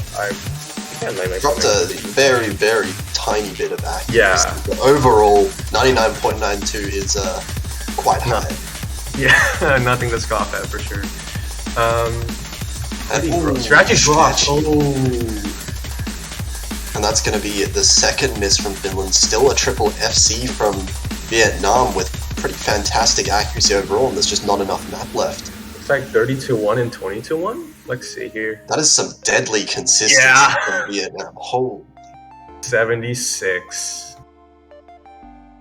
Yeah, that's crazy good. Lottery have a couple of 200s towards the very end of the map, I think, but still not enough for Finland to get a point there. Really good scores, actually. Strategy's ratio is pretty good. Pisu's ratio is actually pretty solid themselves, I think. Like the 7-1 is nothing to scoff at. Yeah, some good scores, definitely. Fisu and Strachey's would have been somewhere close to 994 without that miss. Yeah. But Vietnam just really showing like how strong they are this year, and they're no joke. They are absolutely no joke. Yeah, it's a crazy performance they're putting up in their first match. Yeah. Looks like Finland is next, and they'll probably go for another long no map, so maybe Toadstream. Toadstream is really the last real long note map. Disconnected Hyper is also out. That works too, yeah. They are going to pick it. I actually do wonder if who Vietnam's third player is, because usually their third player is Mashed Potato. Hopefully I didn't butcher that name, but I think it's Mashed Potato. And they're usually considered like the weakest link. They're not a bad player. Well, I mean, weakest in quotation marks there, because Azrieli and Lottery being pretty fantastic SP players. Yeah. And Finland, they definitely practice this. Lovely and you should expect pretty good scores on. I think Strachi is quite a bit. I think Lovely and Strachi, and I can't remember who the third player was in stage 1. Well, you're gonna find out pretty soon. Yeah. Oh, Camo. Right. Okay, Camo. Coming in again for the SV pick. Oh, looks like they're probably having Tridoan as their player, I think, which is interesting. Normally we normally see Mashed Potato here, but looks like Tridoan is here, and I wonder how much that will change things. Well, if anything, it is a good thing that they have more than 3 people who can play SV. Yeah, that's for sure. I do wonder how much players going to trip up the SVs though. Like, they're easy to practice. Like, I've seen people learn this in like 3 attempts, but like it's still easy to mess up. You can still mess up in a lot of places, especially I always see people messing up that 1LN section, and towards the second half, just in general.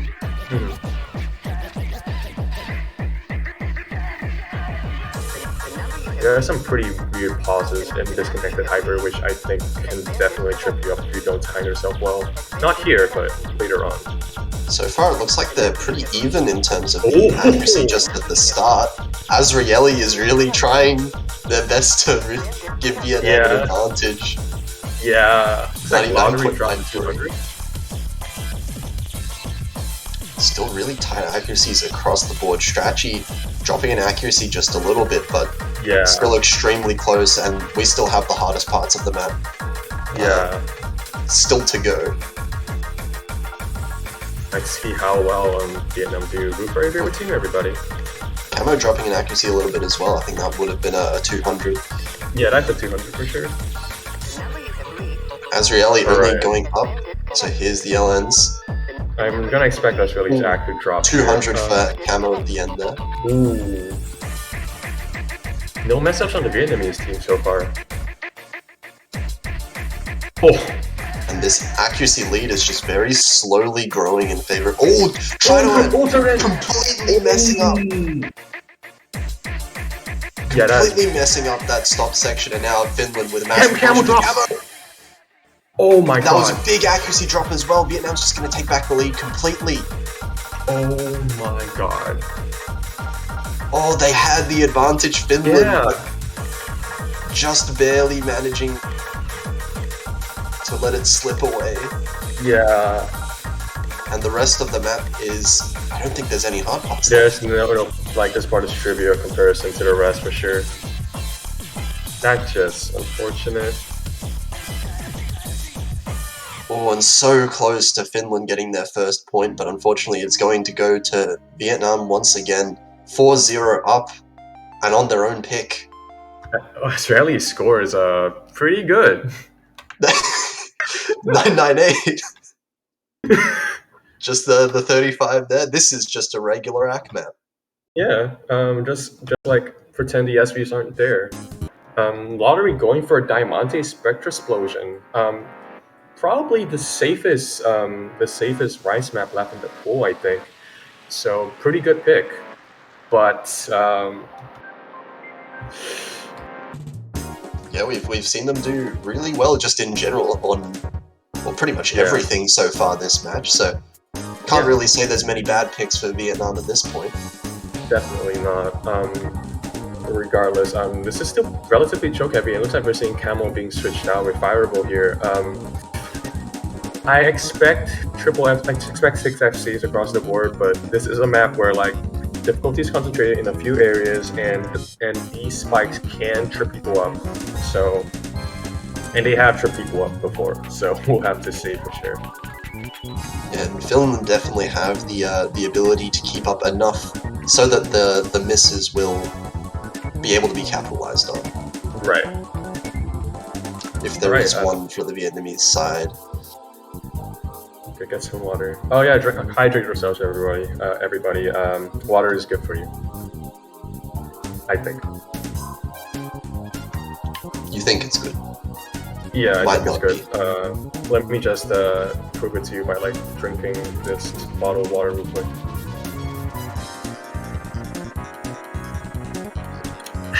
All right, there we go. ASMR stream, nice.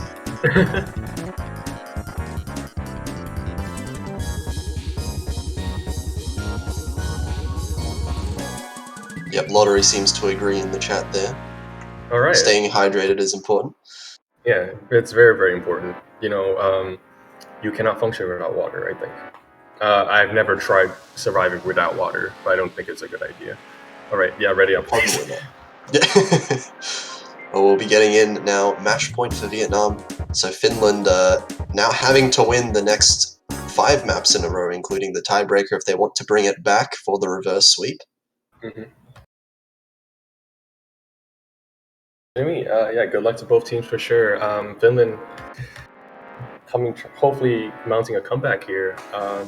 We'll see. Look, maybe water is poisonous after all, and it'll mess up Lottery. Probably not, but but definitely give Finland your energy in the chat if you want them to be able to start this comeback off. Yeah.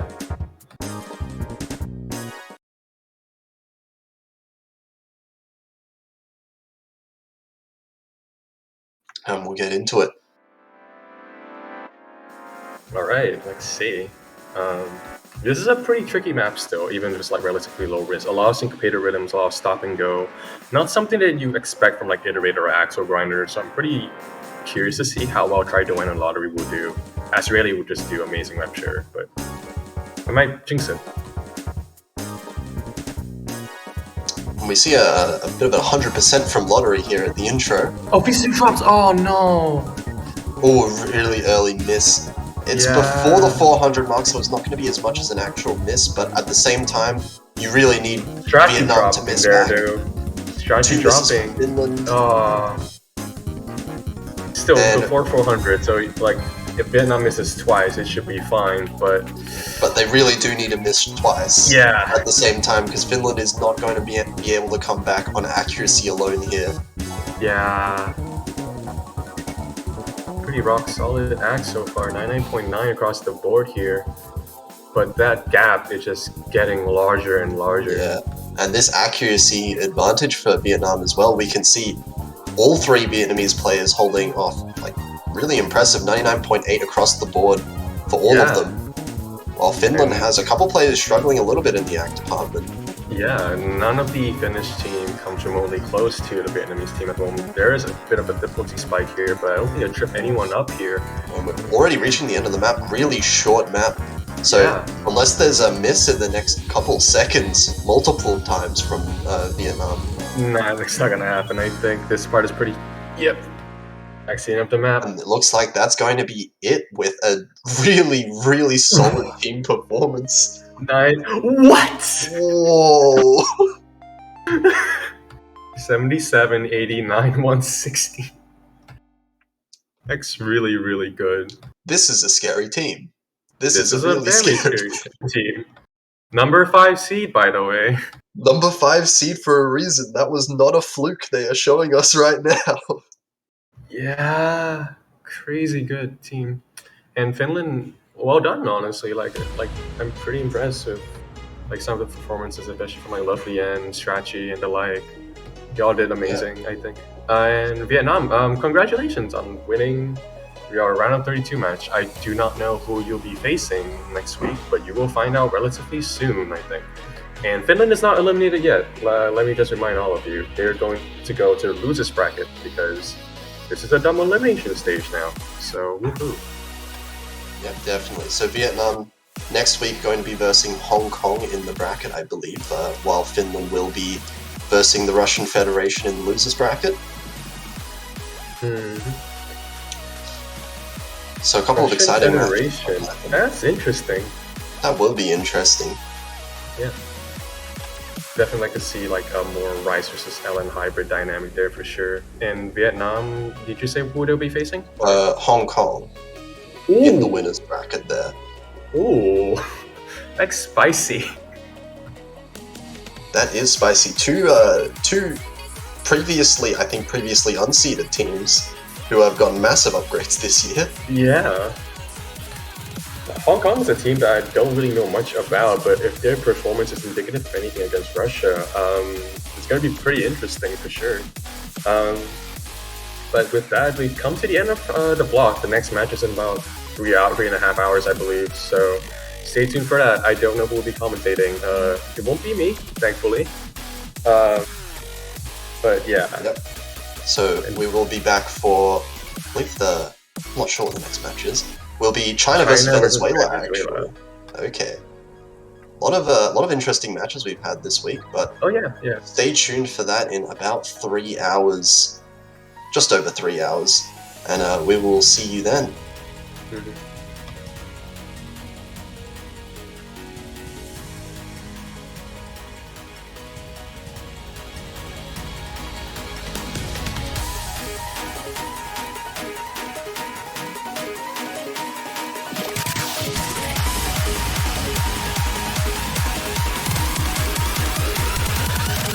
Drop it.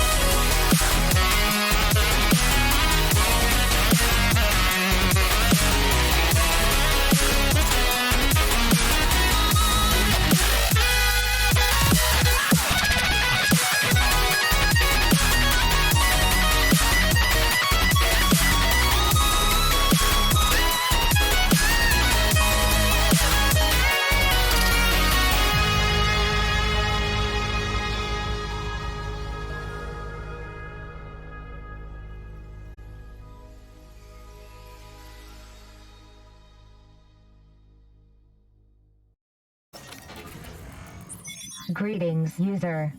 Neural link established. Ready for takeoff.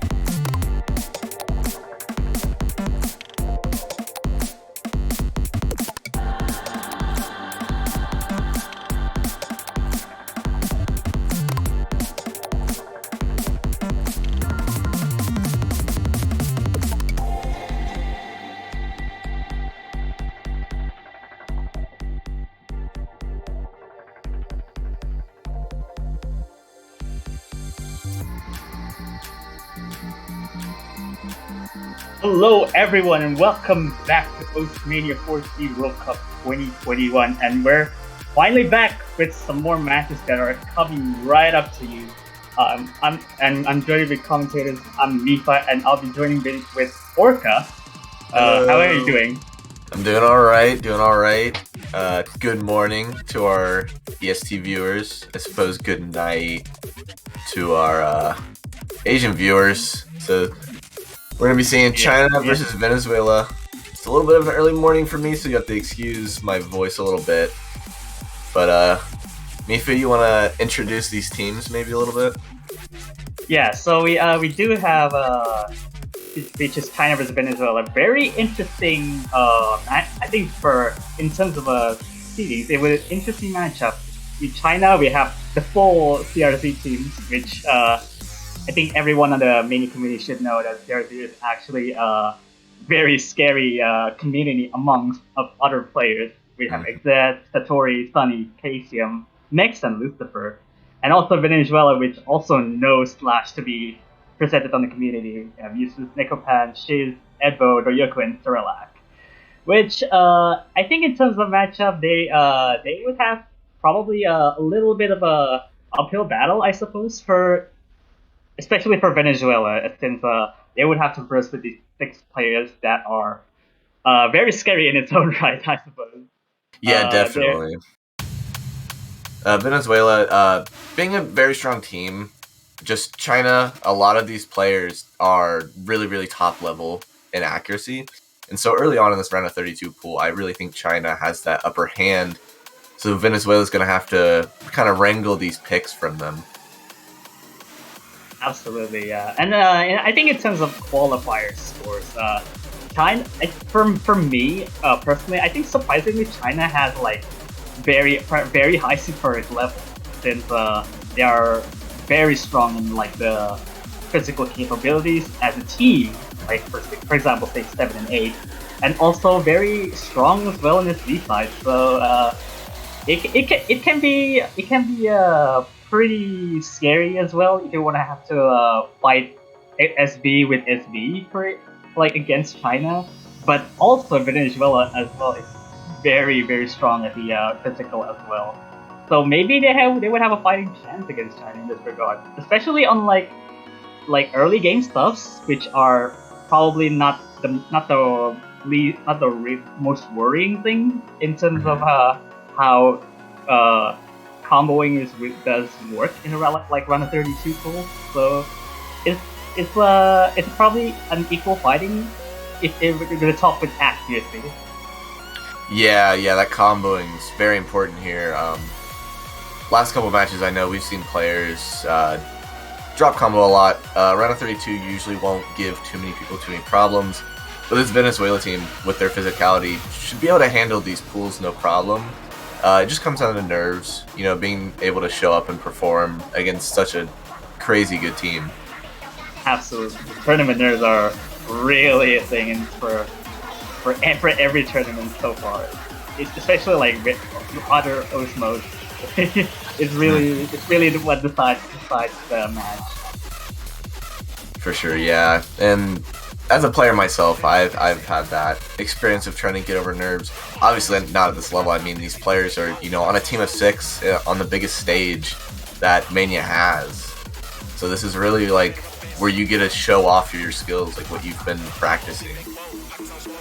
Yeah, I did as well for like as an ex-tournament player myself, which for some in some circumstances there are really strong opponents. You would tend to like worry yourself to be able to perform at your best, and I think Venezuela might have the same thing that we have already experienced. Yeah, performing at your best. Yeah, hopefully these players are warmed up and ready to go. Seems like we got pretty much everyone in the lobby. Yeah, client setup, which I think most players are at the lobby, it looks like. Maybe missing one player from Venezuela. Not at the right spot. Yep, we'll hop into rolls here as soon as Venezuela's ready. Rolls always has the fun touch in every match. Yeah. Yeah, I already saw a 100 roll. This time. Low 15 there from China. Worryingly low, but Venezuela has like 85% chance to win that. There are numbers lower than 15, but not a lot of them. Just don't roll 1 to 15. Oh, there you go. There you go. The 85. That adds to 100. So yeah, there you go. Very. I think I might have guessed the 85 myself because it's 85%. But yeah, you know, same number. Commentators' blessing. There we go. China is banning Diamond. Okay. I think this is the. I would say China would be banning either Gaspard or Ruins, but I'm not sure since. It can be anything. It can be anything. Yeah, and they go for that Ruins ban. Yeah. Me and Mifo were kind of brainstorming this a bit too, and definitely I would agree with a Gaspard ban from China. Not that they particularly would lose on that map, it's just, you know, those ones that don't rely on that consistency and, you know, this low level accuracy that China is so good at. And that like stamina too, you know, those higher no counts. It's when it starts to get shorter and less consistency based, Venezuela can maybe try to steal some points for them. So I agree with the Runes ban as well. Cause it's one of those, like, you have to learn it, and China might have just been focusing on, you know, going through the rice, going through the hybrids. Venezuela will be banning my charts because they are Dooku. I thought like before the stream I was talking about a ban from Venezuela. It might be either Toad Street because I think it's a little bit on the lower side of performance, but I think the other LN ban is also fair.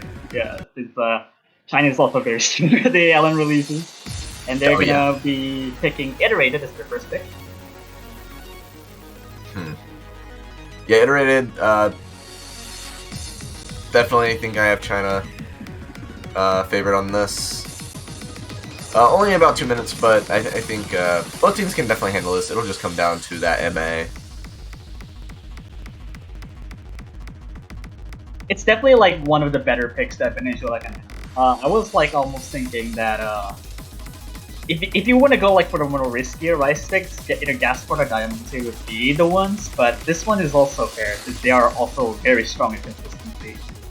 Yeah. You want, you know, that weird stuff that China might not be able to handle. Venezuela definitely, I agree. We just need to see them picking those weird maps, trying out new stuff, experimenting, kind of testing the waters with China to see what they're capable of. Yeah, that is true. That is true. Although I would say Iterated in itself is also really tricky with some of the worst in some of the jump streams, and it could be some one of those things that might potentially choke for both these teams. But if Venezuela was able to practice this really well, and I think it would probably cause no problem. Yeah, I'm sure. Hopefully, I'm hoping to see full FCs from both teams because I know they're capable of it. But obviously, nerves can be a factor, and just, you know, maybe not being able to perform to the top level. So we'll just have to just see what these players pull out on this map. Yeah, seems. I think the lobby should be almost at the ready once we get the ball going. Taking a little bit of start up this first map here, but I think we're finally getting on the road.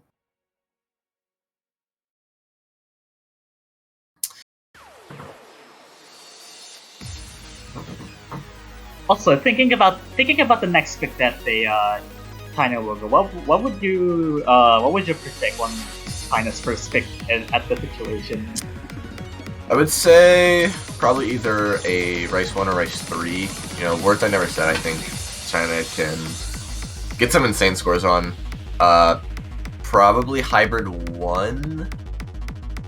Or the LN bias, maybe. Oh, it was 7, yeah. I think it's one of the most LN bias in the Hybrid. Yeah, I'm thinking... We'll have to see what China's comfortable on, because, again, I'm not fully knowledgeable on what China is good or not good at. But I think they're a mostly balanced team from what I've seen and what I've heard. So I think hybrids could be good. I think at the point they would just probably pick anything, just in regards to like in their versatility, they could just go with probably the hybrids in that case. In which you probably might be right about 7, but we'll see. Yeah, honestly, in this matchup, I feel like China could go with most things. I want to see what happens on this rice pick in particular to kind of see what Venezuela's capable of.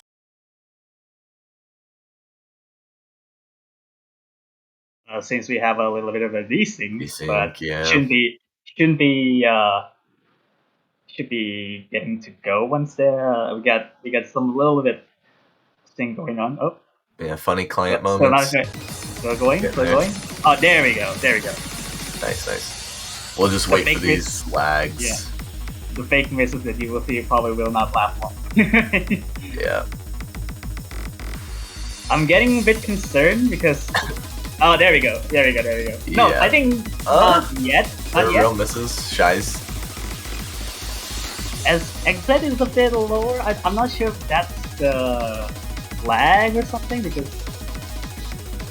I think Shies wasn't lagging when he missed, so that might have been one real miss, but I don't think the first one was real. Oh, no, okay. They're back. Yeah. They're back to 99.8. There you go. Cool. Yeah, China holding those 99.8s. Venezuela definitely lacking a bit in the act department, like we were predicting, and Shies kind of just biffing that whole stream there. Yeah, Shies did completely bomb on that one measure, which is gonna cost the score a lot there for Venezuela. Mm-hmm. Yeah, those misses mid on, just as one player missing, it's gonna cost you so many points. If China's holding this accuracy consistently, then there's not really much Venezuela can do themselves to get back into it. They just need to rely on China missing. Yeah, I think at this point, which is gap, it's very unlikely considering how China has 99.8 plus, which are very consistent in its own right. Yeah, and China as a team, like all three of those players being pretty close together in accuracies too, like having a team that's that, consistent and matched in accuracy, you're not relying on one player to pop off. Whoa. Yeah, there's a bit of a drop on from KCM, but it's like very too late. Really tough first point there from Shies, but China only one. So yeah, that was a miss in the beginning from KCM. Yeah. Wow. Well, that was like the ending miss, I think, from KCM, which I saw. It's just it's a very rough break point too, and it's been like Venezuela's pick, so China will just maybe go for hybrids, which is probably 7. I mean, China only missing 20,000 points in total on that. I could definitely see a hybrid pick, perhaps, if they're wanting to maybe test out the more Ellen heavy stuff. But we'll see. I think China's feeling good, so they could really kind of pick anything at this point. So we got like 7, which is like the hybrid, and if they're really adventurous, they can just go with the worst I never said. In terms of like stream based pick. That's what I was thinking. Yeah, words I never said are Axel Grinder. I think Axel Grinder's probably just a free point for China. Minus maybe chokes, but Axel Grinder is like very, very consistent at the chart. Like in terms of structure, it's like nothing else going on except for just jump stream non-stop. Yeah, which I think China can handle and score really, really well on.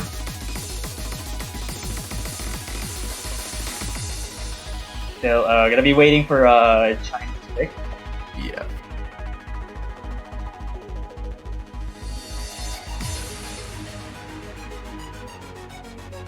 So in terms of like if Venezuela has been picking iterated, I'm kind of unsure they would like picking like try to pick like any other picks that are not really consistent. So I think Axel Grinder is out of the question. Yeah. Yeah, Venezuela doesn't want to touch that.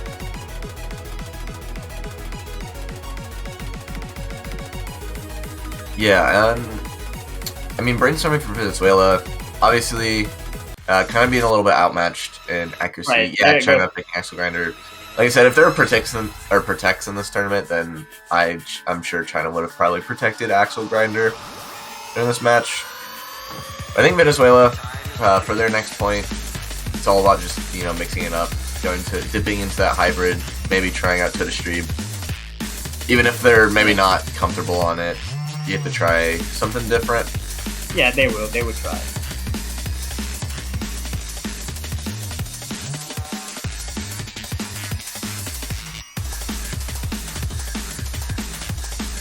Yeah, I want to see how China fares on this.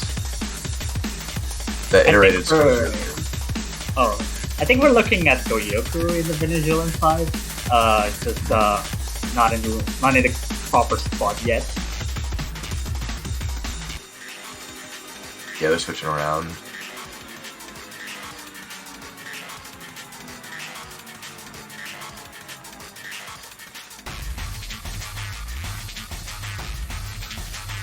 The song is actually like legitimately a banger. I didn't used to say that much in like in terms of like song that I would like, but this is legitimately a banger. Yeah, Alex Grinder. Alex Grinder. Yeah, not quite my speed, but I definitely vibe with it. I think on 1.1 rate. Honestly, it probably sounds worse on no rate, but I can vibe with it for sure. So I think KCM will be replaced by Lucifer, it seems like. Probably. It seems like what's happening, since they were saying that he wasn't in the server, that they weren't in the server. Yep. There we go. We just need Venezuela's player to get in the right slot or join the lobby. And yeah, Doyaku is on the proper spot, so I think they should be ready to go once they are ready. Sure. Click that. Yeah. In terms of bangers, I think in this pool, I have to give my vote to Words I Never Said. Oh yeah, that one's also great. That's a great. I remember as a song choice. I remember playing an index file of that back in when I first started playing the game. Oh, right. So I might also just be a little biased, but I like the song. No. I mean, I think a lot of people would probably agree to that. So I'm as well. So you're not alone. Yeah.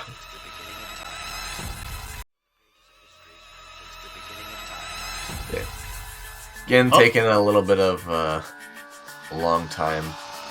Yeah, I think XZ is not in the lobby again. Yeah, missing a China player now. VPN problems.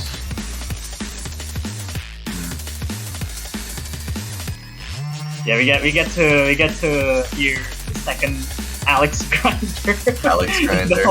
Alex Grinder. Alex from Minecraft. Nice. And there we go. We got XZ back. Hopefully we can finally play the game now. Are we able to play the game now? Is it ready? Readying up. Yep. There we go. Oh, there you go. 5. There's 5. We got 2 seconds remaining. There we go. So we have I think not about the same. They have like 1 player replacement for each side. So. Yeah, Lucifer and Doriku. Each. Yeah, because replacing Shies from Venezuela.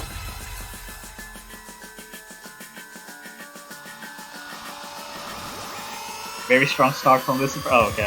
That's 100% ready.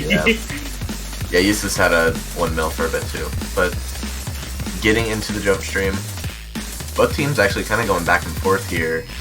Yusis holding really, really good accuracy right now. Only beaten by Lucifer. Yeah, just by a very slim margin. Yeah, it's just a couple, just one or two no difference.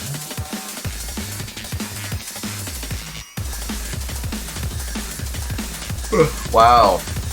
These error bars looking pretty clean right now. It's just Doryaku slacking a little bit. Edvo, I think, dropping a bit of accuracy there as well.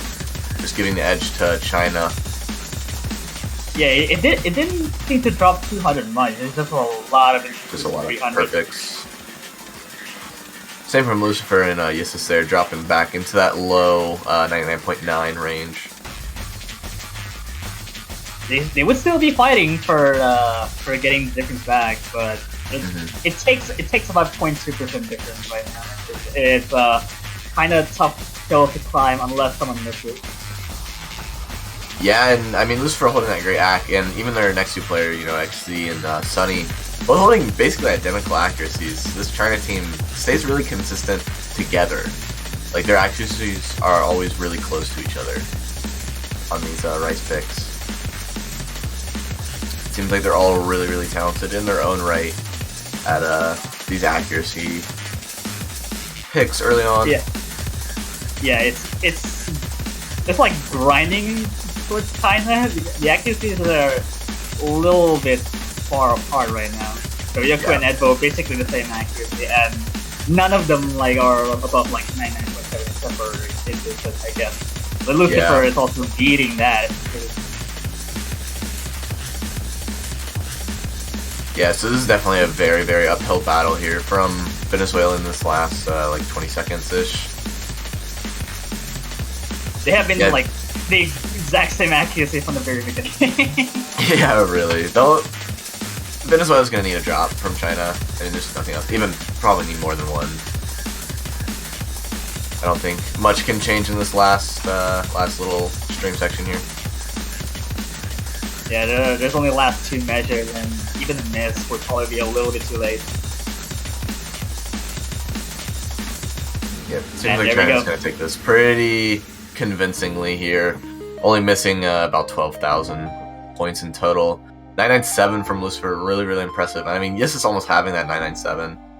Wow, Lucifer did drop a great. Yeah, 2 players from China missing out on that V1 SS. Yeah, all in all, are very solid scores. All of these 6 players. Yeah, 99.9 with a great drop is really good. Wow, they're really going for disconnect. Yeah. Going for the other opposite side of the coin. I get it. Venezuela needs to just pick the weird stuff. They just need to, try something new out. I like this pick. I would have liked this or probably Toadstream. Or just a hybrid, I guess. Going for 7, maybe. I think if they wanted to go for a hybrid, I think they would pick 7. But I do like the SB pick from Venezuela. Yeah, I think this is one of the best picks. You can't win under consistency, then you would probably go suffer something. Yeah. Just pick a little bit on the SB. Yeah, I think Venezuela wins this if China didn't practice. Otherwise, China's accuracy, and specifically SB skill, is kind of next level, so... Yeah. Normally, I would say this is a really bad pick, but they have to try something, so... Might as well go for the SV.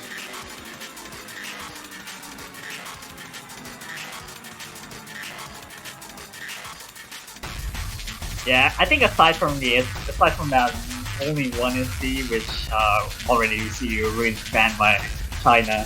Yeah. The other picks are left, which are hybrid. I don't think they would probably see Toadstream. They banned Harajuku. The other 2 hybrids, like Pandora, Destroy the Happy End. Yeah. Could be viable, but it's hard to judge. I think Destroy could be an interesting pick from China if they want to go that hybrid route. Otherwise, I doubt they'll deviate from that Rice. Oh yeah, we've seen Tori for China. I think it's also comes as no surprise. Tori has been playing for most of the hybrids in SVs throughout the entire tournament. Yeah, that versatile player on those hybrid LN and SV picks. we got the start 5. We're getting this quicker, so that's good. Yeah. Hurrying up a bit, I think Yusuf was having internet problems. It seems like everyone's getting it at the same time this time, actually. No jinxes, hopefully. Yusuf and Lucifer. Hey, hopefully. I like how the starting is just like merely 2.9. Yeah. There we go, yep, everyone at the same time. Nice. Oh, Serlek has a bit of a rocky start with his 98 in the intro. Yeah, the intro's really rough. Just no SV with the weird burst stream. With the low combo count, though, it really isn't that big of a hit to their points. Yeah, big drop there from Serlak. Yeah, 200. You wouldn't really want to see 200 in this low note count about charge. Yeah, Serlak and Satori opting to not ghost tap those. Interesting choice. Seems to be picking back up, but at the same time, China has all eclipsing the 8.6 plus. Yeah, even with the little bit of a mix-up from Lucifer in the beginning, China's holding. Like, China does this so well, where they're just, consistent with each other. Like, they stay within kind of the same score ranges of each other, and the crap SBs should be fine. Yeah, they hold everything. So hopefully we don't see a drop from them, because otherwise they should definitely close us out. Nope, Serlak did drop her. Yeah. That's tough. Slow gem. That's 200 to Red Bull. Wow, Yis is hitting that almost, or dropping only like 2 perfects there on that slowdown. Really impressive score he's got going on there. Yeah, score difference did take a hit for Venezuela, which is like around 50 difference. So it's really hard to come back from that. Yep. I think Yis might take the MVP on this pick. But China definitely pretty far ahead here. So I doubt anything will change. Yep. There we go. Yeah, closing there you go. out. 296. 53K. Yeah, wow. These are very solid scores all around. Just like 54 and 86, 54 85, perfects is really good. Looks different with 59, but kind of a hiccups on the 200 count. Yeah, and crazy score from China's team, but like Yissus with that 54, and I mean, Lucifer with 59 perfects. Those ratios are absolutely insane on this. Jeez. Yeah, those are like already like the XP picks. There's only how like one Olympic, all hybrid, everything else already. So like, they have tough choices. Definitely. Yeah, I don't really know what these teams are going to be picking for these last couple of points. I mean, China's kind of shown up on everything so far pretty convincingly. We'll maybe see 7 get picked, but I mean, China would most likely have the upper hand on that as well, so I don't know if Venezuela has any outs here.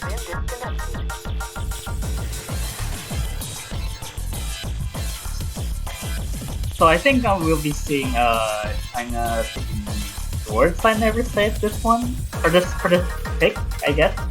I would agree with that. Yeah, I think China wants to stick to that rice just because they know they're up on that.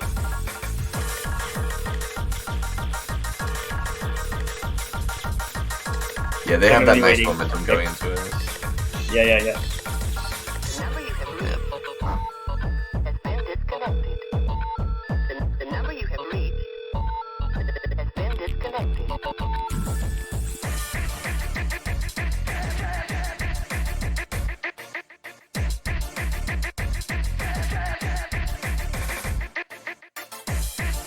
Waiting for the players to say something. Yeah, I think random pick. Ref is probably gonna random pick it. I don't know what they're. Oh, there doing. he got 7. Yeah. Oh wait, hang on. There's total speed. Kind of a little bit too late, I guess. Maybe. Yeah. Oh, rip. Got 7. Yes. Yeah, they kind of just didn't say anything. So. They didn't take it in time. So Fair we call got from the 7 ref, going on. though. We got 7. Not that China loses this. I think they still have the upper hand, but I think Venezuela probably would have picked this, in my opinion, if it was their pick. So we'll see how it goes. Yeah, no, the KTM is not from Venezuela. Wait, what happened? Oh, he's on the. Okay, they just need to swap him around. Well, they got 4 players in the lobby. All right, team swap. KCM's going to Venezuela. Seems also Venezuela also missing a player to be back on the Guys is in the server, yeah. Oh, that's a kick. Yeah, okay. That's a nice boot. So you got bad connection. Okay. Yeah, a bit of a funny lobby situation we have going on here. Hopefully they get Shizen if that's the 3rd that they're looking for. Then we can get this on the road. Okay, there we go. There you go. That was very quick. I agree. I agree. Yep. No problem so far. No problem. No problem. If anyone says there's a problem, then they're wrong. They're so lying. wrong.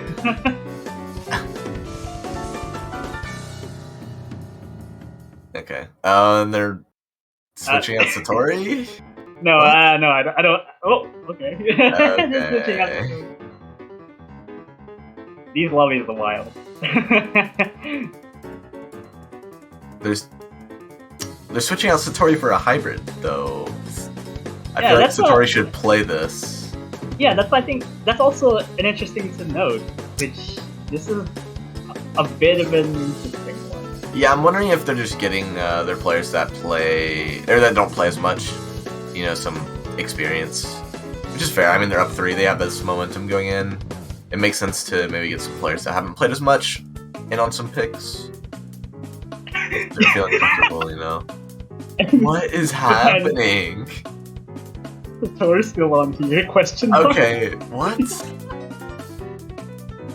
Man, this lobby is they're treating themselves as they were there's an imposter among them. Yeah, there's a little bit of trolling happening. Okay, there you go. Damn. In the 68 roll, that's tough. That's like some bad karma going into this. I like how 7 loops 3 times already. I've been counting. Don't worry. Yeah. I've been counting. Jeez.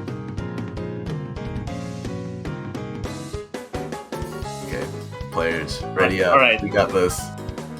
We can finish this match. Do we got this? No. This match ain't it. Oh, Shy's ready. Just one more needs to ready. There we go. Maybe. Come on. I want to see some gaming. I want to see them play some video games. Oh, calling names. I'm not sure, but Oh my god. should be. No, it's looping again. 7, number 4. Oh, there we go. We're gonna see it. Thank We're gonna God. Bless It's very- Boncho. Yeah. Also, good cultural background, Josh. So, let's see. We got Shift Diaper switching for Venezuelan side, and also KCM to play as well. Yeah, Shiz hopped in for the first pick for Venezuela, but had a really rough showing. Oh, okay. Already rough showing. There you go. Yeah. So we're picking the first drop already. Seems like Shiz is more more comfortable on that hybrid and the slower stuff. And as I say that, oh wow, dropping, so got 2 drops from Venezuela. Not good. It's early on, so the combo isn't gonna matter as much. If it's past that 400 combo mark, then you'll lose a bit more points. But I mean, it's not the last nail in the coffin for Venezuela here. Also, yeah, KCM 99.96. Yeah, I was gonna mention that. All right. They dropped a bit of accuracy, but he was holding a 99.98 there for a bit. So, Yeah, really impressive. I think I mean, if China still Yeah. holds what they've been doing, the past couple picks, stays consistent with these FCs, and this great accuracy, Venezuela's kind of sealed their fate on 7. There have been like 2 draws from Venezuela. You see the score difference being 30. It's already hard to come back from that. Yeah. Yeah, China proving themselves to be one of the most consistent teams in this tournament here. Only dropping a couple of greats along the way. There's the last full combo from Venezuela. Yep. It's already very tough to come back. And China is looking very comfortable in the second two. Yeah, China's put up extremely respectable team scores on every single pick so far. And I bet this is going to be no different here. KCM almost be able to get back up to that 99.9 this last section. Yisa's dropping a couple more times. There we go. That's like 91,000. That's very good scores. Wow, KCM. V1SS in that ratio is insane. V1SS on this chart is like insane. Yeah. Not to mention like FCs as well. FCs are also very hard. They're a very tricky spot to mess up. Yeah, almost 3 990s from China. Sunny just barely not be able to get that by about 815 points. Yeah, moving swiftly on to destroy the happy end. Yeah, Venezuela, thankfully, picking quick here so that we can get right into it because we've had a bunch of delays with these picks. But I think we called this, or I think I said that I was gonna see, or we were gonna see China pick this. But also, I thought Venezuela was gonna pick 7, but then they got random, so it got like reversed. I guess this multiplayer chat is god. Yeah, I think Satori's lagging, so they have to kick him because he can't leave. So we'll see. There's been sneaky discussions going on, and Edvo is also leaving the lobby too. Yeah. Venezuela just hop in, some players that they think will do well in this. Just test whatever out. I mean, China's in match point. Venezuela would have to win 5 in a row to take this.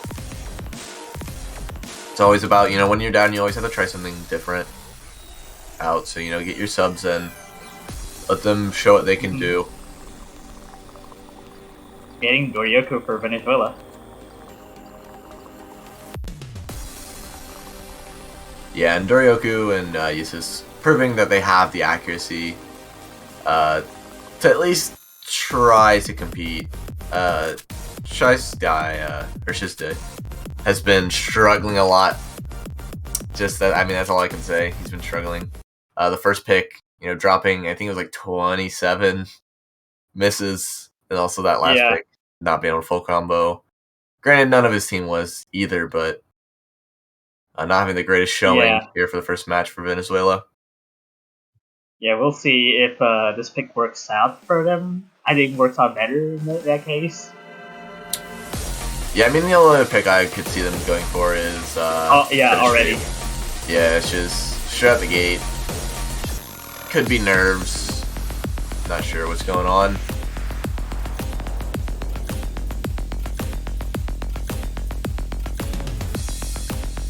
Yeah, this anchor Grace section.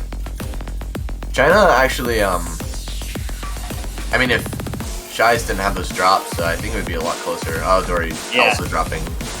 Yeah, those transitions are pretty cool to get through. Yeah, going from those anchors into this, denser section, I definitely understand them dropping there. China still holding strong though with 3-person FC. He's just dropping a lot of Act 2. He was at 99.9 there for a while and competing with China's top player, but has dropped a lot now, a little bit below KCM. Seems like there's about 30,000 points buffer. It's I think the rest of the chart should be looks like dense, but it's probably not enough to get China back off the lead. Yeah, China really has to choke this to lose this lead here.